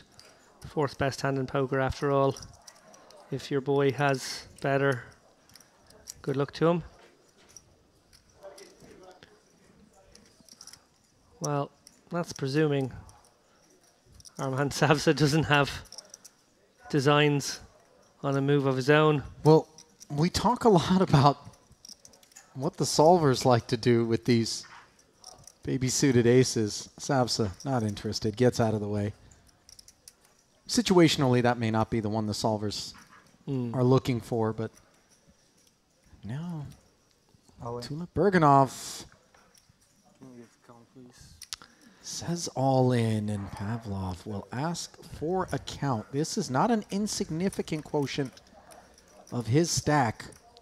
Yeah, and it's not a great situation for Pavlov here where you don't want to have turned 10s into a bluff. 10s are a bit strong, so you're probably going to be finding a call often. It is a tricky one. It's kind of like an informational bet when you do it with something like 10s here. It's a little old school. If you're not willing to call the shove, probably you're better off flatting the 10s. Awkward as that sounds as well. These hands are always difficult to navigate, the 9s, 10s, jacks. If you are going to find a 3-bet fold, you're better off using blockers. You're better off using the ace-5 suiteds, the king-queens. And as such, do you think that the flat would have been the preferred course of action so that we avoid this sort of spot? It's tricky. I think against an under-the-gun open, flatting the 10s is fine. I know James, who sits in my seat half the time here, would probably say, well, by flatting the 10s, you bring in the blind sometimes, and that's not great, and then it gets a little difficult to navigate, so you want to define your hand a little bit. But, you know, plays always have merits and demerits, particularly these awkward ones. The ace-queens of the world, the 9s, 10s, jacks, they're always the tricky hands because one line is great against one portion of the guy's range and one line is better against the other, and it's always kind of hard to navigate. In the end, it was an old school informational bet and he made the right decision, so I guess when your opponent tells you, yeah, I'm happy to go with my hand here from under the gun and over the top again. If you pay for the test and the results come back positive, then you got to listen to the information, I suppose. And Tulip Bergenov Really not a man who is under any sort of suspicion for being out of line. No, it as will observed. nag in the mind of Pavlov that there was a lot of ace kings and ace queens in the range, but crucially there were jacks, queens, kings and aces, all of which he was in big trouble against. Yeah, bottom of range felt like it was always going to perform pretty well against a couple of tens.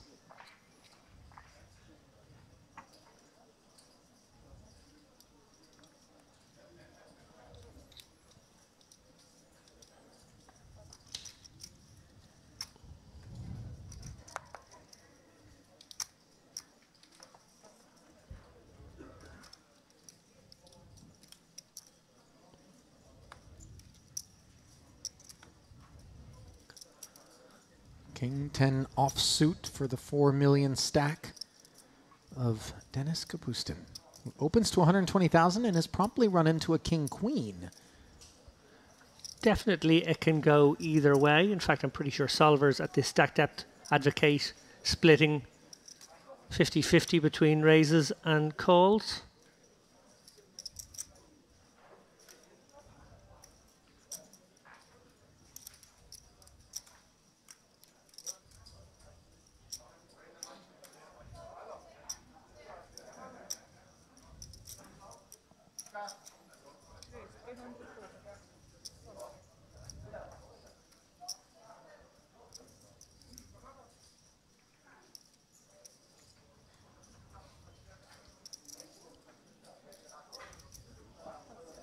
Three bet to 340,000.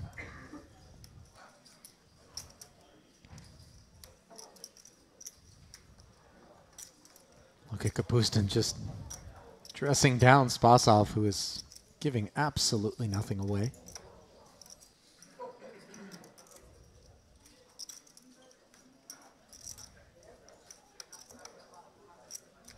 I really would love to see Kapustin reach over and simply tap Spasov on the shoulder gently to get his attention in this situation, just to force him to react. Would be out of line, of course. I remember famously situations in which I believe Antonio Esfandiari would reach over and check a pulse on his opponent and his wrist. Well, stoic fold. Yeah, Spasov, not even a gulp, not even a swallow, not even a hair on his head moved. Nope. This is a creature in its natural environment.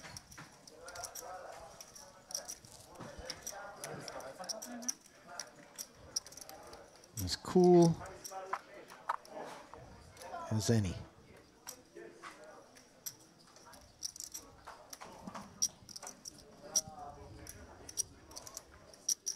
You have feelings about the stare downs in poker? David, can't remember whether or not we've had this conversation. I know I bring it up from time to time with those I'm in the booth with, just to kind of get a glimpse into the varying opinions. It became a bit of an epidemic for a while. I do it a lot, but I think you're referring to the incredibly long ones where it almost feels like intimidation attempts. Yeah, I will certainly do probably up to the limits of what Kapustin did there on occasion when I'm trying to figure out where I'm at in a situation, whether I think my opponent's at the top or bottom of their range. And I think that's all part of the game. I think it's pretty reasonable, engaging person, trying to get them to chat, give you something. I think that's a really important part of live poker and what makes it different.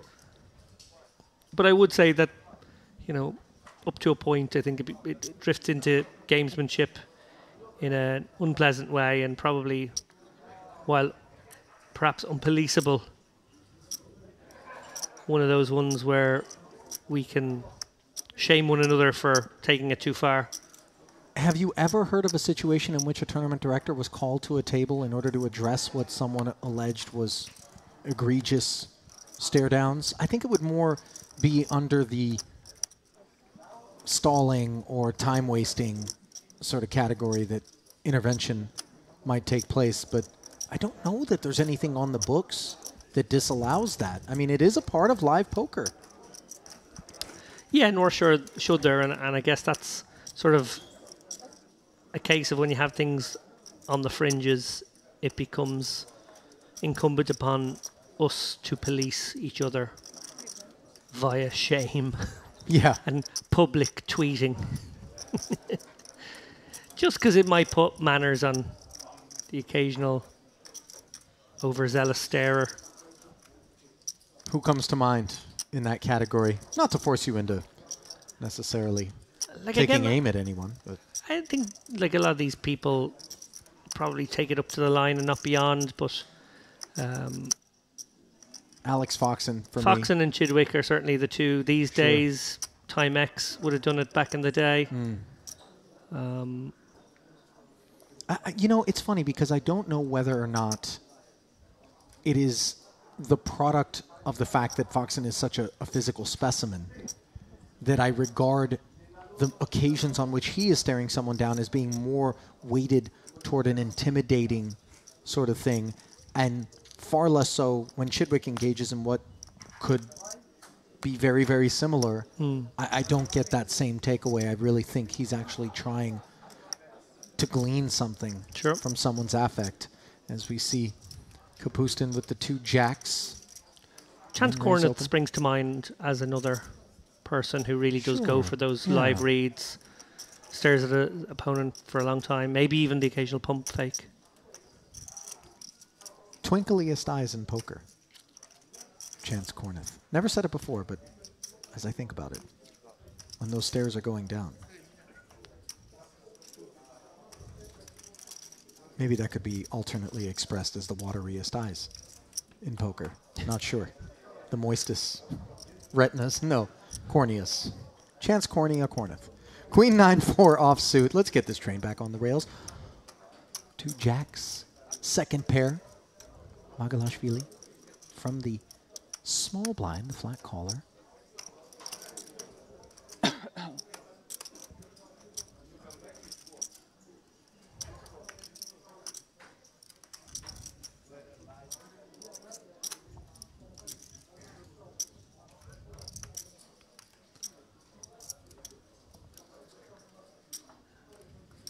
Yeah, and certainly a situation where Magalashvili will consider at least a call of the first bet to see how this one develops. No, quick fold. Correct decision. Has to be happy with that. Although, again, another pot going against him. Part of the slippery slope we've seen at this feature table. Been a frustrating frame. Have you gone from Kapustin to Capuchin? I'm a fan of nature, David. You worry about your Google search tabs, I'll worry about mine.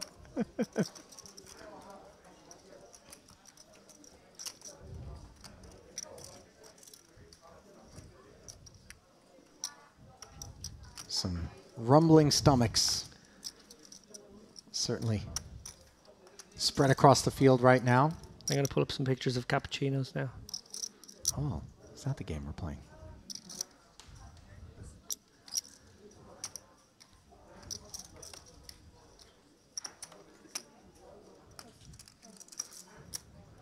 Newcomer to the table, by the way, you might have noticed. Valery Pak. A little over 100,000 in career tournament earnings for him. Did cash in the Merit Western Series, January of this year.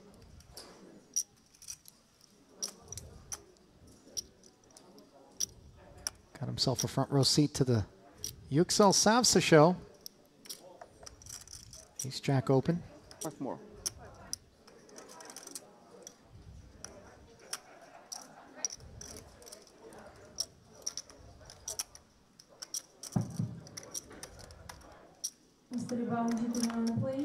It's a one-man show. 10-minute break. No customers.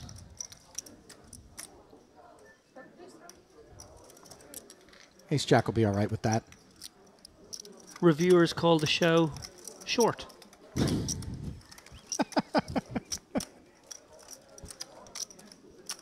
I think you would be a terrific satirical theater headline writer. I almost implore you to take it up just so that I can click some links and read some of your finest work.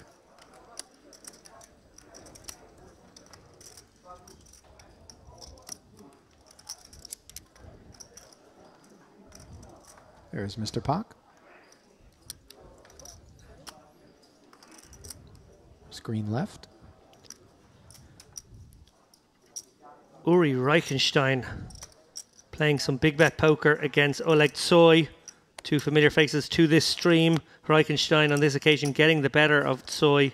He's up to 4.2 million now. I'm willing to bet that there was some King X suited involved in the recipe for Uri Reichenstein.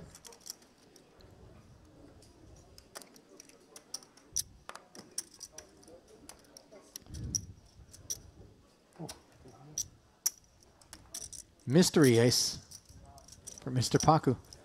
Get some walk. How about that?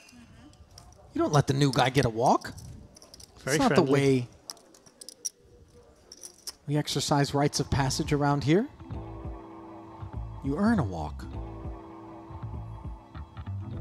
As Savsa walks back to the table, and we give you a glimpse at the distribution here. Kapustin put some distance between himself and Magalashvili and Pavlov. Still a good bit of depth for the top 6 stacks. Sub 20 are the new arrival. Pak, Kyasev, and of course, Alexander Ivanov. Ivanov, rather. 9 bigs.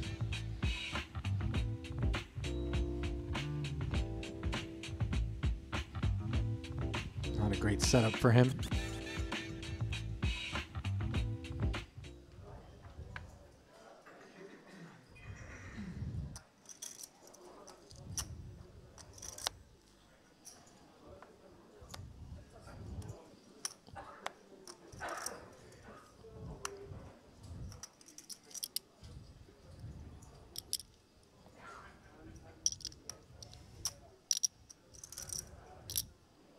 Down to just 36 players now.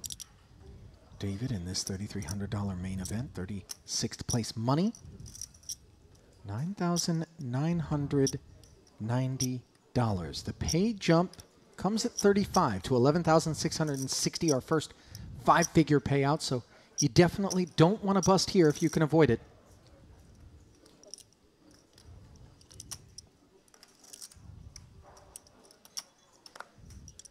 Ace-8 suited. Ivanov disinterested in the Queen-Jack. Well, don't put that King-4 suited in Uri Reichenstein's possession out of the small. He might mess around and get after you.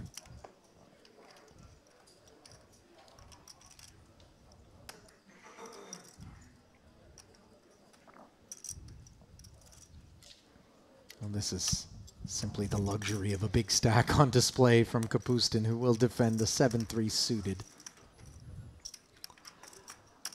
Yeah, and Magalashvili not going to be let win this one easily either. 10-8 deuce, second pair for the pre-flop Brazier, for whom things have not gone well over most of this frame, and he is up against a flush draw. Kapustin checks.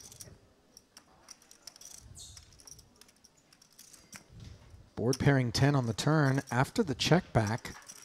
Welcome development for Magalashvili. Yeah, I'd expect Kapustin to do his own betting here. Obviously, 7 high, no good. So wants to give himself 2 ways to win.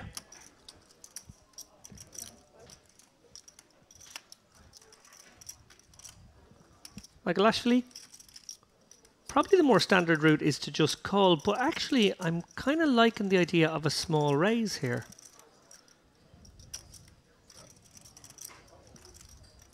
You have the nut 8. Combinatorically, your opponent won't have too many 10s. It looks like a very strong line. Oh. Ace of diamonds on the river. What a troublesome card that is. No real assistance in terms of better aces up than what the board provides. And also the arrival of the diamonds. Almost think it's a card that Magalashvili would be happy to do without.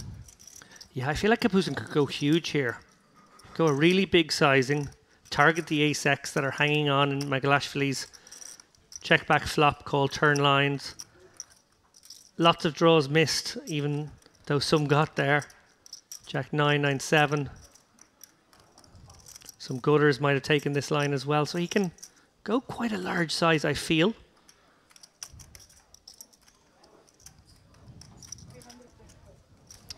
Just goes for the milky 60%er. Oh, and the beat goes on. 325K, and indeed it does. David Magalashvili, just a distribution center for chips. And on this occasion, the man who is the opposite of a distributor, he's a collector. Kapustin continuing to add to his stack. Have you ever heard of a gushy? No. So when I was growing up in school, might be an Irish expression, occasionally one of your classmates would have a windfall in the form of sweets, confectionery, candy, as you call it stateside. Sure. And what they would do is they would call all the kids over and they would start throwing sweets high up into the air, and whatever you caught, you got to keep. And that was called a gushy. Feels a little bit like Magalashvili is doing his own gushy with those chips at the moment. Yeah. Not voluntarily. Come and get him. No, he has had a tough run of things, it must be said. Pretty brutal run out yet again in that last hand.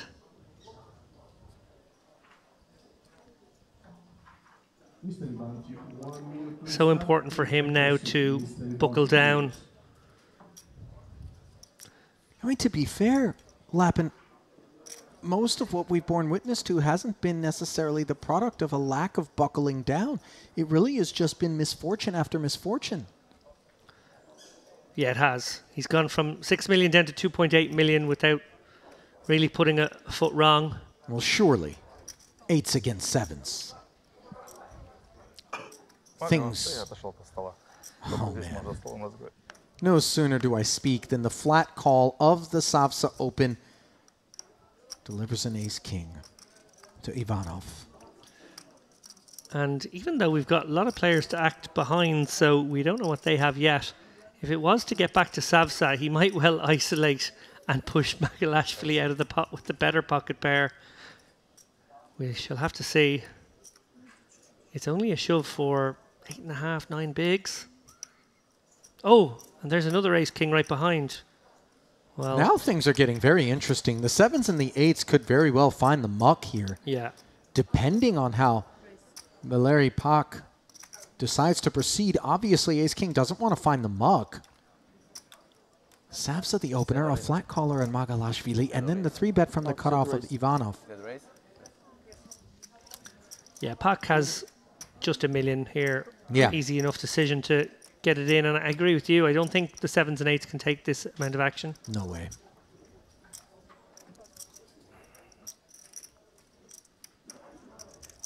Certainly committed to the 510. It's a 975. A very different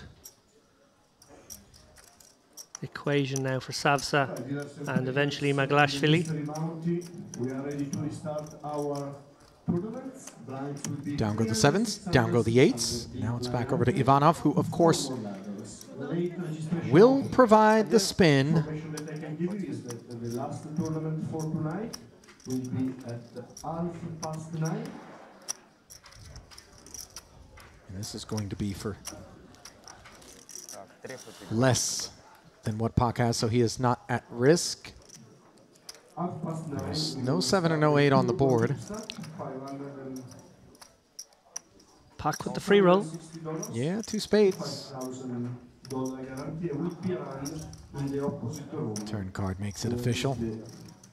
As the boys visit the carving station.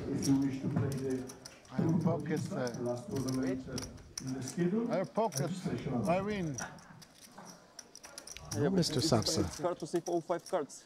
Sevens It's hard would to not save have won. all 5 cards when they're all in. I cannot fall.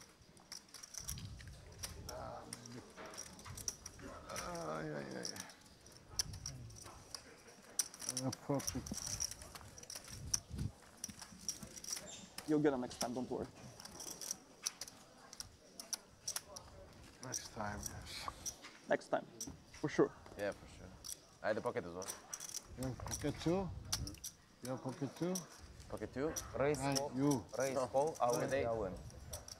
Pocket 8. Yeah. I hit the board as well, I was winning also. Cut off. Wow. Like everybody knows they have ace king, but we're too scared to call, right? I didn't know. I mean, to put both of them on ace-king is a bit rich. Maybe one of the hands have a whiff of ace-king in that spot. Nevertheless, onwards we march, and again, 130K shaved off of Magalashvili's stack when the spot was so good against Savsa with 7s and ace-kings spoiling the party.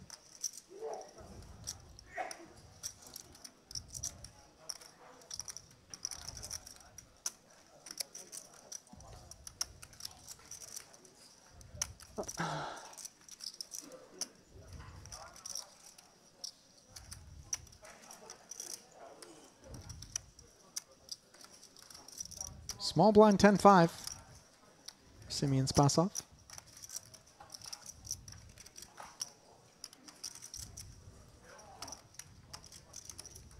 Looks like he's got an idea.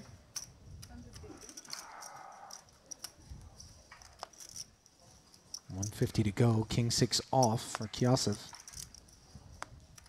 He's only got 700 back. Every one of these defends can add up.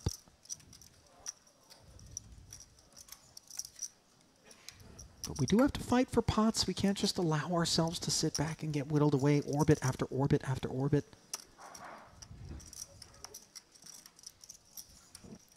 Yeah, he may stick this in, just feeling like he doesn't want to call and then get outmaneuvered when his hand could be good right now. Even in these sort of marginal spots, David, where the math sometimes dictates that it would be profitable to stick it in, and we sense that we're being preyed upon, given the gravity of the opportunity, a $376,000 first place prize, a pay jump with one more bust out, also factoring in, we can get a little bit gun shy, understandably. Yeah, and actually I didn't know about that pay jump on the horizon. That is definitely a factor right now. If you are one of those shorter stacks facing a will I get it in situation and it's really borderline, really on the line, I think you can turn it down for that reason alone. Folding would likely get you that pay jump, then folding you must.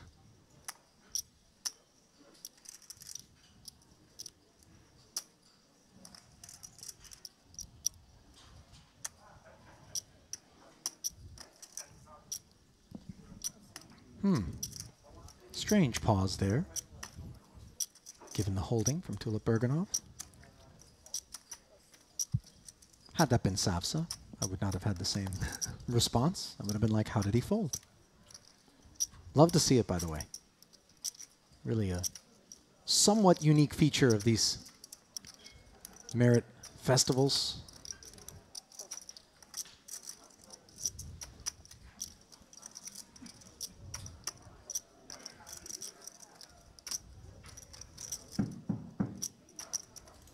All right, players.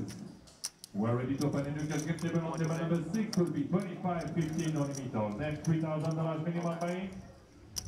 And I'm gonna go Alexander Pack, Barak, Max, Robert, Paul, Fritz, and Oscar. Gentlemen, your table is number 6, 25.15 millimeters and once again. Another battle of the blinds here, Kyosef. Barak, Max, Robert, Paul, Fritz, and Oscar. Can't be loving the 10-6 here. We're ready to start, table number 6. Does let it go. Savsa gets the walk.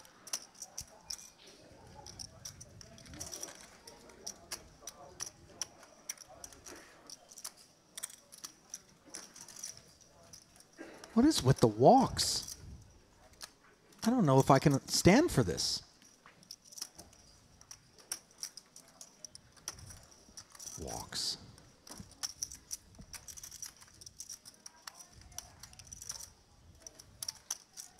I won't allow it.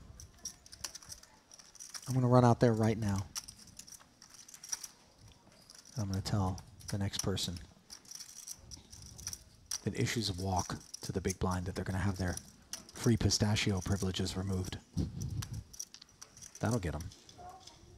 Trust me, these aren't cheap, these pistachios. Highly addictive too. Is that what you've been avoiding? Once I pop, I can't stop. Is that Pringles? There it is.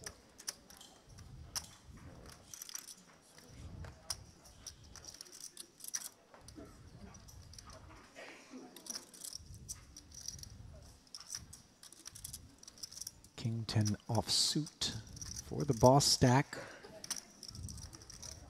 Shades off, by the way. Yeah, cutting a figure similar to a young Nicholas Holt, I want to say, with the shades off. Earlier, I likened his look to something out of Ferris Bueller's Day Off. Oh, that could work too.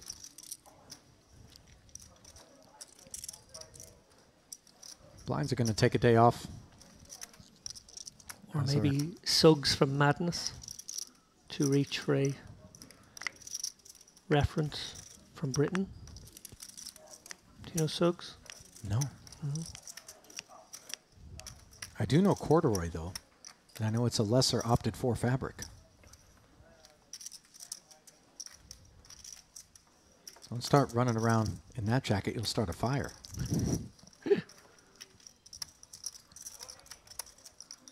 I must say, Lappin, that at the onset of this particular series, you do threaten James Dempsey and I with copious amounts of Carmen trivia.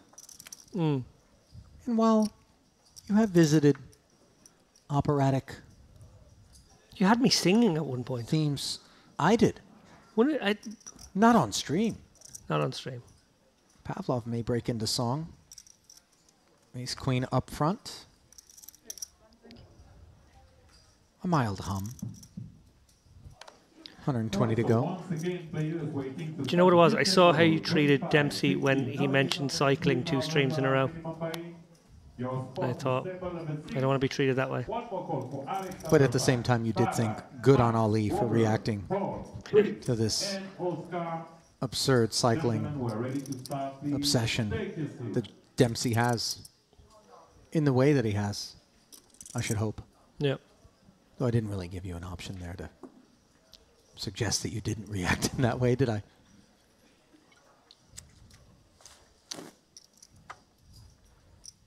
Savsa maybe hasn't gotten wind of the fact that we did enjoy a pay jump courtesy of a 36th place finisher, as the 5-figure threshold has been breached.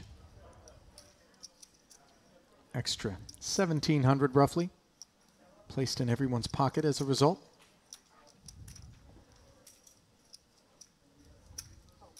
Sevens, pardon me, for Magalashvili.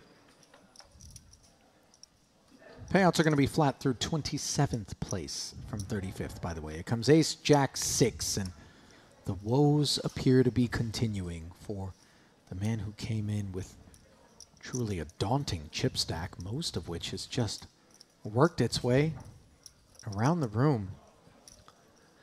Yeah, when it rains, it pours. Magalashvili got his chips somewhat fortuitously against Luke Bindel earlier today.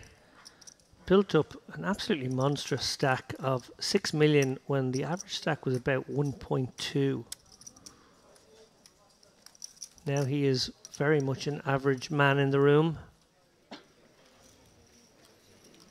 Oh, and men and women in the room gathered around the felt at what will be our next feature table. Maxime Chilot, Mm-hmm. Edouard V.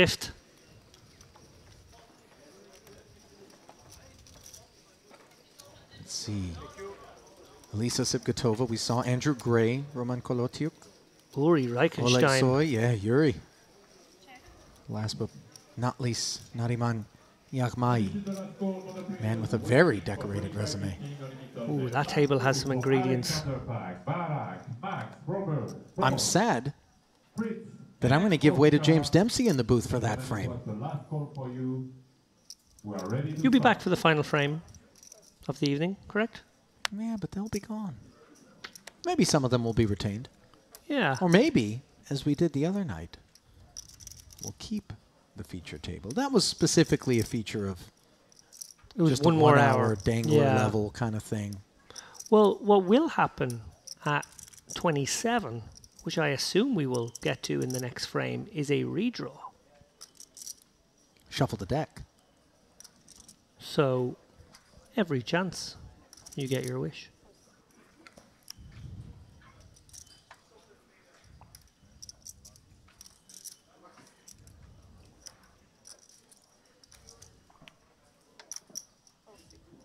Oh, yeah, you are finished for the day. Thanks. Thanks, David, Milguras. what a complete tease that was. Sorry, I'm just enjoying covering this event so much. I'm just losing track of time and space and dimension. Dementia, maybe. That was yeah, almost that like might a be what happening. commentator's slow roll. You'll be back. You're like, really? They're going to be, what, 12 till 2? What do you mean I'm back? Yeah. Play's done for the day. The room's dark. I'm walking around looking for the booth. Queen 4 deuce here. It is April Fool's Day. We should have done that to you, Ali. That would have been great. We should have sent you that message. Magalashvili is looking for a 3 in his head. Up against Pavlov's position holding Jack 7. Check back. Oh, hello.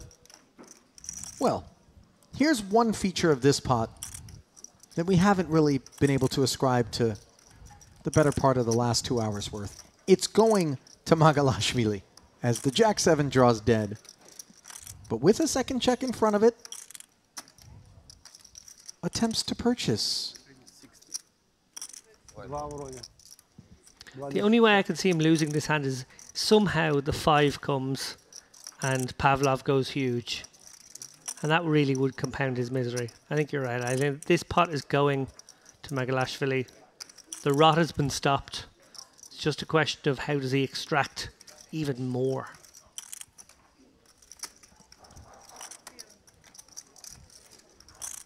No shame in a snap fold here.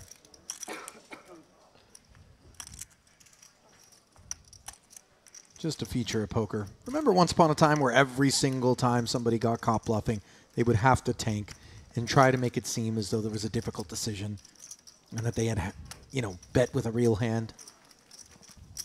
Glad to see those days are behind us.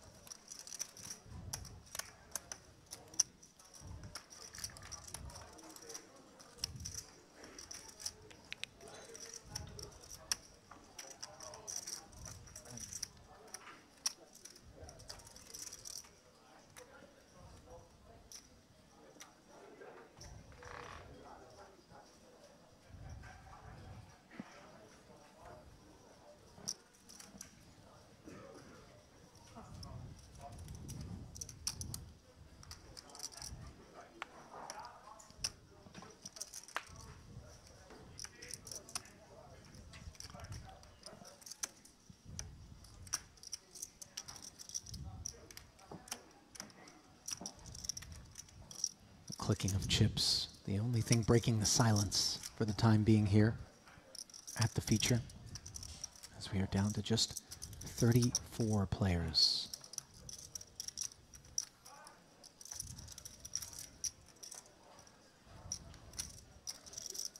Look at Sapsa. I feel like it takes every ounce of restraint from him when he is in that spot there and wants to open the pot so desperately, but maybe is beginning to feel the weight of the opportunity at hand upon his shoulders and is cinching up a little bit. And far be it from me to blame him. It is self-indulgently that we look for him to take these sort of unorthodox, unexpected lines and leave us giddy here in the booth. But not always. Plus EV. As we see, very plus EV king-queen suited for Ivanov, in particular, when it squares off against a queen-jack, which is exactly what Tulip Bergenhoff has. Yeah, and it will be awkward when it gets back to Tulip Bergenhoff, presuming Ivanov sticks this in here for 10 bigs. Queen-jack for this price. A tempting one. Just, what, 500k more into a pot of 1.4? Getting almost 2 to 1, I should say. He's going to have to do a little bit of math.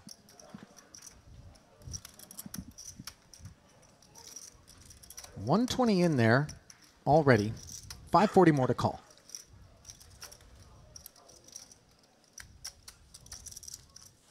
This is really close. How's your luck? He's only got 1.8 back, though. That would be a big bite out of his stack. Closing in on the end of this particular level, too. And let's face it, might ruin your appetite heading to a dinner break. David, we'd hate to do that.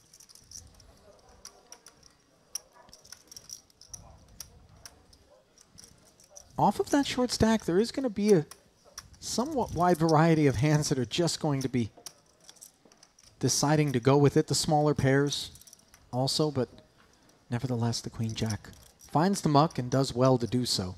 I think you nailed the most important and maybe ultimately deciding factor in all that, and that is his remaining stack. If you're faced with a very close one, maybe a borderline 1 or 2% in your favor spot, but it's for a third of your stack in a situation like this. Maintaining your stack as is quite valuable. Oh, yeah. Maybe you don't get any more weapons by adding that 600, 700k to your stack, but you lose a lot by conceding another 5. Can sometimes be the right decision. He knows he's probably not beating any hands there unless his opponent's getting very frisky, but he also knows his equity could be reasonably good against a lot of them. That's sort of the conundrum. I quite like the decision to maintain as a 1.7 million stack here.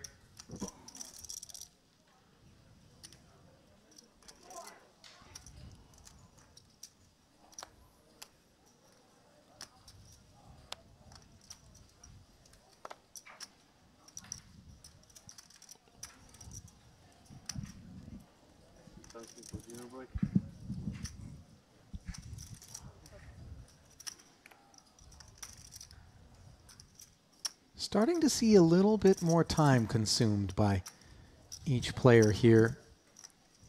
Maybe dual purpose. Work your way to the dinner break.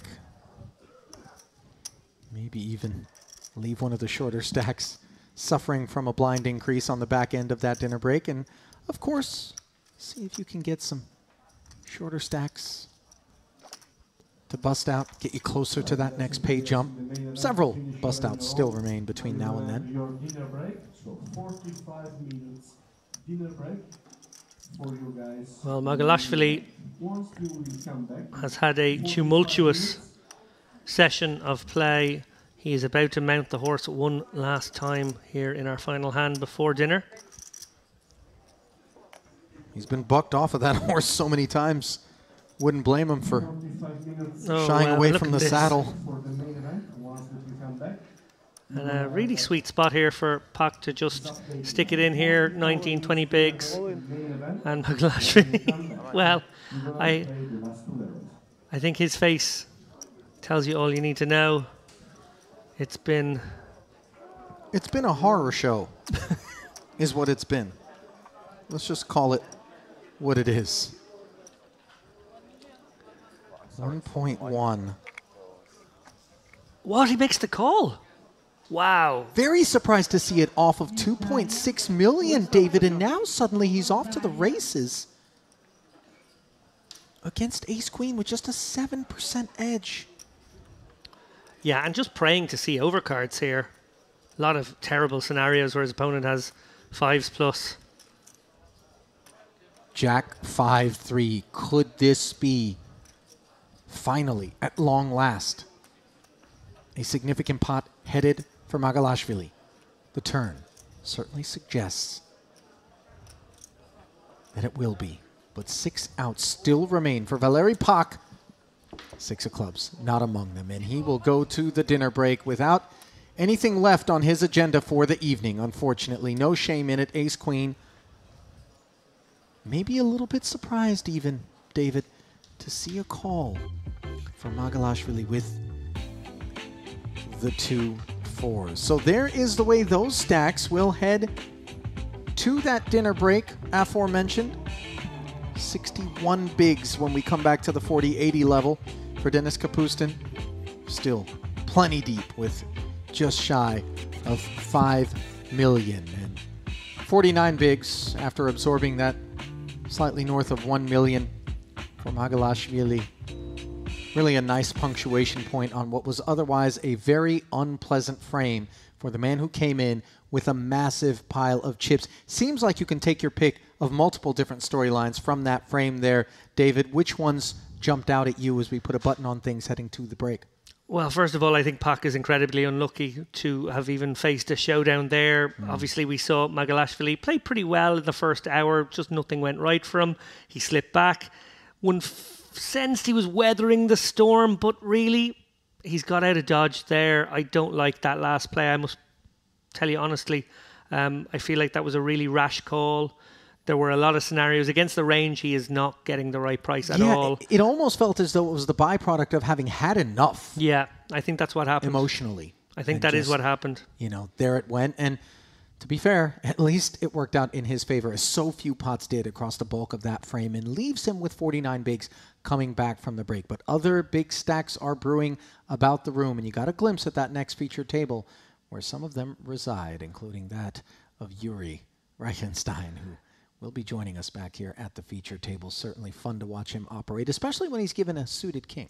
David, that's when he gets exciting. Okay, so you and I going to duck away. When we come back in about 45 minutes' time, we'll have 2 more levels of play here from day 3 of the Merit Poker Carmen Series main event as we work our way deeper and deeper into the pay ladders. Grab a snack and see us in 45.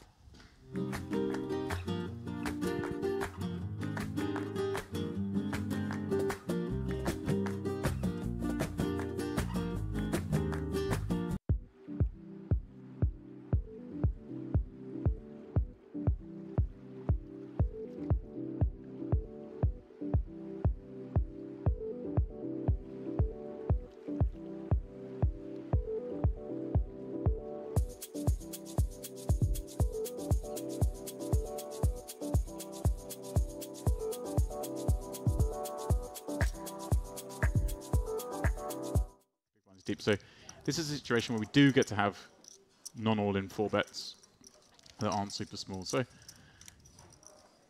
like to see him take it up to sort of 400k. Denis Kapustin, big moment for him being in the money in this main. Results on Hendon dating back just to September of 2021. Did join us for the Western Series main event where he finished 34th. Also played a little bomb pot Omaha. But his best live cash, 11,500. Pivotal moment for him here as he looks to better that figure off of 2 million. Sukbatova not enjoying this protracted inquisition decision by Kopstein. Sukbatova's jacks obviously very good. Love to play the pot against Reichstein, but you do not want to get called full bet when you've got 2 jacks. No. Just so often you're up against a hand like this, or the bigger pair. It looks like he is. They go for a size in the 400s. Taking him time counting it out. Yeah, Sigbratova's not enjoying watching this moment, and it's going to be very hard for her to continue because, well, I say that, Ali. There are a lot of chips on this table. A lot's obviously been going on. We don't know what. Wow, he's gone really Yeah, small. he sure has. A 4-bet to 300,000. The type of bet that would seek to retain Sigbatova 100% of the time. Yeah, I mean, he's gone for the absolute minimum. Sigbatova put the 60 up to 180, so it was a 120k raise. Kapuscin's put it up to 300,000. Now, the math does not allow her to fold. No, this is just... But she's got 1.1 back, and what is she going to make of this sort of ginger... Well, that's the thing. The 4-bet range is still super tight, and when someone 4-bets this size, you don't really think they're light. This isn't going to be the ace-5 suited part of the range, Ali. No. So you are thinking it's a range of... Well, it's weird. I'm not expecting anyone to 4-bet this size. That's the problem. I don't think she was either. But then you're thinking, do they do this with ace-king? Probably not. You start thinking, is this just the nutted part? The king's the ace, so she's almost set money with 2 jacks. Sees a 10-6-3 flop. It's a good flop for her. In any normal circumstance, this is not a normal circumstance. This is a very peculiar position to be in. Yeah, she's really going to be super passive, I would imagine, from this point forward in the hand. And by the way, these jacks don't get to see showdown if they face 3 barrels. Yeah, for Kapustin here, I mean, you just got to go for this now. You've almost, with that sizing, kind of repped exclusively aces. I mean, it sounds silly. We are not privy to what's happened for the first few hours. Like I said, there's a lot of chips in this table. They've obviously been butting heads. We've already seen a cold 4-bet with the previous hand. Multiple 3-bets already. This cold 4-bet. Kapustin betting 1 at 25. I kind of like the small sizing because Sigbatova obviously 3-bet, peeled them in 4-bet. She's going to do that with a lot of hands that just can't continue on 10-6-3. It's not just pocket pairs only. It's not just a strong hand. She's going to have, you know, the ace-jacks of the world, the king-queens of the world. All those kind of hands struggle against the bet on this flop. So we don't have to go big. And he has gone small. Sigbatova, I don't really think can do anything but call. Again, I'm going to caveat everything Ali with unaware of recent dynamics. We'll get more aware, of course, as this frame progresses. So, Sigbatova flats is another 250,000, slides into the middle, almost 1 million total in the pot. And what sweet relief this turn card is. Wow. All the discomfort melts away for Sigbatova, who is now praying that she was up against queens through aces. Yeah, bizarrely, obviously a hand that Kapustin improves on, given that it gives him a gut shot. The worst card in the deck for him, though, in reality, Sigbatova with those 2 jacks. But it is one that he has to be slightly concerned about because jacks do play this way with the flop bet. We kind of, I can't believe he's managed to find the check back, Ali. I mean, I can because of everything I was about to say, but incredible stuff. Because it was so tempting to carry on. So tempting to go after the 9s, the 8s maybe that were still in there. I don't know if they necessarily 3-bet pre-flop. That was what I was going to come round to. It's more likely to be the jacks part of the range, but there's also going to be some 10x that we could just blast off with ace-king. Now the value comes in from Sigbatova, 375. The ace-king promptly finds the muck. So avoiding further losses is Denis Kapustin. Bizarre hand. Oh. That 4-bet from Reichenstein showing a lot of strength. Of course, there are going to be some nonsense in there. We know he's a very capable opponent. He's the sort of guy that will occasionally mix in some of those suited aces, the ace-5s of the world. But we're not expecting to see jacks or 10s here. And we're not expecting... Well, actually, we may see ace-queen. Ace-queen's a really nice hand to 4-bet forward. But obviously, holding 2 queens early, we know that part of the range is far less likely to be in there. Yeah, he blocks that ace-queen stuff right now. And so the ace-king lurks. Yeah, again, we don't know what's been going on before we came here. But there are a lot of chips in this table, and I imagine there's been a lot of butting heads. So there are scenarios where this could potentially become a really, really nitty fold. I don't think that's what's going to happen here.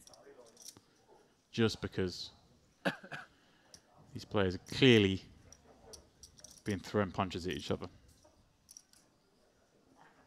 Such a delicate phase of the tournament, though, as you're looking to survive and work your way into those bigger payouts. One little misstep, wow, he does and fold it it. all come unraveled.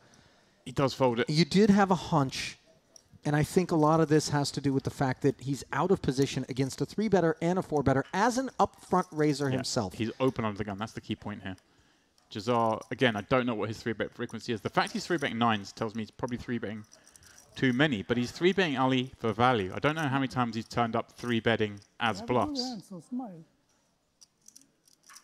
So he's right in the 3-bet is value, and he's therefore right that the 4-bet is also value. And queens just shrink against that range. As absurd as it seems, there are moments where hands like that do find the muck and do so understandably. However, Jazar, a larger investment with the 175 out there, going to roll the dice for 250 more. And note that Yuri's 4-bet has rid him of the guy that had him in jail, the 2 queens. Well, I mean, the difference is king, 3, deuce, and this is a fairly dry board. Jazar going to check it over. Certainly not lost on him, James, is the prospect of an ace-king lurking. Yeah, but I mean, this is just a board that Reichenstein... Well, I say Reichenstein has to follow up. Obviously, his 3-bet's ace-king, his 4-bet's right, ace-king. Occasionally, maybe he's gone bananas with king-queen off. There's like a bluff. King-queen suited as a bluff. He also has kings and aces, so you just feel like he bets here. And Jazar's going to have, I don't think we expect him to have 9s too often, but certainly he's going to have jacks and queens himself. And so it does go for the small sizing. Jazar's not wrong. And look at Maroon just chatting away throughout this hand as the downsized 100K c-bet brings the pot to almost 1.2. Turn card puts a 3rd spade on board, and now Yuri picks up the nut flush draw. Oh yeah, a lock on the hand.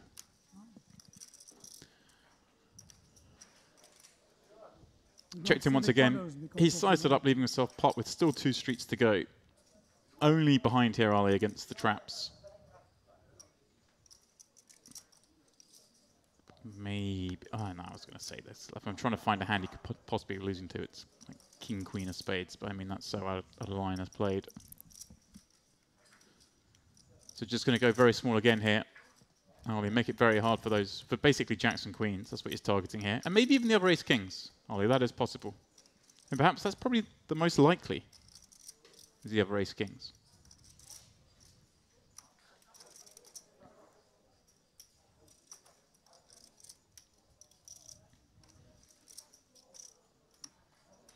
Yeah, is sizing out. Again, about quarter pot. No need to go any bigger. Really, really hard pitches are. Jacks and queens with a spade will obviously, I think, be very tempted, but red 9s surely now must find the mark. Has to be said, perhaps a little bit late. And he does. I don't blame him for peeling the 100K after on tour. It cuts a couple of ways. On one level, maybe you get a lot of people who aren't playing as optimally against you because of presumptions that maybe, oh, you're just a girl, and how much could you know about poker, and that sort of misogynistic absurdity. Yeah, But conversely, sometimes you'll get people that really are sort of gunning for you. Yeah, it's bizarre. Just, you know, anytime you just stand out of the table more. It's not how it should be. Our game has no physiological edge. Right.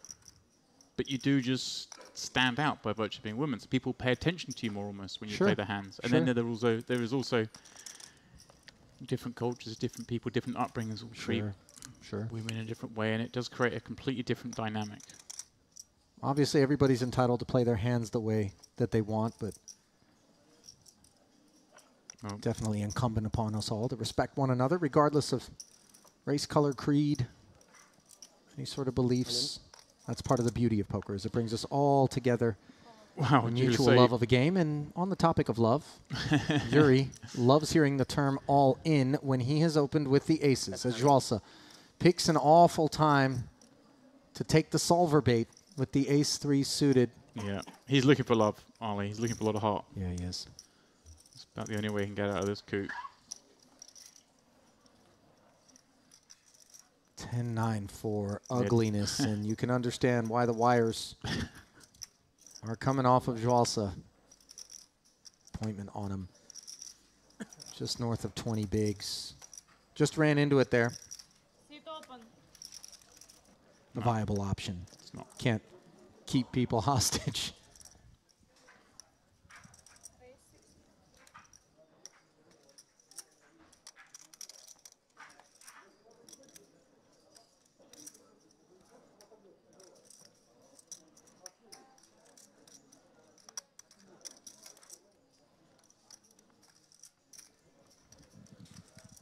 Clipper. More ace-king popping up here. Sibgatova, poorly timed king-5 suited open. Yeah, this From fairly early position, by the way, off of this north of 2 million chip stack.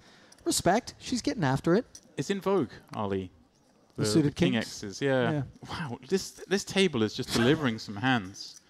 This is the man that I feel missized before. He's been dealt into almost exactly the same scenario, although this time the 4-bet value of your hand with queens is different to ace-king. Ace-king, you're trying to elicit a lot of folds. Queens, you're trying to think, how do I get worse hands to call? The ace-king blocks aces and kings. The queens doesn't.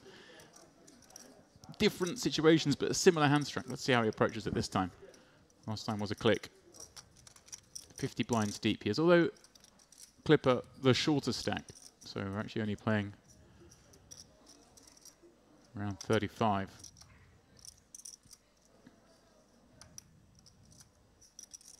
We know Clipper 3-bets a lot, are we? We've seen it time and time again. And this time, not the bigger sizing, but certainly bigger in relation to the open. And again, it does make a little bit more sense to go smaller against Clipper, because he only has just over 1 million to start the hand. So the 4-bet to 325,000 again.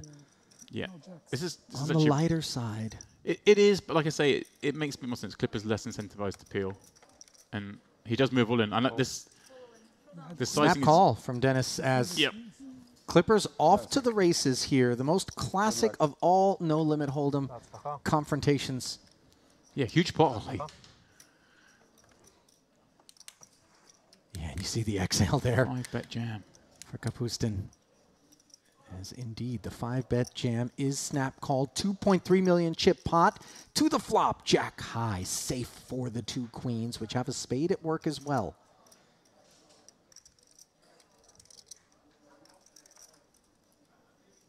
Turn card does bring a spade, and that will take a couple of outs off the board for Ari Clipper. Door closing, Ali. Needs to hit a red ace or king on the river, and instead, it's the deuce of diamonds. Inquires as to the severity of the situation, but it is curtains for the warm-up champ, Ali, and the man who has perhaps provided us the most entertainment over the last 10 days or so.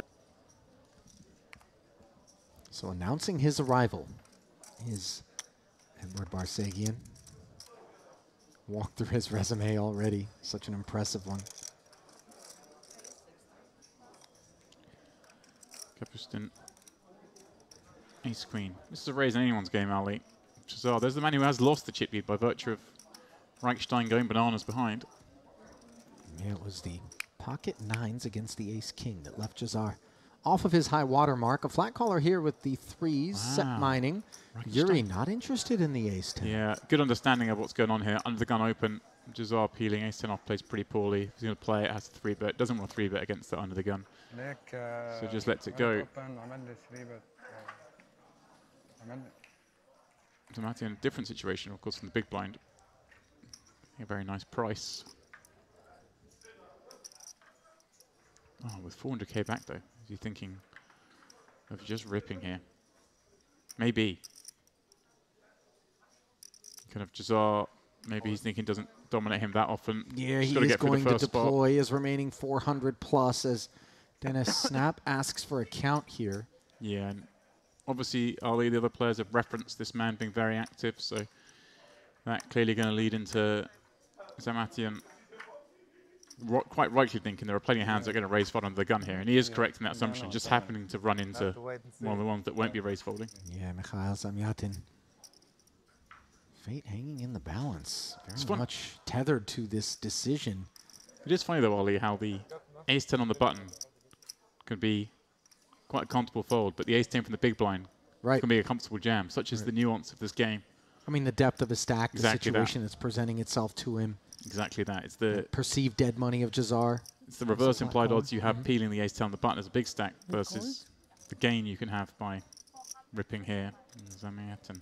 Bad news for Zamyatin is that Denis Kapustin has decided to make the call. The pocket threes go into the muck, and we're in front of this ace-queen and ace-10 with another ace-10 in the muck already. Yeah, he would have been in great shape.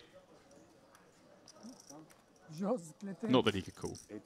Up against bigger pairs a lot of the time here against these two actions. Pair of 3. Flop. King, Jack, 4. Broadway draw versus Broadway draw. Well, a good flop, given we know 10's gone. Switches the outs around. Does have backdoor nuts, spades. And here we go, Ollie. And as you mention it, in comes a spade for Zamyatin, who picks up a total of 11 outs, courtesy of that card.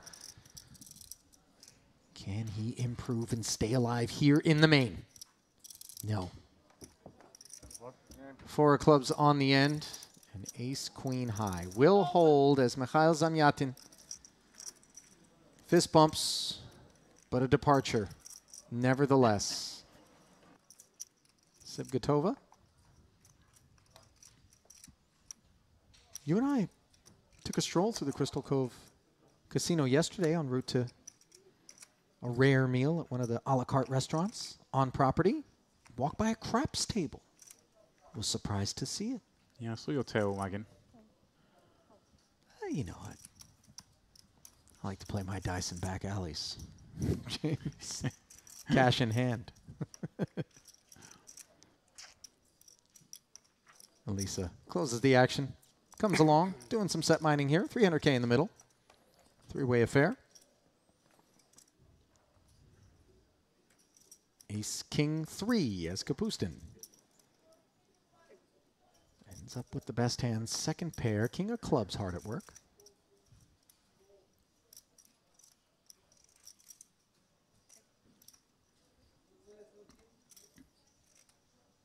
Interesting Kapustin checking this. Check. We just get to bet ace, king, 3 is the opener. Hell of a Look lot. at this card. The 5 of clubs delivering Sibgatova with not just a wheel draw, but a steel wheel draw. Yeah, if we are going to check a king on this board, which you do get to do sometimes, of course, then a king of clubs does make sense. It's the one to do it with. And, well, Ollie, you called it. I think she's just more setting her own price here. Of course, does have some 2-pair combos on this board, and it's going to be near the deuce 4 suited. Now, as the pre-flop raiser, Kapustin's check on the flop isn't 100% going to remove an ace from his range. No, you guys have some ace, some king. Most of it bets, but you're going to balance.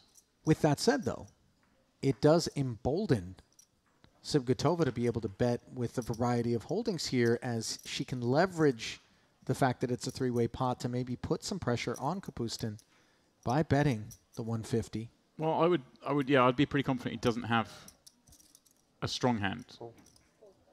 So when she comes up betting here, I'm loving it if we then follow up with a big bet on the river.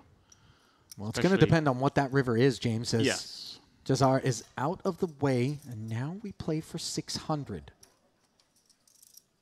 Ace pairs on the river, and that's actually a pretty good card for Kapustin.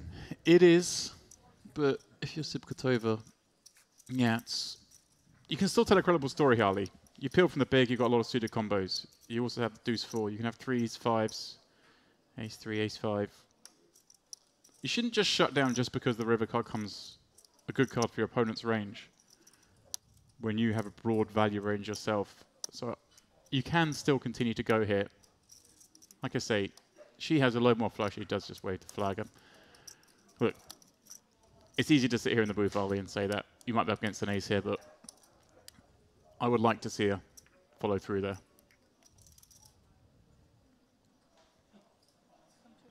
Check back. She doesn't want to show.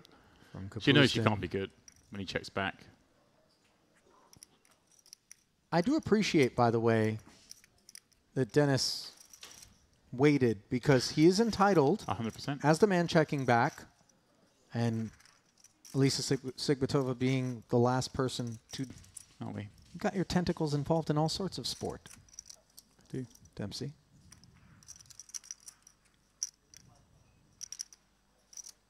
Ace Jack here for Gromov.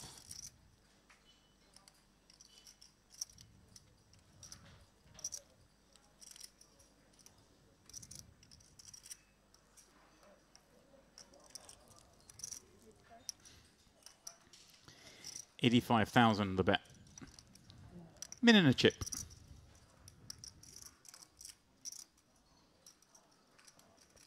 When you know it, a suited king for Yuri Reichenstein. I mean, really, it's been the hand du jour for him.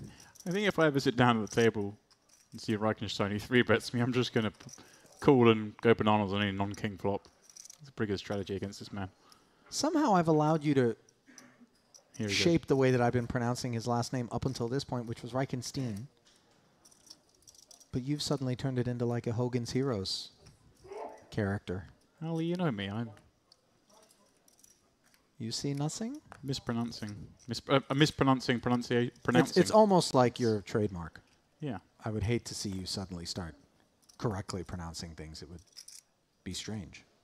Well, we both know you're the cunning linguist in the booth. Oh, cute.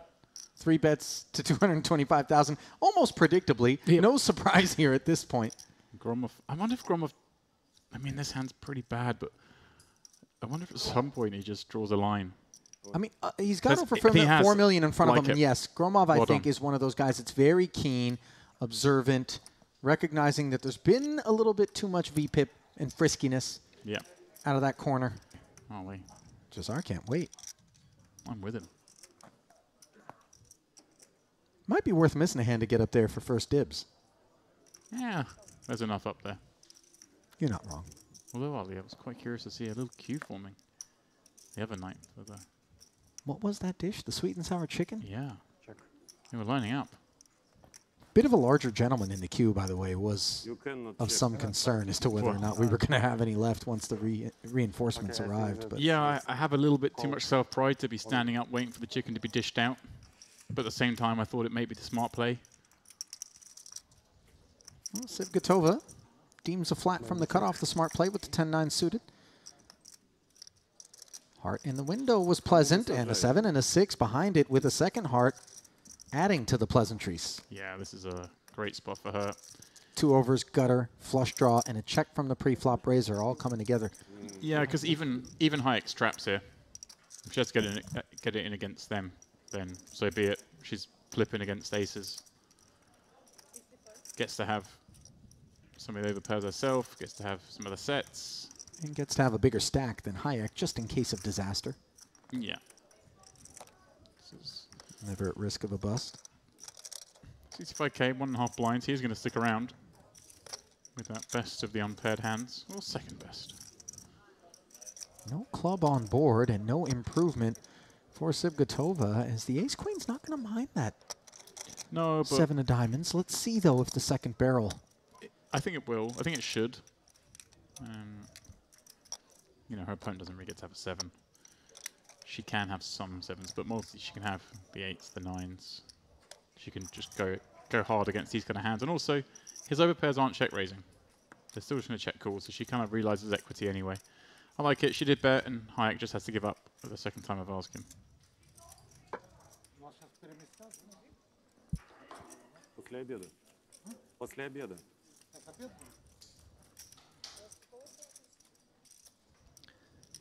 Mikulak looking for a spot to get it all in. This might be it. Yeah, 400K in front of him. 8 bigs. And the Jack-9 suited is going to run into Tulip Berganov's 2 red queens. All in. And Azamat jams over the top for his remaining 710K. No, wow. Wow. The man who can play Grim Reaper to both of these boys has an ace-king in the cutoff, makes the call.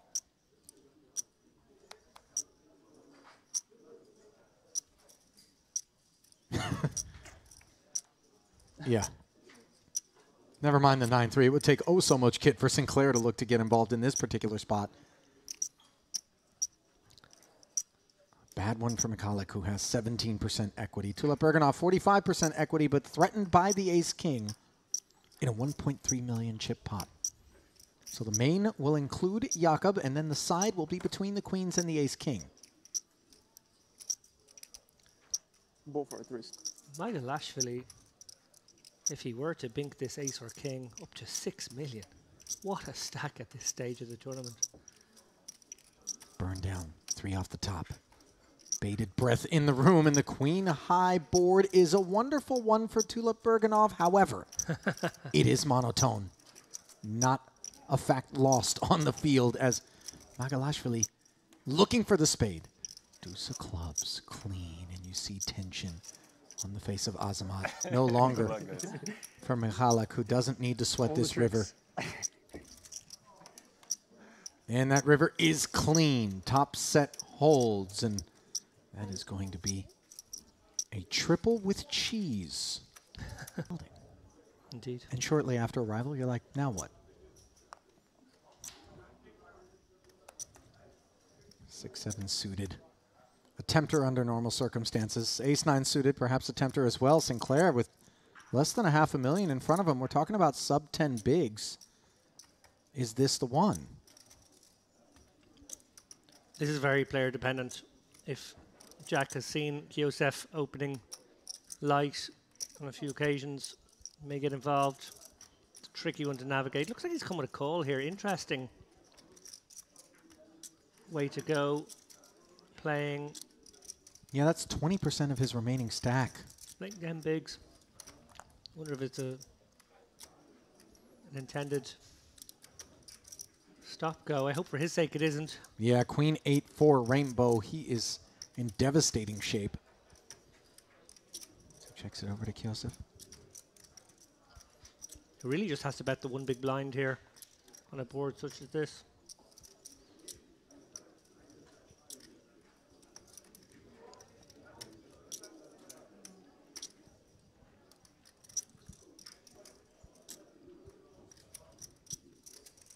Sinclair obviously has those back doors, but not a lot to write home about here.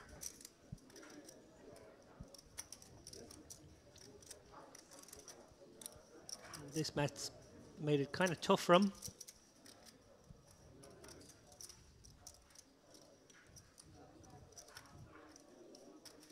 This is almost offensive to be facing the 60K bet here. The price is just so wonderful, but the situation, not a great one. So Sinclair is retained, and that is a beautiful development for Ace-Queen. Now the board pairs. Kiosef just never getting away here, despite how tricky and trappy this one appears. So question is, how do you get your chips in? And I guess you go small again, maybe 100 this time. Don't have to worry about Jack having a 4. One would think he would have put in a big pocket pair, feeling like there was pot commitment already by Kiosef. So it's a ponderous situation for Kiosef, who I assume is just going to bet small again. Maybe putting his opponent on something like Queen Jack at best and feeling like he could get it all. Oh, crafty. Now the check back, bringing backdoor diamonds. Sinclair's got to just want to get this one to showdown, right? 420 in the middle, 350 back, shy of 1 SPR. Is he going to turn his hand into a bluff, figuring that Kiosef is never checking back a hand as strong as Ace-Queen? Right, yeah. Wouldn't blame him, but it would be a self-inflicted wound. An immortal one. Oh, and he does jam. As played, we know Kiosef is going to be snap calling.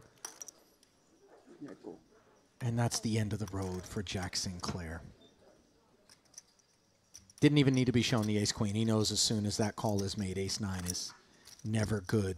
So it was a short-lived stint here at the feature for Mr. Sinclair. Well played. Yeah, not of a...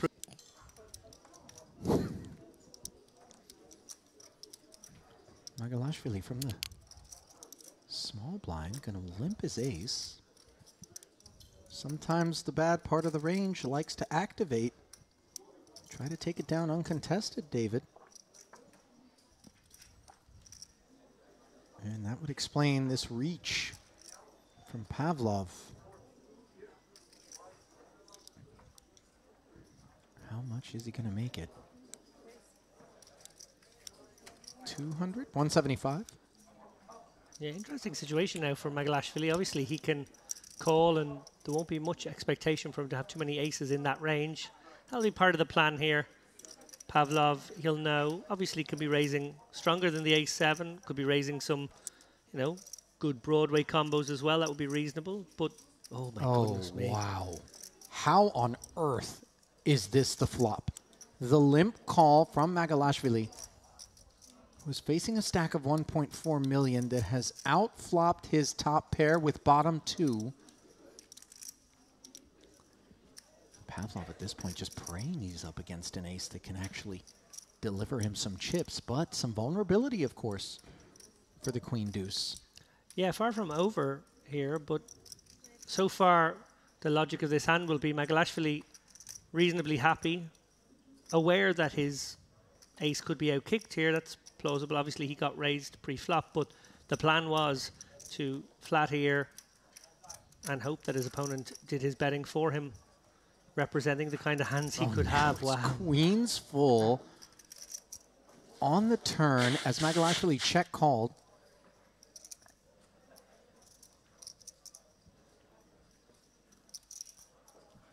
No reason for Magalashvili to slow down here.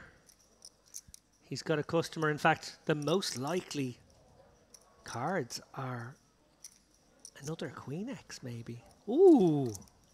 Now the check back from Pavlov could very well contain some ace X, David, that's just looking to avoid an uncomfortable situation if they follow through again and get raised on the 2-queen board.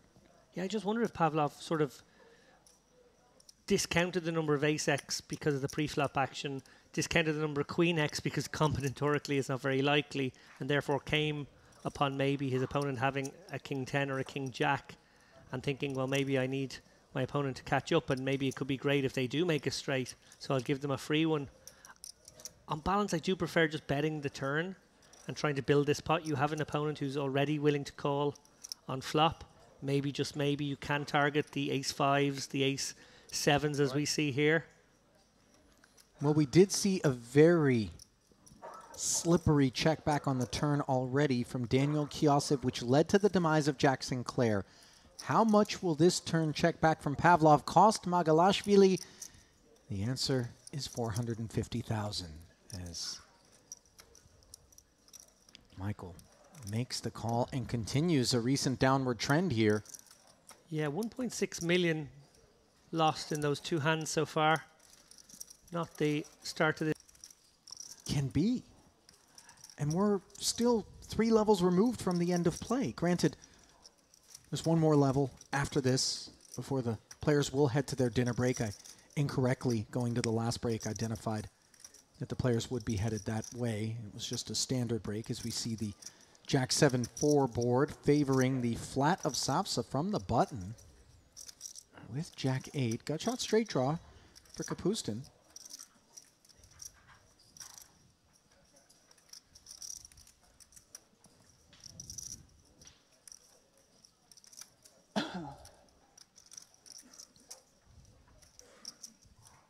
Sometimes there's a bit of decision fatigue out there. Yeah, I would never go as far as to say poker is a quote-unquote sport, but it is an exhausting game when you have to concentrate for 3-4 days in a row for a main event. You really don't want to miss anything, especially now down.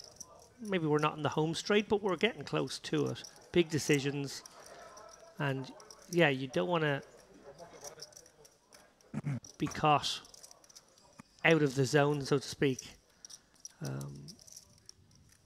It's a hard one to explain to non-poker people because I think what we do appears to be sitting around occasionally chatting to each other and gambling away, but actually there's so much going on, and it's a real test of your endurance, tournament poker.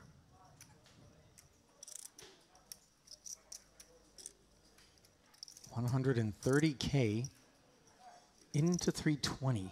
The figure dialed up by Savsa. I feel like it has to be a raise here. It's And it certainly sure no hand looks to that call. way. Check pop to 300. How much?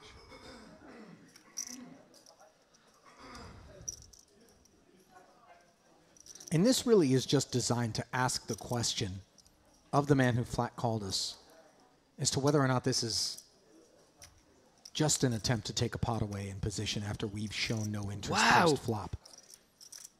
Just snap, clicks it back. Savsa. 630K. Savage. Savage Savsa.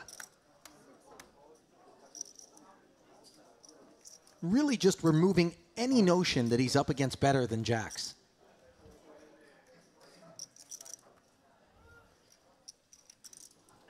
And I don't think Kapustin really ever even entertained the idea that this could be a possible outcome. No, Savsa's sort of taken his jack and decided, well, I'm actually going to represent stronger than this. I would go so far as to describe it as having taken his jack and bludgeoned Kapustin. Yeah, and I must say I'm already curious that Kapustin hasn't let this one go against someone like Savsa. I feel as though it's an incredibly strong line, flat the button, and then raise here. It's very setty, I guess, and that's maybe what he's conscious of, is that it's actually quite polar. But actually we see there he did it with rather merged hand. Maybe there's some pocket fours, pocket sevens in there. This situation. Super dominated by the queens.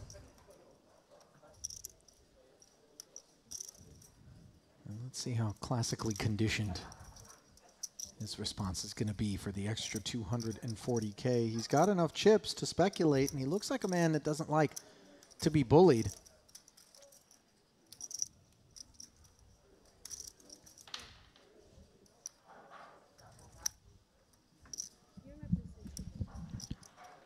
Let's see three. As you wish. I think a bit more. This one swelling to 8. Let's have a couple more chips out of your stack, though, first, Savsa. Worth a shot, Lappin. Inadvertent, of course.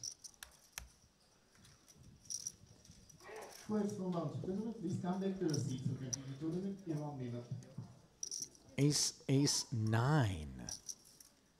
And it's a little bit of a pesky board for Pavlov. We do assign quite a bit of that ace-x range, perhaps, to Savsa as an opener and then a caller of this 3-bet. And as such, we proceed with caution out of position with these 2 queens. Interestingly, though, David, holding 2 queens, we block the ace-queens of the world, which definitely rate to be in the category of stuff that would be specifically opening and then calling. And look at Savsa. Pouncing, betting 200,000, just a quarter pot.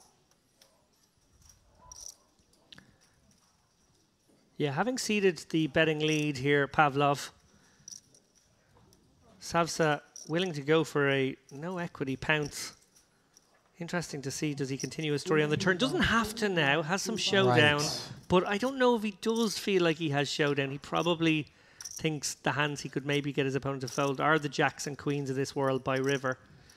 I hate seeing a 10 on the turn here, just because I want to know what he would have done. I want to know what Savsa does when he's unimproved on this turn. I think he's got that kind of heart where he can 3-barrel his way through this one. Well, this is interesting. Is Pavlov now suddenly going to lead? And we've got our answer. This seems strange. As he bets 380K into the 1.2, roughly 1/3 pot. Deeply incongruent. 3 bets pre, check call, lead. Yeah, almost like he's representing pocket 10s.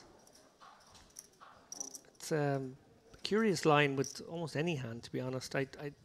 It's so contra flow. I just think we've left the game tree and we're just going to have to play some street poker mano a mano now from now on. Safsa's the kind of guy that isn't afraid to get his hands dirty and play that kind of poker. And we saw him click it just moments ago. I wonder if he's contemplating some similar sorcery. Such a strange line. You know, when things don't add up in our minds, there's instincts that are triggered as a poker player to just have strange suspicions and then maybe rise up and respond with something. It would be so gangster.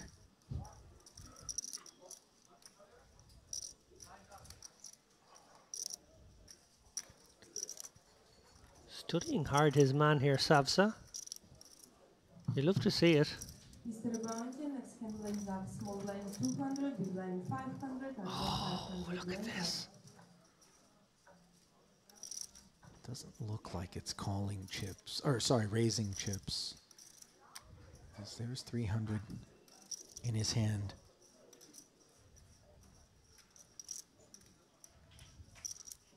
$375, $380.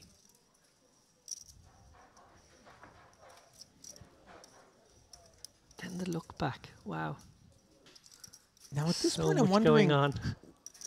if we're Pavlov,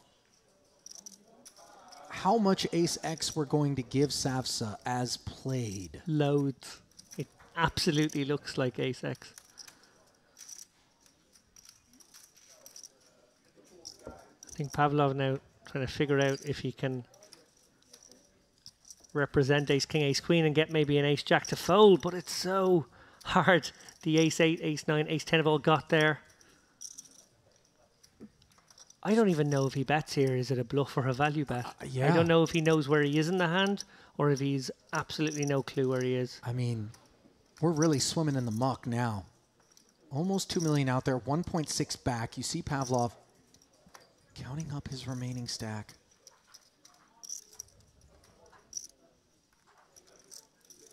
This is deeply uncomfortable territory for both players. Yeah, you mentioned right at the beginning how he blocks Ace Queen quite significantly here with the 2 queens in his hand. And that would be more useful if we were looking at an Ace Ace 3, 6, 8 board and not the 8, 9 and 10, which basically means that you're hoping your opponent will find a fold with Ace Jack if you go for this. Yeah. Because very specific. We don't expect Ace 8, Ace 9 to be calling the 3-bet that often. The Ace 10 even seems infrequent. And now the 800K bet into 196. I'm baffled by this. I am hand. too. It's almost like he knows what his opponent has. If you knew your opponent had Queen 10, you might take this line. But there's no way. But it's given just that we so got funky. The bet on the flop that we just randomly assigned 10x to the caller pre in the face of a 3-bet and then the better on the flop.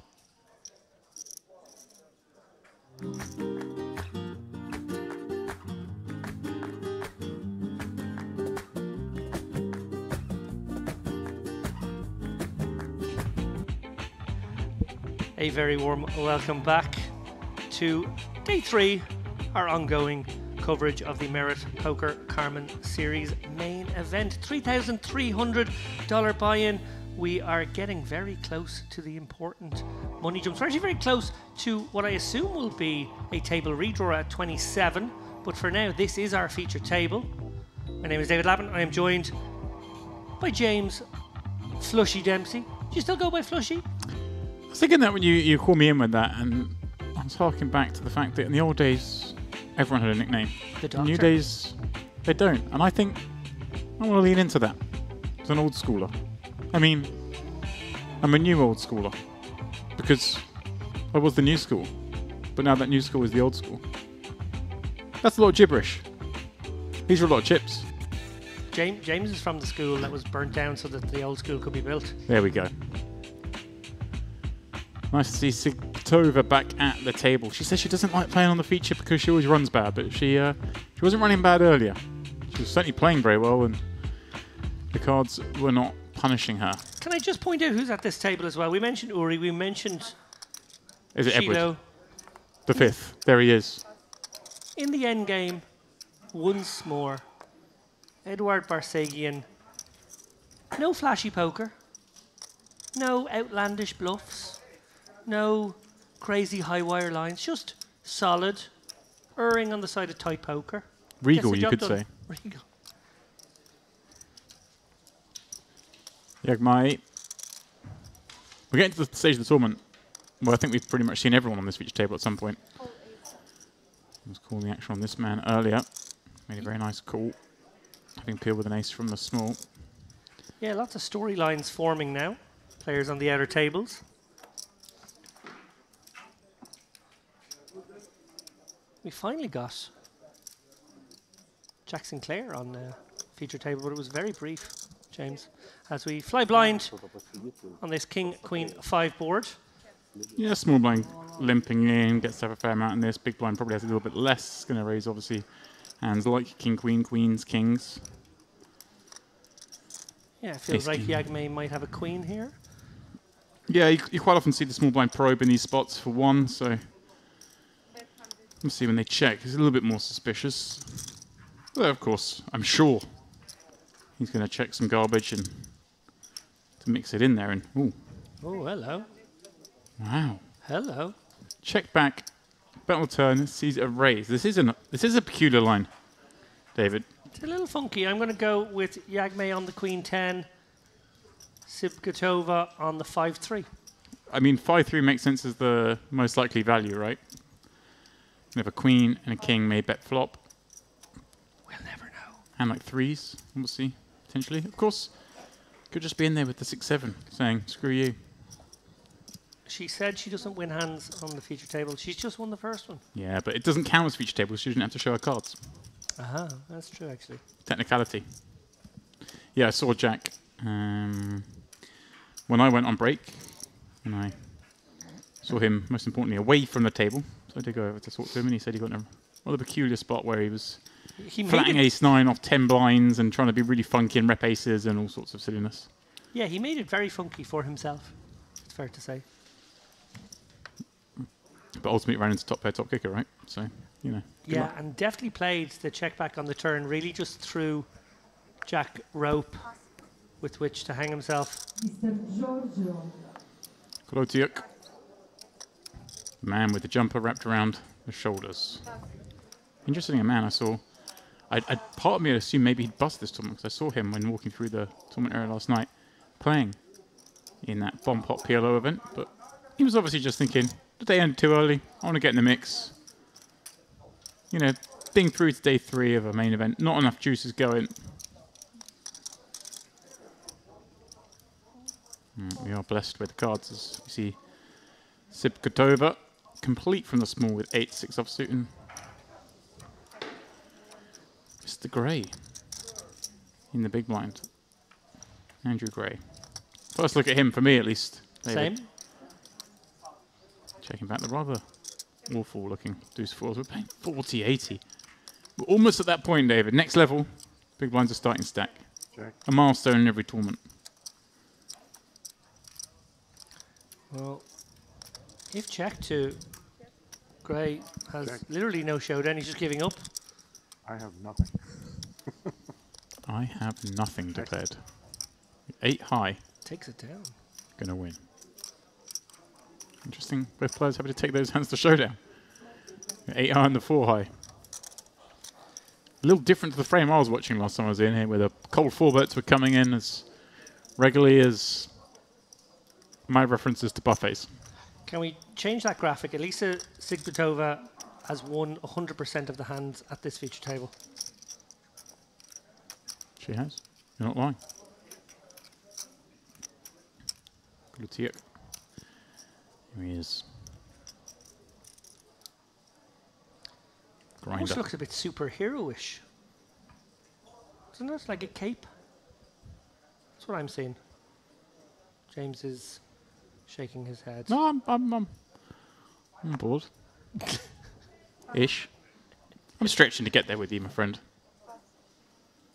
Don't want to leave you there dangling. Sorry. Reichenstein. he was the man doing the heavy lifting. Frame but last. He's my pick. Ooh. I'm going with Reichenstein. He's my pick to win this. 37 out. No, 33 out now. Mark it down. Raise. 175. Small raise here from Gray, blind v blind against Shiloh. Interesting to choose this sizing rather than just a shove, given that he's got 13 big blinds. It's interesting. It's a curious raise sizing with any stack size, but especially, like you say, so short does induce, of course, appeal from Shiloh. It's the Queen of Clubs on this Jack 8-5 board. Well, you always talk dynamics, James, and we don't know what the dynamics are at this table. I'm sure Gray and Shiloh have been battling, but interesting that he chooses to check here, not trying to protect his bottom pair and opening the door for Shiloh. Oh, look at this, quickly going to his cards for a recheck there.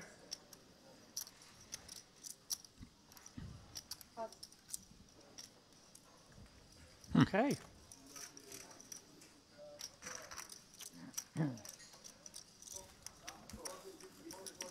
Curious line against Maxime Shiloh, of course. Again, I always caveat everything we see on these streams. We don't know what's happened in the preceding levels. What dynamic has built up.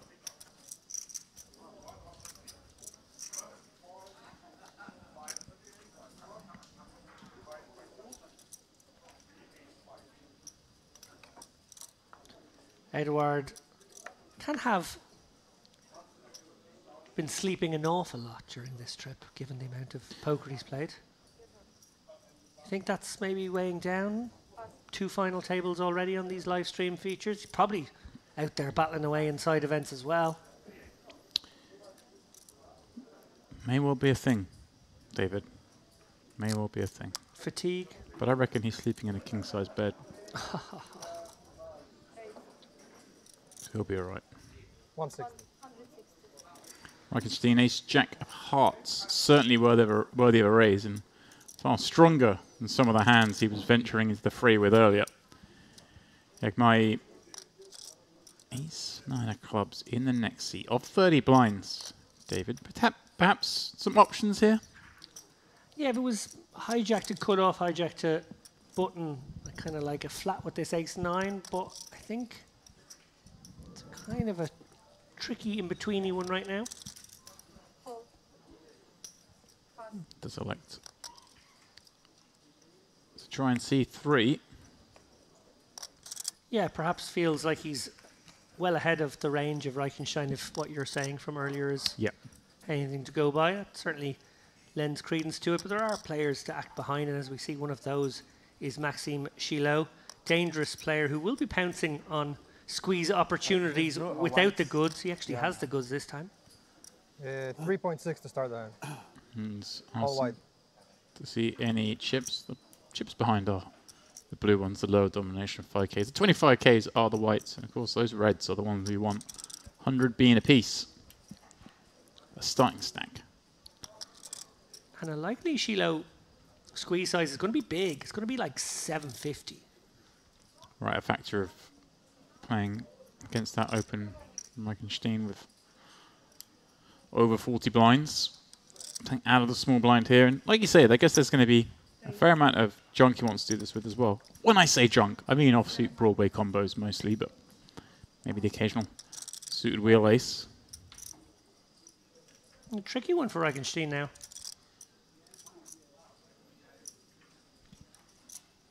Given how loose his range will be from this seat compared to others, he's well up his range. Yeah. It's just such a difference here when we were seeing him battling before, sort of 70, 80 blinds deep, to being sub 50. Even hands as good as this suddenly become very hard to play with post-flop. Mm.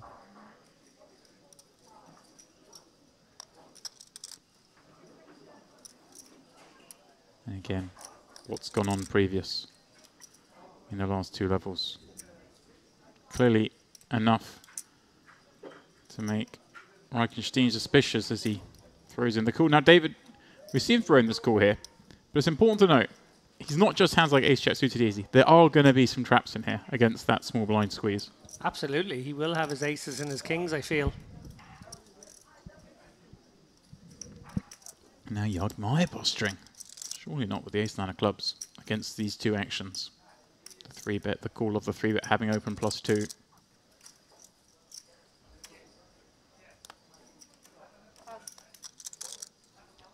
Does get out of the way, and we go to a flop. Jacks against the ace-jack suited of Reichenstein.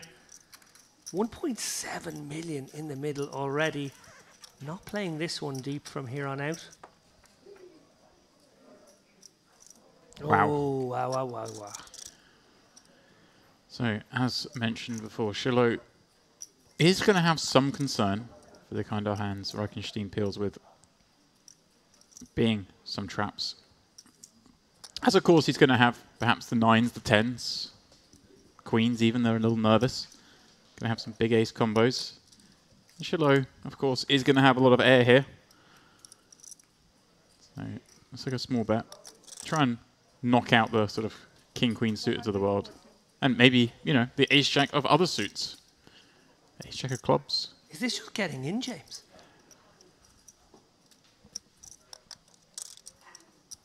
It's tough. I think Reichenstein probably leans towards a call for the reason that he is ahead against some of the bluffs with the ace high.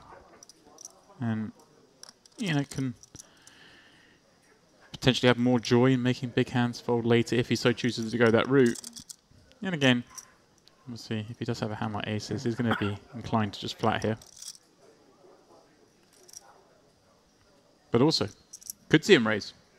David, wouldn't be out of the question at all.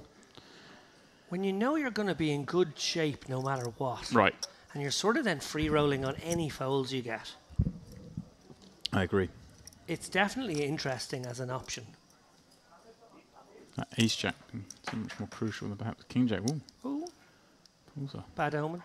curious face. Knocks over a chip. He does riffle the chips on the rail. He does. He's unique in that respect. I love it.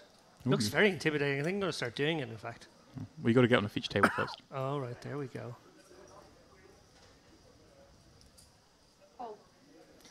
He does call. Does come with the I think this call. makes sense. You got to call here with the 9s, 10s.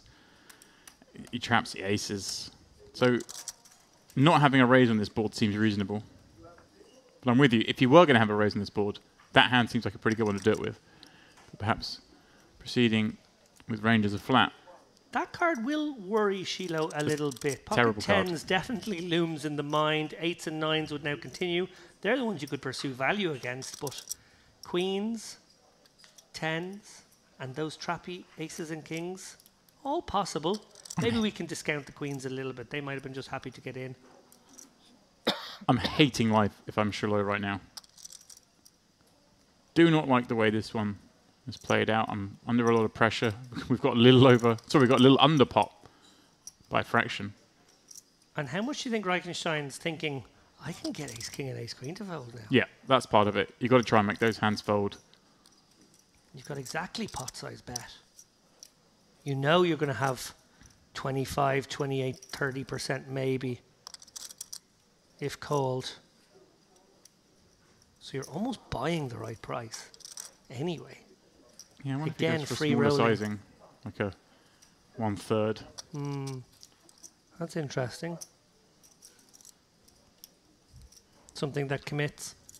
Yeah, he kind of always kind of calls after that, but well, maybe makes it look like 10s a bit more often. And I wonder if he's ever got as low as 7s. I'm guessing not. I'm going Probably with, not. Doesn't have 7s. He does just move for the all-in.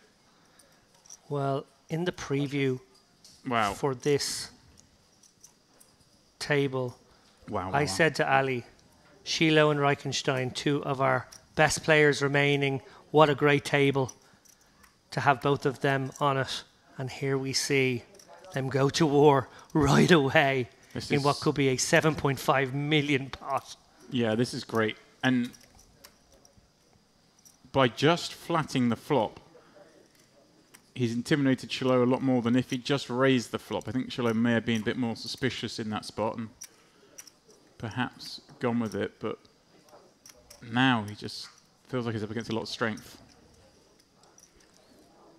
What are the bluffs here, David? I think we're looking at them. King, Queen of Hearts, Ace, Jack of Hearts. Yeah. That's about it. Does he ever think he's just got way out of line with some backdoor spades that have missed and gone berserk?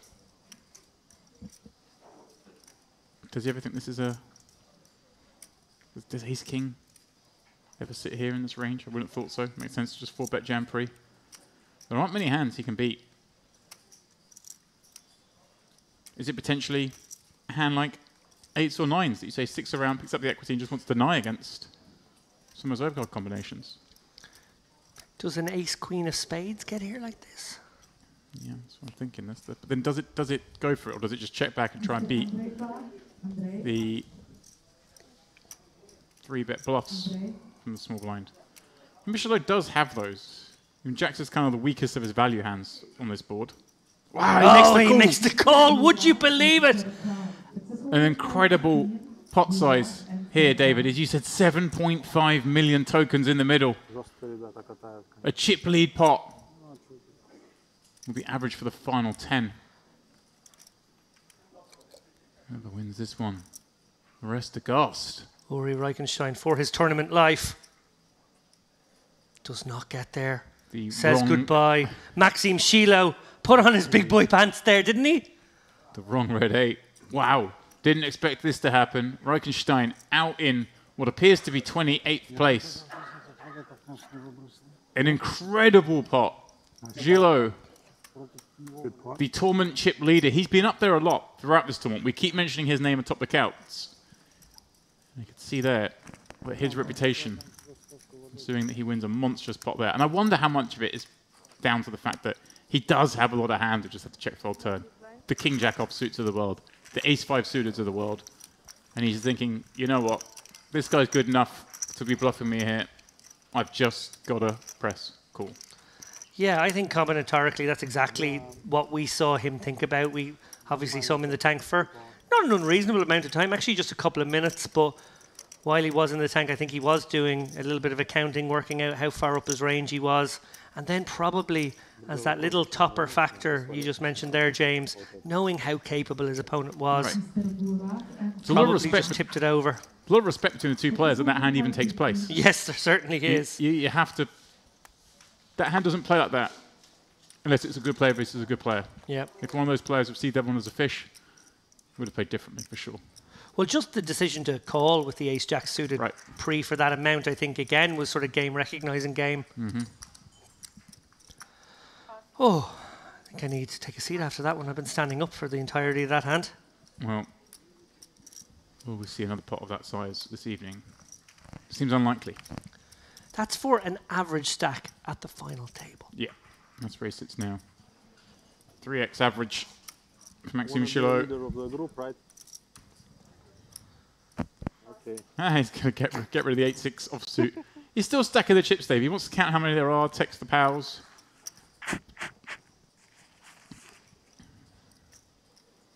Grutiak in the small blind. I think it's down at...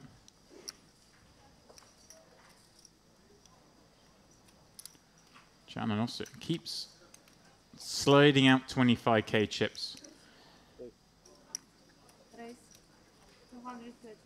And again, goes for 3x.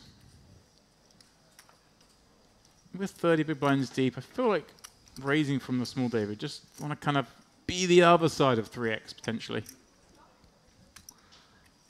Yeah, I know where you're coming from there, and I think you're right. You want to define the rain. Barsagian's going to make the call with the 7-3 suited. So there you go. You're not getting the suited rubbish to fold. Yeah. Mm-hmm. And this could get spicy too. Yeah. Grutiak with a gutter to the absolutes. Barsagian, second pair. Backdoor diamonds and even the faintest of backdoor straight draws himself. 300k continue is healthy into 540 on a rainbow flop. And David, is this where like the ranges kind of are a bit closer in these kind of blind-on-blind spots. Does Kolotiuk still have quite a lot of this board?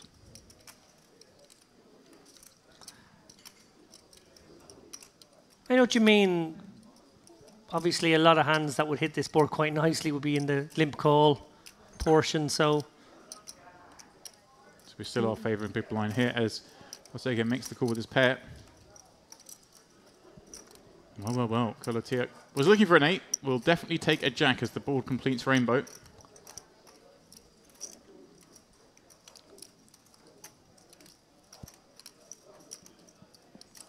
You like a check here from Kolotiuk, or would you carry on betting? I like betting. I think there are some rivers we could even go for glory. Having turn top pair.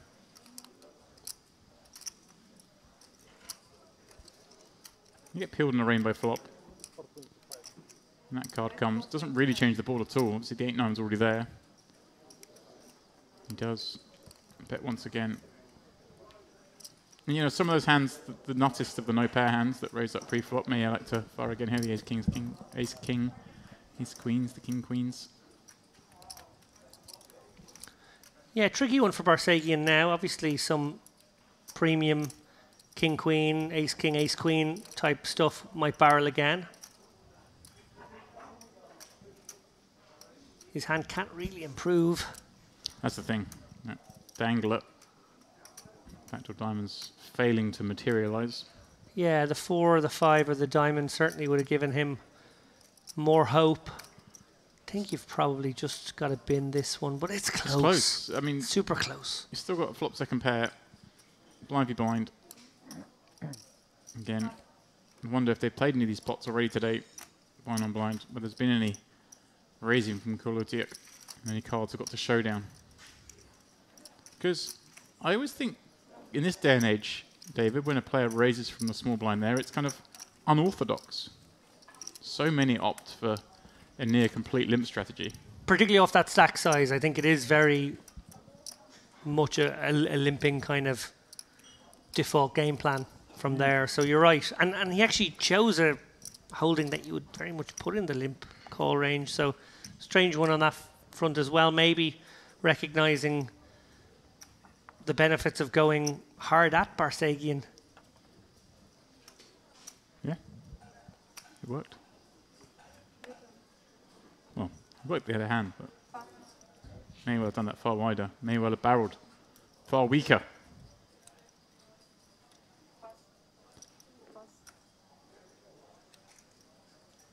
Chilo struggling to make room for his cards. All those chips getting in the way to Kolotiuk. King Queen suited on the button, a little under 40. This is way up there in the range. How does Barsegian get into the deep stages of every one of these tournaments? He knows when to fold 7-3. There we go. That's a good answer. Soy quite reasonably defending with Queen 9, but a fold would have best served him up to this point.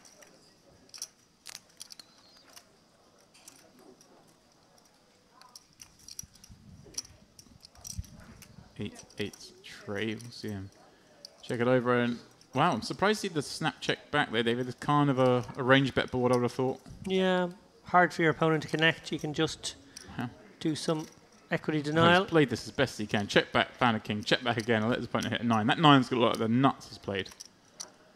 And his opponent looks like he's got showdown, so no surprise to see Soy go for some value here. And if he's gone small, he might get himself raised here. Yeah, which he has. I think it's certainly reasonable for Kolotiuk to come in for some additional. But very curious that he's check back flop, kind of with a pretty strong hand and a big range advantage, and then check back turn when he's got a very strong hand and a very strong range advantage.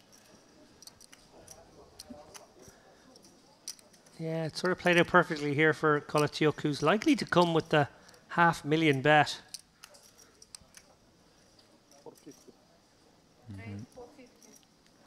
450 is the bet, and this again, it's just.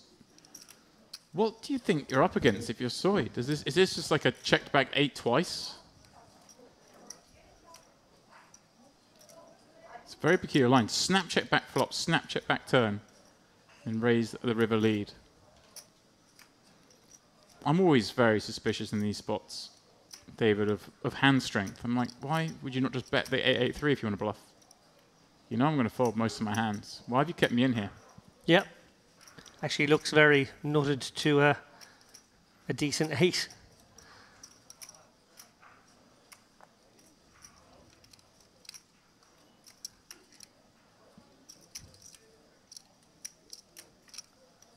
Credit to Soy here, giving it full consideration.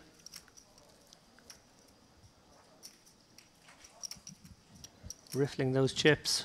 But the bizarre thing is, the flop check back wasn't a big trap, but the turn one was. So I'm sitting there in his shoes. That's what I'd be thinking it was a trap on the flop. It was actually a trap on the turn. Really rather peculiar line taken by Golotiuk. But he got an additional 110,000 out of it. I wonder how big a hand his opponent would have folded to that raise. Maybe a very small sizing would have been preferable with that particular hand.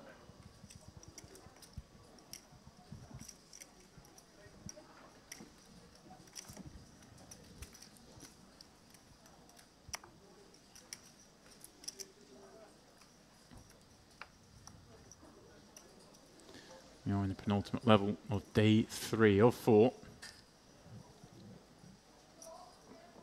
Over one of the final 28, battling out for this, the Carmen Series main event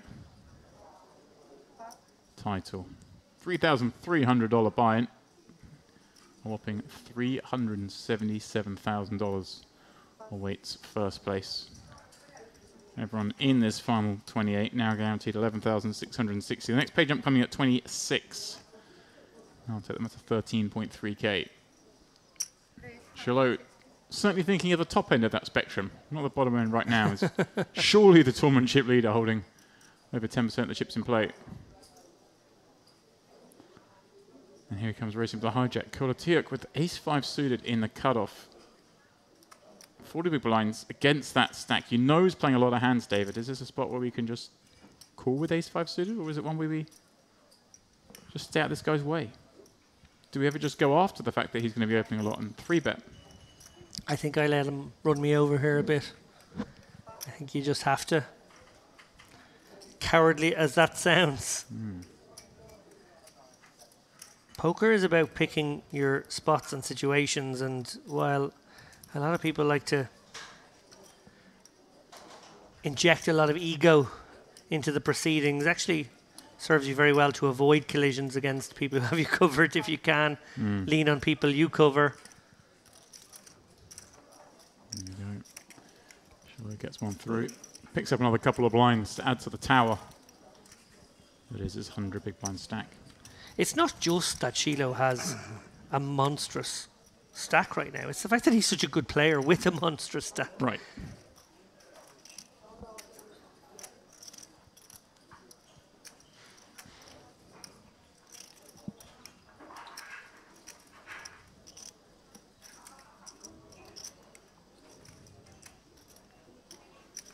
Not much chat in these late hours. Serious business. Yeah, energy levels have certainly dipped. Concentration levels, I'm going to guess, are still sharp. Everyone putting everything they got into following the action, trying not to make a mistake, get their bet sizes right.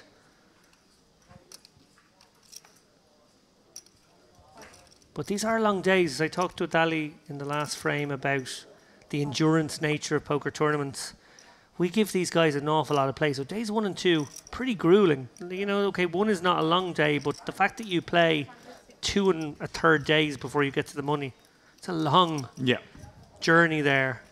Especially as we know that there were short days, but most of these players would have been jumping in the side events that were going on in the evenings. Yeah, we're also in the penultimate day of the festival. Right. Yeah, I mean, you referenced already Edward V has been out here battling deep into every tournament. You're right in saying he's going to be feeling it. As Soy raises up ace-2 suited on the button, Yagmai has got 25 blinds and King Jack off in the small, David. There is potential for, well, I guess 3 things, I'd imagine. A flat, a small raise, or even a jam. Just go for the flat, and that will allow Sipkutova to have a look at the flop with the live 10-8, but the very unlive suits. So he does have the nut spades.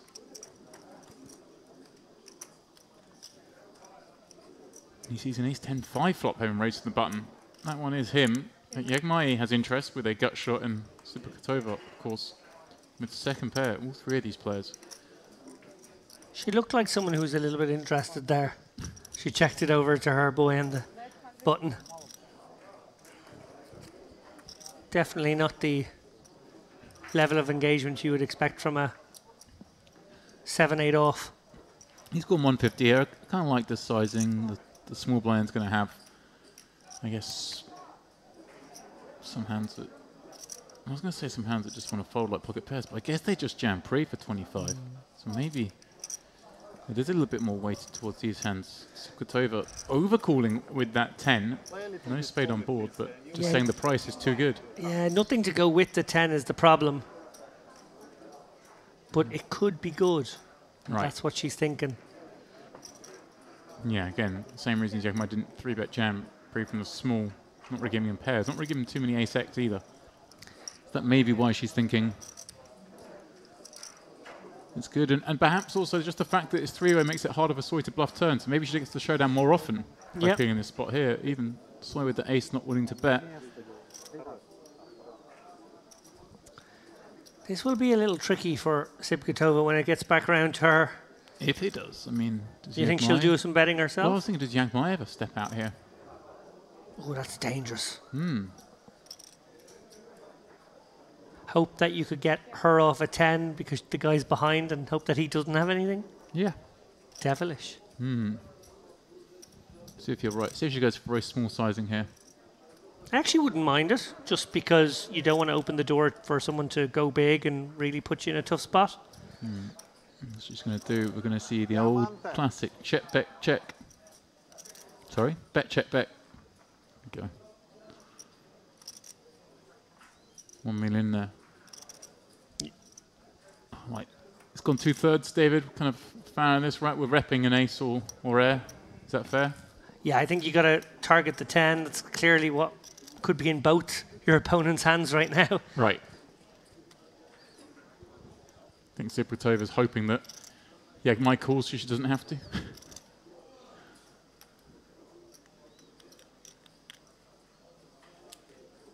Kind of looks like how a weak ace would play, but it also looks like how a whole host of hands could play from the button.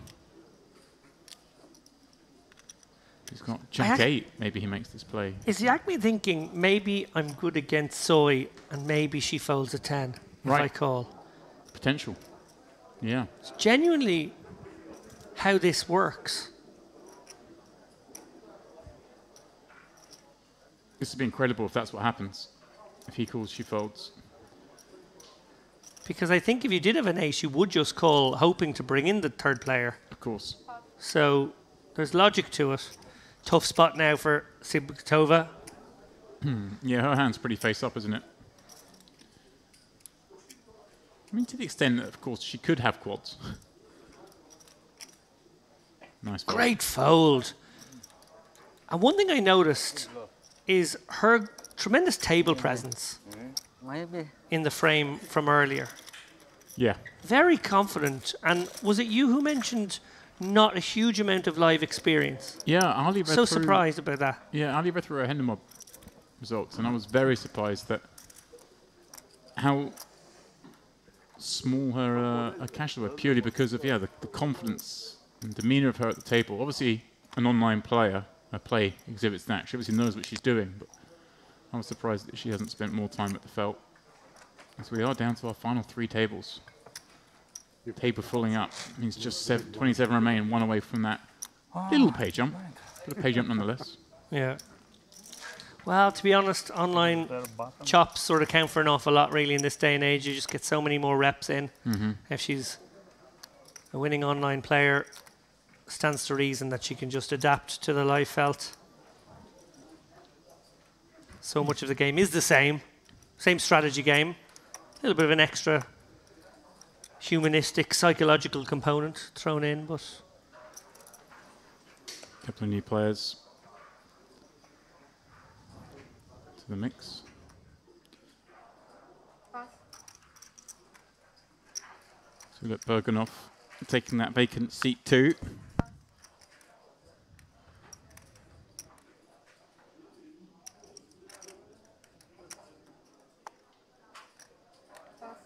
Coming in on the big blind. It's a cruel game.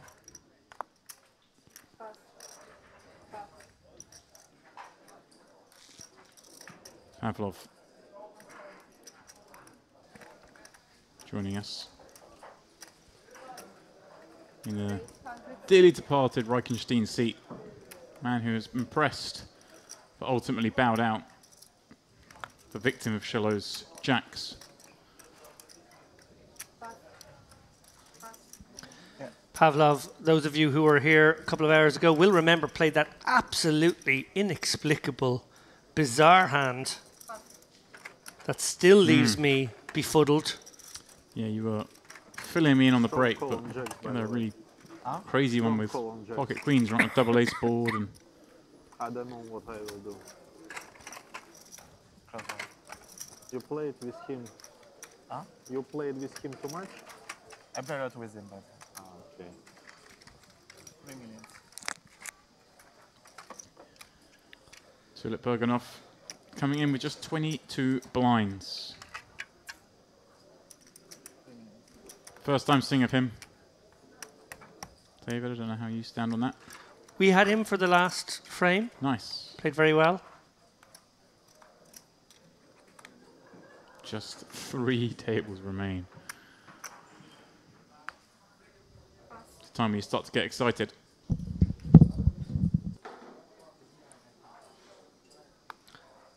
And news from the outer tables. Fausto Tantillo has won a very big pot with ace-queen against pocket nines against Mehmet Erçelan, who I'm sure plenty of you will remember from earlier streams. Tantillo up to 3.5 million now. Erçelan down to 900k just. He's in the danger zone. 3.5 million chips, always known as less than half a Shillot.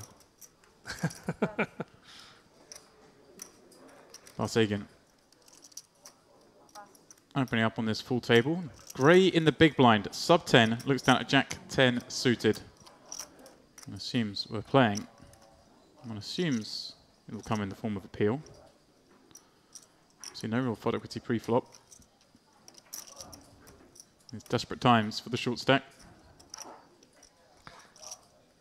Yeah, pretty reasonable situation here to just flat, try and catch a piece, go with it. Jack 10 suited. In great shape as it happens. Yeah, and it will present plenty of boards here where he has enough. I hope for his sake, when he does catch something, he does go with it. We saw him there with the ace-5 in the earlier hand. Well, that's a big whiff. So it's a spot where Barsagan just gets to bet one blind against a big blind peel. That's exactly what I would do. Feels like it. Such a short stack. Such a big range advantage.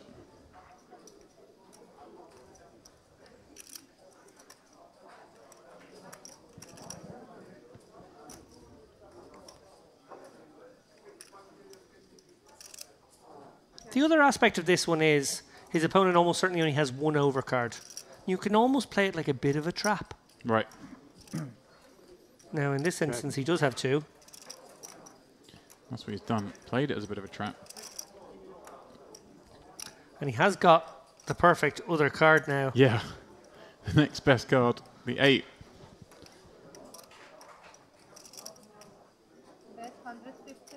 She's on 2 blinds. Great. Well, going to be down to 7.5 blinds. Nothing can be done there, David. No, not at all. News from the other tables. Daniel Razai has bowed out, as has Daniel Kyosev. The two Daniels are gone. Daniel Richard, Daniel Poor environment, pardon me. We've also lost Ephraim Tavdi. Hands of Dmitry Gromov still in the mix. Gromov, we've seen him on feature table quite a few times the last fortnight.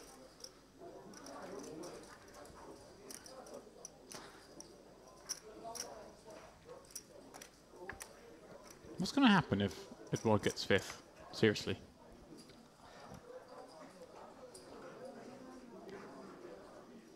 I guess he has to get 5th for a 5th time at the first stop during the Classic. And he's really Edward V. Maybe that's what he'll do. I don't know. He's got 2 5s. Not playing them.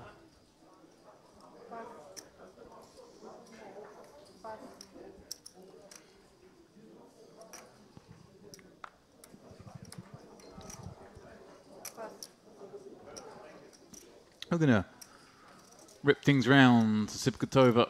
King of spades in the cutoff. She with 35 blinds. Certainly going to find enough of a hand to raise there. Although it is Shiloh in the big blind. Always scary, David, when you raise chip this big blind. And she may be about to meet some resistance. 2 6s against a cutoff open. He might just call here. Yeah, that's what he does. It's kind of a nice calling hand. Deceptive. Yeah, do you think if she was sub 30, he might have gone more aggressive? 35 though. Wow. Wow. Both players smacking the king 6-3 flop. Sipkatova with top pair. Shiloh middle set. And he just gets to have a lot of check raises as the chip leader. He's going to try and put everyone on a lot of pressure. And he is going to attack this small c-bet with a higher frequency than perhaps anyone else in the tournament.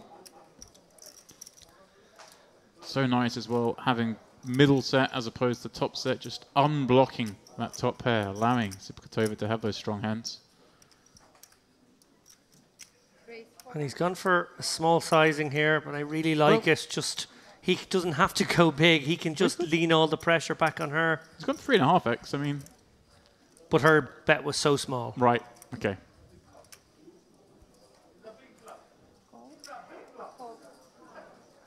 And aware that he can have a lot of double backdoor stuff on this king 6-3.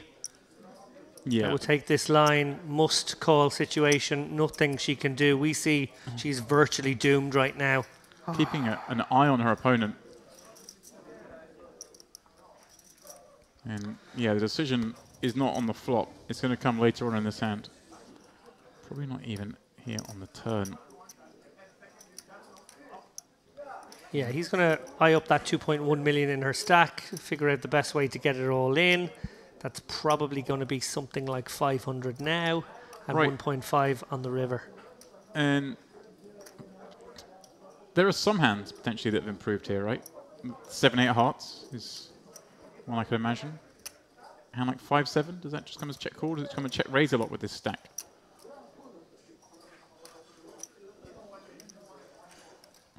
Let's see.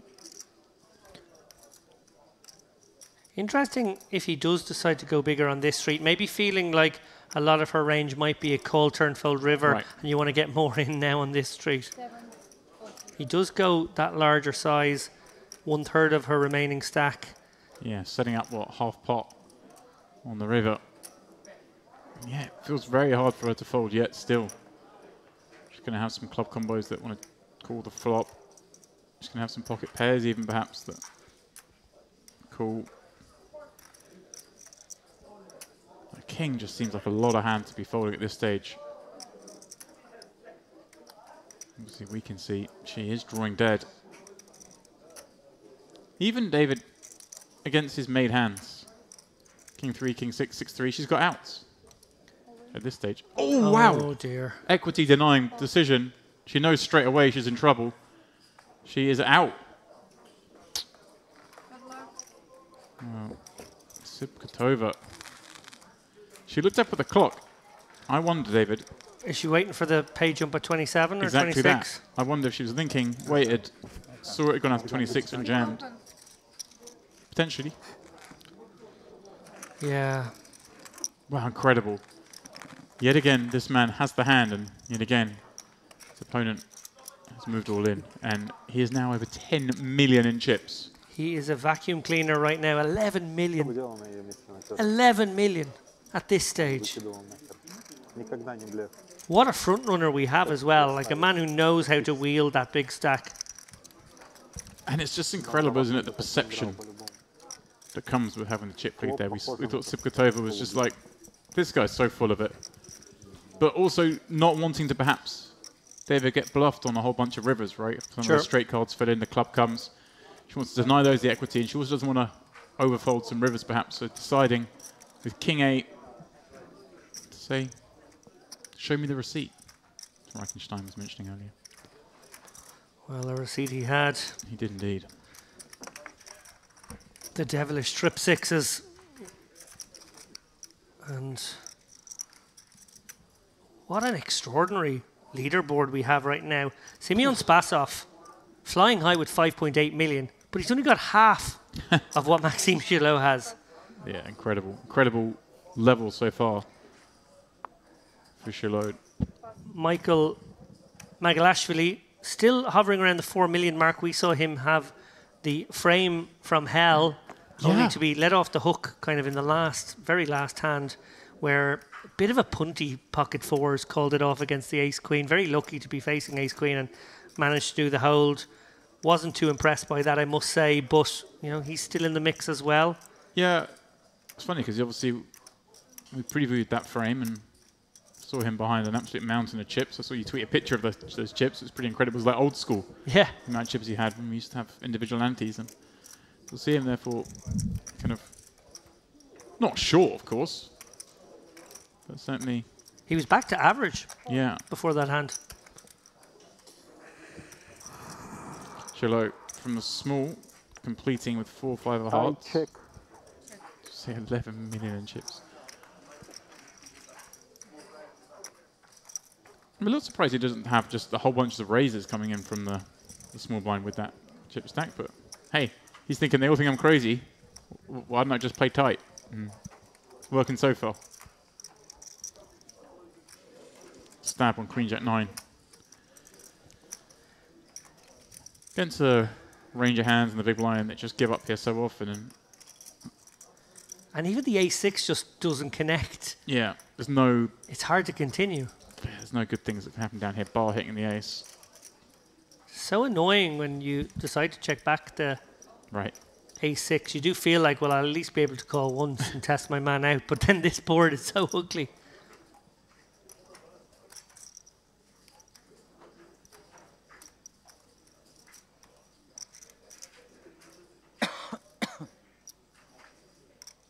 Just one blind bet.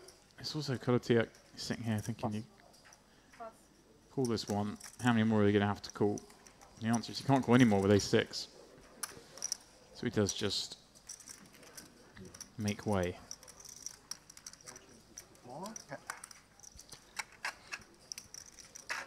My boy is still out there. Muad, 3.2 million. Nice.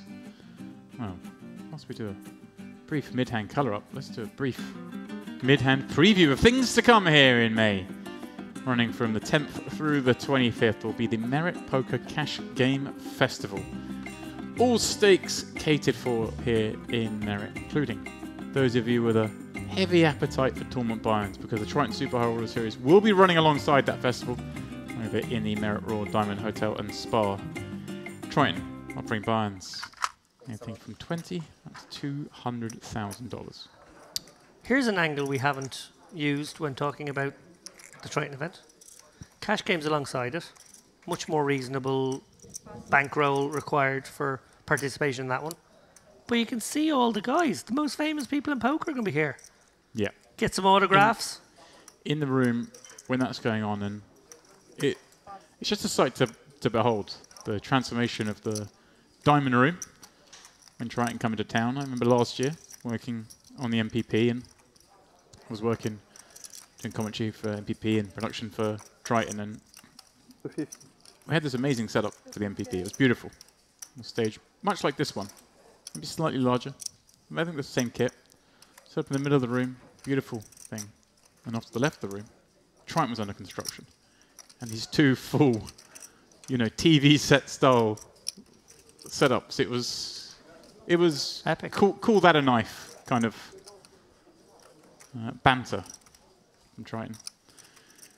Yeah, it's a sight to behold. If you haven't seen one of those in action, Tritons, come down here, play some cash, enjoy the fine weather, get some selfies with the best players in the world. Be in the room, feel the buzz. Something else when the biggest events are going on. I'd like maybe just hope that, because the guys are so rich as billionaires walking around, maybe just like chips will fall out of their pocket. So if you just follow them around the room. Wouldn't surprise me. Who knows?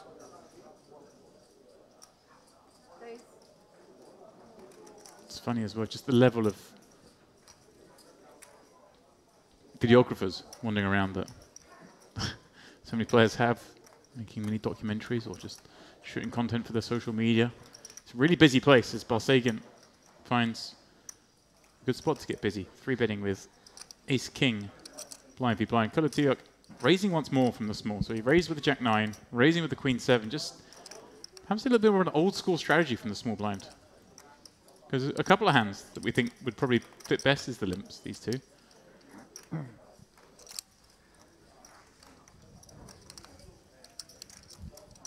Be best served showing some respect to the perennial 5th place finisher. Yeah, frustrating couple of hands there for Kolatiuk, but correct decision. Nothing he could really do there. Having gone with the open, which wouldn't be my strategy if I'm honest, but you know he's kind of consistent with that. He does like to attack from the small blind. Obviously, only has to get through one more player. Wants to have the betting lead. Wants to appear to have the stronger range. So he gets after it in that manner. I want to ask you about Triton and the documentary aspect, because I'm a big fan of Lee Davies. Lee Davies did an amazing series of interviews for you guys, I want to say pre-pandemic, probably like 2018, 2019. Wonderful interviews with some people who really are hard to access. I know as somebody who seeks interviews for the chip race, while I have interviewed a good chunk of those people, there are another good chunk that are pretty much inaccessible, but you guys got them. Triton got them, Lee got them, and a little window, a little insight into the world of the nosebleeds there. And of course, as you mentioned to me off camera, documentary, kind of TV show, movie show, stream show maybe being put together alongside. Yeah, all I'm going to say is there's a lot of content being shot, and keep your eyes peeled. And that's not being mean coy, it's just me not being privy to enough information to share more with you, David. What can you tell us? That a lot of information, a lot of footage has been shot. All in. You know. 560. Are you in it? I'm Push it further. not in it. There we go. Yet. I might check it out then. Gray's checking out the middle of the pot here with ace-10. Seems like a good place to stash his 560,000 remaining chips. Definitely. Great spot here from Gray. Good recognition of his desperate need to get busy now with this short stack. Yeah. Could have jammed far wide than that.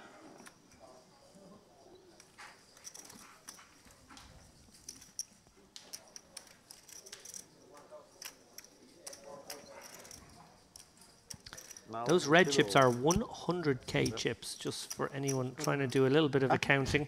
As you can see, some players have 2 or 3 of them, some players have small stacks of them. Barsagian there doesn't have any of them. And Maxime Chilot towers. Yeah, it's just funny seeing Gray sat next to Chilot, the shortest and the largest, nestled together. Yeah.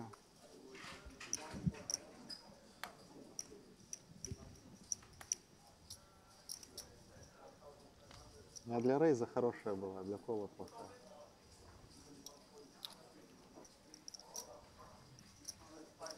My little over 20 blinds. 9-10 suited a hand we like to play, but very hard to play it in this situation.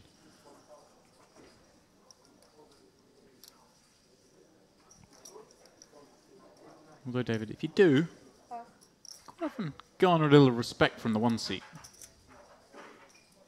Of course, that respect goes out the window if you ever get to showdown with a hand like 10-9 suited the next time you open that seat. Philip Bergenhoff. Yeah, very similar stack. Looking to climb the ladders, get closer and closer to the end of the day, and that's towards the final table. I'd say Maxime Chilot has booked his spot on said final table, but you never know. We've seen bigger reversals in the past. This man has booked a spot in the final 5, I can guarantee it. I'll see him. Queen, Jack of Diamonds on the button.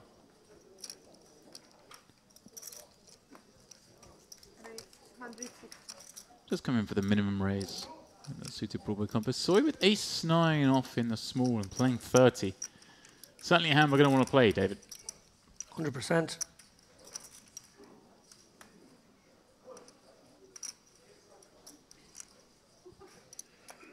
Couple of options. 3-bet kind of ensures at least you play heads up. Also get a lot of folds from that button open. But flatting allows some of the weaker aces to remain, and of course, Barseghyan may end up barreling into you on an ace. He's gone for the more conventional line, perhaps, the 3-bet from the small blind. Do want to knock out that big blind. We see Pavlov would have surely remained with 10-8, and then has to relinquish a bit. Action back round to Edward Barseghyan, and one of the hands he can continue with, I guess, David, although the price is high. Catch it. Yeah, nice sizing here from Soy, given the relative stacks. Barseghyan very conscious that This is the second set of sixes for you and he has to table, pay right, for today. a decent amount to stay involved in this one, but Queen Jack suited, just sort of the pure nice hand that you kind of just have to call in position. It's just too pretty. He does seem to be giving it some thought, though. Yeah. I wonder how he's profiled Soy. They'll have a dynamic now over quite a few hands. Right. It was today. Trouble against a lot of the hands that do 3-bet, of course. And, the Jacks plus, the Ace Jack plus, the King Jack, King Queens. Stack to pot ratio of 2-to-1 as we go to the flop here. Ace-9-0. Out of position to the Queen Jack, suited, but does have the betting lead. Last time I catch set on the flop 1 year ago. Here we go. Top pair for Soy, top kicker. Barseghyan with the gut shot, 2 overs and the flush draw. Yes. Although he's behind, is very much ahead in terms of equity. Yeah, and I don't see this one getting past the flop, to be honest.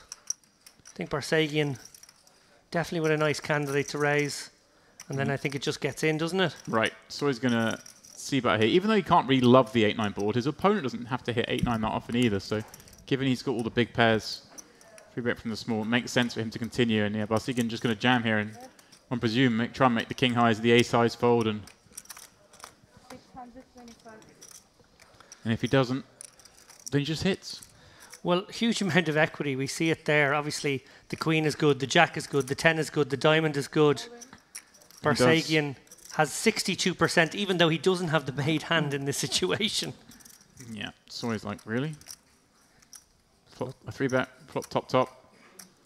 Bet, and you jam me on this board, but can be up against. I mean, if you are up against flush draws, it's pretty grim here. You see, you're a dog, but the pot's just so big at this point, and yeah, a lot of straight draws as well. 10 Jack, Queen 10 might do this. Queen Jack of Hearts might do this as well. Like there are lots of possibilities. Ace 9, pretty much as good a board as he could have flopped really with the Ace 9. Yeah. Top. Okay. I'm surprised the money's not in already. Yeah. I mean, I think it's reasonable to think these things through. We're playing for a lot of money. Just making sure in his mind that he's doing the right thing. He won't like seeing that hand. No. Hoping for the King 9. Yeah, there were some better options to see, that's for sure. The two will stand up. They have nearly matching stacks. 5 million chips in the middle. That's not It's being induced to sit down. For the run good. Well, Edward the 5th. Doesn't end it. It is the ace of diamonds. Barseghyan vaults to the lead, but has to fade 4 outs. So we head to the river. And it's safe. Soy taps the table. He is the one eliminated. He was just covered. Barseghyan marches towards yet another final table. 5.3 million chips in this veteran stack. He hasn't got there yet. There's a lot of poker to be played both tonight and tomorrow before we can start writing headlines. But Edward Barsegian final tabled the main event at the Western. He came here and he final tabled the warm-up event. He immediately went on to final table the high roller. And now, with 25, 24 people left, he's in a very, very good shape. Probably top 5 stack in the room. And not just that, look at this. As the blinds increase to 5,100, everyone at the table from Kolotiuk down, 30 bigs or less. And in fact, 3 of them are sub 20. I'll say it now over 50 blinds, but most importantly, perhaps, he is downwind of our chip leader. Yeah, good seat. Yeah, this, with those stacks behind him, could really kind of take all the spots Maxime doesn't. Our final level of today. Myself, James Dempsey and David Lapham calling the action as we look to see how many bags we'll need. Well, Maxime Chilot might need a few, but how many players will need bags? There we go. Before we get to the end of the day.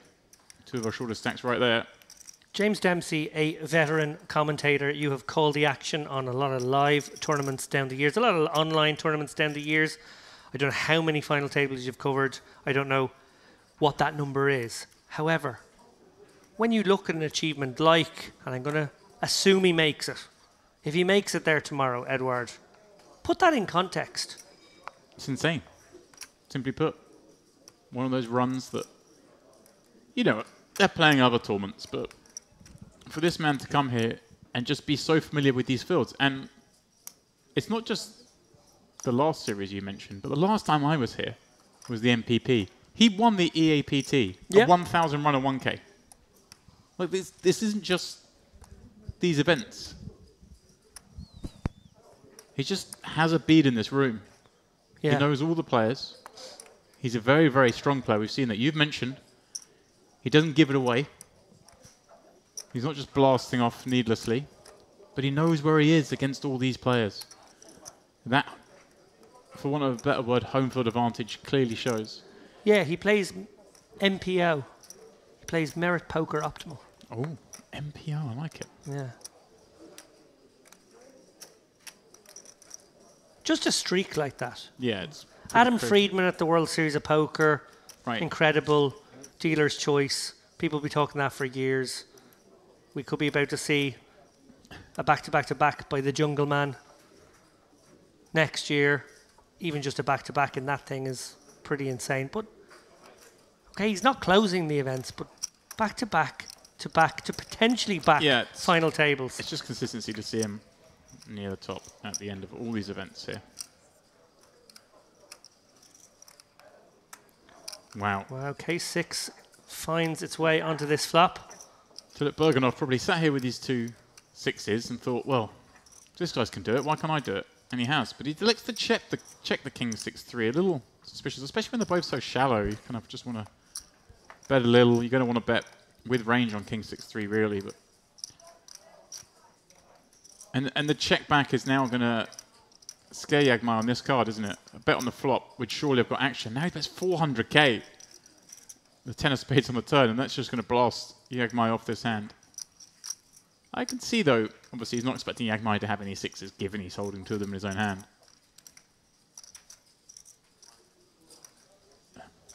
Yagmai level himself into thinking Tulip Bergenhoff just has the ace of spades here. Right, I'm with you, James. I think just firing out that c-bet on the flop and hoping that our opponent had a King X was the way to go here. Right, or some straight draws. Or some flush draws or some straight draws. Yeah.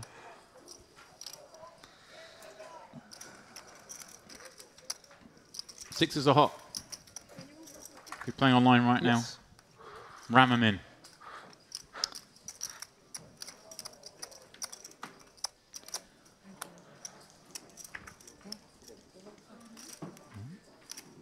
We're whittling down the field. Looks like Maroon Jazar returns to our feature table. The man who earlier today was the chip leader. Still looks to be on a healthy stack there. And 2 million. 20 blinds at this stage, of course, though. So we're shallowing out. Quick look at the outer table. Idemir, familiar name in this room. Recep Idemir, legend in this room. He is. His son Davut is in the mix as we head into the end game of this main event, and he's just doubled up through my man, Joseph Muad. A complete cooler, kings and queens getting an impri. Muad, big dent come out of his stack. He's down to 2.3 million. Davut Idemir up to 1.8 million. Sitting in the proxy, has he? The offspring. Taking the weekend off himself.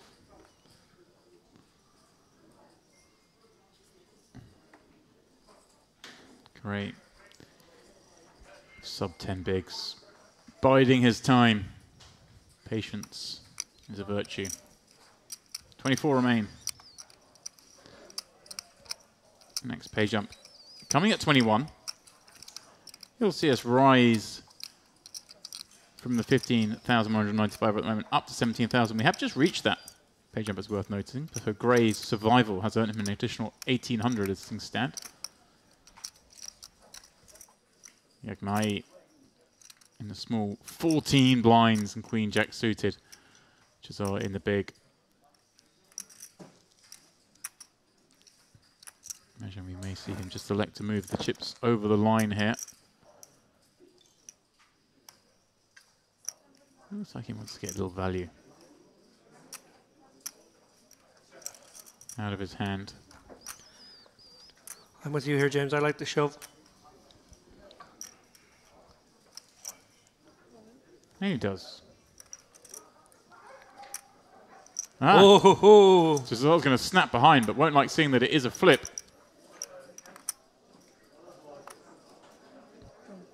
I'd expect 2 10s to be in a more comfortable state than this. Well, he's getting a count. Entirely reasonable. Just joined the table, so he doesn't know where the chips are. I've got to look around, see what's going on. We'll James, if the chips are I'm covered, I'm calling. Well, that's a fair point. But maybe we're on a pay jump. Are we on a pay jump? No, we just got the pay jump. But I said this before. There's nothing wrong when you're in these big situations, big field, big money on the line, just to take a few seconds. It's fine. It is fine, of course. What would not be fine is a fold. Yes. So come on. We're dealing with 6-figure. Tough decision. First prize. Yeah, this isn't a decision. He does make the call. Yagmai will be happy to see that it is a flip. And he's been called. Yagmai's like, what? 10s, okay. I think that's a nit roll. But that's okay. He's taking his Good moment. luck. I'm with you. Why? Because he picked you. Deuce, This deuce, is not 7. fair. Clean for the pair.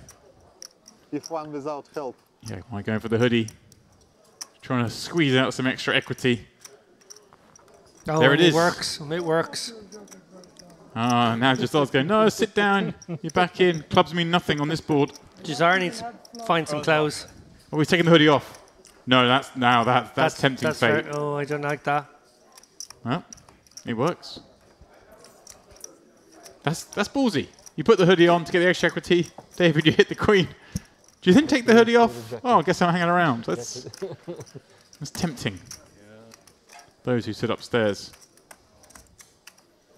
Look into the room. It's looking a little emptier than it once was. Down to just 3 tables in this main event. How many will remain at the end of the day? That's the question. Naraimon Yagmani certainly more likely to be one of those, having doubled up to his 30 blinds.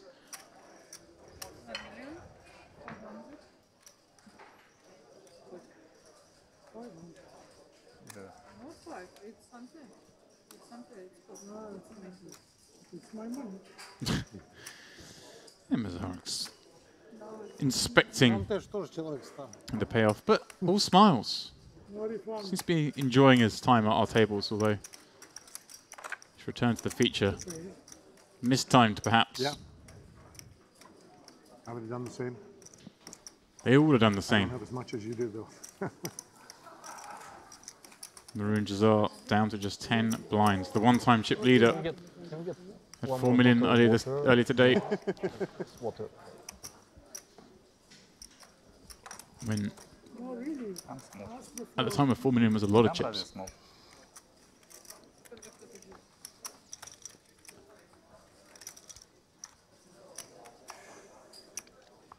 Bad luck.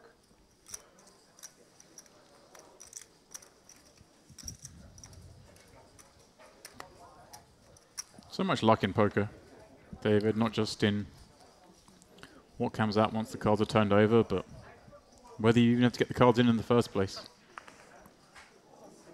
What kind of hand your opponent's going to find when they jam there. His opponent would have been loving life if he jammed 8s and you're sitting there with 10s.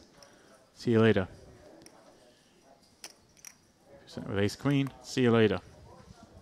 Happened to be a flip. Happened to be on the wrong side of it.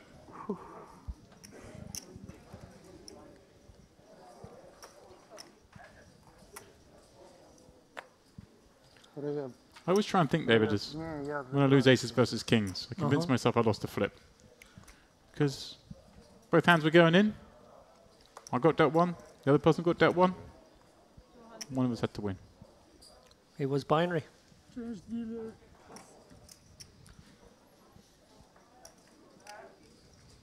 That was my way of saying I lose aces versus kings all the time. It was a bad beat story. Thanks for humouring me. Tula Berganoff, 1.9 million. Could be tempted to perhaps even go with this ace-2 suited. Certainly can come with the call as well. Yeah, against a man who just secured some chips, who's also targeting the short stack in the big blind. I'm with you. I like it. Send them in. Sending in one more big blind anyway. Not the easiest hand to navigate post-flop out of position. Pardon me, I completely misread the situation here. Of course, he's in the big blind. I was thinking of small blind because we have no small blind in this hand. Apologies for my idiocy. I was still whining about aces v kings.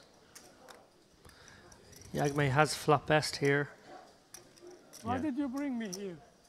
Why did you bring me I wondered here? if this is also one of those spots where you could decide not to bet the jack, sort of lay the trap a little bit, hope that a card below a jack comes, which gives your opponent something. Yeah, as an exploit, I hear what you're saying. I think in range bet spots, just bet range.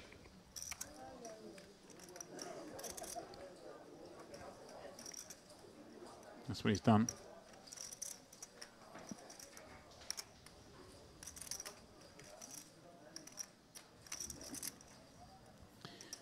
And very hard for Tula Berganoff to do anything but call at this stage.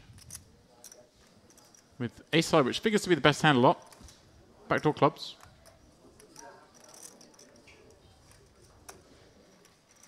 Especially, okay, he does let it go. I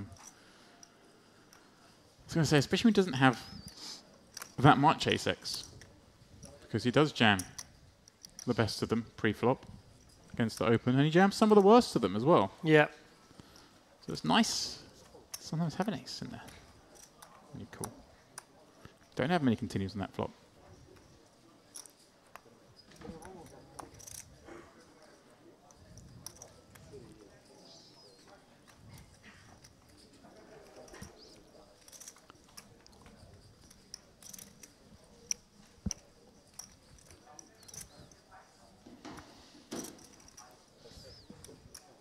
There is both our chip leader and the tournament chip leader. I can say that with much confidence.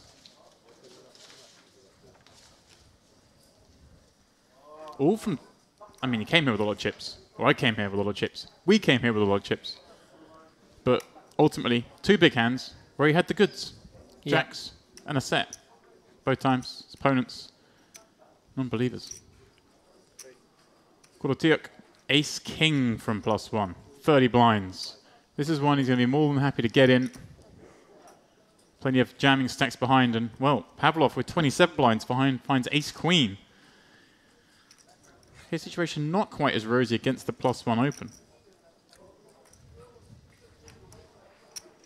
Could go both ways here. I could see a 3-bet fold. I could see a flat. I'm not sure I can see a 3-bet call, though. Bizarrely, I don't. Goes to 570. Well, he does go for the 3-bet.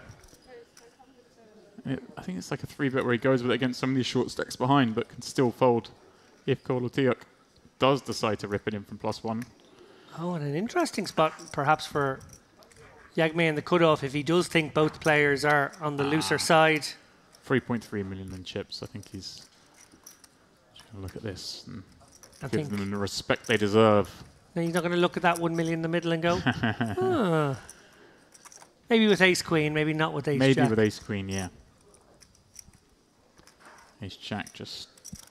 Having said that, if he did do it, Kolotiuk would not be enjoying life, and Pavlov certainly would find the mark.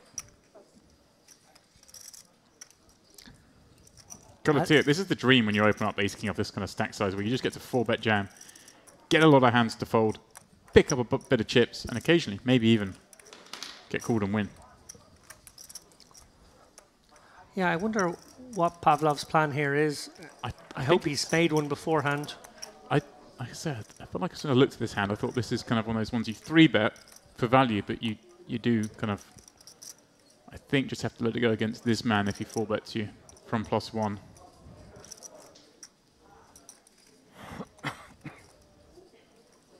It's Pavlov, you kind of don't mind if he calls you, but you certainly don't want to raise.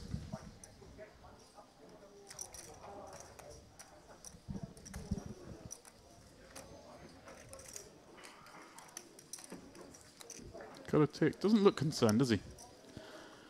Maybe that's because I'm looking at the ace-king that's in his hands. Pavlov. Rather intimidating look himself. Just waiting a predetermined amount of time, Dave, before dropping the hammer. Pushing top floor.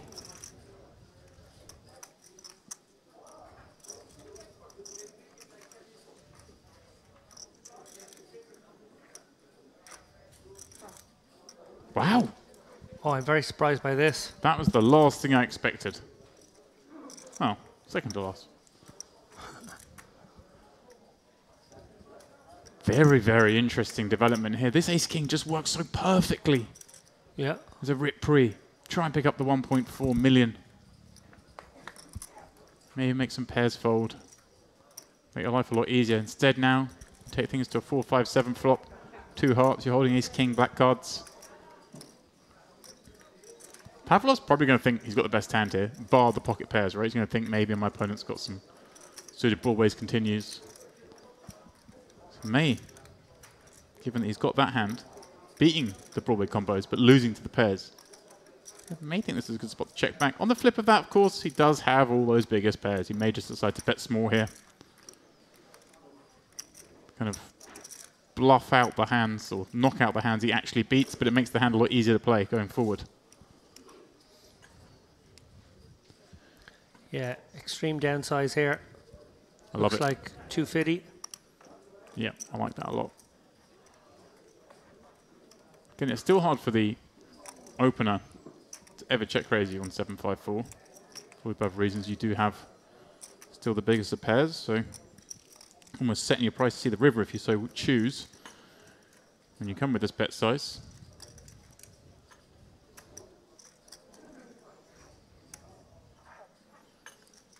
Kind of continue.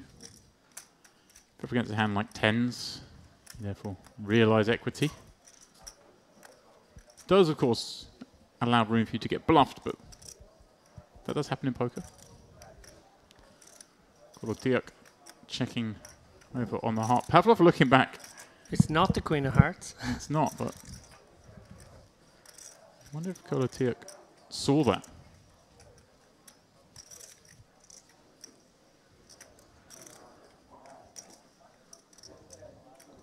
And if he did, if he reads anything into it.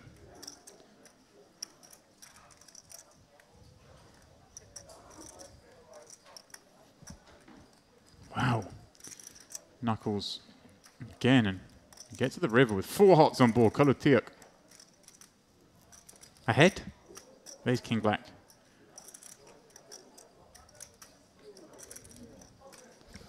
Another very strangely played hand involving Pavlov. Yeah, and kind of fun from Kolotiuk's point of view. He doesn't really get to have like the offsuit ace of hearts here. Unless it's ace queen, I think, with the ace of hearts. Because we don't expect ace king to pill. He can have some sort of jack of hearts, or even, we can't have queens, so he can have the jack of hearts. Can also have, of course, a set of 9s, a set of 10s. They're pretty reasonable as played. They're probably... Is Pavlov thinking to himself, well, I'm not putting my opponent on ace-king, so I could be ahead of some ace-high. That would make sense. However, he could have a pocket pair that doesn't have a heart, and I can now represent one. Yeah, and even like if his man does have 9s or 10s, can he stand the heat? He is going to bluff at it. Wow. I do like this. I think and you're not a big sizing. Going to go ultra small. And this is so hard for Kovalchuk now. It's gross, but I don't see how you can find a call. He can't find a call with this hand, that's for sure. But what would he do with 8s with the 8 of hearts? What would you do with 9s, 10s, jacks without a heart? And he's gone for such a small sizing, it could be like the queen of hearts. Yeah, that. I'd be sitting here thinking this guy's got a slightly different combo of ace queen offsuit here. I really like this size. Trying to make non-flushes fold. And wow. What a hand we just saw. Yeah, a hand that should just be a 4-bet jam and I think probably a fold. And I'm utterly baffled by Kovalchuk's decision not to stick that one in pre-flop. He essentially gave position and the betting lead to his opponent. Dangerous to surrender such things when you don't make a pair all that often in poker. Нет желания. Пожить еще тут хочу. Без червей? Ну, конечно. С червями бы я не выкинул ревет. Post-mortem there. Needs to go no further than should have jammed. В следующий раз такое уже не повторится. Поедем в номера. I try not to call out mistakes in the booth too often, David. Yeah. You try and be kind. Players are playing for a lot of money. I had my one earlier that involved Pavlov, so you're allowed to have this one. Yeah, everyone's allowed to do as they wish, of course, but it's a big misstep from Kovalchuk.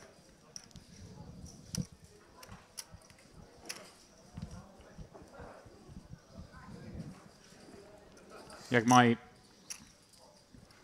it's been a good session for him. Won that flip a moment ago. Had, well, 2 halves of the sleeves on before the queen came off. Now got that ace-9 of clubs. Certainly good enough to enter. Although I feel like he's still trying to get settled. Especially when you're opening into the chip leader in the big blind. Jazar, the victim, his 2 10s were downed. That queen jack. Ooh. Oh, I don't like this. 9 blinds. Not enough fold equity now. Maybe, just maybe, he might get the ace-9 suited to fold just because of his image. But I don't think he is going to. And I don't understand going with the situation where you've no fold equity here. How much does that play into the jam here? The fact that he took so long to call with 10s. Yeah, Does Yagmai read into this a lot more strength than it actually is? And if so, is that a example of why maybe the tank with 10s is a good idea? If you lose that pot, you maybe increase your fold equity later on. Something I haven't thought of until right now. Here's the problem. Yagmai needs 32% and ace-9 is going to be 32% against everything apart from aces. But as we know, deep in a tournament, we're not playing chip EV. Preservation's so important. But that's only in the bad case scenarios. Right. All right. He does make the call. You're right, of course, David. Up against some king queens. I don't think he would have expected to be up against the 3s, but here we go. Same pair at war once again. Yazar looking for a partial rebate. I'm with you because you are shorter. You need to leave. Well, he is trying with the pair once more. Can Yagmai make it 2 out of 2 with the overs? See some pips. I think that is on a the 3. board. There it is. Ah. Almost there. All but over here. Some back doors. Back doors, clubs, straight. Let's see. It's never easy. Stand up.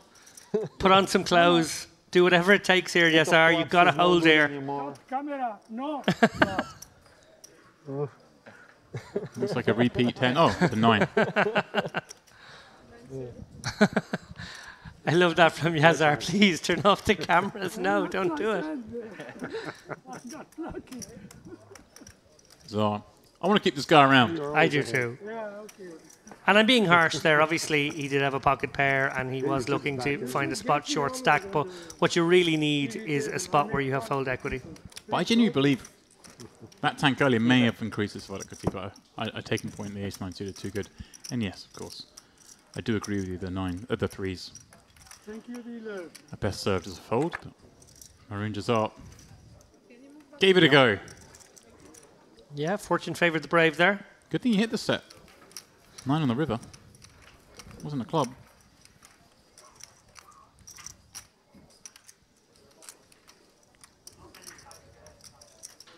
So there is justice, huh? There is justice, he calls, as he goes back to 2 million in chips. If I was looking for justice, I'd be looking for the all the chips I lost, but hey ho. Maybe I'm greedy. Maybe I don't understand justice.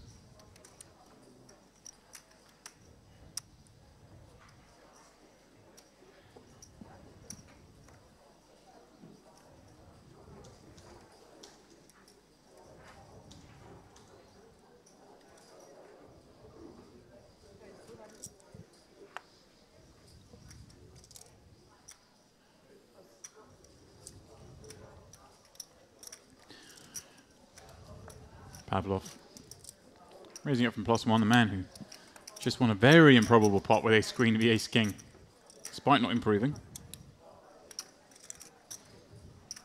But I really like the river sizing he had. You said it best. Kind of looks like a queen of hearts.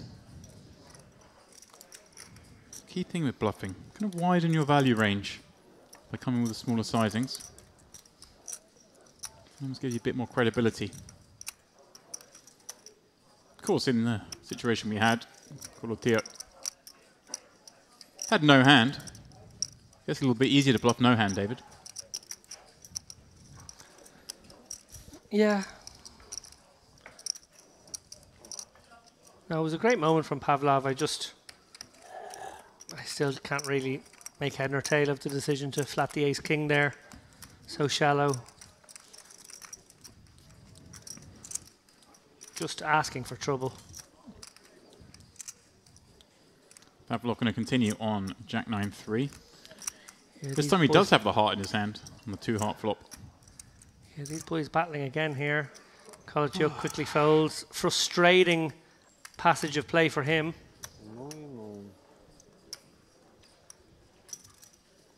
Yeah, no doubt still thinking of the previous engagement.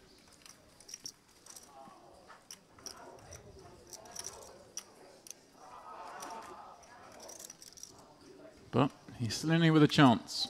Still fighting it out for this, the Carmen Series main event title and the monstrous money that goes with it. $377,000 first prize. 4 places. David getting in the 6-figure club and 5th, aka the Barsagan spot, missing out by just a few $1,000s. Well, that's already locked up for him. Certainly looks likely now.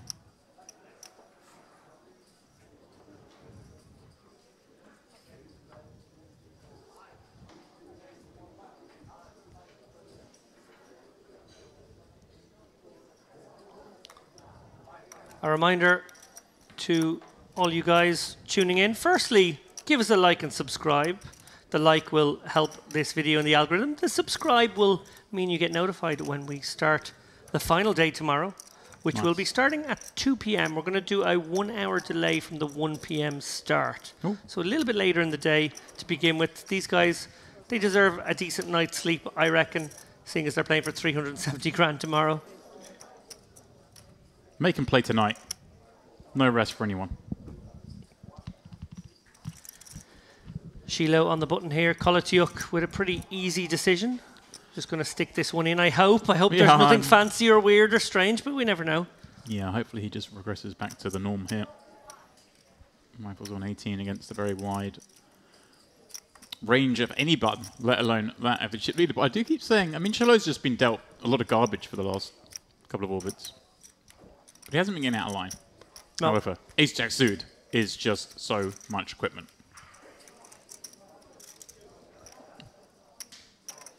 Could he ever go for a smaller sizing, in fact? Like goof about, make it 6 blinds.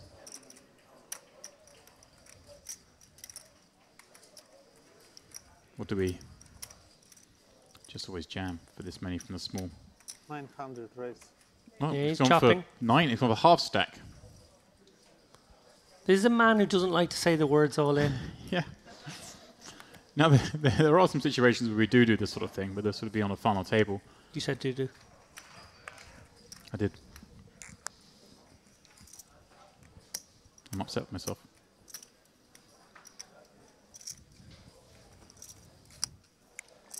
Ali said duty earlier and I let it pass. Oh, you let that pass, but you called me out.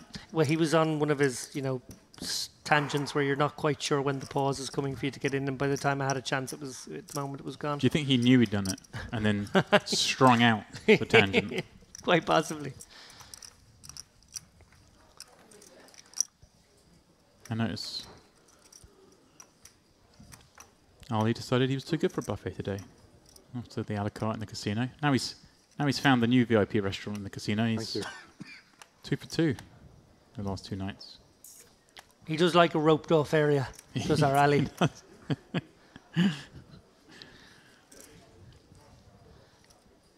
Certainly does. I have to say, very impressed watching him converse over here, using all 3 of his languages. That's gibberish, English, yeah. Farsi and donkey. No, sorry. Seen him flexing the linguistic muscles. A lot of languages spoke in this room. I'd say as poker rooms go. Actually, yeah. You get a lot. English, though, is the language of poker.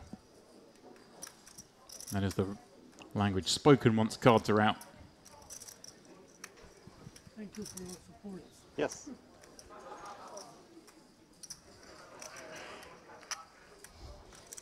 Great.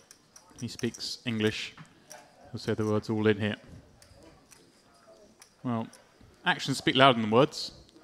Shoves in what looks like a lot more than 5 blinds. I think it's 610. 500. Given he's got about 90 actual chips there.